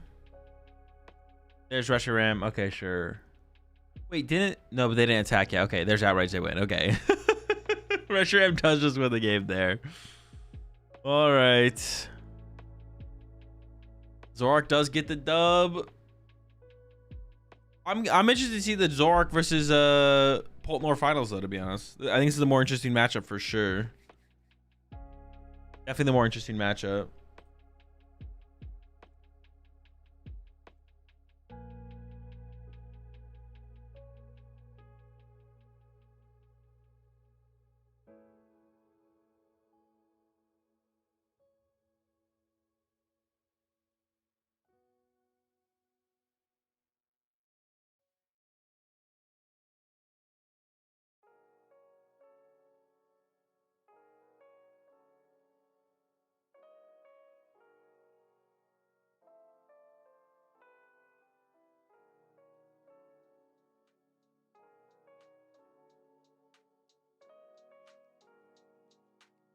Zorak wins against Festival though. I mean, you can do some Yveltal cheese to beat them, but it's generally a bad matchup.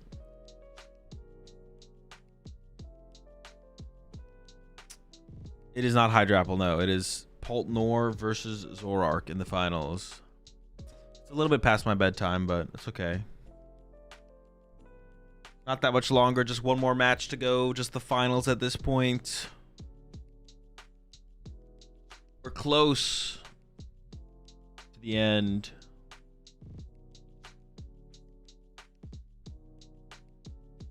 We are close to the end here now. One final match to go.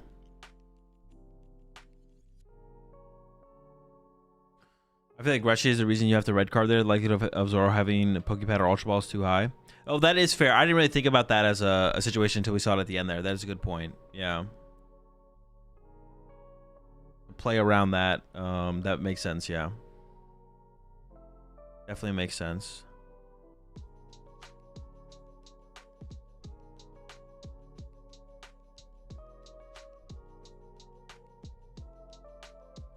What happened to the 19-0 guy?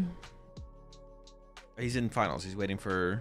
He was waiting for his opponent, but now we have our two finalists. Poltnor, undefeated Poltnor player versus... You'll appreciate 10 months there. Guardian Groove versus the Zorak.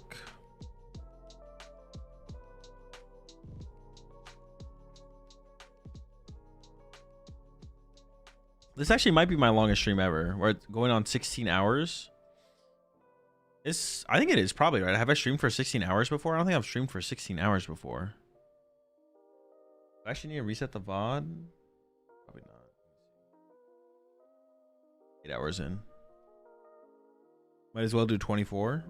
Nah, definitely not doing 24.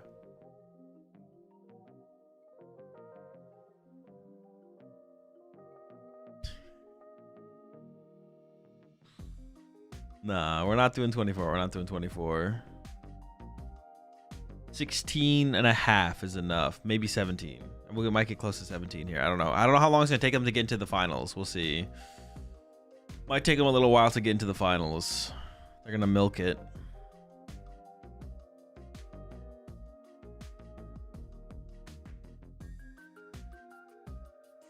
They might be milking it here. Actually, I'm gonna go like brush my teeth and stuff and get ready for bed so I can just end the stream and then hop into bed afterwards. I'll be right back.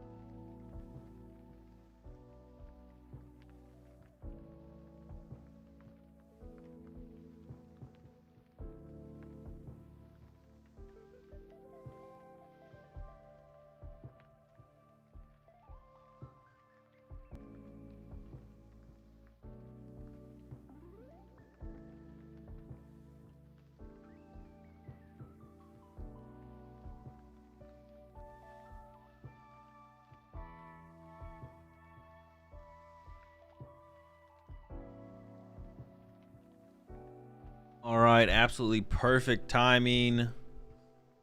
Oh, as we're getting into the finals intro, I'm back. One match, one game. That's the one. What the cringe?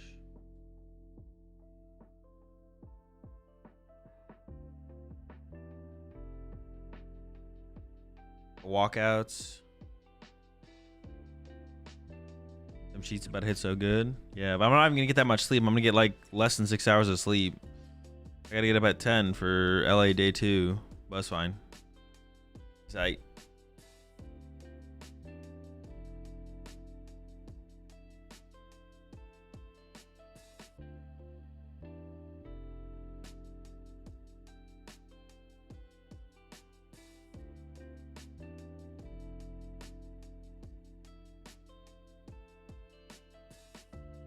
Into the Malaysia Master Ball League finals after this. Dude, get the fuck out of here. Actually, though, where are they at right now? Top 4? Ah, it's cooked over there. It's cooked.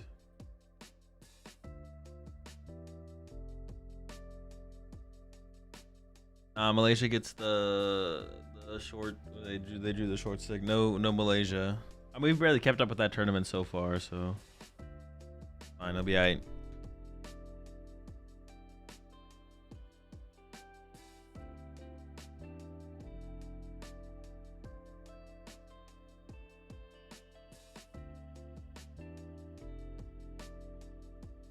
Let me check what time the stream is supposed to start tomorrow.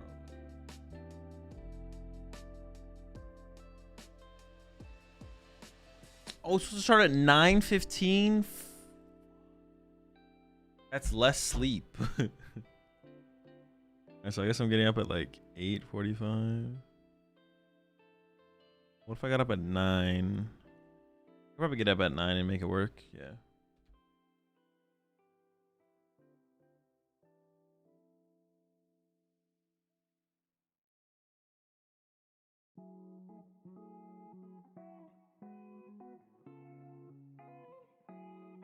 Alright, sure.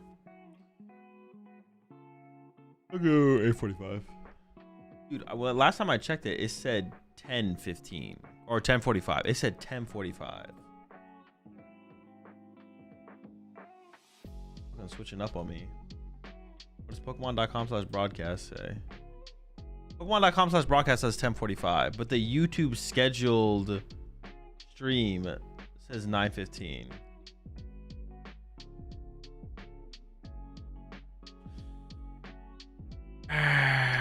That sounds about right. I don't know. 9:15 sounds well. No, that doesn't make any sense though, right?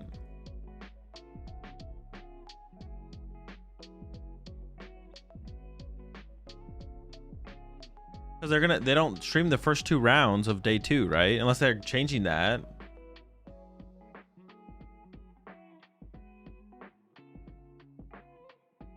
So I feel like it should be 10:45. 10:45 makes the most sense if they're skipping the first 2 rounds of day 2, right? Which is what they usually do. They usually skip the first 2 rounds of day 2.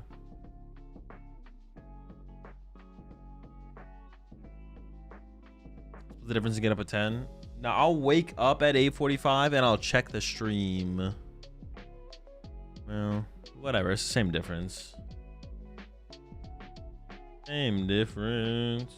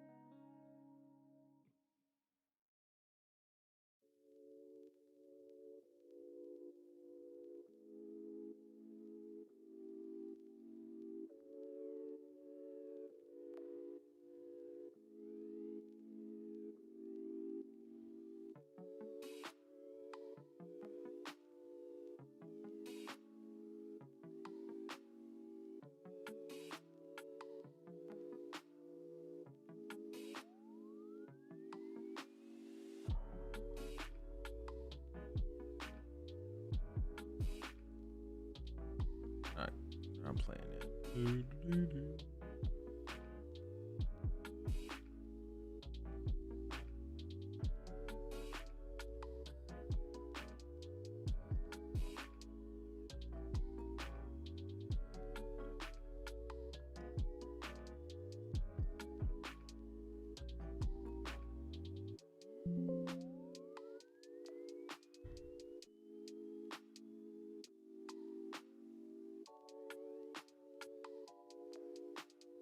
Here we go. Prize cards. 2 Psychics prize. That's not great. On the other side, Reshiram is prized. Also not great, but manageable.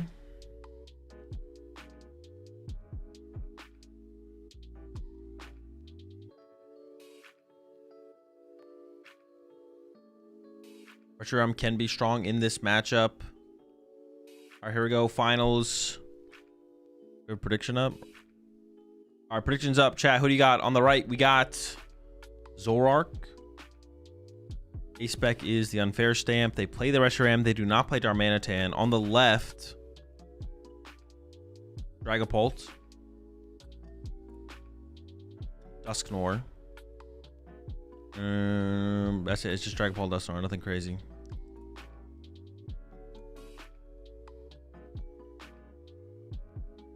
That is his only Reshiram, yes. Petron EX start, okay. Looks like Zoroark is going first. Zoom in happening. Buddy Poffin in the opening hand going first, of course.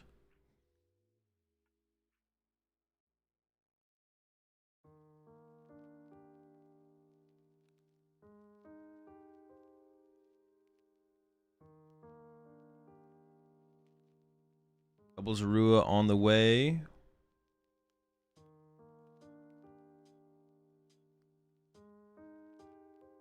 Polnor is the best Pult deck.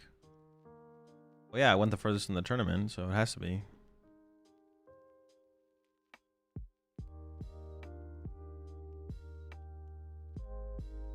In the prize check in there. Well, they do have 35 minutes for Top Cut as well. Or for finals? I don't know when it goes to 35, actually. For Top Cut, I think it's 25, but for finals, it might be 35. You get 10 more minutes as a treat for getting this far. All right, anything else to work with here? Oh, Pokepad as well.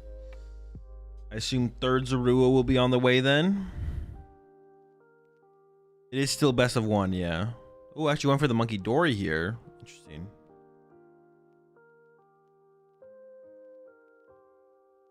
Would have assumed we would want the third Zorua instead. But maybe, okay. Maybe we're not done yet. But wait, there's more. Another Pokepad, a third Zorua. We are absolutely cooking. Oh, Yveltal. Ooh, the retreat lock possibility early on. Hold on.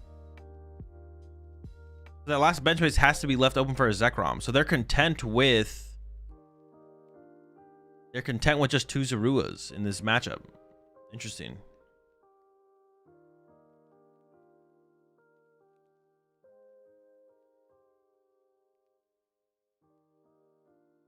Very interesting.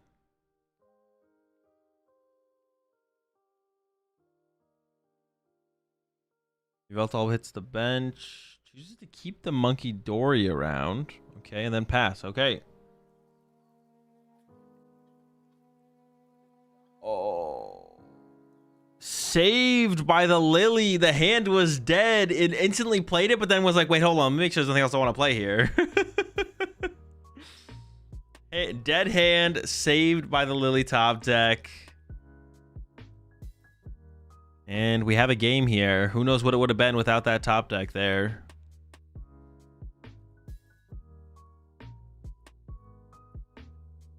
Then you find some Dreepies. Of course. There's a Buddy Poffin. There's a Dracloak. There's 2 Buddy Poffins. Okay. Absolutely cooking now. Going through with the prize check, obviously. It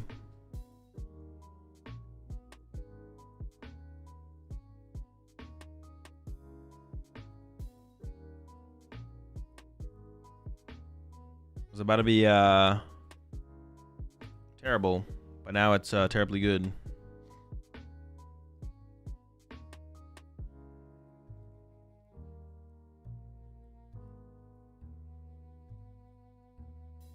it some thought. You at least want 2 Dreepies here. The question is, how many Duskulls? How many more Dreepies, I guess, after that?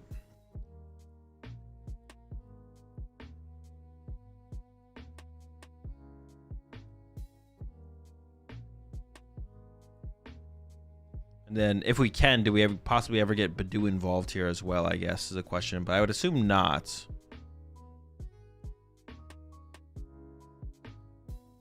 Item lock does not seem particularly strong at this point, now that the Zoruas and the Monkey Dory has been found.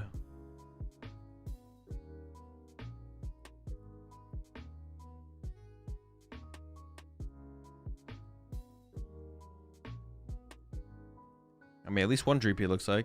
Does end up with 2, of course, though.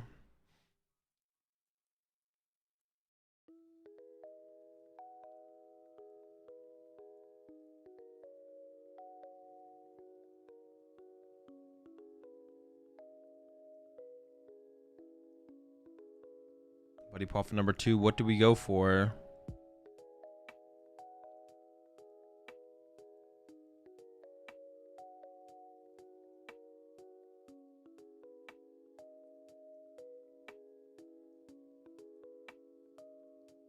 He's debating going for the Badoo here. The Badoo seems so weak. I guess another thing, it would play around our Monkey Dory getting clutched possibly, but yeah, the Badoo seems just so weak here. But there we go. Badoo go back to the bench, or Doozy and grab to the bench. I guess it would stop like an ends PP up from like an aggressive turn happening. Also doesn't leave our Monkey Dory in the active to be clutched. Sure. That's a treat. And Itchy Pollen.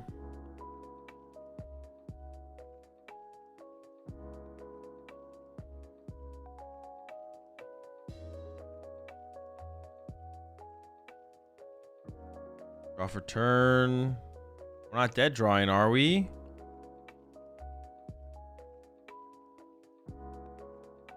Going with the Janine, okay. I mean, that's not a Zoroark. The important cards to find are Zoroarks here to get cooking.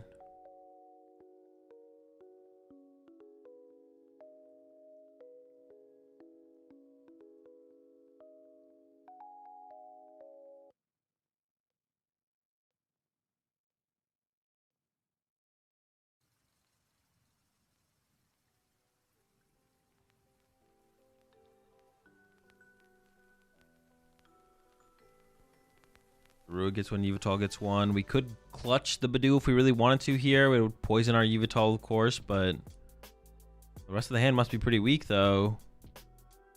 Uh-oh, that's not great.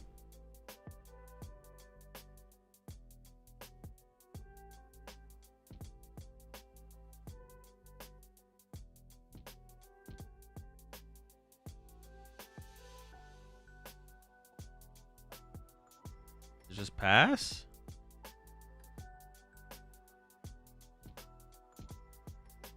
All right. Japan uses counters, different size than colors represent numbers. Well, there's actual numbers on them. You just can't see them. Like there's a 10 on the one that's on the Petron, and then there's a 50 and then 100.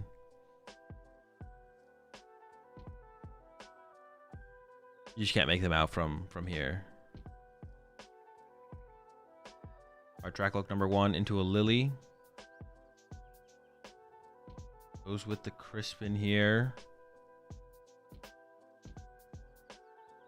There's 2 Psychic Energy prized. Let's see, Fire Psychic, load up the Dracloak. I mean, if this Dracloak got boss KO'd next turn, we'd be in trouble, but...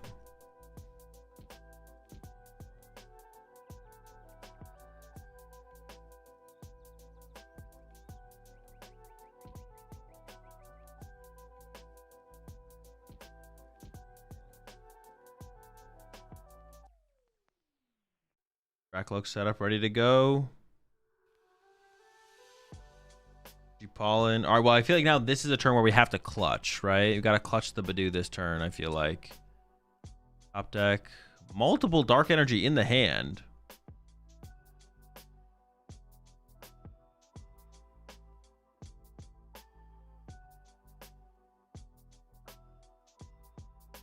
Not attaching. Hasn't attached energy over the last couple turns.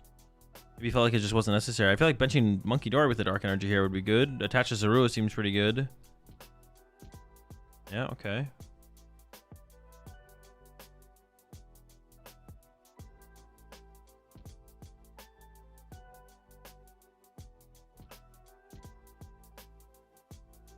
All right, and there's the clutch on the Badoo.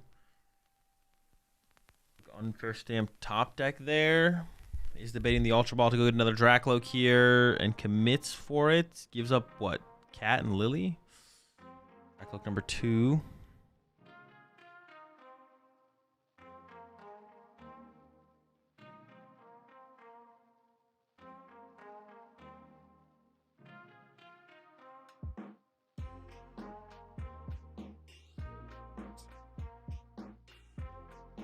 Shouldn't we have Recon before the Ultra Ball, though? What am I missing there with that? I think I'm not missing anything.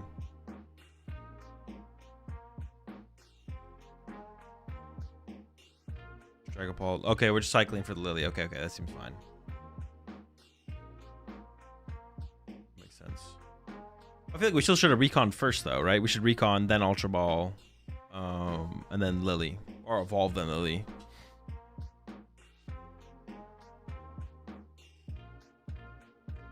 There we go. 8 off the Lily. Prize card will be available on the other side next turn. I actually, now that makes me wonder, what are we gonna... Oh man, that's a lot of cards. We don't have a Duskull set up quite yet, but this could be the turn to now bench the Duskull and get it involved on the bench. See if that happens. Dusclops getting searched out. Another Dracloak can get searched out here, of course. Or Dusknoir first, I guess. And I think we have one more. Buddy Poffin first, though. And here comes the Duskull. Not done yet, though, I don't think. Or Pokepad number 3. Dracloak number 2. All right.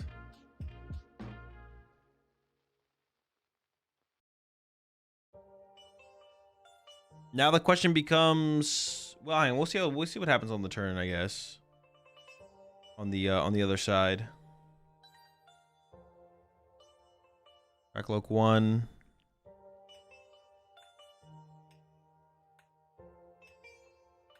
Dracloak 2.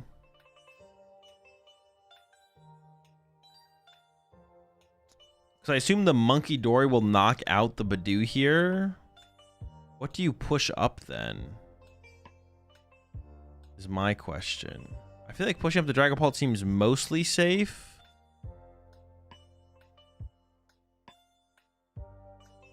Okay, goes for the Itchy Pollen.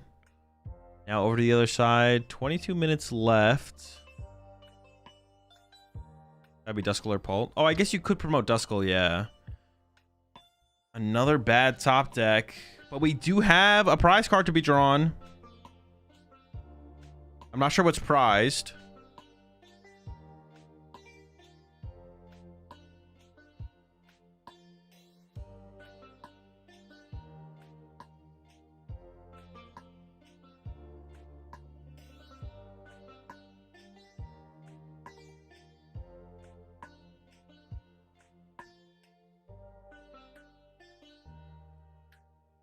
One for a heal. Yo, the Badoo, what's the prize card? Oh, is it a good one? Ooh, the Cyrano. Gotta promote first. Double Zoroark on the way.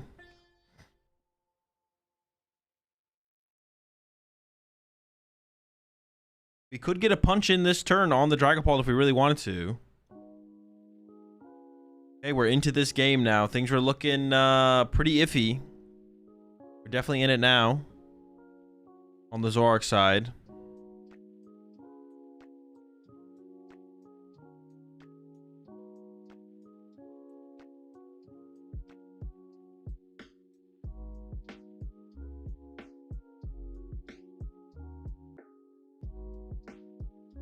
All right, Zork's ready to go. Here comes the trade.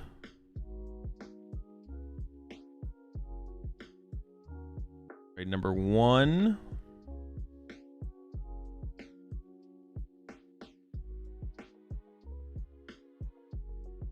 Trade number 2.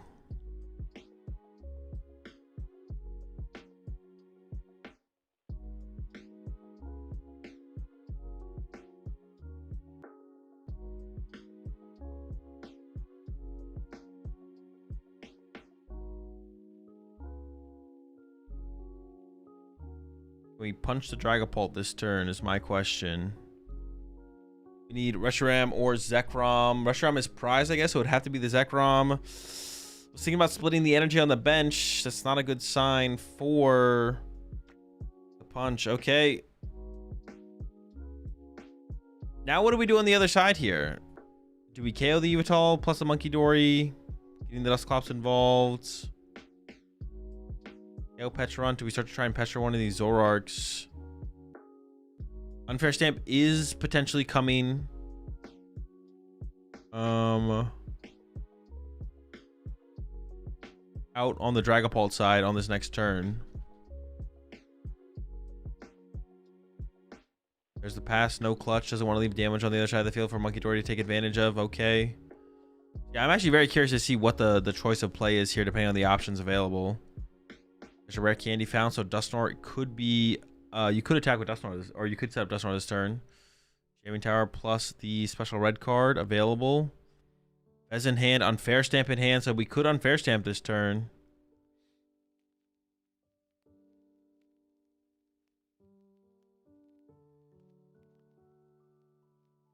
Checking the energy in the discard pile first. There's still 2 psychic... Like energy prize, excuse me.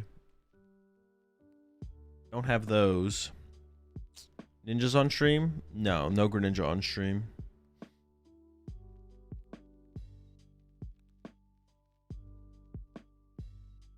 Okay, now we gotta figure out what we're doing here.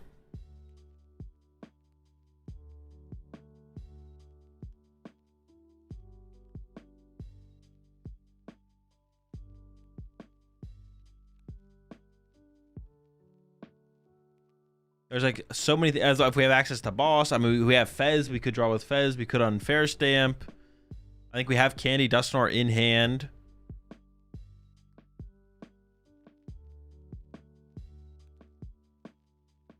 Could pop Dusknoir this turn. We could hold it for a future turn. There's Dusclops.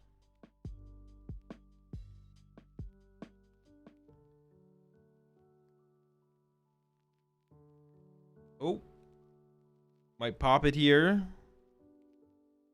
I feel like if we're popping it here, well, no, that's not 100% true. I mean, I would go onto the Monkey Dory, I assume.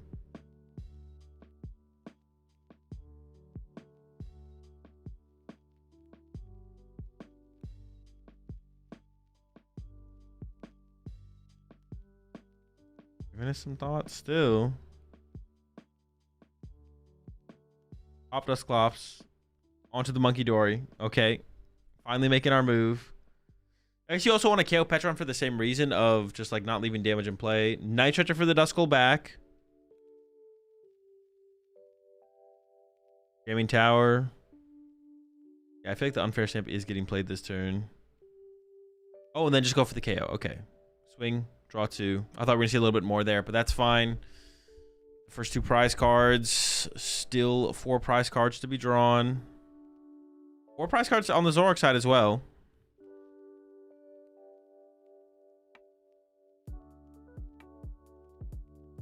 Giving it some thought as to what to push up here, depending on if you want to play for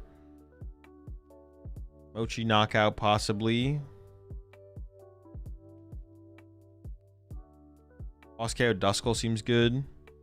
No, he did Recon. He like did it first and then kind of thought for a little bit about what to do for the play. Here's why Jamming Tower of no stamp. That is a fair point, yeah. The Jamming Tower plus without stamp here does seem a little bit off. Pretty big hand to work with on the other side.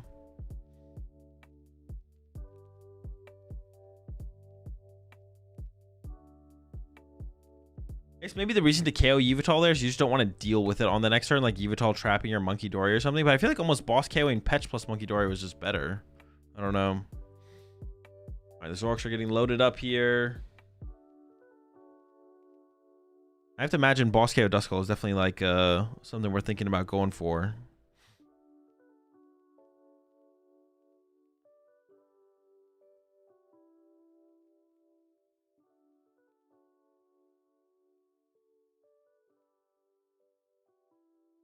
Trade away the side for Maniac.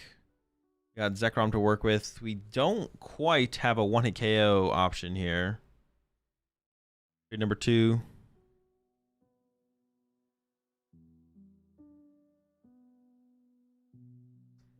Jimmy Towers to prevent Mochi plus Black Belt knockout. Yeah.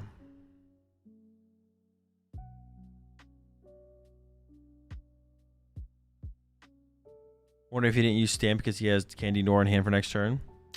That is a fair point, yeah. That is a fair point.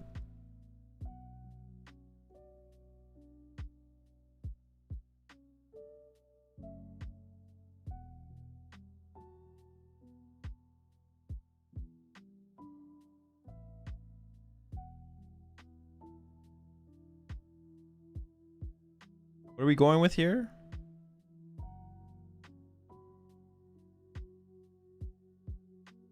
Yeah, maybe we're just gonna look for Dusknor, knock out a Zoroark next turn, and then boss KO Petch to close out the game, I guess, possibly. There's a Zekrom.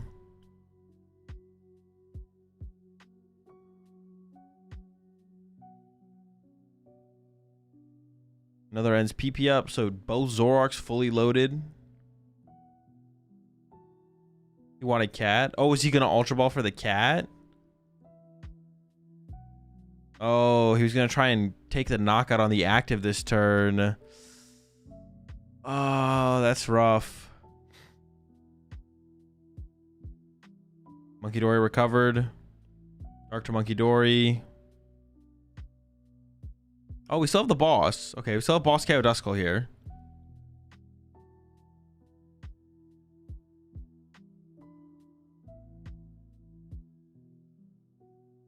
Yeah, Meowth for Black Belt there for the KO would have definitely been pretty good. All right, there we go. Yeah, Meowth is prize. You see it there in the prize cards. That would have been a pretty big setback for sure.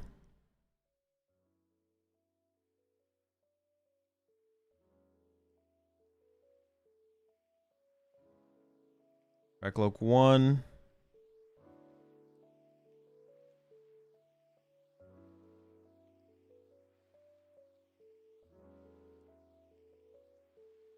There we go, Dracloak number 2.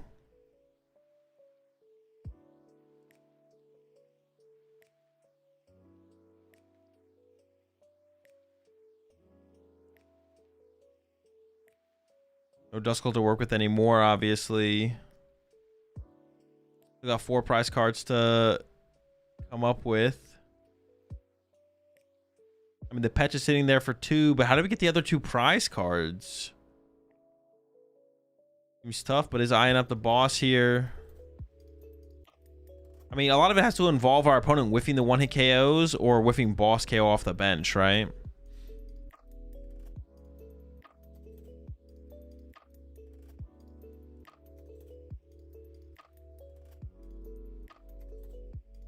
Looks like Unfair Stamp is going to get played this turn, possibly, but is the side of being Crispin or boss here? If you Crispin, that means you're attacking into the active, which means Reshiram becomes a response.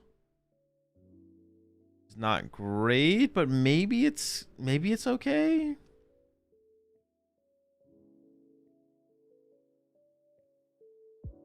The possibility of Reshiram exists, I guess.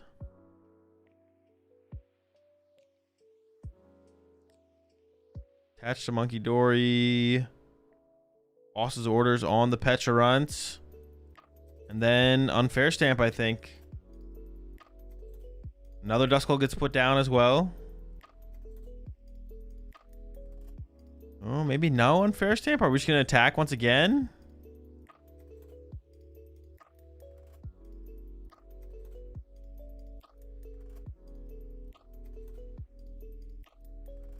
I'm gonna continue to preserve the unfair stamp. Spreads the damage out here. I feel like one of the problems with this is like, what if we get unfair stamped? That seems like one of the problems with this line specifically is like, what if we just get unfair stamp next turn? Then it's going to be so hard for us to find our unfair stamp. But maybe that's just like one of the risks you have to take here. Is just hope that the opponent can't find the unfair stamp.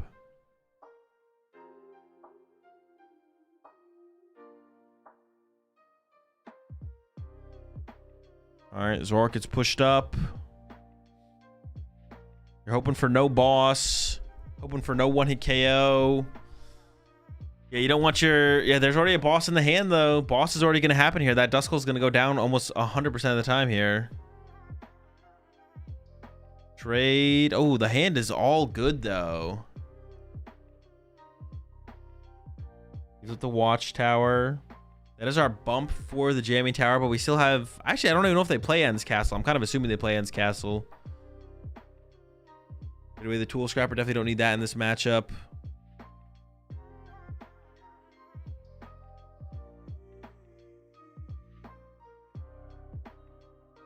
Burn a Buddy Poffin.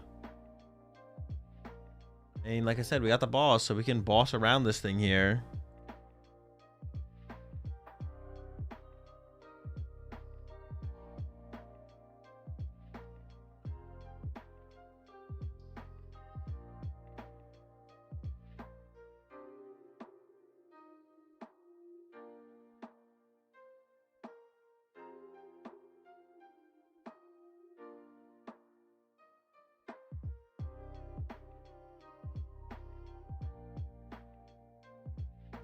Nine minutes left. Yeah, there's the boss on the Duskull.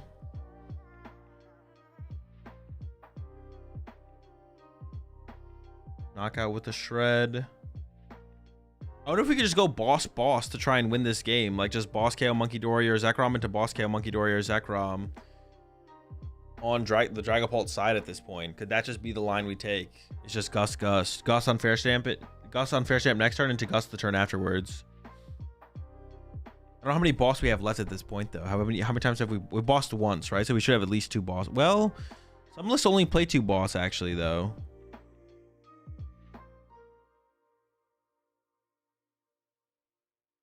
Throws the Reshiram down. Play around the unfair stamp or a potential judge or something like that.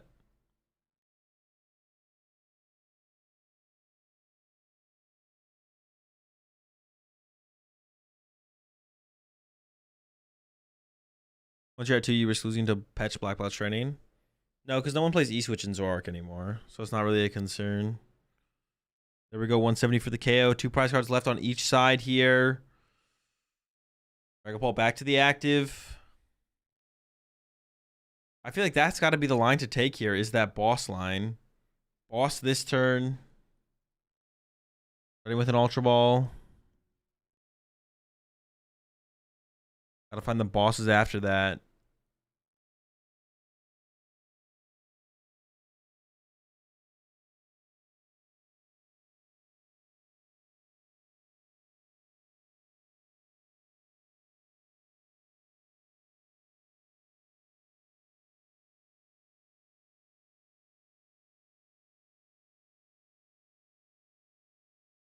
Watchtower Candy. Probably doesn't matter for either of those. You want to keep the Jamming Tower in play.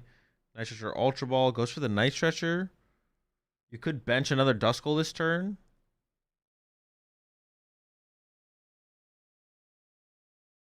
How many bosses Zoro run? I feel like it usually runs like 4.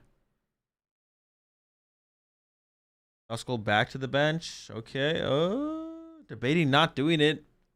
No, it's coming down. Psychic to the Drakloak. There's the unfair stamp. We don't have a boss to go with this. We can't punch the active, though, so we need to draw a boss, I feel like, off this unfair stamp.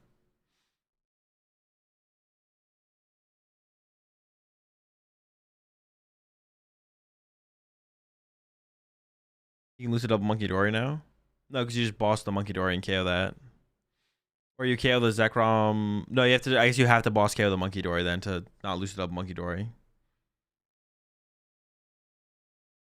We have a boss, though. There's a boss. We got the boss.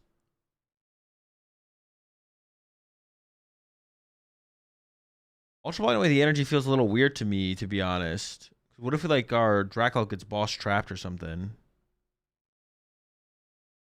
I'm not sure about playing this Ultra Ball here. I guess, or you could go for a Jet Headbutt, right? The other play to do would be a Jet Headbutt, maybe. But I don't know about that. Maybe a pass? Yeah, you could pass. You could also boss Reshiram or Zekrom and then pass, right? Hey, what if you went boss Reshiram or Zekrom and then pass? Maybe that's the move here. Don't take a knockout. Just chill.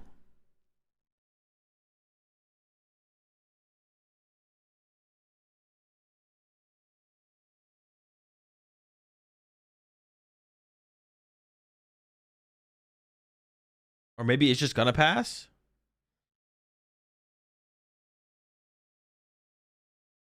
Gonna give it some thought. Goes for the boss. He's gonna go for a KO here. Brings up the Monkey Dory, so we're definitely taking a knockout.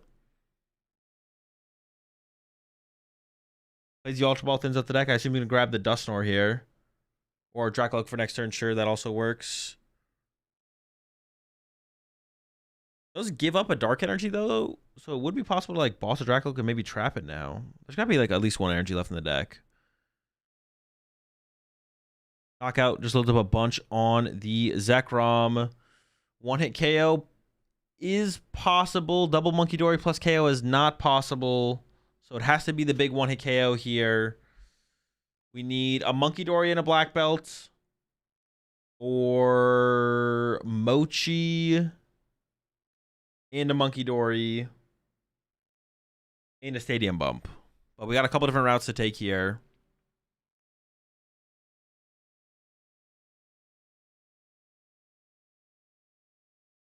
And is not great. We also need to recover the Petchy X, right? Where's the Petchy X at? There's the Monkey Dory. That can be a piece of the puzzle. We have all the energy we need on our Zoroarks. Now we need Dark, Stadium, and Petch. So we need a Night Stretcher here. Dark Stadium and Night Stretcher. 2 trades to work with.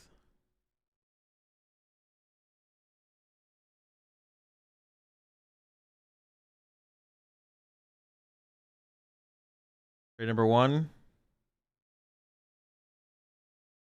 Stadium.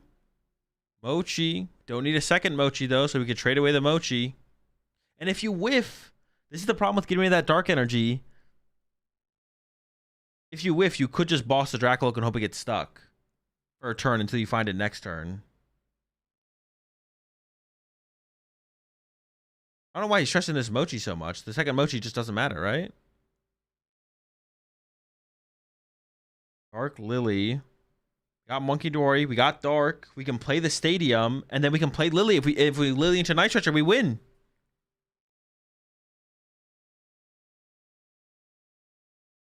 Right? Petchy X is in the discard pile. Where's the Night Stretcher away?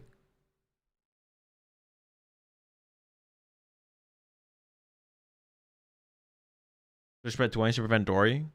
I don't think so, because there's already damage on the bench.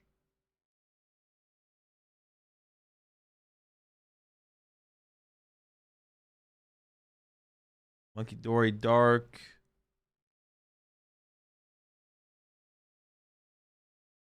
Are we actually playing the boss here? Shouldn't we always go for Lily for Night Stretcher? Boss Dracloak. We can't Dusknoir, but now we lose to boss. And we just lose to a cat here.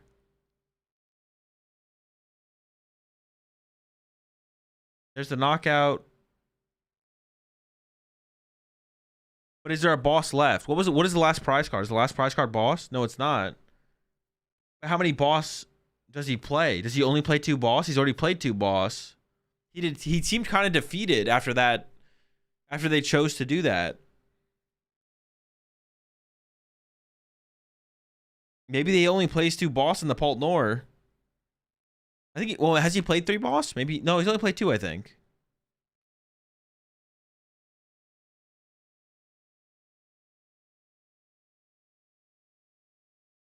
Played 3 boss already, no? I don't think so. Maybe I'm trolling though. Maybe he did.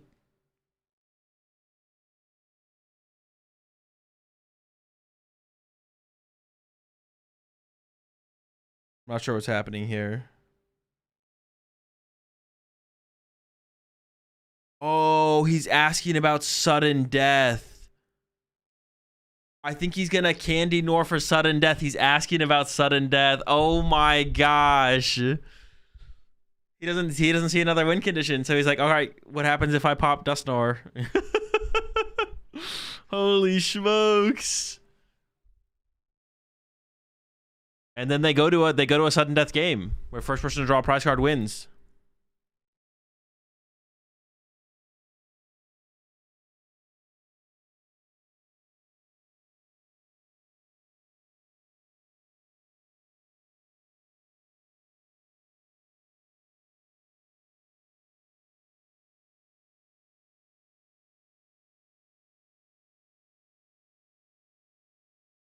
I guess if we're gonna KO the Dracloak there, shouldn't we have KO'd the Duskull then?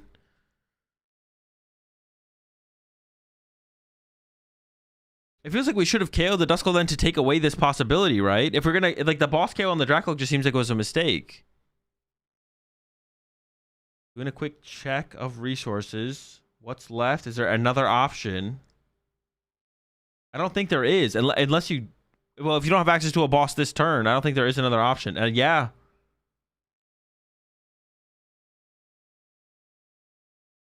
I think we're going for the Dusknoir play.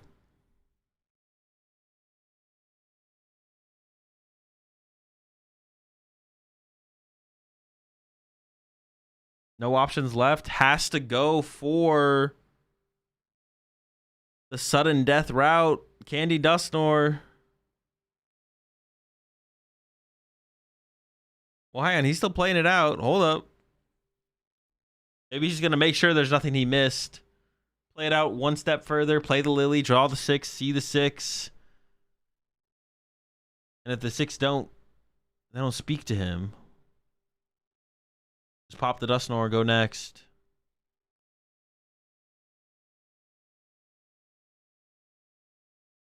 I mean, nothing there to me stands out.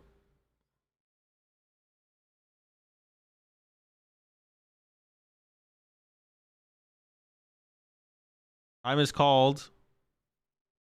Doesn't really matter here. We're going to pop the Dusknoir anyways to send it into overtime.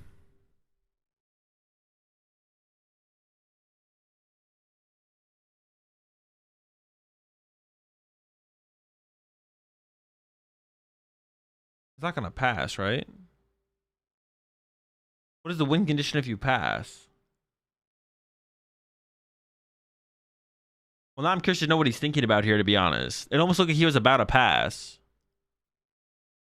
What is the win condition if you pass here? Or is he going to attack and hope he doesn't have the KO? No, but he's got Reshiram. You can't attack. You could Jet Headbutt, I guess.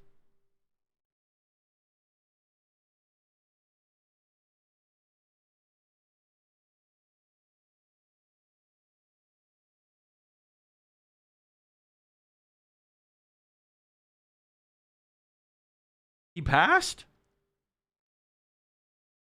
Oh, wait. Do they go to sudden death anyways? Does he have a boss left? I don't think he has a boss left. I could be wrong, though.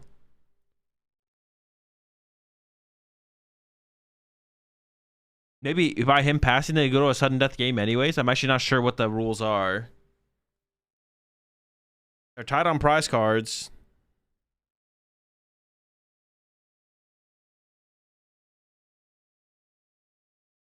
He gets to play his turn, though.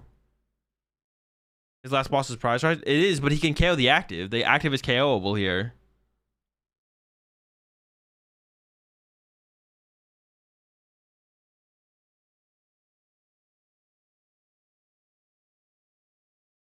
Place the stadium.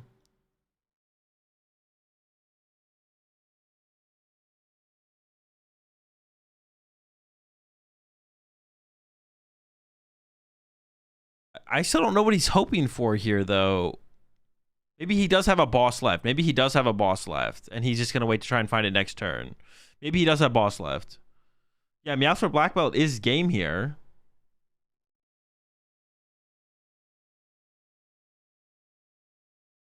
Plays the Lily, though. Yeah, Meowth for Black Belt is game here if there's a Black Belt in the deck, which I think it is. I don't think we played the Black Belt yet. So now we're going Lily to hope to find Does he play black belt? I think so. He went for it on like an earlier turn of the game and didn't get it because the Meowth was prized. He like Ultra Balled for Meowth, and the only play that made sense to Ultra Ball for Meowth there was like black belt. But then Nitrogen also wins him the game here. Nitrogen for Petch wins the game as well. He's got 2 traits to work with. And we'll see. Is the black belt in there? There is no black belt. Maybe he doesn't play black belt. Oh, the Nitrogen was the next card.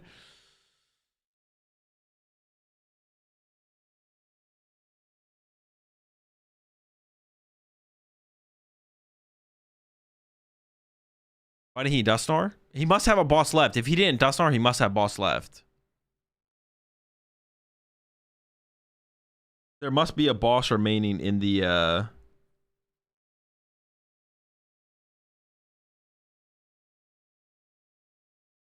showing it to the camera. Those are the 4 he's given up. Trade number 1. No Night Stretcher. Trade number 2. 1 Night Stretcher left in the deck. It looks like there was only 1. I assume on the Pult side we must have boss here. If we just chose to pass like this. Night Stretcher. No Night Stretcher. Oh my gosh. But then on the Pult side we still need boss. You can't just you don't win unless you have boss, because eventually we find the Night Stretcher.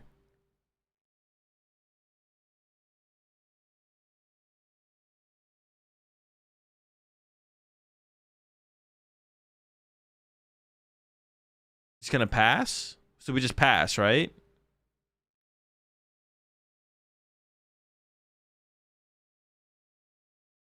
Catch return to Reshiram, sure. And then pass the game. Is there a boss on the other side of this?